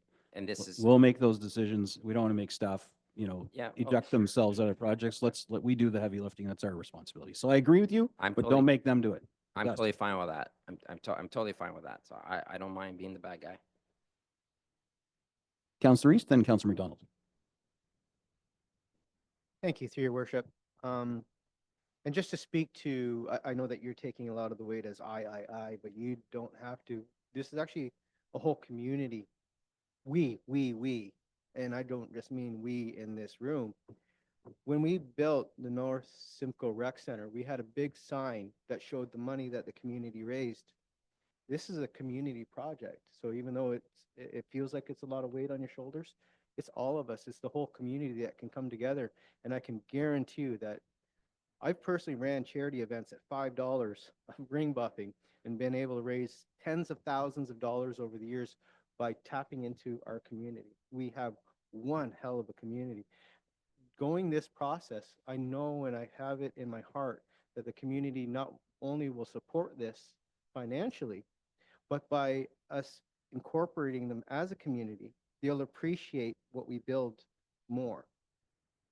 The other thing that I wanted to point out, and it was great that you spoke on it because, you spoke of, your age, you're not going to be going down there, right? And I had to giggle at that. I love it. But right? But the truth is that as everybody grows in this town of Midland, it's not just a retiree community. We need to be looking at how can we build Midland so that the younger generation wants to stay here. What is the draw to stay here? And what can our children look forward to staying here? So the thing is, by building something like this, we're giving the younger generation a reason why to stay in Midland. We have a beautiful asset they're going to use every single day, and we can do this as a community. Once again, North Simcoe Rec Center, we had a big sign up, and the community raised the funds together as a community. So I just didn't want to put all that weight on you. You have a team of Midland and area residents, the dream team. So it'd be fair to say, if we did open this up to or people and organizations that any of the donations over, I think, what was it at the golf tournament? Anything over $20? No, $100? What was the minimum for the tax receipt? I recall 50, but it's, So anything over $50 would get a tax receipt if they were chipping in towards this. I mean, it's $1.2 million, but anybody that wanted to help would actually get a tax receipt. Is that a legit call to action? For a portion of it, I guess.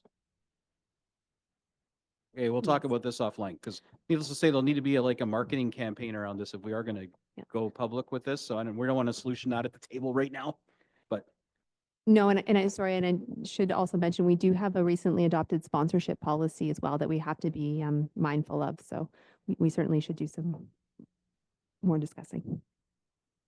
so we are going to do it somehow. We just aren't going to decide right now and articulate how we're going to do it, but it will be open to community support. Whether that's big names, big companies, or just a little guy that wants to come and throw $20 in and help out. That's awesome. Councillor, oh, you know what? I got to go right for a second. Councillor Patel. I forgot the right-hand side here.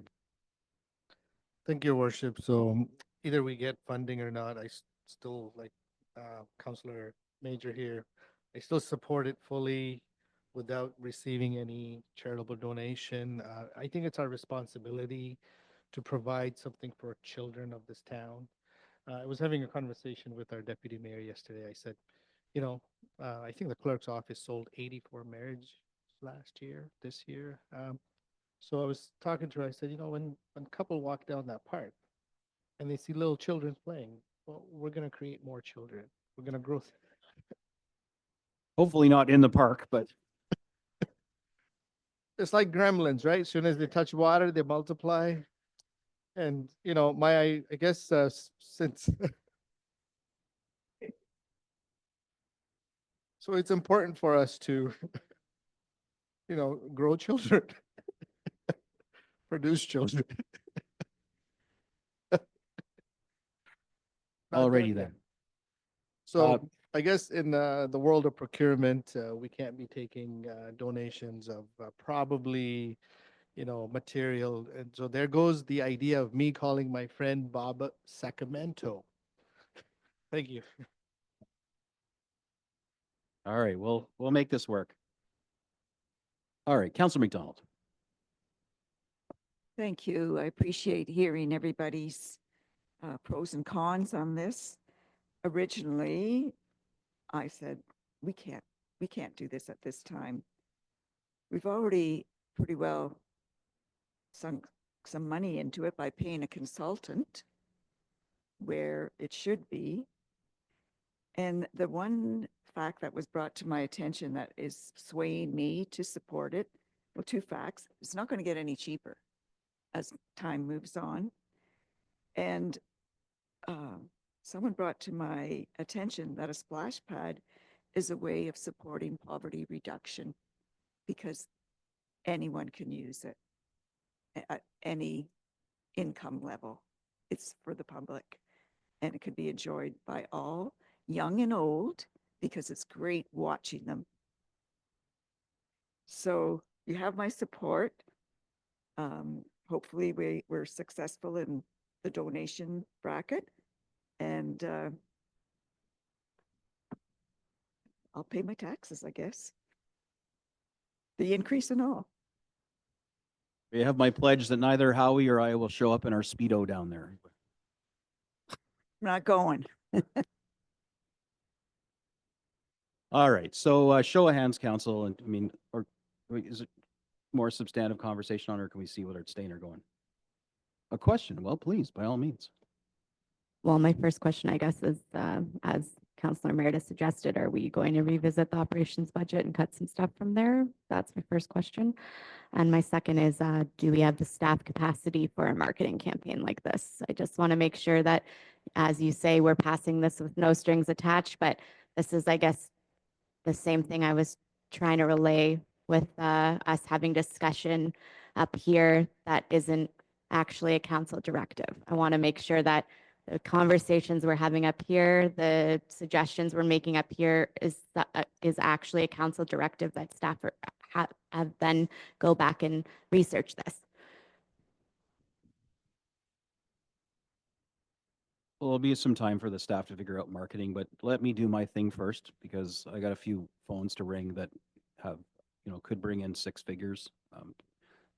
The community help would be always welcomed, but my job is first one is to reach out to the people that said, well, when you pass this, call me, and just see what kind of commitments I can get there. And then we got some time to work out how we're going to market this and what caveats we got to put on tax receipts and how we say it. So I know the media is going to probably cover a lot of this conversation around it, but for the media's sake, we haven't committed on how we're going to market this thing and accept receipts yet. So pump the brakes other than that we are going to do something. Is that fair to say? All right, Madam CFO. Thank you, Your Worship. I was just going to elaborate and say we could have open sessions, open houses, just to and we could even piggyback on to the sessions that we plan to have for the naming rights, just to make it very fully transparent of what our plan is. All right, and just to be clear, the objective is to cut the ribbon on this thing with me fully clothed next spring.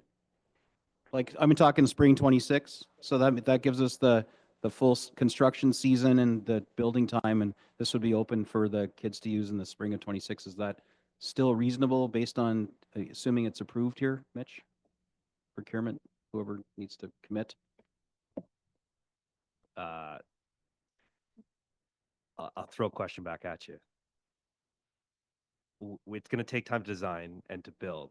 So with what we're discussing right now, and you shaking the trees for some money, are we putting any restrictions on this budget approval, or do we have 1.2 million and I go whether you get it or not?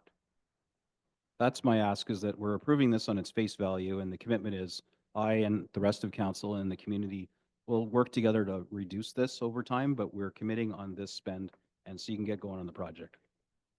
Okay. we'll do our best to be ready for May 26th. Any earlier, it'd be a bit chilly. So, yeah. All right. We're not having heated water at this thing. It's not a luxury one. All right. Council, are we content to keep this on? And we can revisit, that's a sidebar, because we can revisit operational, not for just splash pad reasons, but for any reasons, as we get right down to the nitty gritty here. Show of hands. Unanimous. That's beautiful. Yeah, we'll do a big hug session after.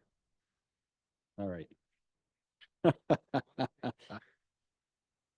All right, moving right along.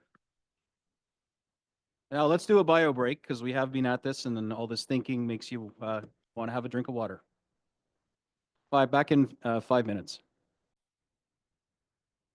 Hello, everybody. Welcome back. And we are now at the additional vehicle for engineering. Engineering guys are hard on their cars. Is he out in the hall? Well, I don't know. It's 55K from reserves. Anybody have an issue? This is a new vehicle clearly, which is why it's not in our budget we approved yesterday. Lindsay, got some input on it? I was just going to suggest that maybe we just move on to the next item. We can come back. Yeah, fair enough. So the electrical service, who's that one? Is that yours? You're Karen, you can talk to that or? Okay, it's all yours. 15K from reserves. Are we talking about this or are we leaving it in? People got to be able to plug in their boats. Yeah, they charge for that. 50, yeah. Yeah, go ahead. Sorry. Yeah, I had an X beside this. This is to service some bigger boats that the harbor cannot accommodate because of the 30 amp service. Is that correct? And right now we're the harbor's kind of sitting there where we're losing customers, and then we're pouring more money into it as we're losing them. And the 15,000. No, yeah, 15,000 is the ask. So I'm going to say no to this one. The panel's getting upgraded at 70,000 at the harbor this year. Is that correct? Right, because we approved that. So they can have that one, and then this is the lesser one. That's my view. Thank you. Okay, Councilor McDonald. Thank you. The next three items are harbor related. And especially with the fencing, are we not getting a waterfront study done? Why would we spend $218,000 when we haven't even decided on what we're doing with the waterfront? I realize it's mostly the harbor, but we're going to put up a nice new fence and then we decide, oh, we're not going to use that area. So I kind of skipped from the amp service to the fencing and the guard. So I can't support any of the next three items.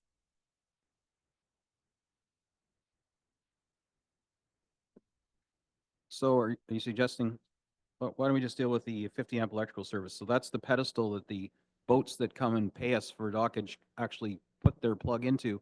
It's a different animal than the big upgrade back at the main office that's a whole other animal. This is the pedestal. So if we don't have it, those boats, if they chose to come to our harbor, would be running their generators, because those boats have generators all night, all day if it's hot. And I'm assuming that there's cost recovery for larger vessels based on their length and their electrical needs, because I believe, Councillor Meredith, that was one of your suggestions, that we charge more for electrical slips than non-electrical, because defying logic, we used to be charging the same price for both. For for the, I'm going to call it measly 15,000, because I think we're going to, that feels like a number we're going to recover quickly from the rentals of these large vessels. I'm just wondering if that's really worth pulling. So that just my question, my call out is how long until we achieve cost recovery on that? Has anybody got an estimate? 1 year, 5 years? I mean, of course, it depends if anyone comes, but we must know how many boats have been expressing interest. Through to Mayor Gordon, that would be, sorry. I'd probably have to ask the harbor master for an idea for that one. He has an idea of the number of boats that are coming in that require the 50 amps. But yes, eventually we will recover the cost based on the number of boats that are coming in and paying the fees to us. To me, it just feels a bit short-sighted not to put these couple pedestals in. So that was my next question was how much revenue have we lost in last year? Okay. I'm fine to leave it in if Fencing, on the other hand, security, I definitely agree. That's a pilot we started like late last year because of the break-ins that were happening on the boats and the vagrants that were going on our customers' boats and sometimes stealing things. Other times they're just milling around the property, causing people discomfort, kind of like at the library. So we hired a security guard out of, I don't know, some money we had from a reserve just to try and deal with that so we didn't shed any more valued customers. And of course, I totally encourage us renewing that this year. I sure wish we didn't have to, but we do. Personally, I agree that we could leave that 218. No one's made a really strong enough case in my mind for the fencing. We could leave that out for now because we're going to have a real human being walking around deterring. I would say if we didn't have a security guard, then we better have fences and lots of cameras, which are just going to show us the crime after the fact, right? Because no one's live monitoring this stuff. Having the real live human being stationed in the harbor's master's office on foot patrol, that to me is money well spent. And that is probably one of the only things that would distinguish our little marina from all of our huge competitors, because they do have security, but it's roving over a large property. We have a small property and one security guard. And that, if anything, might have people staying at our marina because there's almost a night watchman or night watch person hovering over their boats. We only have a couple of fingers that the guy patrols, and he walks around our property too. So, or gal. So I'm definitely in support of the security guard. However, a suggestion was made in my brainstorming sessions on how do we reduce the tax rate this year was to move that to capital reserve funded for a year and call it a pilot. And if we decide that this is going to be something more than a full year pilot, then we can expect to see it merge itself back into the OPEX spend in following years. But it's just one way for this year to launch the security program officially and move it over to the capital side of house. Still tax money, but does come off of the operational side. Floating that idea for council's consideration. Pun intended with the floating part. Go ahead. I would comment. I'm commenting on the fencing and the security. Is that correct? Is that where we're at right now? So yeah, the fencing's out for me. I think that's going to be an eyesore, more labor intensive, and blah blah blah. Security guard.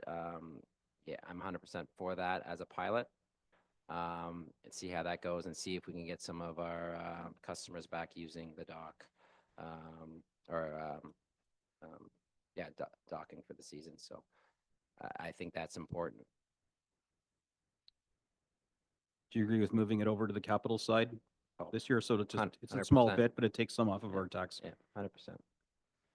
Put it all over there if you want. I should actually ask Madam CFO, just to make sure I'm not mixing up my concepts here. Were you okay with this? It's not an affront to some financial accounting requirement, is it? No, certainly not a requirement. More of a sort of a best practice, I'd say. So if it's a one-time type program that we're not quite certain that will continue into 2026, then I would support moving it over to the reserve funding. I would call it tax-supported reserves, not capital reserves. Yes, so I'm going to be on the record saying it's a pilot because we're not sure if we're going to keep using it. But then when the mic's off, I'm going to say, of course, we're going to keep using it. So it's going to migrate itself back to operational. So again, you won't get any browbeating from me next year when I see it on the budget on the other column again. because I just don't see the need going away. To me, it's a value add, and I tell you, I've been a Georgian Bay boater for like 30 years. Any of the marinas I went to had roving security, and I was lucky to see them a couple times a season, unless I had a raccoon in my boat or something. Um, the fact that we would have a real security guard in such a small marina area, and looking after our harbor master building and the washrooms and other places where shenanigans can happen, I just think this is money well spent. And so as long as council's aware that if we continue the program in 2026, that will be a $30,000 tax hit in 2026. We're just monkeying around to try and get the percentage points a little better this year. Legally, so, yeah. Mr. Ferguson, I was averting my gaze. That's okay, Your Worship. So as Councilor McDonald indicated, we are doing a waterfront master plan. So the idea of the security fencing, council pushing that off or not doing it, out of that waterfront master plan may come some sort of design aspect of how the marina should look like in the security. We do have a carry forward from last year for cameras. Not all the cameras are installed. The new cameras that are up right now, the new ones are 360, so they're a lot better quality than the ones that were previously there. So there will be additional cameras installed this year. And as well as for the security guard, the coverage last year was between about 11 p.m. and 6 p.m. That usually when a lot of the break-ins or vandalism or anything like that was happening. So that's the time the security guards would be there. Those outside of that time, that's when staff would be present down there as well. So I just wanted to clarify that for council. Thank you. You said 11 p.m. to 6 p.m. I know what you meant was 6 a.m., but just saying. Yep, very good. Councillor Ball. Thank you. I agree with the security fencing.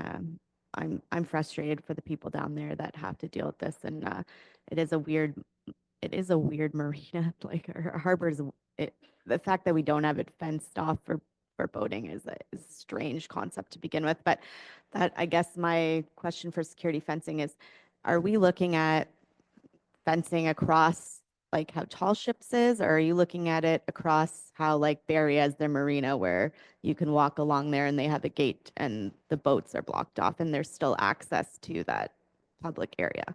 That's just not very clear in this breakdown, so I just wanted to clarify.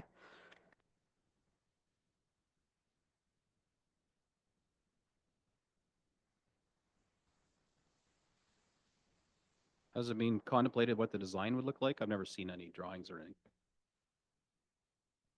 Through Mayor Gordon to Councillor Ball, I did send some photos to Jacqueline. I'm not sure if she's got them ready or not. So if you think about the fencing that would be along the Tiffin condo marina area, but higher than that, and running lengthwise along the piers so that there'd be gates at certain spots where people could access and go down where we have the steps.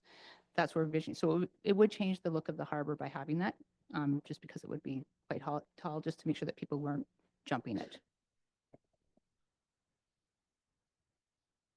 I do agree that this should be pushed off until that plan comes, but I don't think I think we do have to have fencing there. I think it's weird that we don't.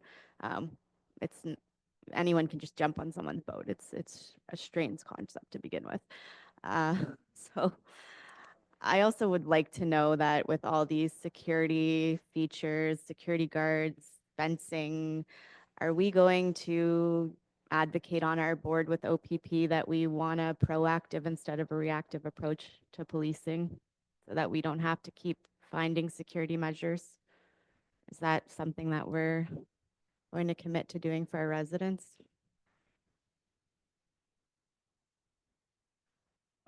We're always clamoring for proactive policing, and they do spend time in Midland proactively, but nowhere near as much as we would hope or really expect. We'll continue to advocate for that at the detachment level board. That's my pledge. However, realistically, I'm not going to give you false hopes here. We're just not going to see it. So that's our property. It's private property. The provincial police, or even honestly, if it was Midland police, are not responsible for policing private property. That's the private owner's job. They would come to investigate crime, and if they saw a crime being committed all on some wide open property like the town's property, of course they would respond. But proactively patrolling what's ostensibly private property is out of the scope of police services, and definitely you wouldn't get the OPP to commit to that. So I don't want to give you false hope. But being in town is definitely going to help, but being actively patrolling our docks, not going to happen probably. All right, thank you for the clarification. And we were looking for at least a couple $100,000 out of operational reserves, funded things. We were just talking about the splash pad. Well, there's 218 of it right there. Boom. Oh, that's not good enough. All right, well, it's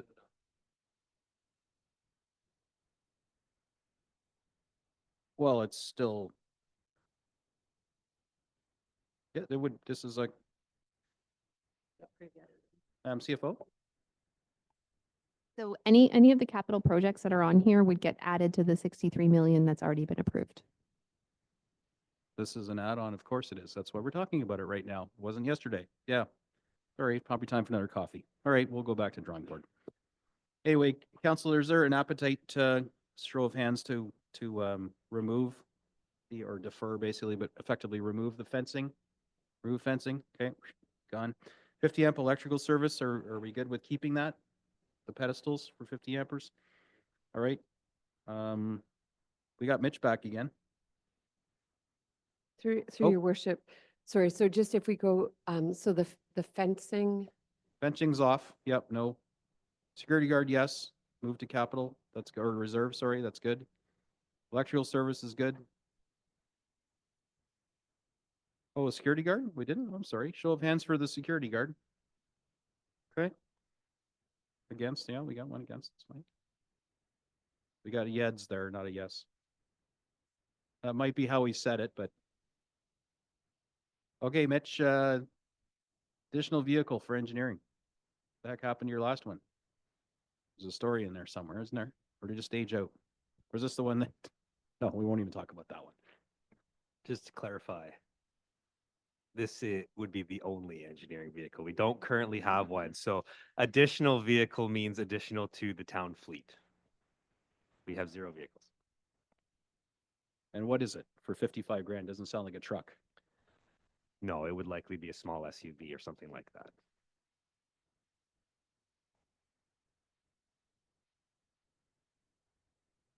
And what's its operational life? How do we capitalize that? A typical, is it standard for all rolling stock? Yeah, okay, all right. So nothing out of the ordinary here. And if they don't have, I didn't look at the sheet. Here it is. This is one I actually don't recall reading. You'll continue to use personal vehicles. That's never good. Yeah, okay. So are we good with any questions on this, or are we good with keeping it? I really don't like seeing staff using personal vehicles for town work. Impacts their insurance too. Are we good keeping it? So hands to keep the new vehicle for the only vehicle? Okay. Yep. Staying in there.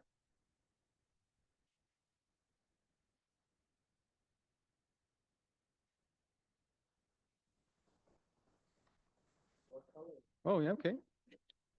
Yeah, go ahead, Councillor Ball.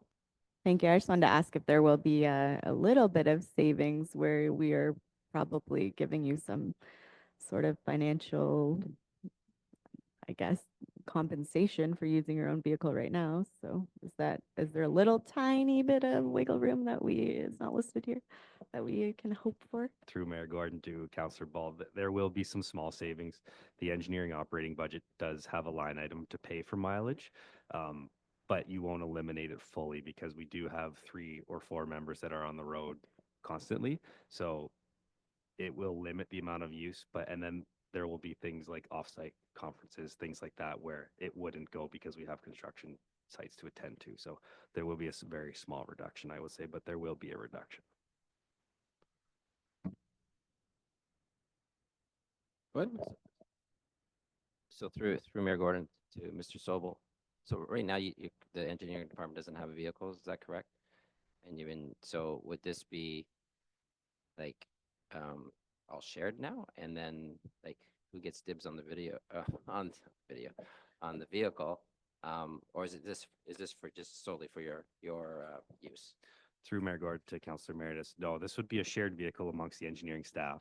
We would schedule and manage our days accordingly to get the optimum use of the vehicle. And when staff are on certain sites that need it more, they'll have it more. No, to be honest with you, I will probably never drive it. And are we looking into hybrid options, or probably not green, but with that price tag, but it could be, I don't know. Sure, we can Yeah, research all options. yeah. We want this to be an efficient vehicle for our use, Yeah. so needs wise as well as, green as well. Yeah. So we'll look into it for sure. Yeah, okay, thank you. Okay, so our council, are we good with that? Oh, Madam CFO?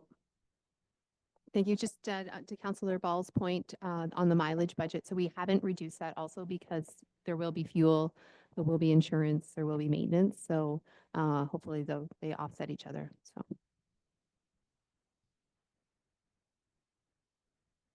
All right, so again, we're good with the vehicle? Good, yep, all right. Necessary evil. All right, digital transformation program.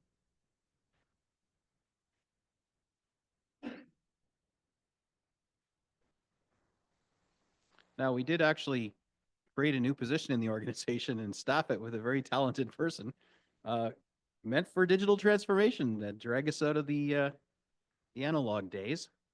So I assume this is your first significant ask since joining us. I mean, you got a lot of other things on the go, but this is your baby. So, Council, do you have questions about this, or did you want to, Dana? Did you want to just talk at a high level on why?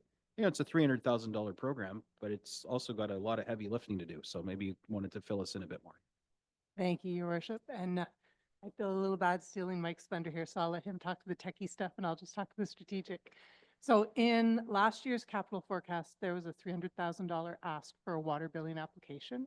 That is a digital service, moving from paper billing to online billing for our water billing customers. What we've done in this, in partnership with Andre and SLT, is transform that ask to be not just water billing, but to look at utility billing, and water being our first launch, with the same amount of funds. So creating a digital program that is focused on moving to online service delivery and all the enhancements that you get from digital services. So just as a comparison, a paper bill is something you receive, everybody gets the same one, but with online billing, you can get things like real-time meter reading. You could get things like analytics that tell you might have a leak because you've left a garden hose on, which I'm guilty of lots. So it gives additional functionality. That's why the water billing was on. Focusing on the digital transformation just pulls it up. Instead of looking at one solution for one service, we're looking across the organization to say who else is doing billing. And it allows us to go out and procure and implement something that might be used more broadly across the organization. So that's why I'm excited about it, to Mayor Gordon's thing, but I'll let Mike talk to the very exciting technical stuff. To you, Mr. Mayor. Yeah, I stuck the words out of my mouth, literally. Yeah, the idea behind the digital program is to really drive those outcomes. We have a few projects on the books that are awaiting a resource, and since council has approved that resource, those will get underway as well. So they're included in this project, or this program rather. And going forward, a portion of that FTE will be answering to a steering committee, which will, outline what's to come next after this, after the water billing. That answered your question. Thank you. And I just think when I'm sitting in my office and I hear the number of people that come to the counter and asking for a copy of their water bill or their tax bill, or, why can't I get this online? And then they come to my office after and we have that conversation. I'm like, stay tuned. We have a very old manual system. We've upgraded, or still in the process of upgrading to the smart meters, and the distance reading on them, aggregating that data, and just be able to log into a portal and see what your water usage is, or get an alert if it's more than a percentage over your last bill. So you have that leak, or toilets running. Or if you're a landlord and you have several buildings, they come in and they got to get different water bill reprints for all these different properties because somebody didn't pay or whatever. I hear this at the counter every single day that I'm in. So I think the objective here is to probably reduce the counter calls, make this more self-serving, because I can't think of a single person that leaves with this reprint in their hands. Sometimes they have to pay for it. That's like, I can't believe I can't do this online. So, and I've told them that it's coming. We're working on it. We got the people. We just need the platform now. So, needless to say, I'm a supporter of this. It's part of the KPIs that we gave to our CAO, that these are mission critical things for the town of Midland to adopt. A position was created. You were found and brought in to make this happen. Therefore, the last thing I would do is get in the way of letting you deliver to us what we asked to be delivered. So anyway, that's there's a lot of complexity in this one. And if you're not familiar with how these systems work, this can be another eyes glazing over thing. But suffice to say, this is delivering on, or will deliver on, one of the core objectives that we assigned to the CAO, to put the people in place and the systems in place to deliver for us this term. It's unfortunate that it's not 20 grand, but these kind of projects aren't. Councillor Ball. Thank you. And I guess, like Mr. Meredith said earlier, this isn't his wheelhouse nor mine. So I guess I just want to, we were talking about getting a new website, updating our PDFs, making more things digital. I kind of assumed, I guess, that this sort of billing structure would be under that. So I know what they say about assuming, but I'd like some clarification, I guess, on why everything is so expensive, I guess. It's just an astronomical cost in a lot of different areas we've discussed that I feel like are doing the same thing. So please clarify. Through the chair to Councillor Ball. It's pricey. These systems are very complex systems. They need to tie into our existing water systems. It's not as simple as just a website. This is really a back-end system that needs to drive that. So the idea behind this is, the website's a portion of that, right? You go to the website, I want to click somewhere to pay my water bill. It's going to take you to this system, hopefully seamlessly, hopefully that one-stop shop where you can self-serve. But it is a rather complex, it's a very complex system.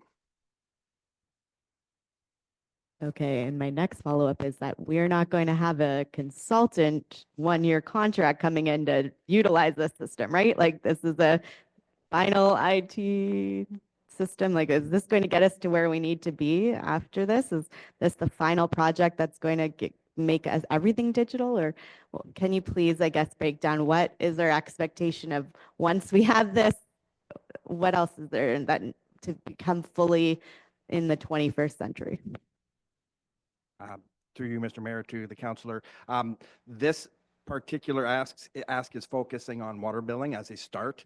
The goal would be that whatever system we go with, we can add on in the future. So that could mean tax billing, it could mean other billings, online permitting, that sort of thing. But this right here is a rate supported ask specifically for the water billing. It's a place to start, and that's a big service gap, an online service gap that we see right now. So I hope that answers your question. Does. I just don't love it, but it's not your fault. That's the cost of, I guess, doing business, as Mr. Gordon says. We got to get there.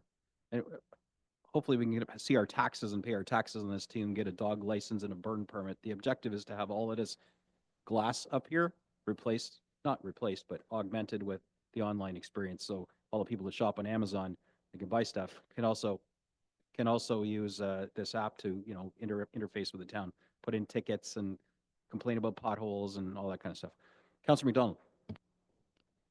Thank you.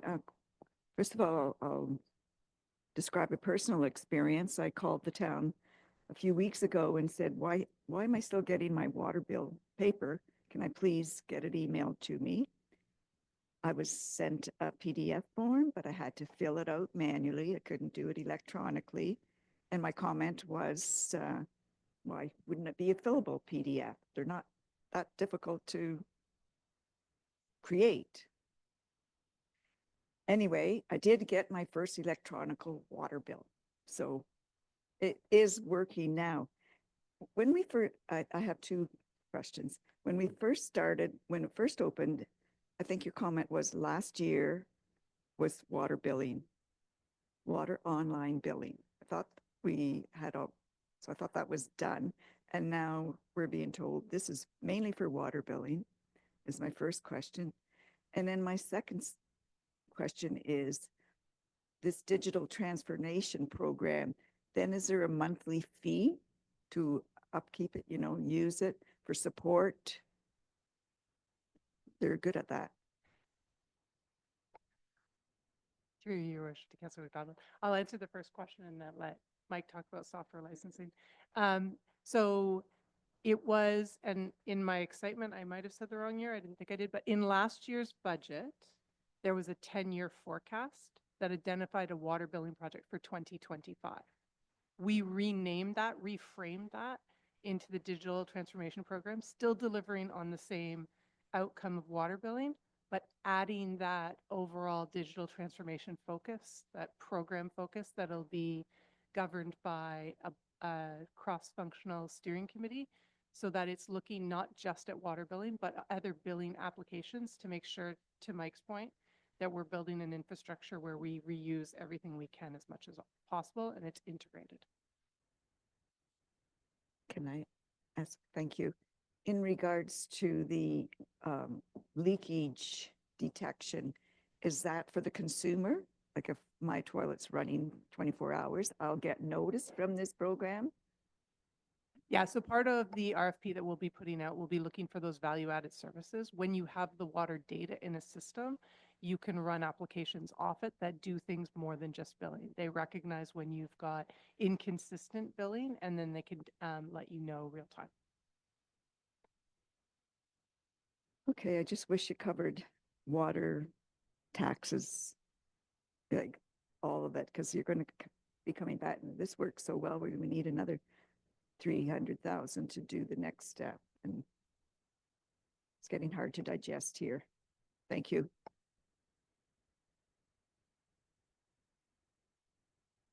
Through you, Mr. Mayor, to Councillor McDonald, to answer the other question on monthly charges and things like that, all software will come with licensing. That's just the nature of the game. We're not building the whole system ourselves. We have to go out to market and find the proper system.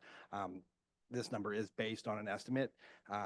And like we said, the goal is down the line, we would add more modules to this application. So there will be a cost when we bring on taxation, for example, right? Because there could be licenses for that. How that factors into the rate should be rather minor. I'm not a finance person to answer those questions, but yeah, all software is going to come with a license.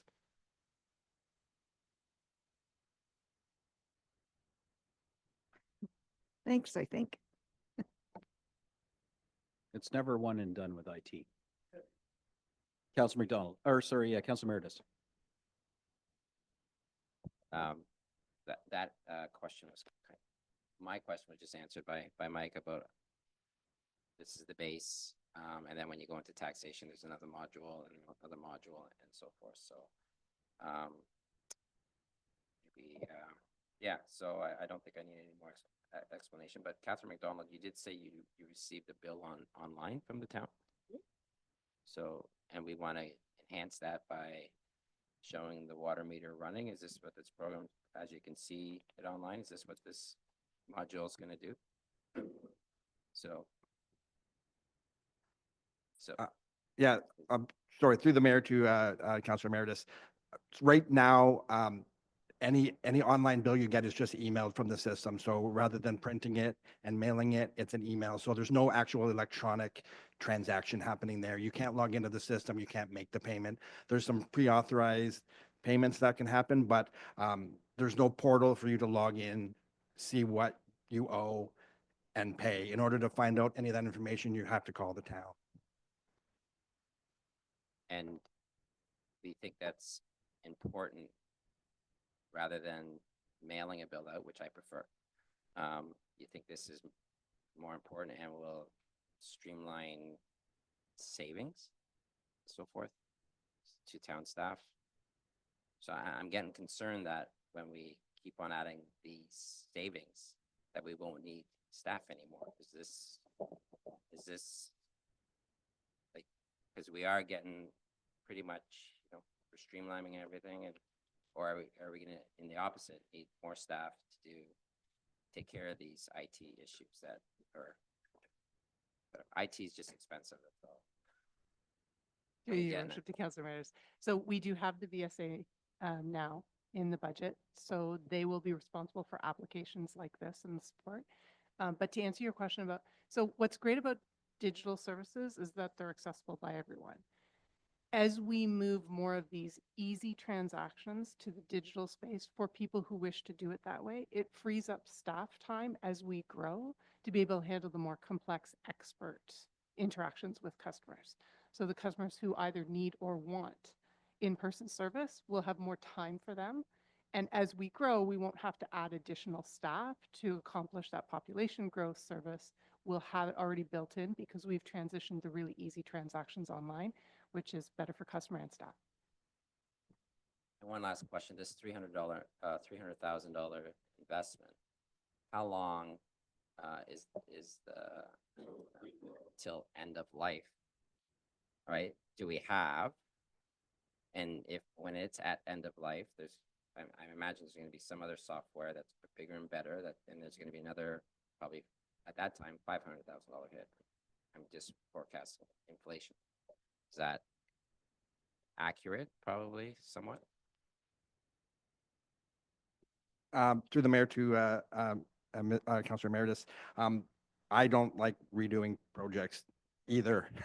And I don't like the term end of life. Our hope would be that, you know, this would be 20 years at least. We look for platforms that, you know, that we can build upon.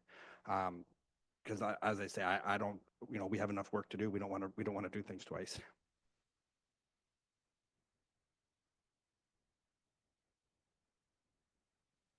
All right, so it is a pretty big ticket item, but it also has a pretty big deliverable associated with it. Counselor, are we content to leave that in? Hands for leaving it in? Okay. All right.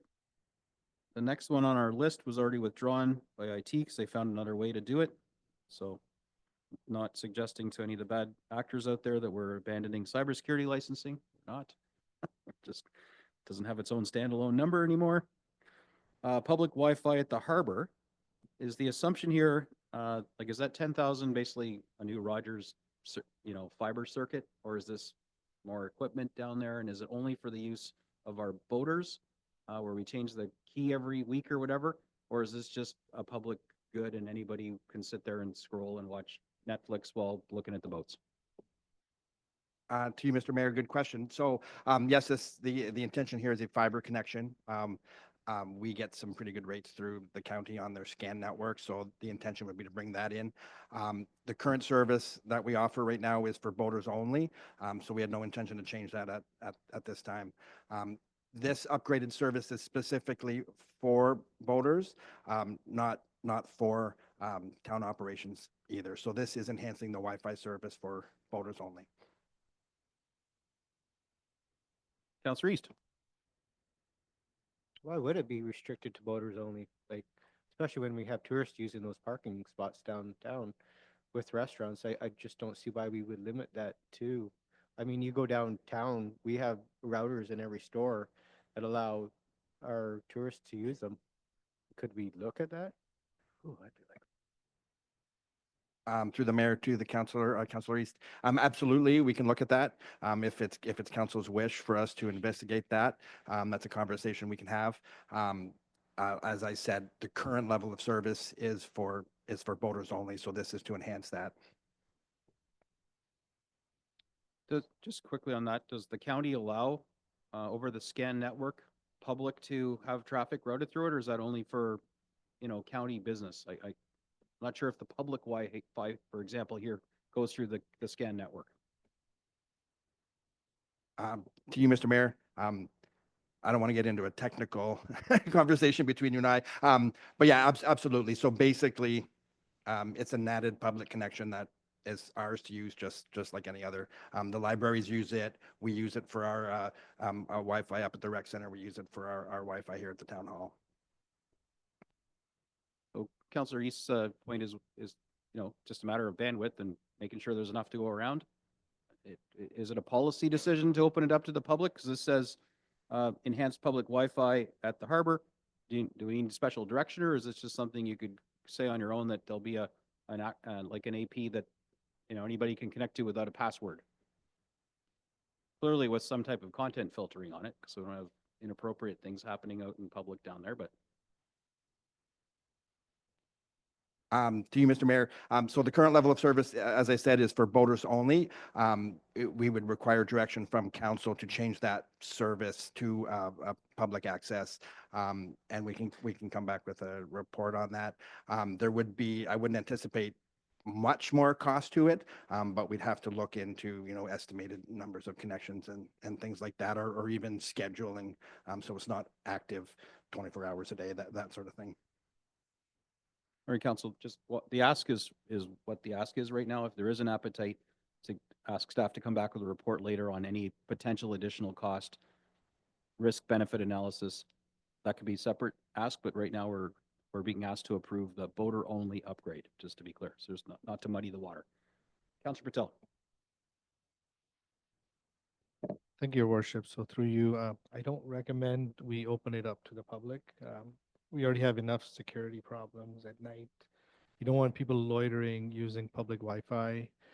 That's specifically for the boaters. And then we're going to have bandwidth problems if we have a mass amount of public using it. Most people have their own data on their own cell phones that they can use for Wi-Fi access. All we're inviting is people who are going to abuse the system and come use the public service. Thank you. Councillor McDonald. Was there a specific request for this, or are we just trying to attract more boaters? Is there a need? Like, as Councillor Patel said, a lot of people have their own data. It's $10,000 that if we don't have to spend right now, I just assume not. Through the mayor to Councillor McDonald. This request came through the harbor master from seasonal and transient boaters, I believe. The current public, or the current boater Wi-Fi, I'll call it, not public Wi-Fi, the service is turned way down. So they can't watch Netflix, they can't do things like that. And right now we offer it as a courtesy service. There is no real budget line item for public Wi-Fi, but since we have internet down there, we've allocated a small portion to the boaters. Councillor Ball. Thank you. Yeah, I have no appetite to support this. I understand that people want to watch Netflix, but I would think that they could hotspot or download before you leave, or especially an annual ask. So I'm a no for this one. Councillor Meredith. I won't ask any questions. I'll just say no to this one too. Thank you. I'm sensing an appetite to not do this enhancement. So if you want the enhancement, put your hand up. Very good. Data it is, or whatever throttled nasty internet's down there now stays. All right, next. Yep, the ASC, legal risk management, that's money coming in. It's got brackets around it. We really need to talk about that now. Okay, let's bring on the revenues. The stupid tax, as I like to call it. Don't speed. If you do, it's going to cost you. Generator, and by the way, this coming up council meeting, council will be talking about automated speed enforcement. If you haven't seen the agenda yet, check it out. We're just moving along there. Generator, this is the one that we said no to because we wanted funding from our neighbors at some point, or the county or the province, somebody. So it's back on the books. Clearly there's a need for it, but right now it's being asked that we eat it in its entirety. Yep.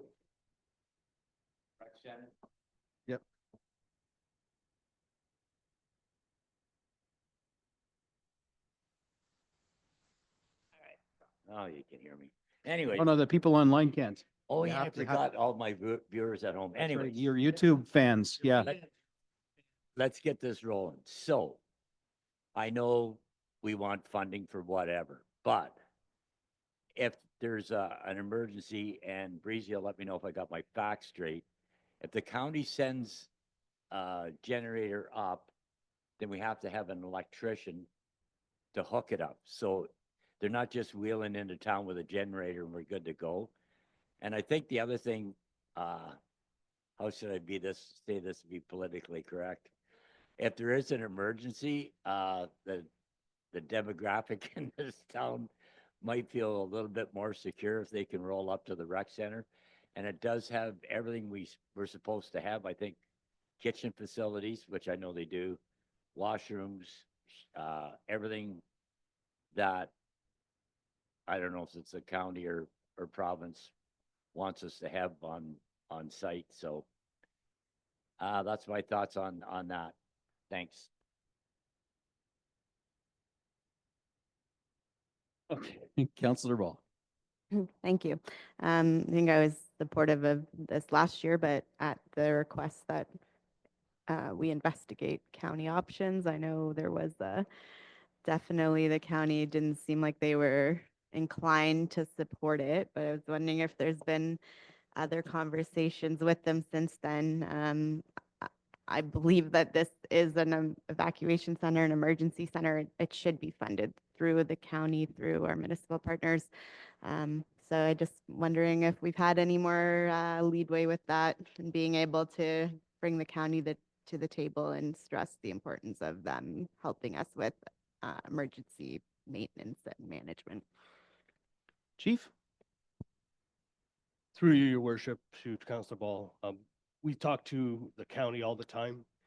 Their position is we have one, we'll send it out if we can get it to you. And if you're the person that calls first, I guess. Like we said before, the challenge we have is for our facility, there's a certain size and there's only one. The other challenge to Councilor Major is in the event of an emergency and they can't get to us, then it's not coming.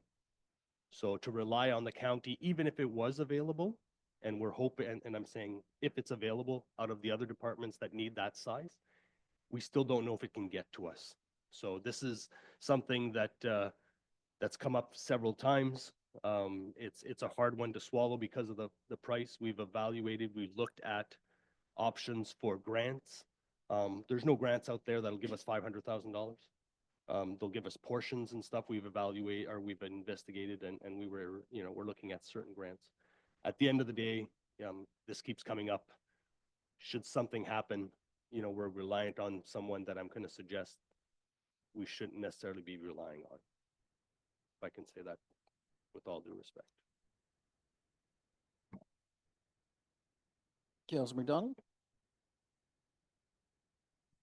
Sorry, Dana? Thank you, Your Worship. Thank you, Councilor Ball. I just wanted to give Mr. Brissett the opportunity to present a third option that came in after budget that he's been working on. So option 1 and 2 are both permanent on-site generators. We did research the thought of a portable generator to store there permanently as a third option, and the pricing that came in for that after this was $400,000. So to store our own portable generator there permanently, we could do that for $400,000.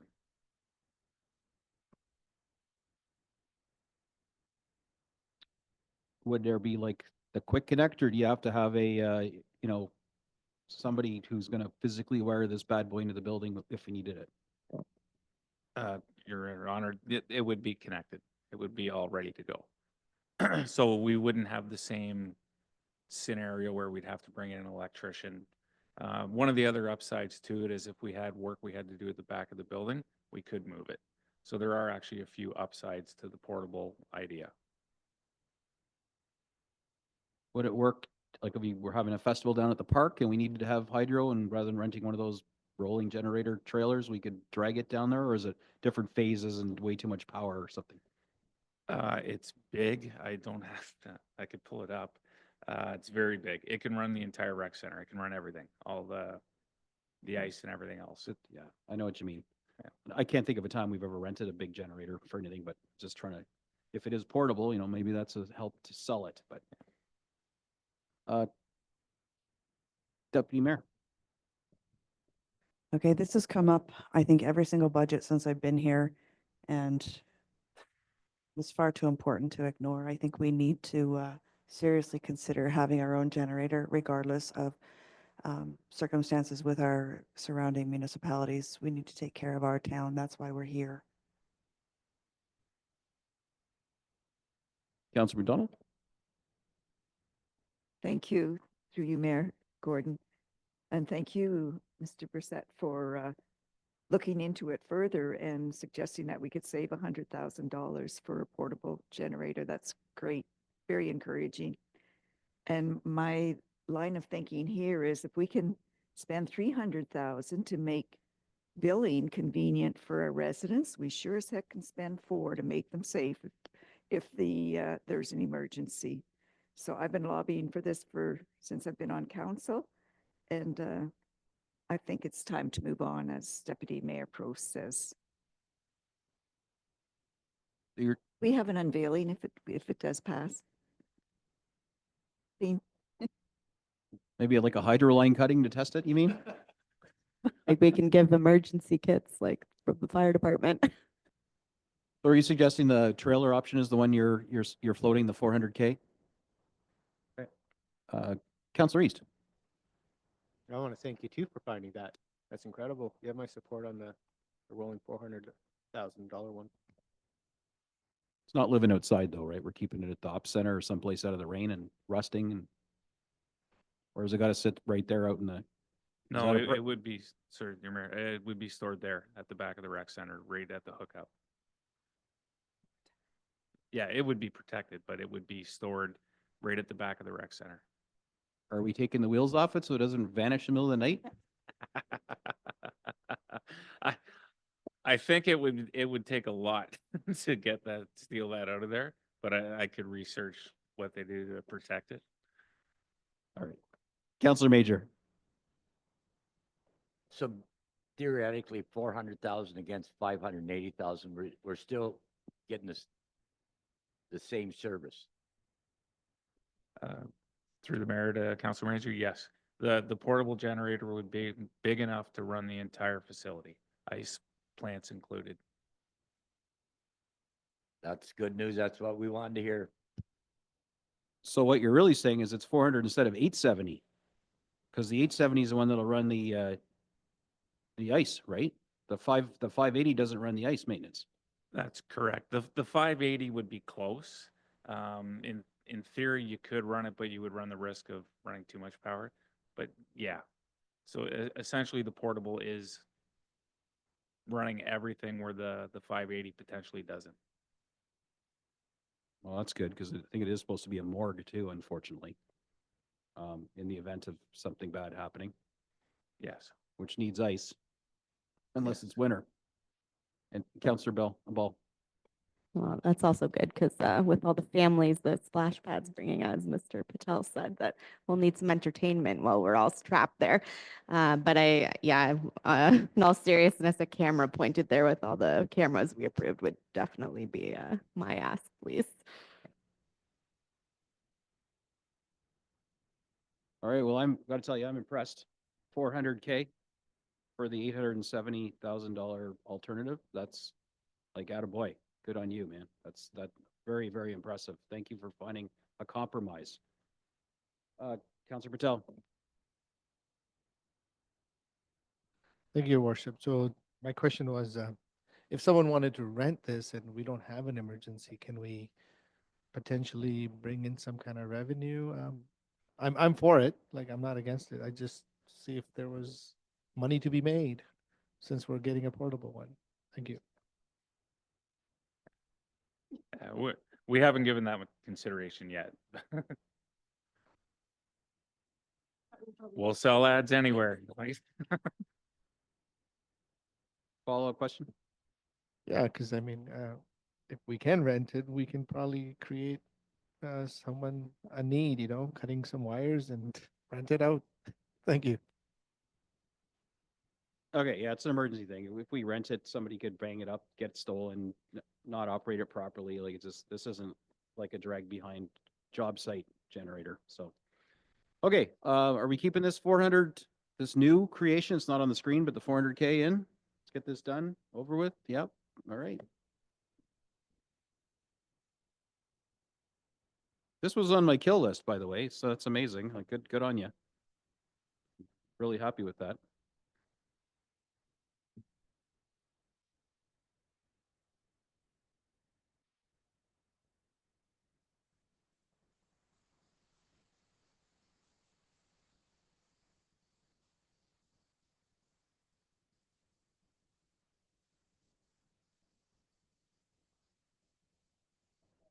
Okay, automatic door locks on the washrooms. I think this actually got pitched to us at some point. I remember hearing about it rather than us having to drive around all the time and turn the key and twice a day. Anybody have any questions about this one? This is just Councillor Ball. I know the answer is probably going to be no, but can't we get some of those Nest doors or something so that the cost is lower, but we can still access it from our phone, like something that you would see in a residential? No? Through Mayor Gordon to Councillor Ball. And Mike, correct me if I'm wrong here, but this will be a little bit more of a robust system that will be capable of tying into our building control systems that we use through all facilities throughout town. So it's a little bit more than that. Right, Mike? But essentially it does the same thing, right? Just with someone's phone instead of our system.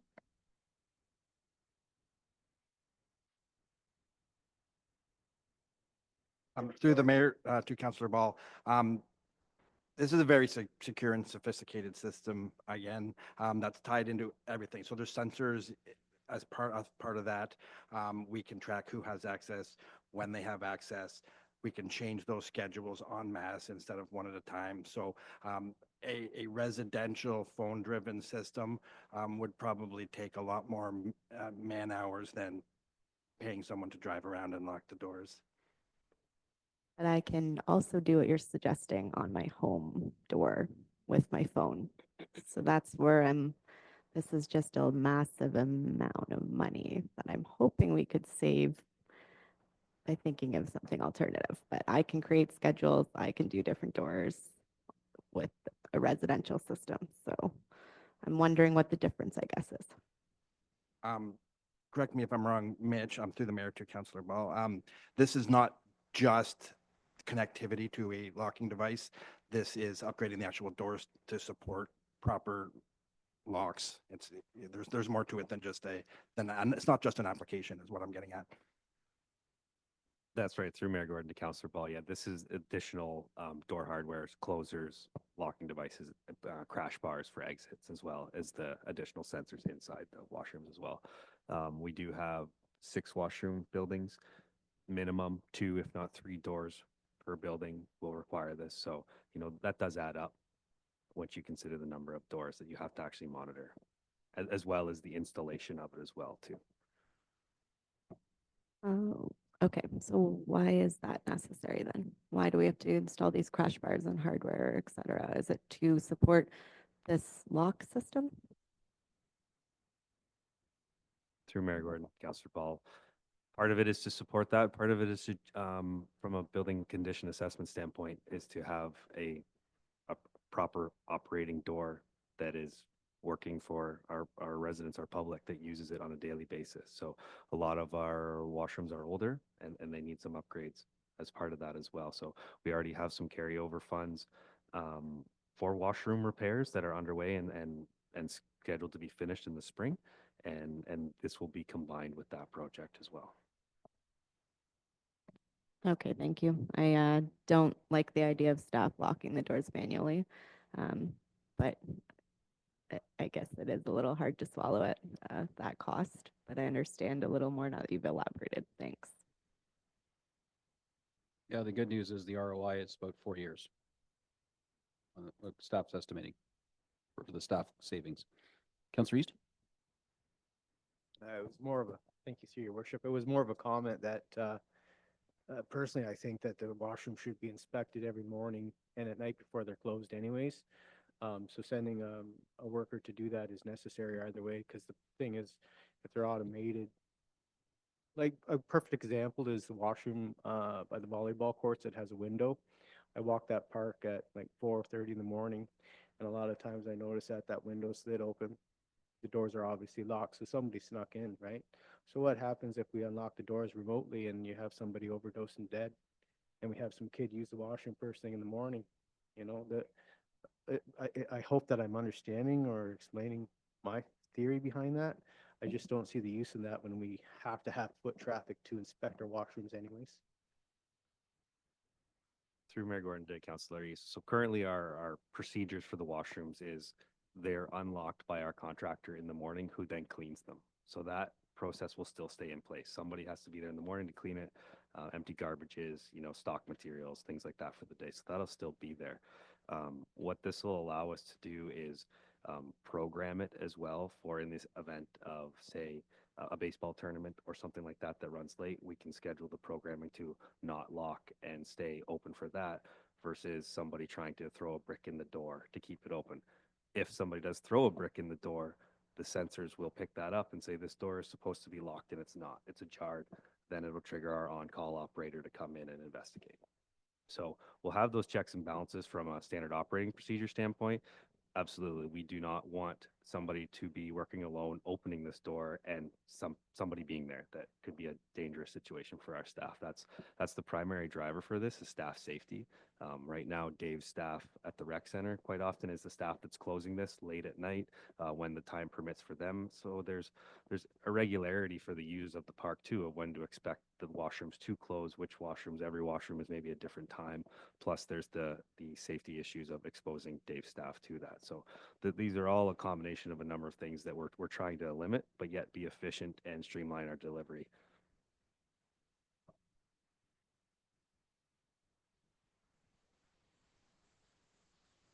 Hands up for keeping it in? Yep. Okay. Sports field finishing mower.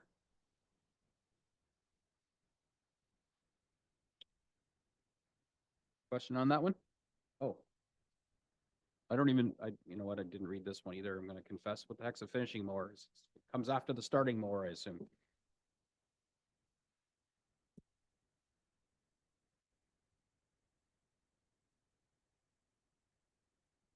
It really doesn't matter.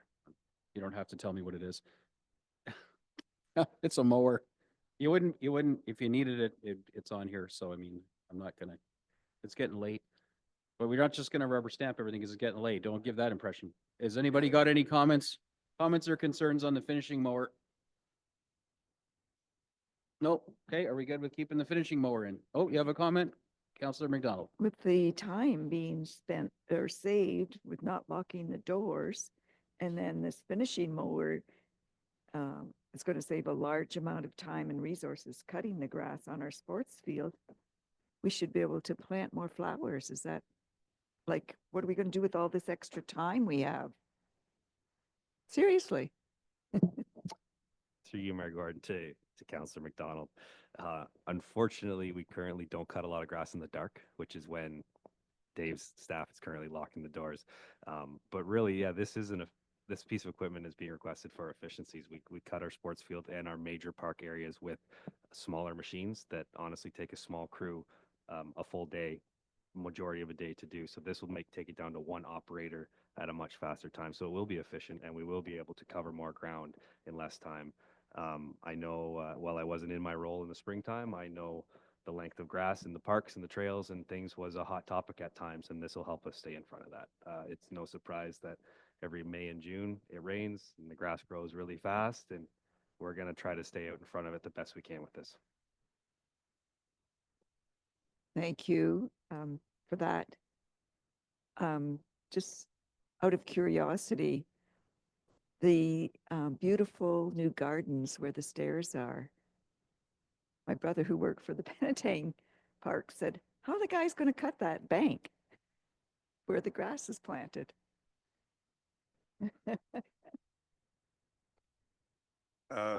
If they build it, we'll have to figure out a way to maintain it. There will be some handwork that's done on there with string trimmers and such, but we will be using push mowers and some other things like that.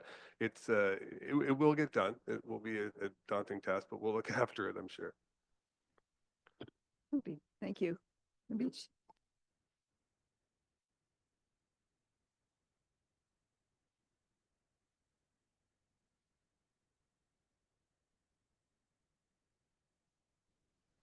I remember, I think I was riding you in the summertime with some of these issues and you're like, oh, the fishing mower. You're like, yeah, this is the one. So yes. Yeah. Okay. Very good. Sorry. I was just relaying concerns from residents. But here it is. Beautiful parks. Because as I lament, we are a bee city and pollinator friendly, but I've never seen a bee pollinating long grass. So get her done. Council, more conversation on this one. Councillor Ball? Thank you. I'm just wondering, it just says sports field maintenance, so this doesn't include anything other than our sports fields or soccer fields, is that? Or are we cutting parks that we have a few complaints about? I'm sure you know what I'm talking about. For sure, through Mayor Gordon to Councillor Ball. Ultimately, this will be a, we call it a wide area finishing more, so any larger space. So it'll be most efficiently utilized in soccer fields, baseball diamonds, things like that. But anything that's a larger area, it'll be a much wider span. It'll be, 12 plus feet wide versus a regular 6 foot wide mower. So anywhere it can fit and we can work efficiently, we'll take it. So any of those concerned residents will know that they're going to have that area near them mowed next year then? This will definitely help because what it will do is it'll free up the time of the smaller pieces of equipment that normally takes, say, 2 or 3 pieces of equipment to mow the soccer fields, for example. Now it's down to 1, so those 2 or 3 are somewhere else working.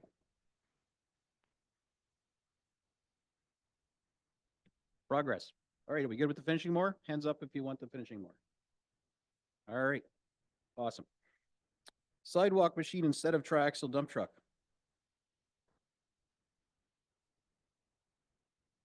We love our sidewalks. Councillor Major. So I know you're dealing one of the dump trucks, which is good because you're not utilizing it or using it but the sidewalk, is it gonna have which I got my fingers crossed it's gonna have a sander on the back, but a blower on the front? Or the plow? That's what we're talking about, right? Sidewalk machine? Yes, thank you. Through your worship. It will be similar to our current sidewalk machines. We typically order with a plow and a blower, and they all come with the spreader on the back. That's what we want to hear. That's awesome. Thanks. Is it the kind of blower that actually drops right down to the surface? That picture in the newspaper was just, anyway. There's a perfectly rational reason for it, and it's not because the operator didn't know what he was doing, but anybody that actually wants to talk about how sidewalk machines blow and some of the restrictions, limitations, just open up a request to the town, service at midland.ca. One of our kind staff will get back to you and have a one-on-one with you. It doesn't work like your snow blower in your driveway, as I've learned, which I can get mine to scrape right down and rip up my asphalt. These sidewalk machines just can't take a beating like that, hitting uneven chunks of broken sidewalk, which we have some in town. Because the poor operator will get, face planted right through the glass and then ejected out the chute. Like, anyway, it's just, the thing's a horror show. So it just doesn't work the way that the rest of us schmoes in town just think it would work, which is why you need to come out to our Public Works Palooza and talk to an operator and ask your questions in the summertime when you're not mad at the snow. Councillor Ball. Thank you. I just want to applaud staff for looking at the projects that we have on the go and saying, like, this is an alternative that would make more sense. We all have heard the complaints about sidewalks this year. We all know how hard it is to maintain them. I appreciate that this is on here, and I'm sure a lot of our residents who have been dealing with the sidewalks this year do as well. My only question is, do we have an operator for this, or are we looking at another request? And I just want to know that this all-in amount is what we're going to see, and we're not going to need another staff for this. Through Mayor Gordon to Councillor Ball, through our current operations team complement, we will work to keep this piece of equipment operating for now. My definition of for now is going to be longer than yours, I hope, so. Well, the good news when we get to it, if we ever get to it, one of my requests is going to free up operator time so they can be attending to the sidewalks and not another area of town. But we'll get to that when we get to it. But that's the objective, to get those resources out where they're going to do the most good. Okay, are we good with this conversion? Hands up. Hands up, baby, hands up. Yeah, that's the one, yeah. Okay, we are. And that is the end of that page. So, do we need, is this one of these things where we have to have a special motion to keep on trucking later? No? No, all right. Anyone want to order a pizza? All right. Okay. So I So have a through- motion here that needs to be changed. Through your worship, we have They're a, working on that right now. we are, So do you want to take another 5 minutes? would be great. Thank you. All right. It's 5:50. We'll be back at 5:55, which really means 6. So.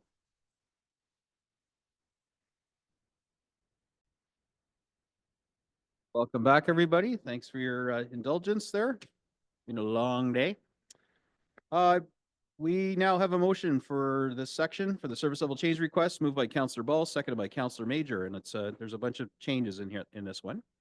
That all other service level change requests with a net tax levy reduction of $21,222, reserve funding of $2,270,781, and other revenue totaling $122,800 be approved as amended.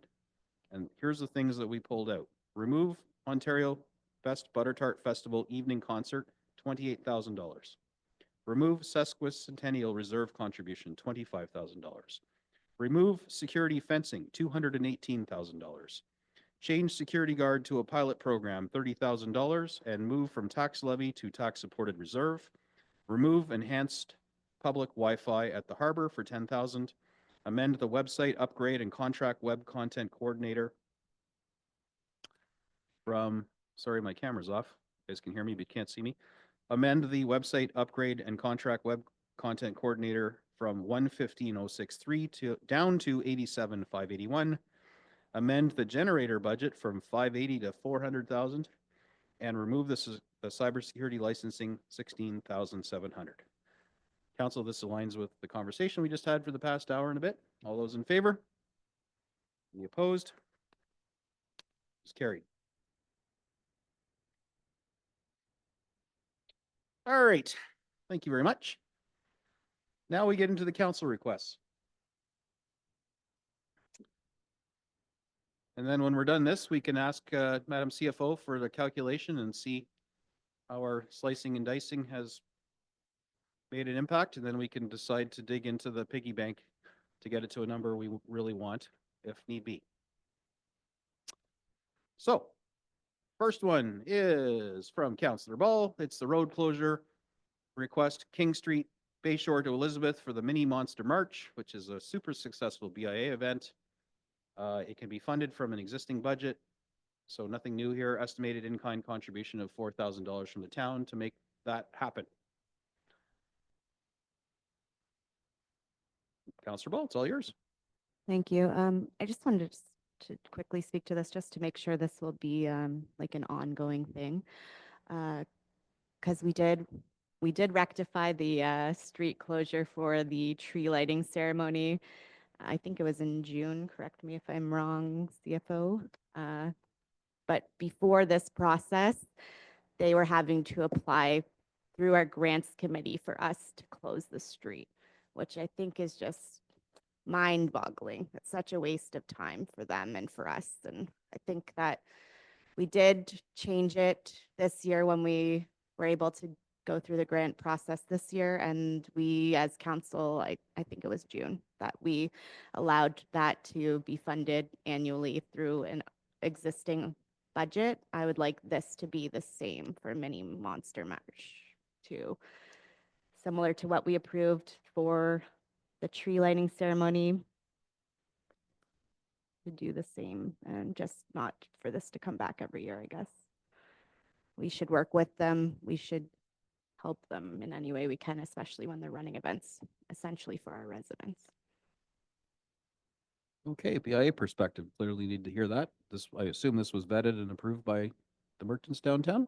Councilor Meredith, have you got stuff from the BIA? Sorry, to this was a direct ask from BIA to me. Yes, okay, good. Councilor Meredith. Okay.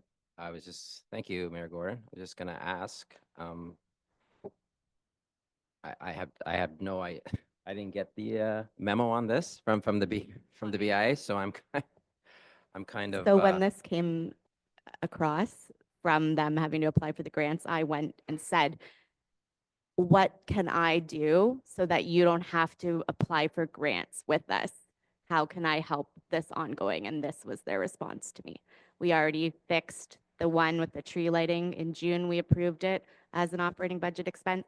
So that's probably why it didn't come across, because I just went directly to them and said, I think this is silly that you have to waste your time writing a grant application to close a street down for an event for us, basically. So they said, this is what you can do to help. So we've already rectified the other ones. I just want to rectify this one. Housekeeping, as we call it. And this is a great suggestion. I don't think it was vetted to the membership. I think it's, I do, we do debate at BIA meetings about closures, road closures and so forth. And I always say, vet the membership, right? Because not only in previous discussions with Butter Tart, you know, most of the revenues come when the close stay open. In some instances, I'm not asking for everybody. I know on Mini Monster March, it's I think it's from 11 till 2 or 3. It's in the kind of prime time shopping time for businesses. And flipping back, well, it's Halloween, so maybe you push it towards the end of the day from 5 to 7, but it gets dark. Right, it's not as safe as the day. So I don't mind this. I would just like to get you know, make sure that the whole board is aware of this, the membership is aware of this, and then we can kind of go from there. Would that be fair? Yeah, absolutely. I think that I assume that was the case, being a suggestion from them, but absolutely. I just want to say that having attended this event with my kids, I think the only people who are getting into that store and spending money are the people that are bringing their kids in there. Like it's, I think I can't even describe, it's such a large event that the streets are crowded, the stores are crowded, like you can barely get in the store. So I don't imagine they're doing much business aside from the kids that are in there and begging their parents for stuff. But absolutely, I assume this would have been vetted. But if you don't feel like that's the case, no, of course. And you're right. I mean, it's grown and it's the droves, right? So there are some safety issues, right? But the lights are kind of there, and they're very minimal businesses. Maybe some like food retailers, like coffees, drinks, that are benefiting and stuff like that. But the majority are in and out, right? Candy, and it's great for the exposure of downtown, local residents coming in. And again, exposure coming back at a later date and so forth. So I just want to make sure that I think it's great if we want to, if we can do that, or if everybody approves, and then just to get final approval on it. And I'm glad for your support on this. I just didn't know you. I'm glad you acted on a request from a BIA member or the chair, whoever was. Oh, it's Katerina. Okay, thank you, Katerina. Wherever you are. Serbia, yeah. Yeah, that's my only concern. I just want to make sure that we double check with that. But yeah, I approve. Fair enough. We could make this approved in principle, subject to, you know, ratification by the BIA, so that the Councilor Ball has brought this forward, smooth the waters, as it were, to make this happen and just get the final blessing from the BAA board, and then the waters have been smoothed ahead of time. Lovely. Councillor McDonald. I just want to add that it's good because for safety, because I had Councillor Meredith describe to me that his store, his wife's store, ran out of candy, and he was slowed down when he had to run up the street by the lights. And he said there were so many kids around, he had to obey the lights. He didn't cross against the red light. So this way you'll be able to rush up the street and get your wife's candy for her. I also want to know how people are getting in and out of the store without spending money, because I'd like a lesson in that. All right, council, this is more housekeeping. Are we good, content with this request? Perfect, okay. The floating docks at Little Lake Park, I'll let Councillor East speak to this. Thank you, through your worship. Okay, so there's going to be a couple parts to this puzzle, and you have to forgive me, I'm fading really quick. I'm just going to try to keep my words together. I'm going to be removing this ask. There's a couple reasons for it. I feel I made a really poor choice yesterday in regards to Karen's ask. So I'm going to be putting forth a motion to review the decision with Karen's ask for the employee. I made a really poor choice yesterday. And there, I want to compound that with, I feel that it's more responsible for me to pull that off the tax burden anyways. But I feel that if we review Karen's ask, it might actually help our mayor's golf tournament and the grant community, sorry, I'm fading, is really important to me. So I'm going to be pulling that, but I'm also going to be asking for a motion to review the decision after this, okay? So feel free to pull it. Thanks, Councillor East. And I know it's been a long day and you're going to start struggling. So yeah, we spoke briefly about this in case you had any trouble getting through it. The intention was to redirect these funds if funding was an issue, which, you know, it is during budget, towards potentially supporting, you know, a review of that decision made yesterday on the other position and revisiting these docs later at a later date. So fair enough. That one's off the table for now, hoping that that fund could be redirected elsewhere. The next one is mine, cease winter maintenance on the waterfront trail. This one doesn't have we're not going to directly see money saved. It's indirect because the staff that would normally be used to clear that section of the Aberdeen Trail over the winter will now be redirected to be able to get back to roads and maintenance of our sidewalks and places like that. So there's an implied savings. The real savings and the reason why this ask came in wasn't, you know, so we could spend more time on our sidewalks. That's like just a collateral. It's the damage that that trail has been receiving from the winter activities with our heavy equipment and the plowing and the salting, the freeze-thaw cycles is just destroying that concrete. It's actually cracking down the middle. It's starting to sink into Georgian Bay on one side. And at some point, we're going to have to spend, you know, millions of dollars to redo that trail that belongs to us. So anything that hastens its demise, I think, should be discouraged. So basically, just by removing those activities that are causing, you know, early demise of and spalling on this trail, not only improves safety for the people that use it in the summertime, and the cost of having to routinely maintain it and fill those spalling and cracks, but it also allows us to redirect staff to places that, you know, have more global impact around our community. So that's the rationale for this, is really about asset protection and preservation. Even though I know there has been an appetite by at least one of my fellow councillors to increase the trail clearing in the wintertime. This is not meant to be a poke or a stab at that, because now I'm suggesting we reduce what little we do on that. It's really about the asset preservation because it's deteriorating quite quickly, and it's primarily our activities that are doing that to it. So that's the rationale for it. It's laid out here, and that's why I suggest. Councillor McDonald. Of course, I'm opposed to this. I'm curious how old that trail is. Through you, Mayor Gordon, Councillor McDonald. It was built long before my time here. I believe it was built in phases as the Tiffin development was built, and the first phase dates back to, I want to say, around the year 2000, 2001. Right. So I could look at the gold shovel that I've got hanging in my shed that has the plaque on it. I'll look.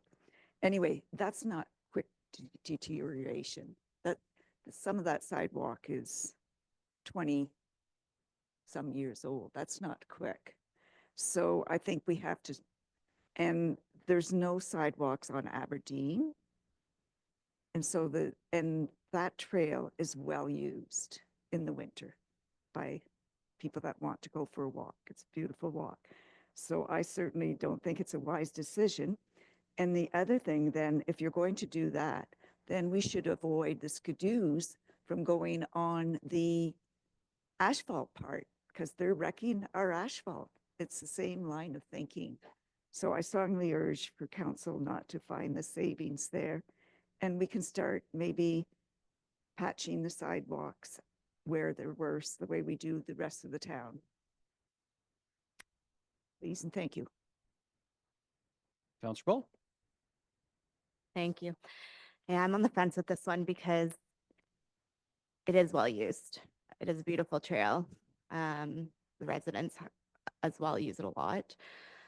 But I also do know that it is in disrepair. And I have had residents walk me down the trail and point out a lot of problems with it. So I can understand wanting to preserve a little more time on such an expensive replacement.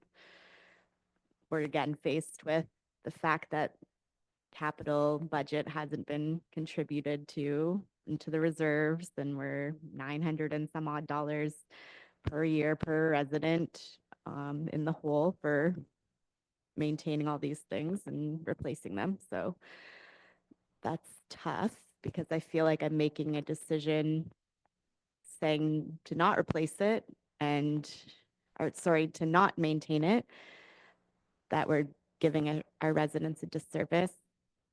But I also don't see how we're going to upgrade it anytime soon. So it's a little bit of a predicament that I'm on the fence about. And if anyone has suggestions on how we go and have it all, have your cake and eat it too, I'd love to know. Thank you, Councillor. Just to be clear, I'm not suggesting we don't maintain the trail because it's cracking and it will continue to crack just without heavy equipment operating on dumping salt on it. I'm just suggesting that we don't hasten its demise by trying to clear it in the winter and then people can snowshoe or walk on packed snow once it's packed down. But that sector trail is not open to snowmobiling or any mechanized equipments other than our own, legally anyway. So Mitch, maybe you could weigh in on this one because we definitely have repairs. We got to keep up on that trail. Sure, yeah, through Mayor Gordon. And I just want to point of clarity kind of back to Councillor McDonald's point. Although the trail is 23, 24 years old, roughly, we've only been doing winter maintenance on it for the last 2 or 3 seasons. So we haven't been plowing it, sanding, salting it for the whole life of it. So the deterioration we've noticed since we've started the winter maintenance has expedited the failing of the asset.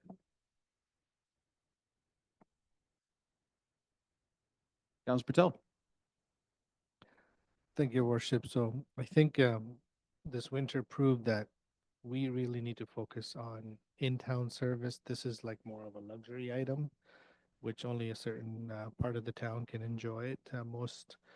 Most of if people do want to use that trail, we can certainly put on bigger snowshoes and actually use this, which I've done in the past, to use that trail, put on some snowshoes and use the snowshoes to enjoy that trail. But it's quite expensive to maintain that trail since I've noticed it because I do biking on that trail and it's starting to fall apart a lot faster since we started doing winter maintenance on it. So I recommend we don't do it anymore and probably forever.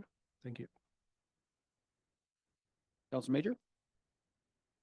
So if I'm right in my thoughts about plowing it and maintaining it, we have to keep it up to a certain standards. And I think the ones in town, close to schools and downtown, those are the sidewalks that we really should be focusing on.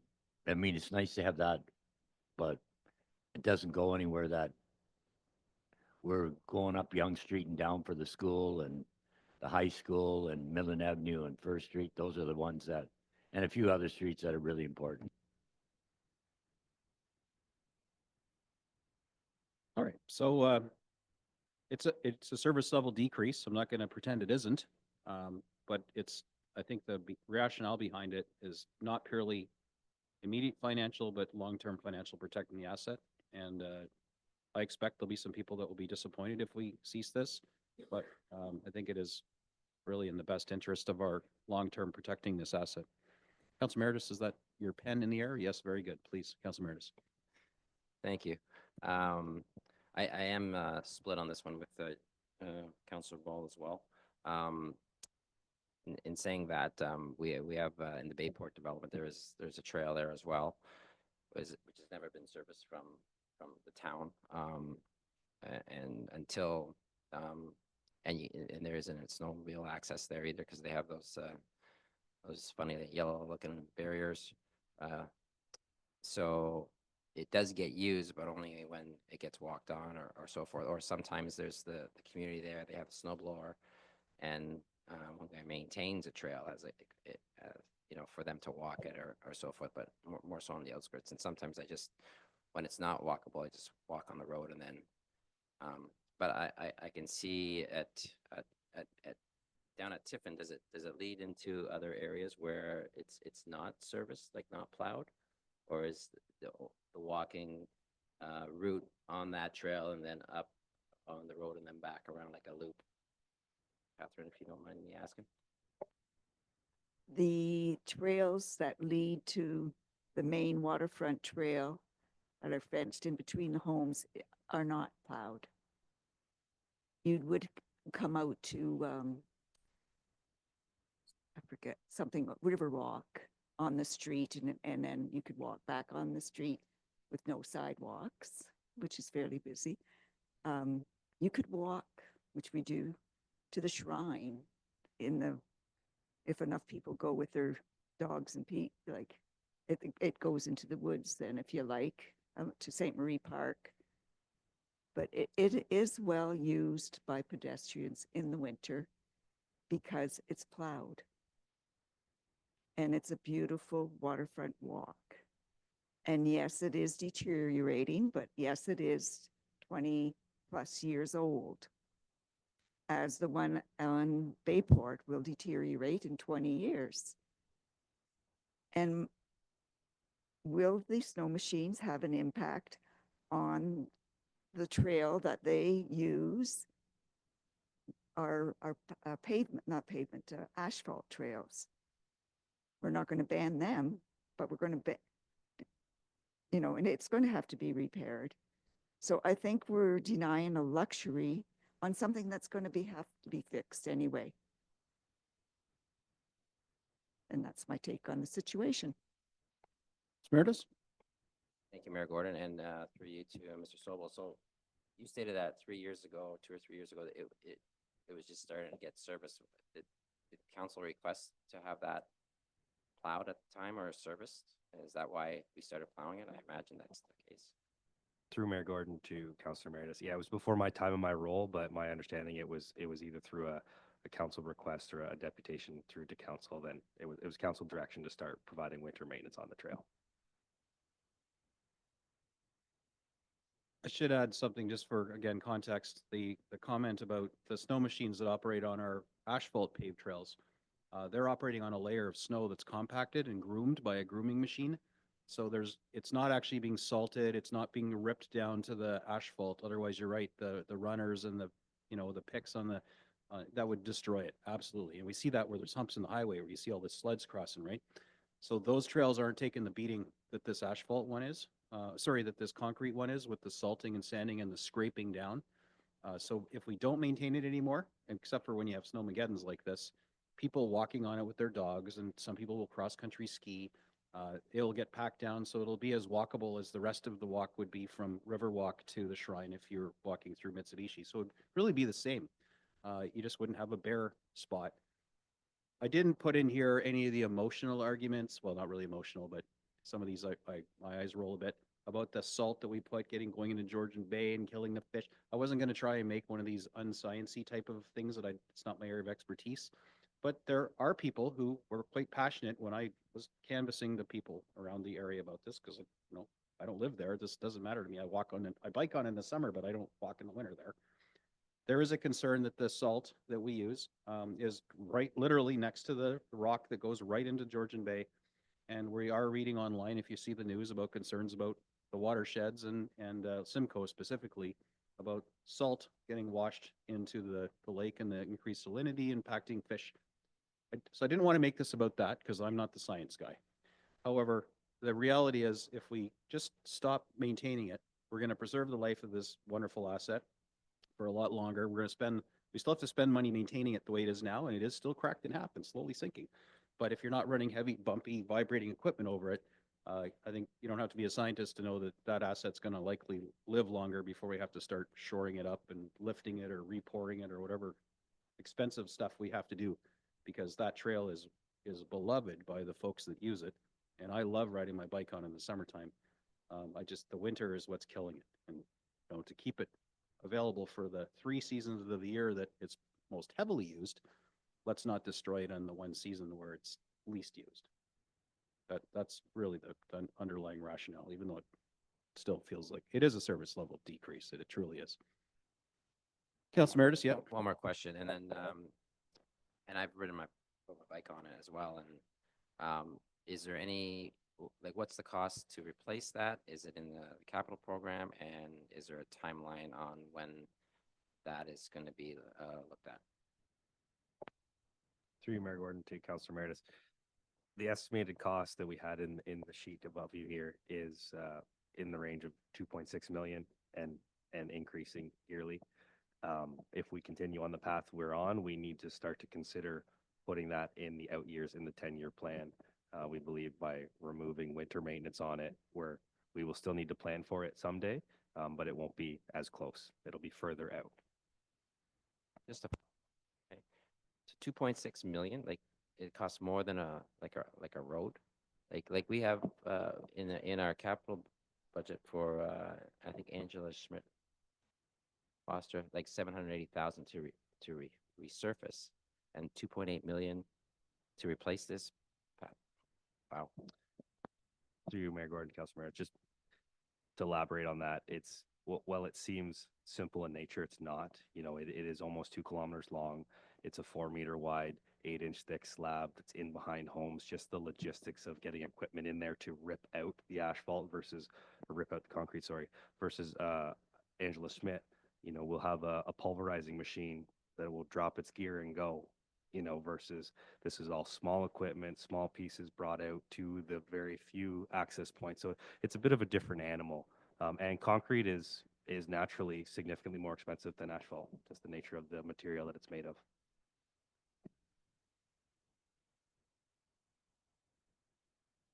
One last follow-up, sorry, and it's probably and is it, when we go to replace this, are we able to do it in stages, or I'm just looking at that 2.8 million now you're saying, but when we actually go and do it, we're hitting 3, right? So through Mayor Gordon to Councilor Meredith. Yeah, due to the large number, we would have to phase it. Also, the disruption over 2 kilometers long, that would be challenging in itself. So, we would do our best to replace small areas at a time, but yet recognizing that there's some efficiencies with economies of scale too. But yes, our goal is to stop the asset from deteriorating before it's a full replacement. Let's do that rehab back to 80-90% health before it's truly failed. Councilor Patel? Thank you, Worship. I think Councilor Meredith, we're looking too far down. When that time comes, it's probably going to be asphalt going in or gravel because it's 2.6 now. It's probably going to be 6, 7 by the time that time comes. Thank you.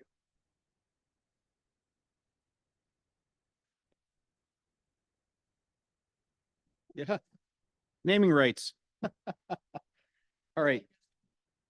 Council, I think we probably talked about why the rationale on this, so it really either you support it or you don't. I think we don't know if there's any new information that we could really do. So hands up if you support the request to discontinue maintenance on this trail system to preserve the asset. All right. You fought valiantly, Councillor McDonald. You surely did. Yes. And we'll keep it repaired and keep enjoying it in the 3 other seasons. And hopefully nobody else gets their bike tire caught in a rut and does a header, because that poor gentleman took a beating. Okay, so folks, here's another one of mine. This one I'm going to just pull. And this was out of my concern for our fiscal, state, that because I hadn't seen any timing on the parking study when I wrote this, I didn't want to lose another year. And I certainly didn't want to, try and reinstitute some, off the side of my desk idea. I just believe in my heart that the parking study, which by the way, is actually getting started now, is going to likely suggest that we resume having some form of permit system for longer term parking, perhaps even overnight parking down there. So I was just suggesting, why don't we just launch that, since I think it's a foregone conclusion that's going to be part of new solution, and just, we get some revenue this year. But now that the parking study, I signed the PO thing for it, so it's actually getting going. I think I've already had a meeting with staff. There's just no reason to preempt that work. It's going to happen this year. So consequently, the estimated 55K in approximate permit revenues this year, unfortunately, I had to put a negative on my change sheet because I'm pulling this off. It doesn't make sense to confuse, muddy the water, or interfere with this parking study that we've committed to, since it is actually happening now. So that's why I wrote this originally, and I'm telling you why I'm pulling it now. Let's let the parking study unfold and deal with the recommendations, whatever they may be, when it presents itself to council later. So it's all basically what this means is there was a potential 55K revenue, which I asked staff to be very conservative. This ain't like the old $1 billion we're going to make from parking. This was a very conservative estimate, but that is going to go back onto the, the taxes now as an expense, because it was deemed to be a revenue when the number was calculated. So I just want to own that one, say I put it on there in good faith, but I'm also pulling it off in good faith, because let's let the system work now that it's going. So next, unless anyone wants to fight me on that one. Okay. Parking. It's like when we talk about solid waste management in the county. Is the next one mine too? What's this one? Oh, non-resident fees. Yeah, okay. So this one too, since I put this request in, because clearly, our offers to neighbors for, I equate it, I call it a measly $4 per household when we all pay 200 plus. That wasn't well received. Clearly, the political way and just us offering solutions isn't working.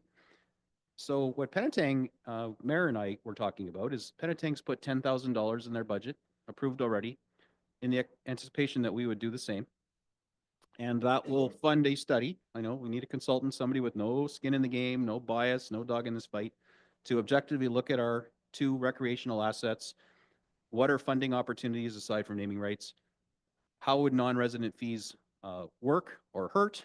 What's the best way to implement them? That would be the scope of the study. So as soon as I heard that was like, man, this is perfect, because we're going to get a report back, much like parking, from an organization that just is looking at things objectively, and they'll come back to both our councils in Midland and Penetanguishene with options and suggestions that we can either adopt or ignore.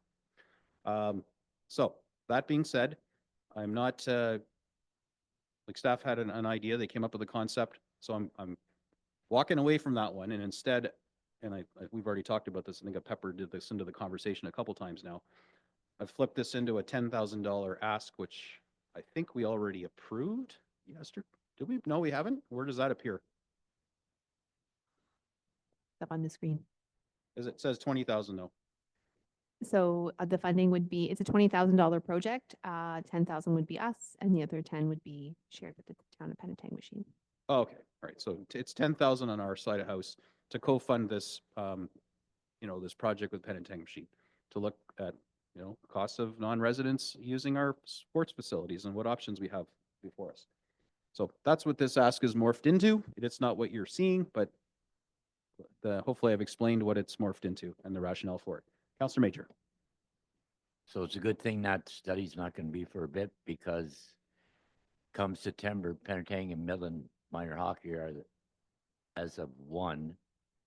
And then it's, how are you going to decipher, like, well, it'll be up to the consultant between Penetang and Midland, the kids that live in Perkinsfield or whatever, because it's not just Midland kids, it's Penetang and Midland playing out of both centers and the girls. So that's going to be, if you get the study done, you better make sure the consultant knows what he's getting into with the two towns going together, okay? And to your point, that's one of the exact rationales why it wouldn't make sense for us to implement something from the hip this year, because it is a year of violent change for the two hockey organizations that are coming together. So again, this will likely not be a Made in Midland solution. This is going to be a joint venture solution between Midland and Penetang Machine, which again makes sense to co-fund this thing with them, in my opinion. Councillor Ball. Thank you. Yeah, I just have a, I guess, question about this joint venture. Are we just getting the consultant that's looking at both of our municipalities individually?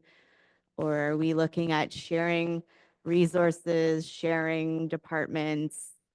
It's kind of vague. So I wanted to know what exactly the ask is, I guess. Passing the torch over to Dana, because this all came to pass in the past, whatever it was, 20 days or something. So staff would be more involved in this than I am, other than I just think it's a fantastic idea. So take it away. Thank you, Your Worship. Through you to Councillor Ball. We are going to closely work with our peers. We have the advantage that Penetang Machine is also doing a recreation master plan, and they've already started theirs, and we'll be doing one as well. So all of those pieces of study will come together in combination with the collaboration and sharing we do with our peers at Penetang Machine to look at everything. I wouldn't anticipate the non-resident study looking at shared resources, but I'm sure it will be part of the discussion of the master plans to look at shared services. We have a number of community organizations that work across both regions. So they're going to give us separate recommendations for our townships without the, I guess, joint venture. We're just paying for it to serve both municipalities. Is that correct? The non-resident will be a recommendation that will have recommendations for both municipalities, but we'll be working together. The master plans are separate, but we'll consider each of our areas as an impacted party. So someone to consult during them. So separate master plans, one non-resident study with could be combined recommendations. It could be separate. We don't know yet. Our pricing is different today, so. I'm just having a hard time, I guess, picturing the end result of this and how our other community, I guess, outside community members, Tiny Tay, how they fit into this. Are we not charging Penetang resident fees? I guess this is what the study will show, but I'm having a hard time picturing what this looks like at the end.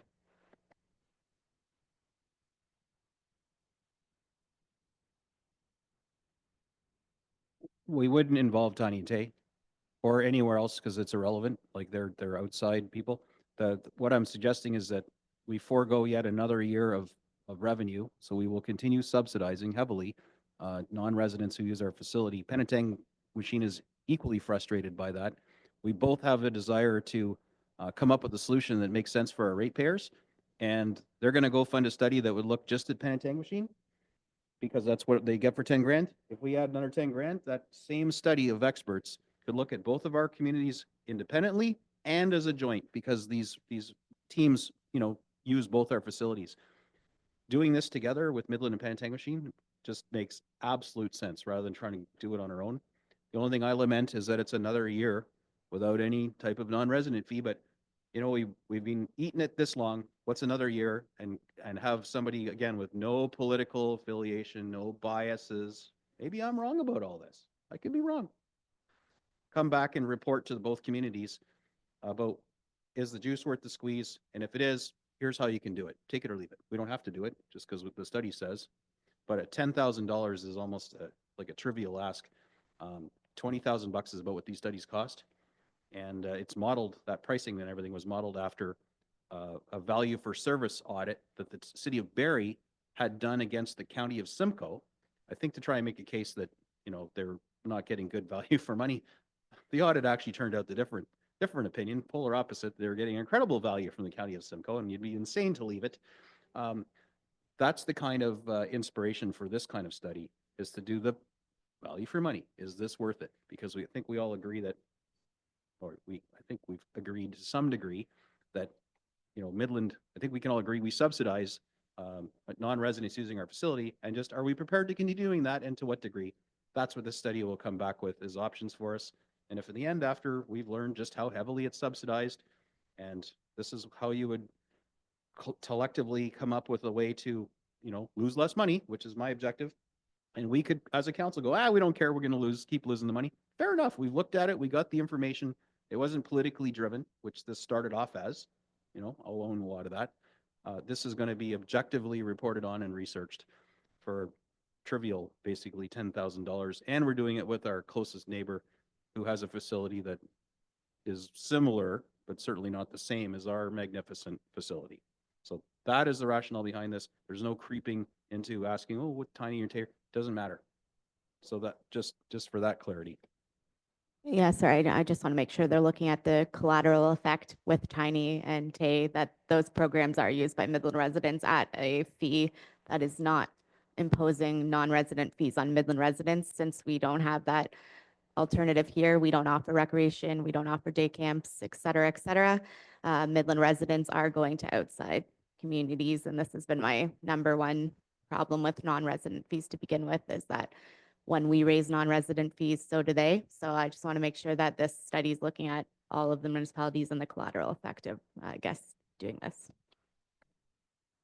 Would assume that the scope of work for this, you know, whatever this consultant RFP is going to be, is something that's going to come to councils on both sides, so we can make sure that it encapsulates all of our concerns. We know we're asking the right questions of this consultant for clarity, so that will come. It's a safe assumption. That will come to us. The same one will come to Penetang, and then we'll collectively agree, let's do it. But we're just going to put the funding aside for now and accept that this is a year of significant change for a major user base, which is the hockey clubs, and that it would be a very, very inappropriate time to make any radical changes to the way we fund and charge while this organizations are merging. And, you know, it just doesn't make sense. I just couldn't do it in good faith, because all things aren't equal. It's a different year for them. Okay. Councillor Major. But the one thing is for sure, there won't be, Penetang won't be charging the Midland kids, because Midland Penetang is just going to be one association now. And I think I better ask Steve about, because I'm not up to date in minor hockey like you are, but isn't it changing now where they can go anywhere they want to play? And then you can kind of give us a quick going on about that. I can actually talk to that to your worship, to you, Councillor Major. Yeah, part of the response that we provided in the budget question was about the impact of the open borders and the amalgamation of the hockey associations. We will be looking at that. And then to address Councillor Ball's question, we will be considering, right now we do have a non-resident fee. It just doesn't apply to North Simcoe. So applying it to North Simcoe will be the scope of the study, for sure.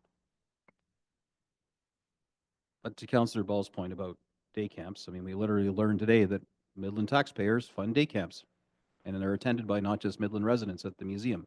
But I wouldn't imagine the museum's programs are in scope, because we're talking about the Sports and Rec Center directly. So it's a non sequitur to me even to contemplate what things are offered in Tiny and Tay and Toronto, and who cares? This is the Sports and Rec Center costs, like $1.8 million in climbing right now, and whatever Penetang's costs are for their arena, and the programs that basically are resident programs in those facilities, which are the sports clubs. So that's the main scope. We're not going to be looking at day camp. You know, what kind of play pickleball in Tiny. Like that's, I don't imagine that would be scoping because we're talking about the Sports and Rec Center and the cost to run those facilities. Just, that make sense? Yes, but there is a fee attached to it, so I just don't want people thinking that we're paying for people to go to camp. So just clarification there. People do pay to bring their kids there. We're not paying for it. Okay. So I think we probably beat this one up. He's good with the 10K. Going in with pen and tang machine, find out what we don't know. Perfect. All right. So at the end of mine. Oh, we got that one. Okay, so this is the mayor's golf tournament in name alone. It's council's golf tournament. This is the one that is going to need a little TLC right now because a decision we made yesterday effectively neuters this tournament because there's no one to organize or run it, along with other things, but we're going to focus on this tournament right now. And the funds that it's anticipated to bring in, if they aren't there, then we just need to basically decide to gas the grants program because otherwise the funding is back on the tax roll, which I don't suspect any of us have a real appetite for. So we can undo a lot of these three things of these three challenges that's brought up if we agree to revisit yesterday's decision, which I think might have been a little short-sighted, and we did because we didn't really talk or contemplate the collateral damage of choosing not to spend that whatever it was 27K on the taxes and 44 from Matt. I don't remember the numbers exactly, but if we revisit that decision and we bring in this new sort of multi-purpose person into Karen's team, especially because she's losing the asset in I think it's April or May that she currently enjoys that is part of the Cultural Alliance. If we bring this new person in, largely funded by Matt, then we don't have to worry about running the golf tournament because this person will do that amongst other neat things we can find out from Karen what we're in her back pocket that she'd like to see run. But so this one really is much like a intertwined and threaded into a decision we made yesterday. So I guess my first request is, are we still committed to running a charity golf tournament with the objective to raise money for the community grants program? And if so, who's running it? I have obviously one solution, which is to walk back yesterday's decision, or of course we're open to other things, but this is not going to happen without a person to organize it.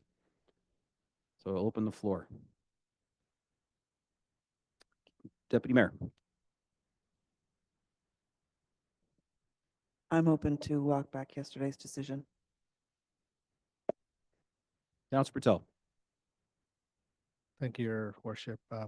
As I was saying yesterday, the person we are looking to hire, she's like a Swiss Army knife, right? She's going to be running the events, the cultural things, the mayor's tournament. So it's just not one specific task. This is a multi-utilization position that we're going after. And we shouldn't pass that opportunity because we have a great cultural and tourism program for Midland. Through the MAT tax, now we got more money to spend. And now it's just going to sit in the bank. Maybe we should be just giving the money back where it came from. But that's as a joke. But we should be reconsidering that motion we passed yesterday. Thank you. Councilor East. Thank you, through your worship. The grants committee has changed so many charities' lives, and it is really important to me. You sit on it with me, and you sit on it with me, and you know the lives that we've changed. This mayor's golf course is one of the most important things that we've ever done to help our community, and that's what we're here to do, is to help our community. I'm going to be asking us to walk back our decision yesterday. I'm hoping that I have enough energy to speak to Karen, but Karen, I can see, is burning both ends of the candles and she's exhausted. She needs the help. So I know that I made a poor choice yesterday, and I will be the first to admit when I make a mistake. So the grants committee is important. The mayor's charity picked up the slack on the tax base, and I'm going to be asking us to revisit Karen. Just before we keep going around the table, Madam Clerk, do we need a formal motion, formal reconsideration, 2/3 majority. Thank you, Your Worship. Yes, because this is going to be tied with a motion to reconsider, I will prepare the two motions, and then depending on the outcome of that, you can come back to this one. All right, fair enough. Sounds like there's enough support so far to get the motion to reconsider passed. Anyone want to comment on the viability of the golf tournament, notwithstanding, like the motion to reconsider? Or Councilor McDonald? I just have a question of Oh, sorry, clarification. Madam Clerk, maybe we can't talk about this right now? Yeah, okay. Because we've got this other motion to reconsider, right? You have first council, or thank you, Your Worship. First council has to vote on whether you will allow the reconsideration. You don't discuss it. And then if it's approved, then you can discuss. Then we'll have a motion that you'll put on the floor and discuss. Okay, we'll just sit quietly and we'll wait for the revised document. We'll get that hopefully passed and then we can have our conversation. Question is regarding the golf tournament. Well, there isn't really a motion on the floor. We're talking about a motion to reconsider, so. The discussion was Now there's now a motion to reconsider. not on the floor yet. Being prepared. What number were we on? You were asking $10,000 for.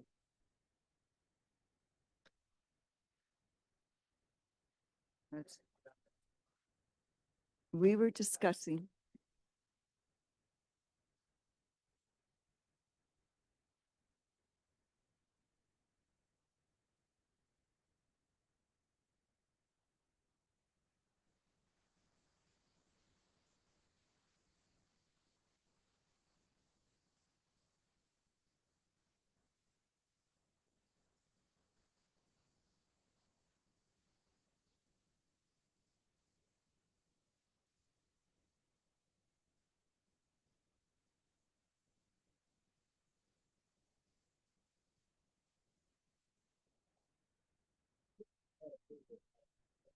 All right. Motion to reconsider. I need a mover.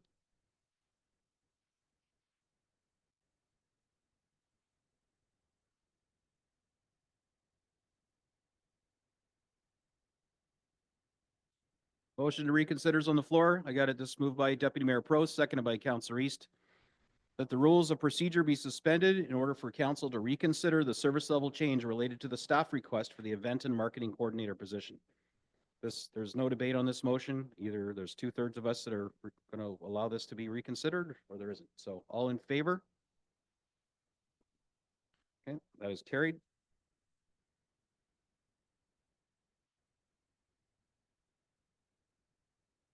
No, we already called it. Yeah, you can watch the video.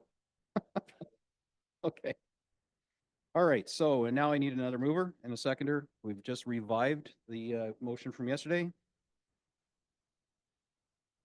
Deputy Mayor, seconded by Councilor East, that the event and marketing coordinator position be approved. Now we can have conversation. I think in my preamble, I laid out, why we need to do this. We already know the funding source. We also know the rationale why we denied it yesterday, but there were some downstream ripple effects that perhaps we didn't consider. Maybe we did. And one of them being the golf tournament, specifically, which we need someone to plan and execute. Councilor Ball. Thank you.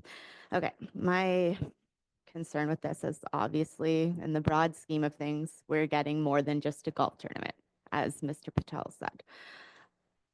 But the point of the golf tournament was to take away the $60,000 that is on the tax rate so that we run it strictly from the fundraising dollars that we receive from the golf tournament. But now we're looking at approving a position that we debated the merits on, like there's merit to having that position. But ultimately we talked about why we didn't want it already yesterday. And now we're bringing it back solely because of the ripple effect of the golf tournament. So to me, it's looking like we're putting more on the tax base by hiring a new position than we're actually saving by just allocating the $60,000 to begin with. It's more expensive to hire somebody. And yes, I understand we're getting more for it, but the ripple effect that we're bringing it back for is strictly because of the golf tournament. You're correct, and that's the catalyst for us revisiting it. But that's, if that were true and all we were hiring them for is to run the golf tournament, this would be a wash and we'd be idiots to do that. Okay, to be clear, I agree with you. But we know there's a lot more to that position, and we know its funding sources. Councillor East. Through your worship, I didn't bring this forward just for the golf tournament. I did it because she's burning both ends of the candle. And anybody that works that wears that many hats is going to get exhausted. If we don't take care of Karen, we're going to lose a valuable asset. I want to see things like a maple syrup festival downtown. I want to see some sort of a winter festival. It's going to put more pressure on her to revitalize and build up tourism in Midland. So yes, there is many benefits to giving her what she needs. But the truth is that she's a human. You know, we expect a lot for her. She gives us what we need and she gives us what we generally desire. Sure, there's been a couple of times that I've heard counselors not get what we want out of Karen, but with the extra help, I'm sure that we will. She's valuable to us and she deserves it. Councillor Patel. Thank you, Your Worship. So just to back up what Mr. East is saying, on the American dollar bill, it says, "In God we trust, in Midland and Karen we trust," for tourism and culture. So I fully support what she's asking. It's hard to understand her role, but I come from a tourism sector, and she does look after many, many different areas of Midland that you really have to follow her for a week, and then you would know. Thank you. We're going to give her a big head and she's going to hit us up for a raise next. So this is supposed to be a new position we're talking about. Councillor Merritt. Thank you. Now, when we decided to withdraw from the Cultural Alliance, and the reason why I voted in favor of that is because it was freeing 150 hours of Karen's time, right? And there was no speak at that time that 150 hours are going to go into our own cultural and tourism program. That was never discussed. It was going to free up our time. And that time could be allocated to a golf tournament.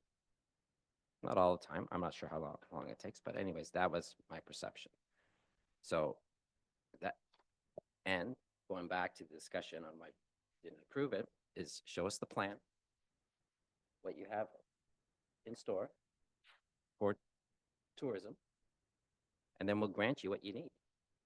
But until that time, that was my issue. Yeah, eventually you're going to need help if you're going to put on big festivals. But right now, we're not experiencing that. So the golf tournament was, hey, now you have some time. When you didn't have time, you didn't have the 150 hours, but you made time, right? And I'm disappointed now that we don't have the time, but you have 150 extra hours. And now we need another employee. So I'm against it. Well, I can understand that rationalization. She bailed us out. You know, I popped this on us last minute. We were super late to the party. She had the experience to do it, and she did it. And, you know, we even paid her when normally she wouldn't get paid. And I'm sure there's a lot of free time involved in that too.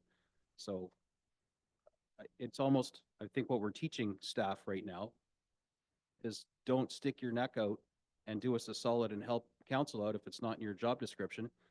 Because, you know, when you do ask for somebody to actually carry the water after the first time you did that, we're going to punish you because you actually were able to pull it off.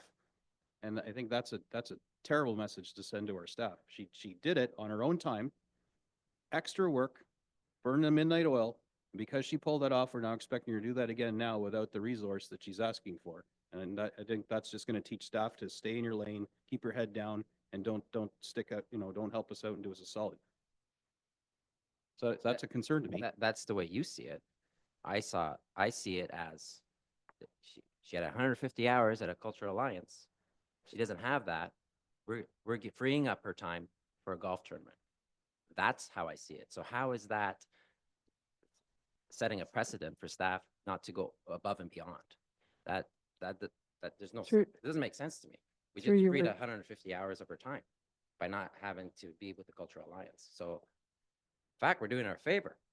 Are we not? Through your worship, I'm thinking that just to pipe in here, we're talking about an individual that's sitting around the table. So I'd just like to take the conversation maybe to just the position that's on the table here and then how it relates to the golf tournament.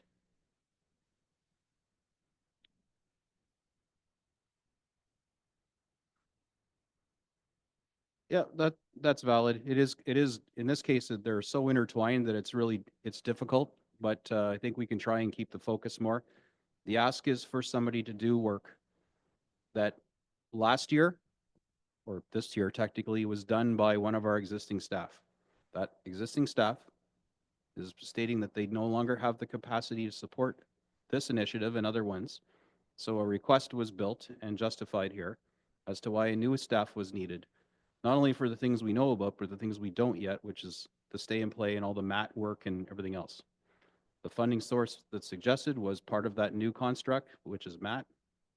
And most of the salary for that new staff is coming from mat, with the expectation that in coming years, as mat revenues increase, perhaps all of that new salary could be funded from mat, because their job is tourism, and that's what mat is there to support. So, Councillor or Madam CFO, am I mischaracterizing the funding sources? Thank you, Your Worship. I just wanted to jump in and I would totally agree with you, other than the portion that we could say is golf tournament, right? So that isn't tourism related. So if we were looking at using more MAT funds, I would say just make sure we claw back enough to cover the golf tournament from the tax rate.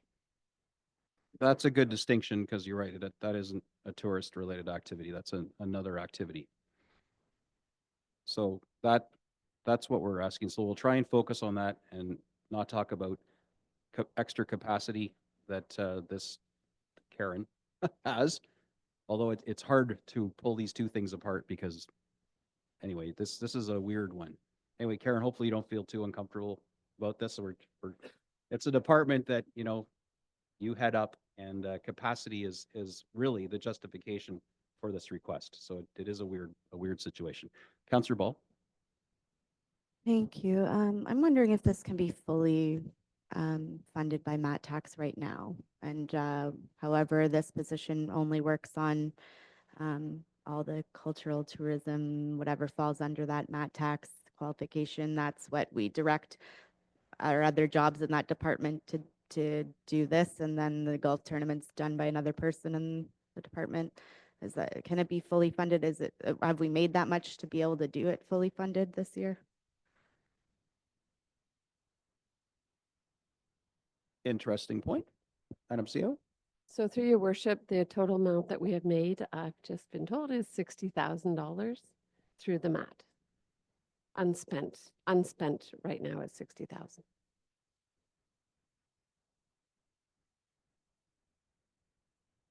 So I would like to direct at least that 60,000. Then unfortunately, I guess we've already spent some of it, so we can't direct all of it. But I hate putting this on the tax rate, and I hate it as a full-time employee. I really wanted it to go through as a contract. Do we have any, contract numbers from yesterday, or we just didn't investigate because we kiboshed this yesterday? And also my question is, if this is a MAT tax, tourism, et cetera, position, does that not qualify it to be a contract that's not done by a union employee already? Since we don't have that right now. Madam Clerk, procedurally something? Thank you, Your Worship. I just wanted to remind council that motions to reconsider are very specific. So you agreed to pass the motion to reconsider this position, you can't present any kind of amendment. So you're voting on the position as it was presented yesterday that you defeated. So you have to stick to that. And there are no amendments allowed for this position or for this motion. New motion or no? Counselor Major. So really what we're doing here is if we get the extra worker, it's got absolutely nothing to do with us, what she does. It'll be at Karen's discretion. So us setting up your golf tournament, tourism, on a boat, on a bus, like that's got nothing to do. That's Karen's discretion. All we got to do is say yes or no. All right. Well, then why don't we just call the question?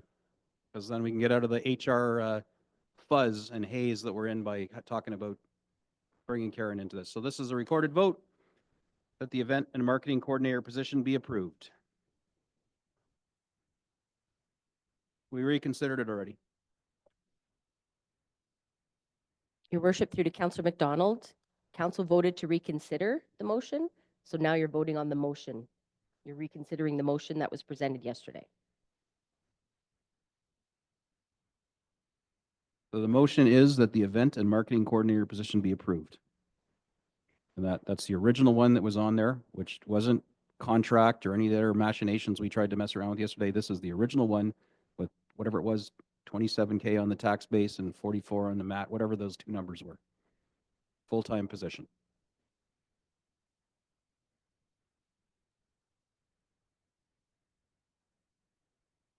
Council, you've heard the motion. When I call your name, please say yes or no. Councillor Meredith. No. Councillor McDonald. No. Deputy Mayor Prost. Yes. Councillor Bald. Yes. Councillor Major. Yes. Councillor East.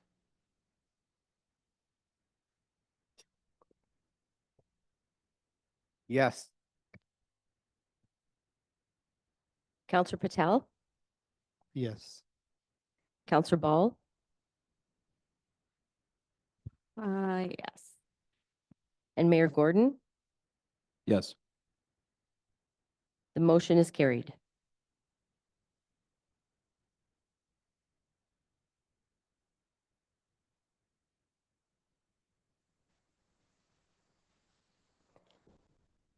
Oh, All right, we're back Your to the worship, golf. I was just going to say you the can golf now resume tournament. the discussion about the golf tournament. All right. Yeah. Now we can deny the golf tournament. All right. So this is the request to continue this for the second year. So that we can, once it's approved, then we can actually pick a date and assign resources to it and start the fundraising and the call for sponsors, blah, blah, blah. So this one is a bit, estimate is around $40,000 to run this. Sorry, we're saving $40,000 annually on it. If we are more successful in year 2, because we get out of the gate earlier and get sponsors, because that was one of the pushbacks I got, like, oh man, you should have got to me earlier. I already committed to all these places. So that's why we want to get this in through now, because some of our competitive neighbors have already approved theirs and are already advertising. So we want to get out of the gate earlier this year rather than the last minute Louis, which was totally my fault last year. So notwithstanding that, it was a good turnout and good money. Councillor McDonald. Wouldn't have anything to do with the hour or anything like that, but I'm confused. We're putting 40,000 back into the reserve. It's in brackets for the community grants. I thought it was 50. Oh. So why wouldn't I vote no, yes for that? Madam CFO, can you just help explain the numbers? What's coming, what's going? I'll certainly try. So the negative 40,000. So right now, the 2025 budget is funded from the 2024 golf tournament, right? And so the idea would be that in 2025, we would run another golf tournament which we would then again put in reserve, just like we did last year, for next year's tournament. And so essentially, this is a request for council to continue to have a golf tournament to fund the grant program from reserve.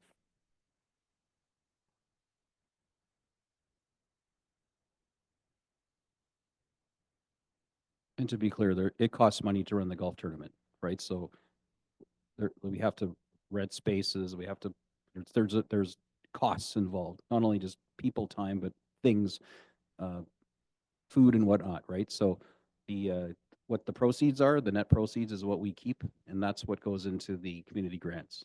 So our objective is to run the thing as frugally as possible so that the lion's share of every penny that's brought in from the registrants goes to the grants program and doesn't go to the administration of the golf tournament. Thank you. I look forward to seeing those results. All right, council, we'll just show of hands then on this one. Are we good to have year number 2? All right, I'll be counting on all of you to be out there duffing with me, laying havoc to poor Viren's grass. Next one. Oh, this is a feel-good one. This should probably bring hearts back and smiles again after the contentious one. The Waypoint Curbside Cleaners pilot with the BIA. And you'll see that staff on this one got creative so that we don't have to impact any of our collective agreements or make these people staff of Midland. So the idea here is that the BIA will be the employer and we will give 50-50 split, you know, the cleanest way possible. We will give 50% of the cost of this program to the BIA effectively as a grant. And so that it's nice, we have hands clean from a HR perspective and we have streets clean from a cleaner perspective. And it's a great collaboration with the BIA. So there's a summary of the slide. Any comments or questions, concerns? All right, hands up if you support this one. Right on. Scrolling right along.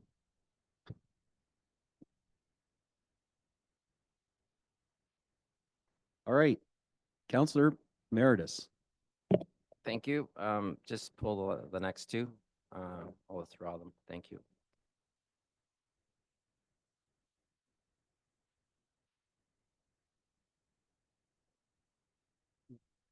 Not going to fight you for it. I think they're great ideas, though. All right.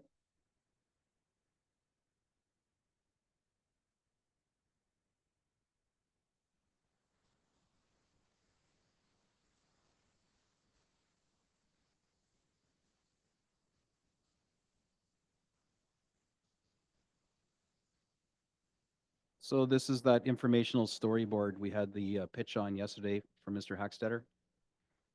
There's the 2 parts of it, the storyboards and then the ad hoc cultural. Was that yesterday or today? It's all a blur. That was yesterday, okay. And I think we approved it in principle, but I think he just pitched us early. Any discussion on either of the, first of all, it's approved, it's kind of irrelevant. We'd have to do a motion to reconsider.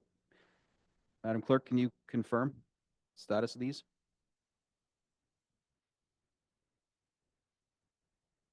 Did we approve these yesterday? Because Renee was in and what did we just do, a hands up or something? No, we just heard his presentation. We didn't vote because it was part of this list. We moved him up just because of we were behind schedule. Gotcha. Okay. So the storyboards and the ad hoc cultural heritage evaluation. I recall we had some good spirited debate about that. Are we content to leave these in? Hands up if we're leaving them in. Okay.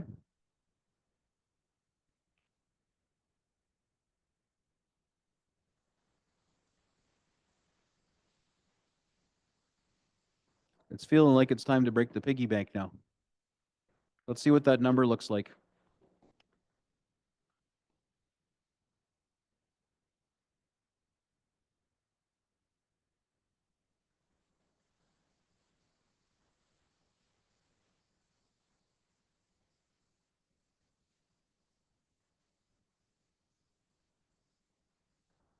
So Madam CFO, if we could get an updated number and then we'll, yeah, we got a motion and then the objective is to talk about revisit operation.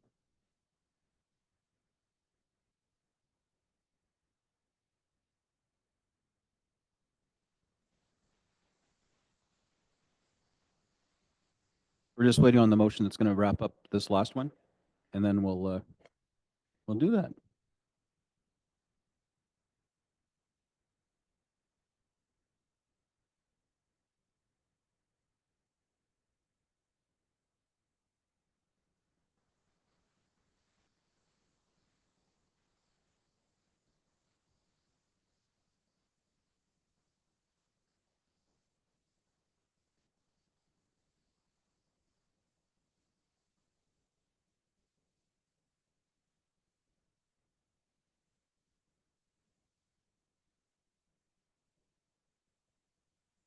Yeah, we'll just take 5 minutes then.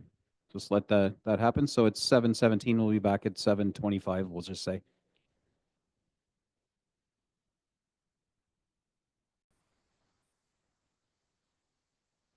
All right, folks, welcome back. Thanks for the indulgence, the short break. Get our paperwork in order. I have a motion here moved by Councillor McDonald, seconded by Councillor Bald, that the council and committee request with a net tax levy increase of 19,500, net reserve contribution of 20,500, and external contributions of 10,000 be approved as amended. That is to remove 2 floating docks at Little Lake Park, ask for $60,000, remove parking permits for the lots only at $50,000, remove Pete Pedersen Park boat launch attendant, and remove a request to reinstate seniors transit fare at 50%. Those will all be removed. This is just a follow-up to our long conversation we just had. Council, all those in favor? Any opposed? Carried. All right, so got a stack here. I like Uh, to, oh, what are the- you reading now? So were we going to get an update on where we're at? Because then we have these other ones I need to, these are more procedural, like council-y ones we're going to have to get through, and then we're going to revisit some items. So what, Councillor? Yeah. We'll just get through the housekeeping stuff here, and then the last 2, we're definitely not doing right away because we got more yakking to do. So why don't we park the whole stack here and continue our yakking? Does that make sense?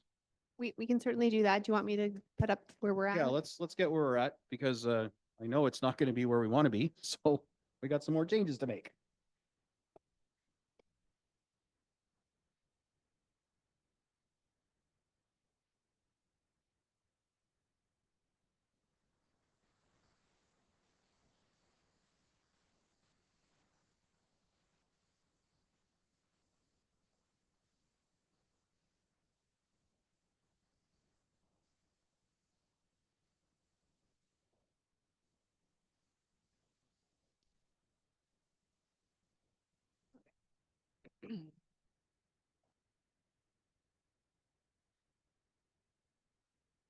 So with the new investment and service recommendations that council approved, of which total 125,928, which includes the event and marketing coordinator, includes the planner, and basically a half year of the information technology analyst.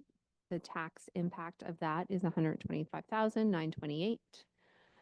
The council and committee requests, the tax impact there was just the waypoint cleaners for 19,500. And the total for the agency boards and commissions is actually a reduction to what was included into the base budget of 19,988. And so overall, we're looking at an estimated blended rate of 4.68.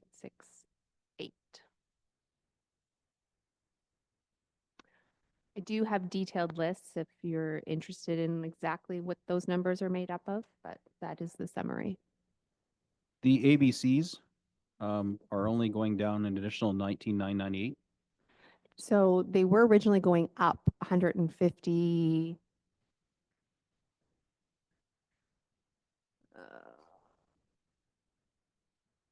5909 rings a bell.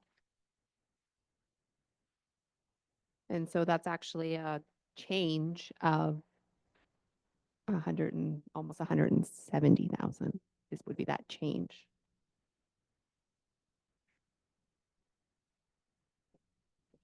Yeah. That makes sense. I can put up the original if you like, but Oh, yeah. as long as this is, it is what it is, right? So we're blended down to 468. That's moving in the right direction. So if we wanted to knock a point off that, we need to find about 270 or $284,000. Is that fair? Yes, actually 286. That 4 should be a 6, but yes. 286. All right. So Council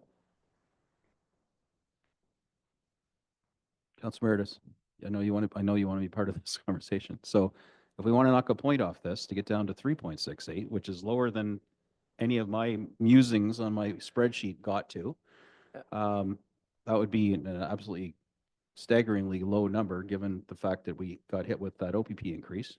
We're absorbing it where we can. We need to find 1%, which is $286,000. We can end this in 5 minutes and dip into the tax-supported reserves, surplus from previous year, and apply that to the tax rate, as you've lamented now in over 3 budgets. And boom, or we can take some portion of that if we don't want to be at 3.68. I honestly thought we'd get to somewhere in the 399 and I'd be doing the mayor happy dance. Yeah. But this We this can- is an opportunity. We can so- play with that number. but- Yep. but- So but before that's the quick and easy way. Yeah. If we go through and parse any operational stuff from yesterday, or sorry, the capital expenses. Yep. As we know, it doesn't touch the taxes. So- Correct. Yeah. But if there are things you want to do over on, then we revisit that. Yeah. Madam CEO? Through your worship, just to note, if you took off 200, or if you took 286,000 from the reserve, although it's 1 point for us, the blended rate would be 395. Yeah, so 395. And that's right where that was right where I was at on my sheet when I was trying Yeah. to find ways to get to that number. Okay. So I'm just, before I get into motions and I just want to have a kind of see where everybody's heads are at before I make sure do some more work over there. So I have a list here of, and it's not going to affect that rate. This is all coming from reserves in the capital. So I have a total of $693,000 yanking out of that and sticking them back into reserves. I have sidewalks. I have the fire ask for furniture, for the office, the furniture, the office equipment, the door here. Yeah. Your worship, through to Councillor Meredith. Procedurally, you would need a motion to reconsider approval of certain items from the 2025 draft capital budget. To get it on the floor to have discussion. Let's do it. Motion to reconsider. do you need that list? Like, are we narrowing it down to the items that he's identifying, or is it a blanket reconsider the whole page? Yes. And then it's like, we never approved the capital budget. Then we're back to that Excel sheet with the whole list. All right.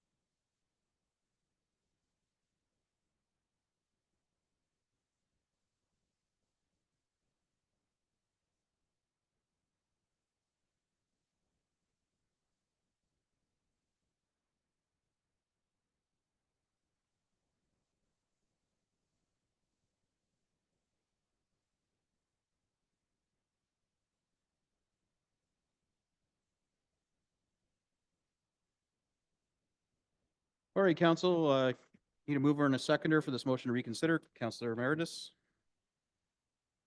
Councillor Ball.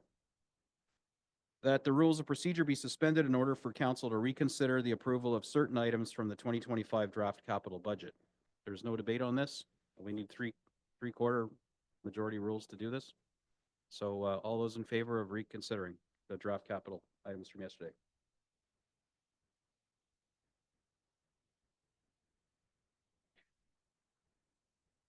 Sorry, was your hand up to reconsider the items from yesterday?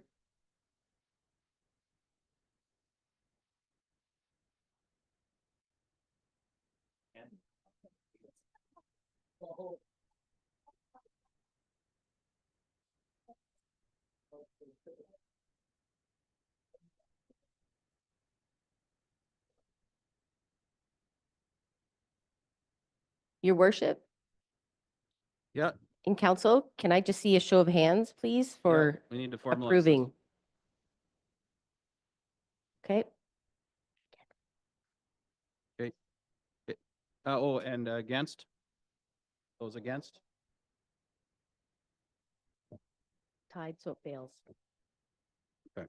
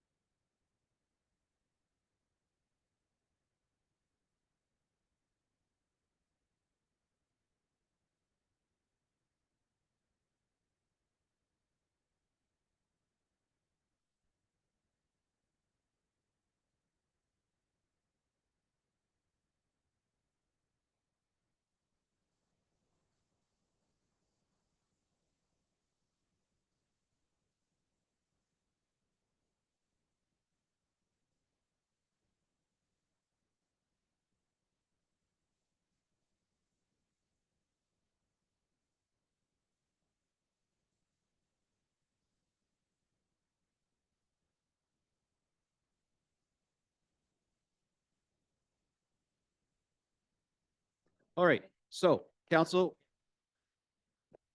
the challenge now is either we accept where we're at with that new rate, or we find ways to reduce that, which is at this point pulling out of tax supported reserves, which is, it's a reserve.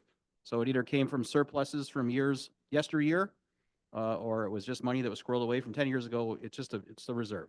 So this is something that Councillor Emeritus has lamented that we haven't been eager to do, and it is not recommended by our CFO.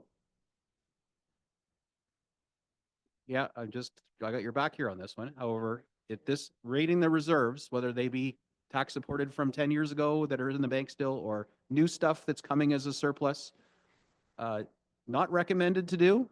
Those reserves are there for a reason. We know how underfunded everything is, blah, blah, blah. I've said this and I believe it. However, I don't have a good leg to stand on when I put my hat on for the ratepayer for too long for the past, well, last year we did dip in a little bit, I think, just to get us down to the number we wanted. This year, I think, given the magnitude of the uncontrollable expenses that were thrust upon our municipality, namely OPP costs, this is the year where I'm likely I am motivated to throw some more caution to the wind and perhaps dig deeper into the piggy bank than I would normally want to do, and certainly would go against your normal good advice. So that's my preamble as to why I'm doing this when people hear me all the time preaching about not doing this. It's kind of the same way when I voted to get rid of the bollards, right? And I'm going to be the guy driving on the road, hopefully not hit by a car. We don't have bollards. So this is I'm prepared to go against my own good advice and your advice that you've drilled into me over the years. So that's kind of where we're at right now. So is there a specific reserve or a funding source that we should target in our conversation or discussion or the motion that would get us the $286,000, which is 1%, which brought us down to 3.95 blended tax increase? Is there a specific source, or do we just say from reserves and call it a day?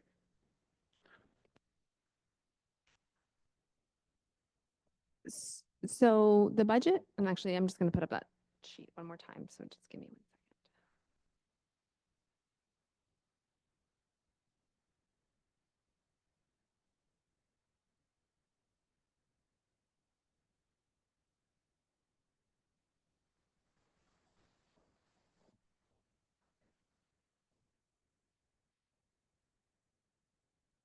Just on an off topic, Mayor, if you hear any report of our Councillor East, would you please pass it on? Please. Yeah, and for those wondering what Councillor McDonald's talking about, Councillor East's camera is off. He had to leave our meeting tonight a bit early, so hoping you're feeling better.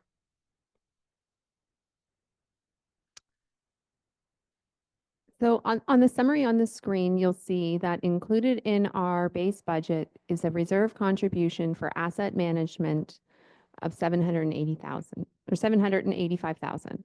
And so what I'm hearing from council or a couple members of council is that should we reduce that down for round number's sake to 500,000? So that is an additional contribution that we are making that we didn't make last year, right? And so the idea behind this is that compounding effect, right? So next year you would be contributing that 785,000 plus another 785,000. That's the ideal state, right? That's the state that that I've been preaching and you've been listening. So that's good. If you're then instead of putting in that 785,000, you're pulling from reserve, you're not getting that compounding effect, right? Because again, reserves are one time. So I guess the compromise would be that if council were interested in lowering that down to 500,000, so 500,000 would be the amount that's coming from this year's tax rate. If council was also willing to make a commitment that any surplus, and not just 2025 surplus, but any annual surplus in excess of that same amount that you're looking to essentially shortchange would go to those reserves, right? So you're in effect making the same contribution, it's just not all at once. And so you are using the tax of yesteryear or you know, previous years to catch up, but you are still catching up. And as long as that you're continuing to do that compounding every year, it's the same. I will caution you that there will be years when our surpluses won't be so great. And so I will say in 2022, we didn't have a surplus, right? And so we did go through that process. We had a difficult winter, much like this winter. 2023, we didn't, right? So we did have a surplus. And so in 23, it's easy to say, sure, we can do that. So I just a caution that those surpluses may not always be available. Councilor Meredith, I want you to be crystal clear on this one because this is something you started that I am agreeing with this time, but I want you to fully understand so that you can defend it as I will have to when people say, what the heck are you doing? So.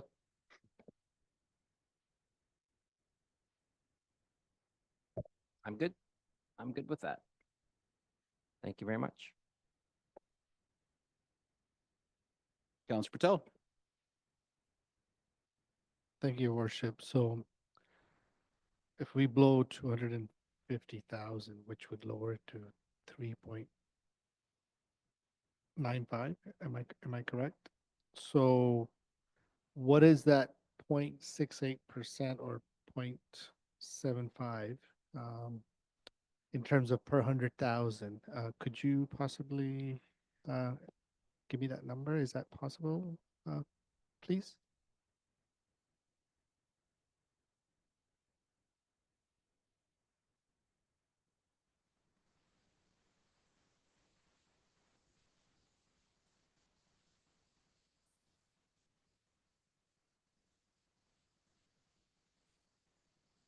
Sorry, just to be clear, you want to know what the 286,000 is per 100,000 of assessment as a percentage or as a dollar value, No, right? so because we want to lower it to 3.95 by taking off some of the reserve. Yep. So we want to reduce the taxes by 0.75%, right? From what it is right now, 4.68 to 3.95. Yep. So what does that equal, that percentage in terms of per 100,000 Yeah, in assessment?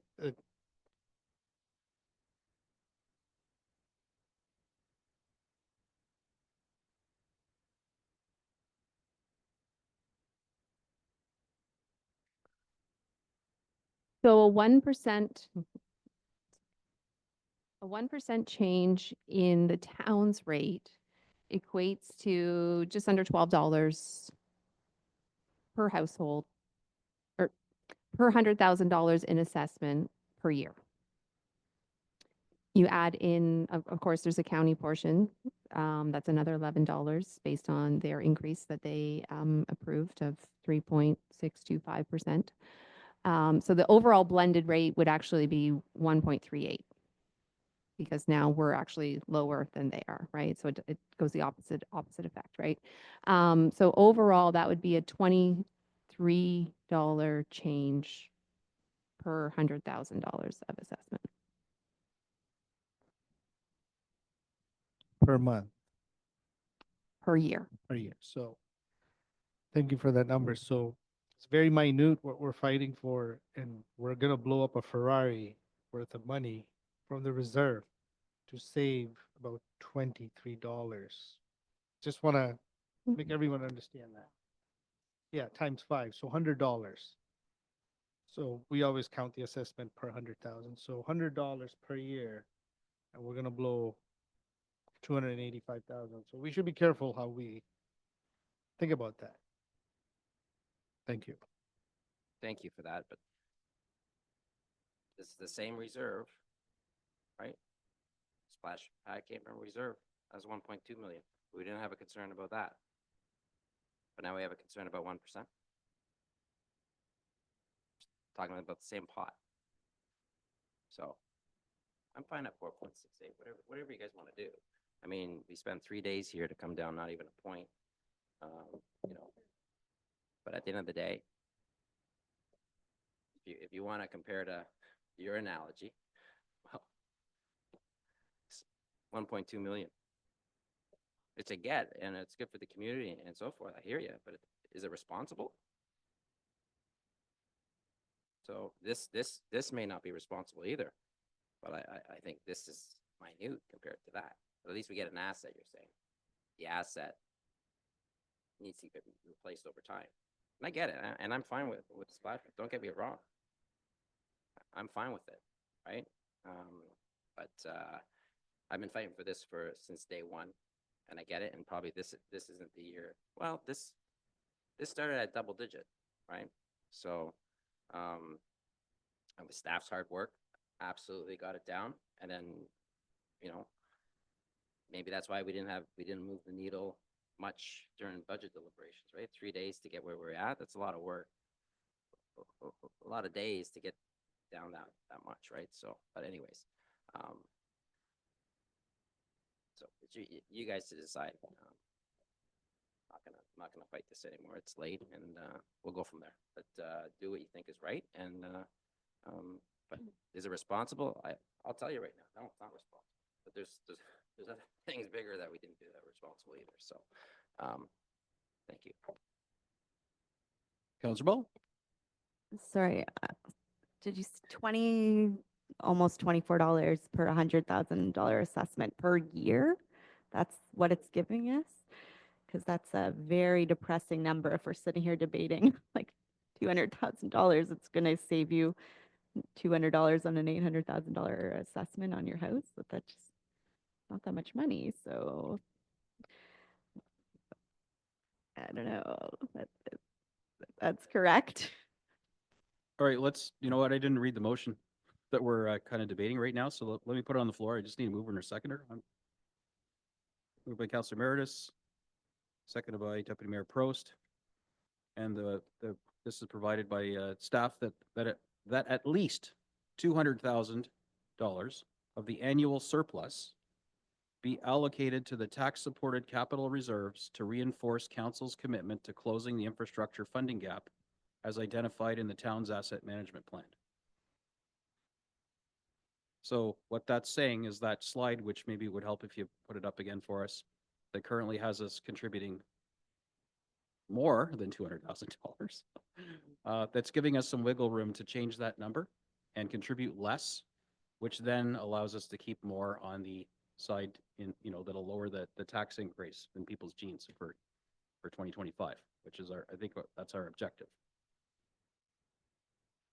So the at least 200,000 is like just a safety rope, so we don't blow it all and put nothing away, which would be just wildly irresponsible. But I know from watching other councils around the province setting their budget, they're going to reserves unless they're a really rich municipality to help with this year especially. So this new number, 3.95% blended, means that we're putting, what is it now? It's just under 500,000, and it used to be 700. Yeah. Yeah, so that number there includes taking off the 286, which is the 1%. And that gets us to 3.95. That's our estimated blended rate at this point in Yeah, time, yes. Yeah. So that's a couple, that's as good. Honestly, that's better than I'd hoped. Anyway, so is that motion's on the floor now. Councilor Meredith? Thank you. And I also want to just add to what I was saying. The previous motion that was on the floor to reconsider we could have kept some money in the reserves if we made some more cuts to the capital, right? So, but you didn't even let me have a chance to even present it. So, I mean, there's another irresponsible thing that I think that, right? And at least present it and get it on the floor. I mean, I wasn't expecting it to get approved anyways, but you never know. I wasn't anyways, but that could have replenished some of our reserves, right, for this year. But again, what we're doing, what we take off the table this year, it just gets pushed to the next year and the next year and the next year, right? So it's not really, you're just masking the issue because these things need to get done. But at the end of the day, we're here for budgets to make cuts and this and that. So, but I just wanted to throw that in there too. Thank you. Councilor Ball? Thanks. I just wanted my question answered now that it's $24 per year per $100,000. That's correct. Like we're debating taking out of reserves to save $1 million house, like $300 a year. I feel like that just can't be accurate. That's depressing if so. And in this case, we're just simply collecting less to put into reserves. We're not actually depleting a reserve. We're just collecting less to put into the reserves now. But end of the day, it's reserve. And we're making a sacrifice that's generally shouldn't be the first thing we go to. It should always be the last thing we go to, which is why we're dealing with it at the end, to try and get that number down to something that we all believe that is in our ratepayers' best interests, while not throttling the services of the town and making sure that everything else happens. So 3.95 blended is where we're at right now. Councillor Major. I get where Councilor Ball's coming from, but if you're on a really tight fixed income, like that $24 is $24, like however you want to cut it. If you're struggling to stay in your home, like, then that's what we're here for. I mean, we've all got jobs or we all whatever, but there's how many are clinging to stay in their home, and that money is important to them, and that's where I wanted to leave it at 3.95. I agree with that. But saving, say, probably $100 a year to this year, we're falsifying the tax rate essentially by taking from reserves, because when we were discussing sidewalks, we don't have the money to even replace that. What happens to our taxpayers when we have this unexpected expense down the road that we've been advised that we're not even funding properly? We're underfunding by $900 a year per household into our capital infrastructure budget. So what happens then? Like we're falsifying the tax rate just to make everyone feel better. But this isn't this is an issue when we're going forward and we say, okay, now we have to place $2.6 million next year on Aberdeen and it's not even in our 10-year capital plan. We haven't budgeted for it. What happens to people clinging to their money then? Like I'm not in a high tax bracket. Like I understand where people are coming from, but I think that this is doing worse for them because we're falsifying the tax rate to make ourselves feel better. So is there a number you would like to have the tax rate higher?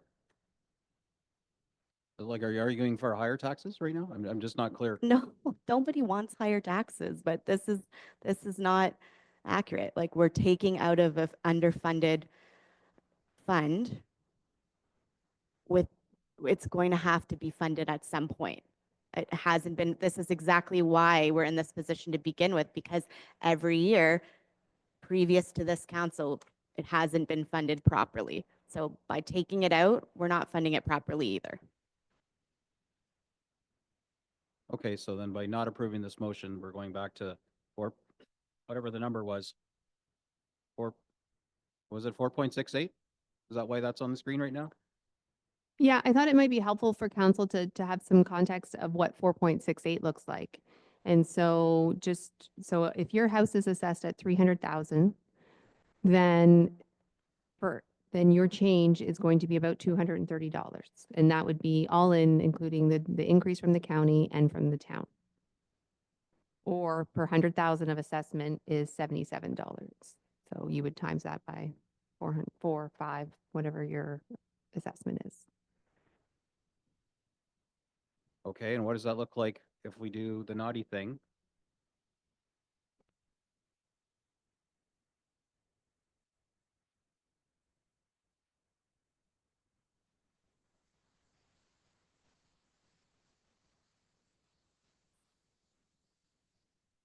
$195, again, for that same house assessed at 300,000 per year. Councilor McDonald. Thank you. So let's say the average household in Midland is 500,000. We increase the rate to 4.6. It'll be $77 times 5. Increase. Correct. Increase. I'm already paying. So for instance, my tax bill is over 5,000 and it'll be another 500. It's a lot for the year. Another $500, $77.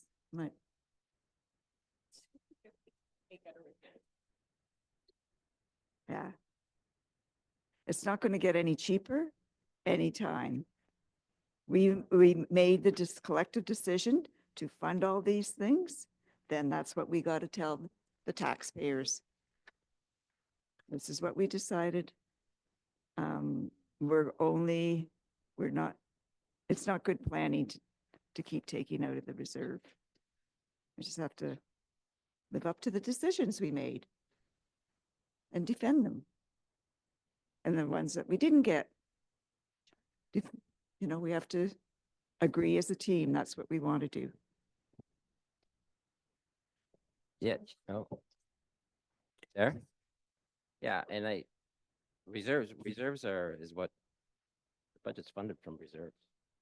Majority of the budget is reserves, right? So whether, and then when, is it 4.68, last year was 4, the year before that was 4, right? So there's 12%, almost 13% over 3 years. Next year, let's say it's 4, well, let's say it's around 4.5 again. So that adds up. So 12, what did I say? 16% 4 years. So, right? And if you have if your tax is already 5,000, right? So it adds up. So you think it's a small little amount. Yeah, well,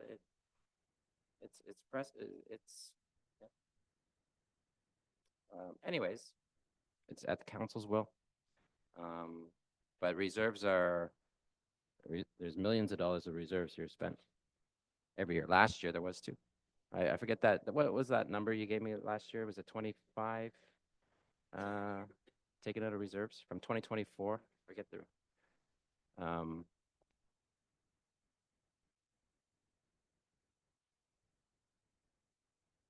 sorry, I was surprised that 2025 went down to 2 million, right? Gives you a good perspective on when I thought when we're presenting this budget, because there was a lot of reserves coming out, but we actually spent more in reserves, took out of reserves last year. I'm not sure what category that was in. You're correct. However, we also, it wasn't all tax supported reserves, right? There was the development charge, a significant development Yeah, charge portion. there's a mix in there. Yeah, there's a Right, yeah. Anyways, that's just, the motion's on the floor. Let's have a vote. And if not, then, let's go to. All right, so a yes vote on this is going to mean we're going to draw from the reserves to bring the blended tax increase estimated down to 3 point. Oh, sorry, 1 second. Through your worship, we're just going to get you a new motion that will reflect the 286,000 as the reduction. It says that at least 200,000. So we're going to put a real number on it. And then we can just.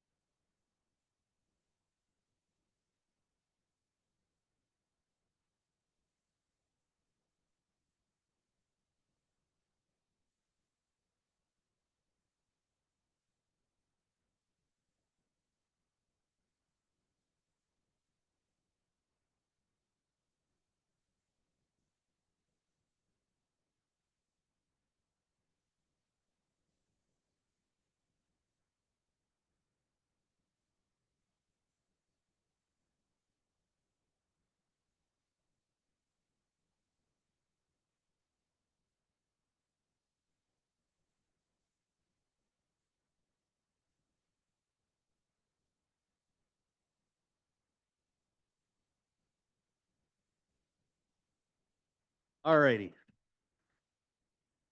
All right, council. I got the same mover and seconder, if that's okay, Meredith Prost. All right. That the reserve contributions for asset replacement be reduced by $286,000 and that at least $286,000 of the annual surplus be allocated to the tax-supported capital reserves to reinforce council's commitment to closing the infrastructure funding gap as identified in the town's asset management plan. So we'll do a recorded vote on this. I believe Councillor Merritt has called for that. And I'm just going to go on the record and say that this has been, actually, it's been long, but I mean, man, we've moved the needle. There's some really good stuff coming for the town. We haven't crippled anything. We haven't cut services. You know, we have given a challenge to the library. I'll own that one. We sure did. But I believe in them. And we started off with a 4% automatic tax increase because of the OPP, you know, throat punch that we got. And by lobbying hard with the province, it came down to just about 3% of a tax increase for Midland, just for OPP. Never mind the cost of running the town and all the ABCs. Council staff created an operating increase budget at or below the rate of inflation, which was absolutely admirable, 2.1%. They're still funding contributions, even though we're dipping into the piggy bank a bit, to our capital, you know, sustainability and critically underfunded infrastructure. We're still putting that money away. We're building new assets, and this is in summary. I'm literally, I thought I was dreaming when I created my little hacky spreadsheet, hoping to get down to 3.9495. I wasn't optimistic, but I was being as aggressive as I could be. The fact that we landed on it right now, with right around my estimate of what we'd be drawing from reserves, is doesn't make me a smart guy, and I don't feel great about this, but the rationalization for it is the almost 3% that we started off with for policing. And every municipality in the province that has OPP for policing had this same conversation at their council tables. And many of them landed on a number significantly higher than what we're about to hopefully approve. So council, staff, we're going to do a recorded vote on this. And I'll tell you, I'm happy. Like, obviously it would be lovely to be down to 1 or 2% or something unrealistic like that, but that's just not possible. And I'm really happy with this. And I want to thank council for the spirited debate, the thoughtfulness, and the 3 days, council and staff. It's been long. It's 8:11, and here we are calling the last. Well, there's procedural stuff after this, but we're almost done. So, any other debate on this? I just wanted to wrap this up as a preamble for it, or are we just going to call the question? The motion is that the reserve contributions for asset replacement be reduced by $286,000, and that at least $286,000 of the annual surplus haven't collected it yet, to be allocated to the tax-supported capital reserves to reinforce council's commitment to closing the infrastructure funding gap as identified in the town's asset management plan. So what we're taking out today, we're committing to putting back from the surplus. Go ahead with the question. Thank you, your worship. Council, you've heard the motion. When I call your name, please say yes or no. Councillor Meredith. Yes. Councillor Patel. One team, no dream. Yes. Councillor Major. Yes. Councillor McDonald. I don't think so. No. Pardon? No. Councillor Ball. I hate it, but yes. Deputy Mayor Prost. Yes. Councillor Bald. Yes. And Mayor Gordon. Yes. The motion is carried.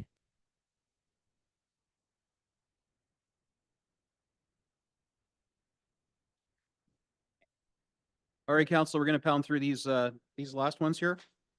Moved by Councillor Meredith, second by Councillor Patel, that pursuant to the Ontario Regulation 284/09 Staff Report CSR 2025-12, serve as a method for communicating the exclusion of the following estimated expenses from the 2025 budget. Those being A, amortization expense, 5.5 million, B, post-employment benefits, 1.9 billion.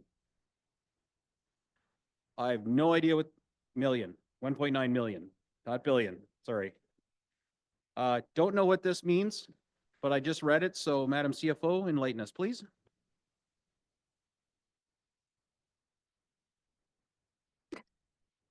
Thank you, Your Worship.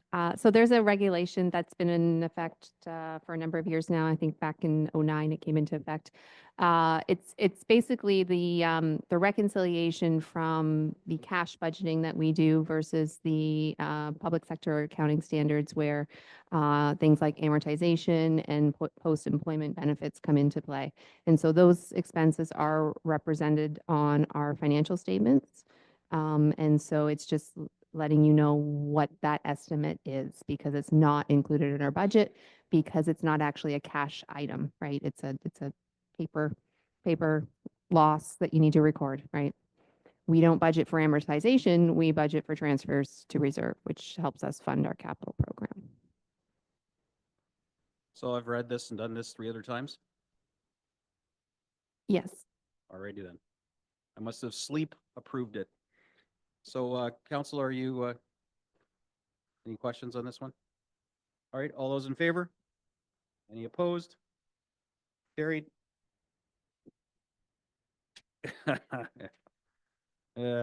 Okay, moved by Councillor Ball, seconded by Deputy Mayor Prost, that in accordance with Section 5.1 of the Development Charges Act 1997 and Section 5 of the Ontario Regulation 82/98, it is council's clear intention that any excess capacity provided by any of the above referenced capital works will be paid for by future development charges.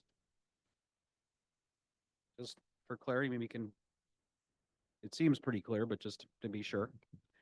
So this is another motion that we pass annually, and it certainly will come up when you review the draft background study with our consultant next month. It's, yeah, again, basically saying that excess capacity is paid through development, but he can explain it much better than I. Very good. Council, if you've heard the question, any? Okay, all those in favor? Any opposed? I love housekeeping bylaws. I got a new number 32 coming, Madam Clerk. Very good.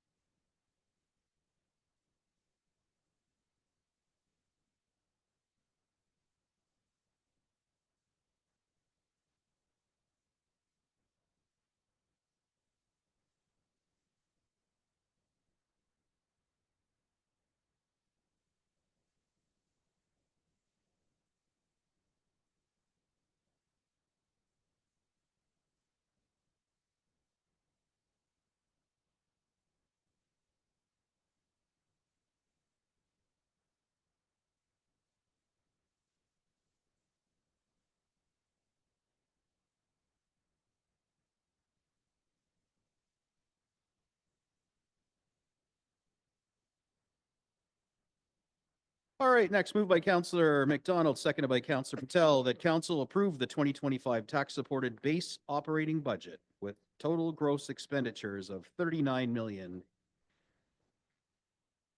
Sorry, I'll read out the whole number. $39,082,329 of a net property tax levy requirement of $29,948,631. This is the wrap up. All those in favor?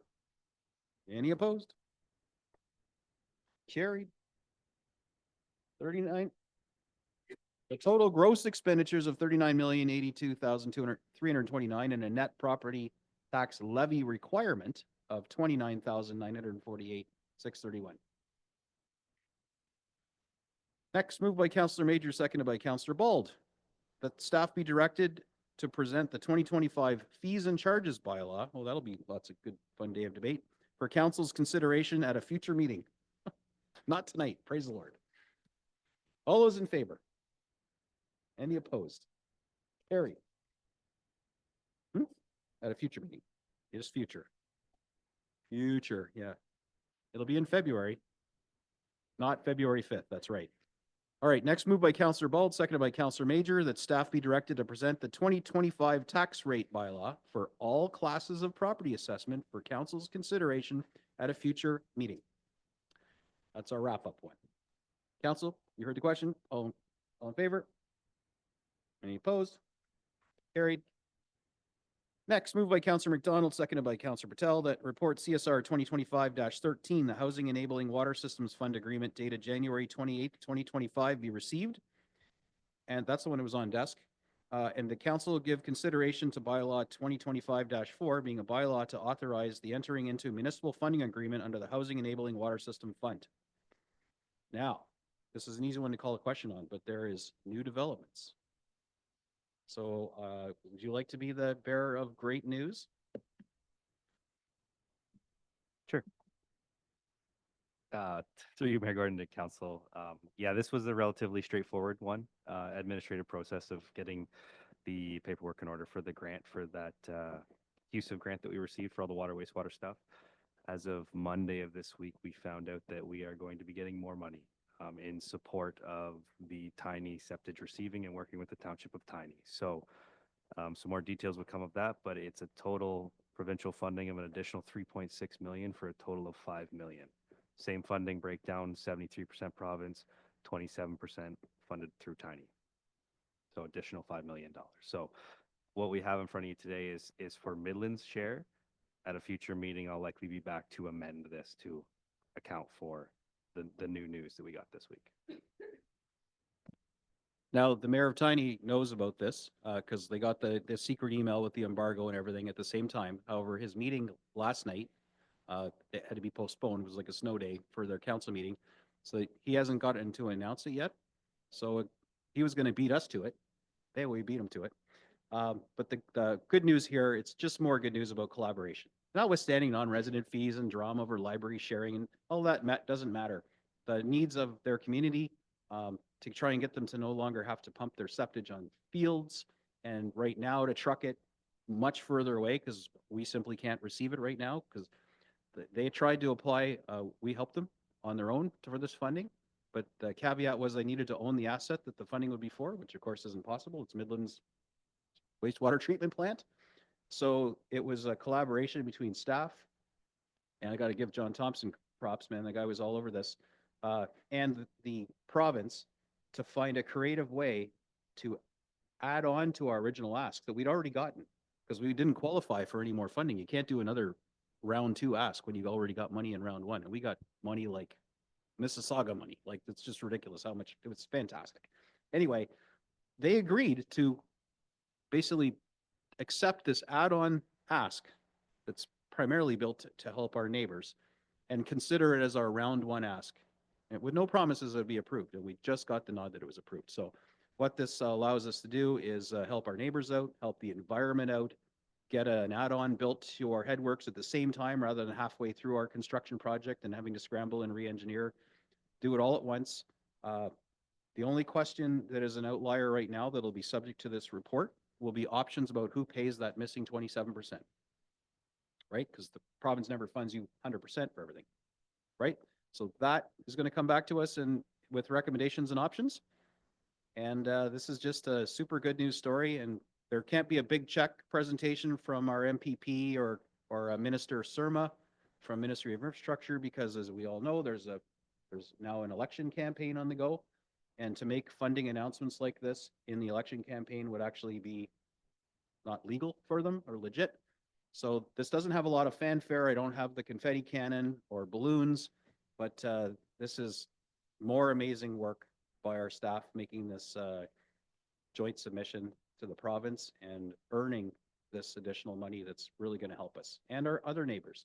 Because the question will be, is it only for Tiny's use or for everyone else's too? To be determined. But this is a great news story for Tiny, great news story for Midland, and it's kind of I'm glad that it kind of came at the end like this, but again, it's the big reveal, no confetti cannon, but it's good news all around. So congratulations to staff, and I do look forward to when Tiny announces it, because I'm sure there people aren't watching our meeting, but it's just a good news story all around. So there we go. That's the background on that one. Council, anything to add? Did I miss anything? Did I misstate anything? No? Oh, Madam So CEO? through your worship, so you did not miss anything. Yeah, kudos to staff. They did just an incredible job, because I'm not sure that this happens too often at all that they would ever consider that. Just want to give council just a heads up that we may be calling a meeting prior to February 25th to sign off on that stuff. So we'll, 26th. You guys thought you had a meeting on the 25th as well. So, so it's a long day. So we will get back to council as to when, the clerk will poll council, but likely we will have to meet before the next meeting, just because of urgency to get stuff signed off to the province. Perfect, thank you. And that would be a short meeting and with a singular focus, just to seal the deal legally, cross the Ts, dot the Is, so that the money doesn't evaporate, right?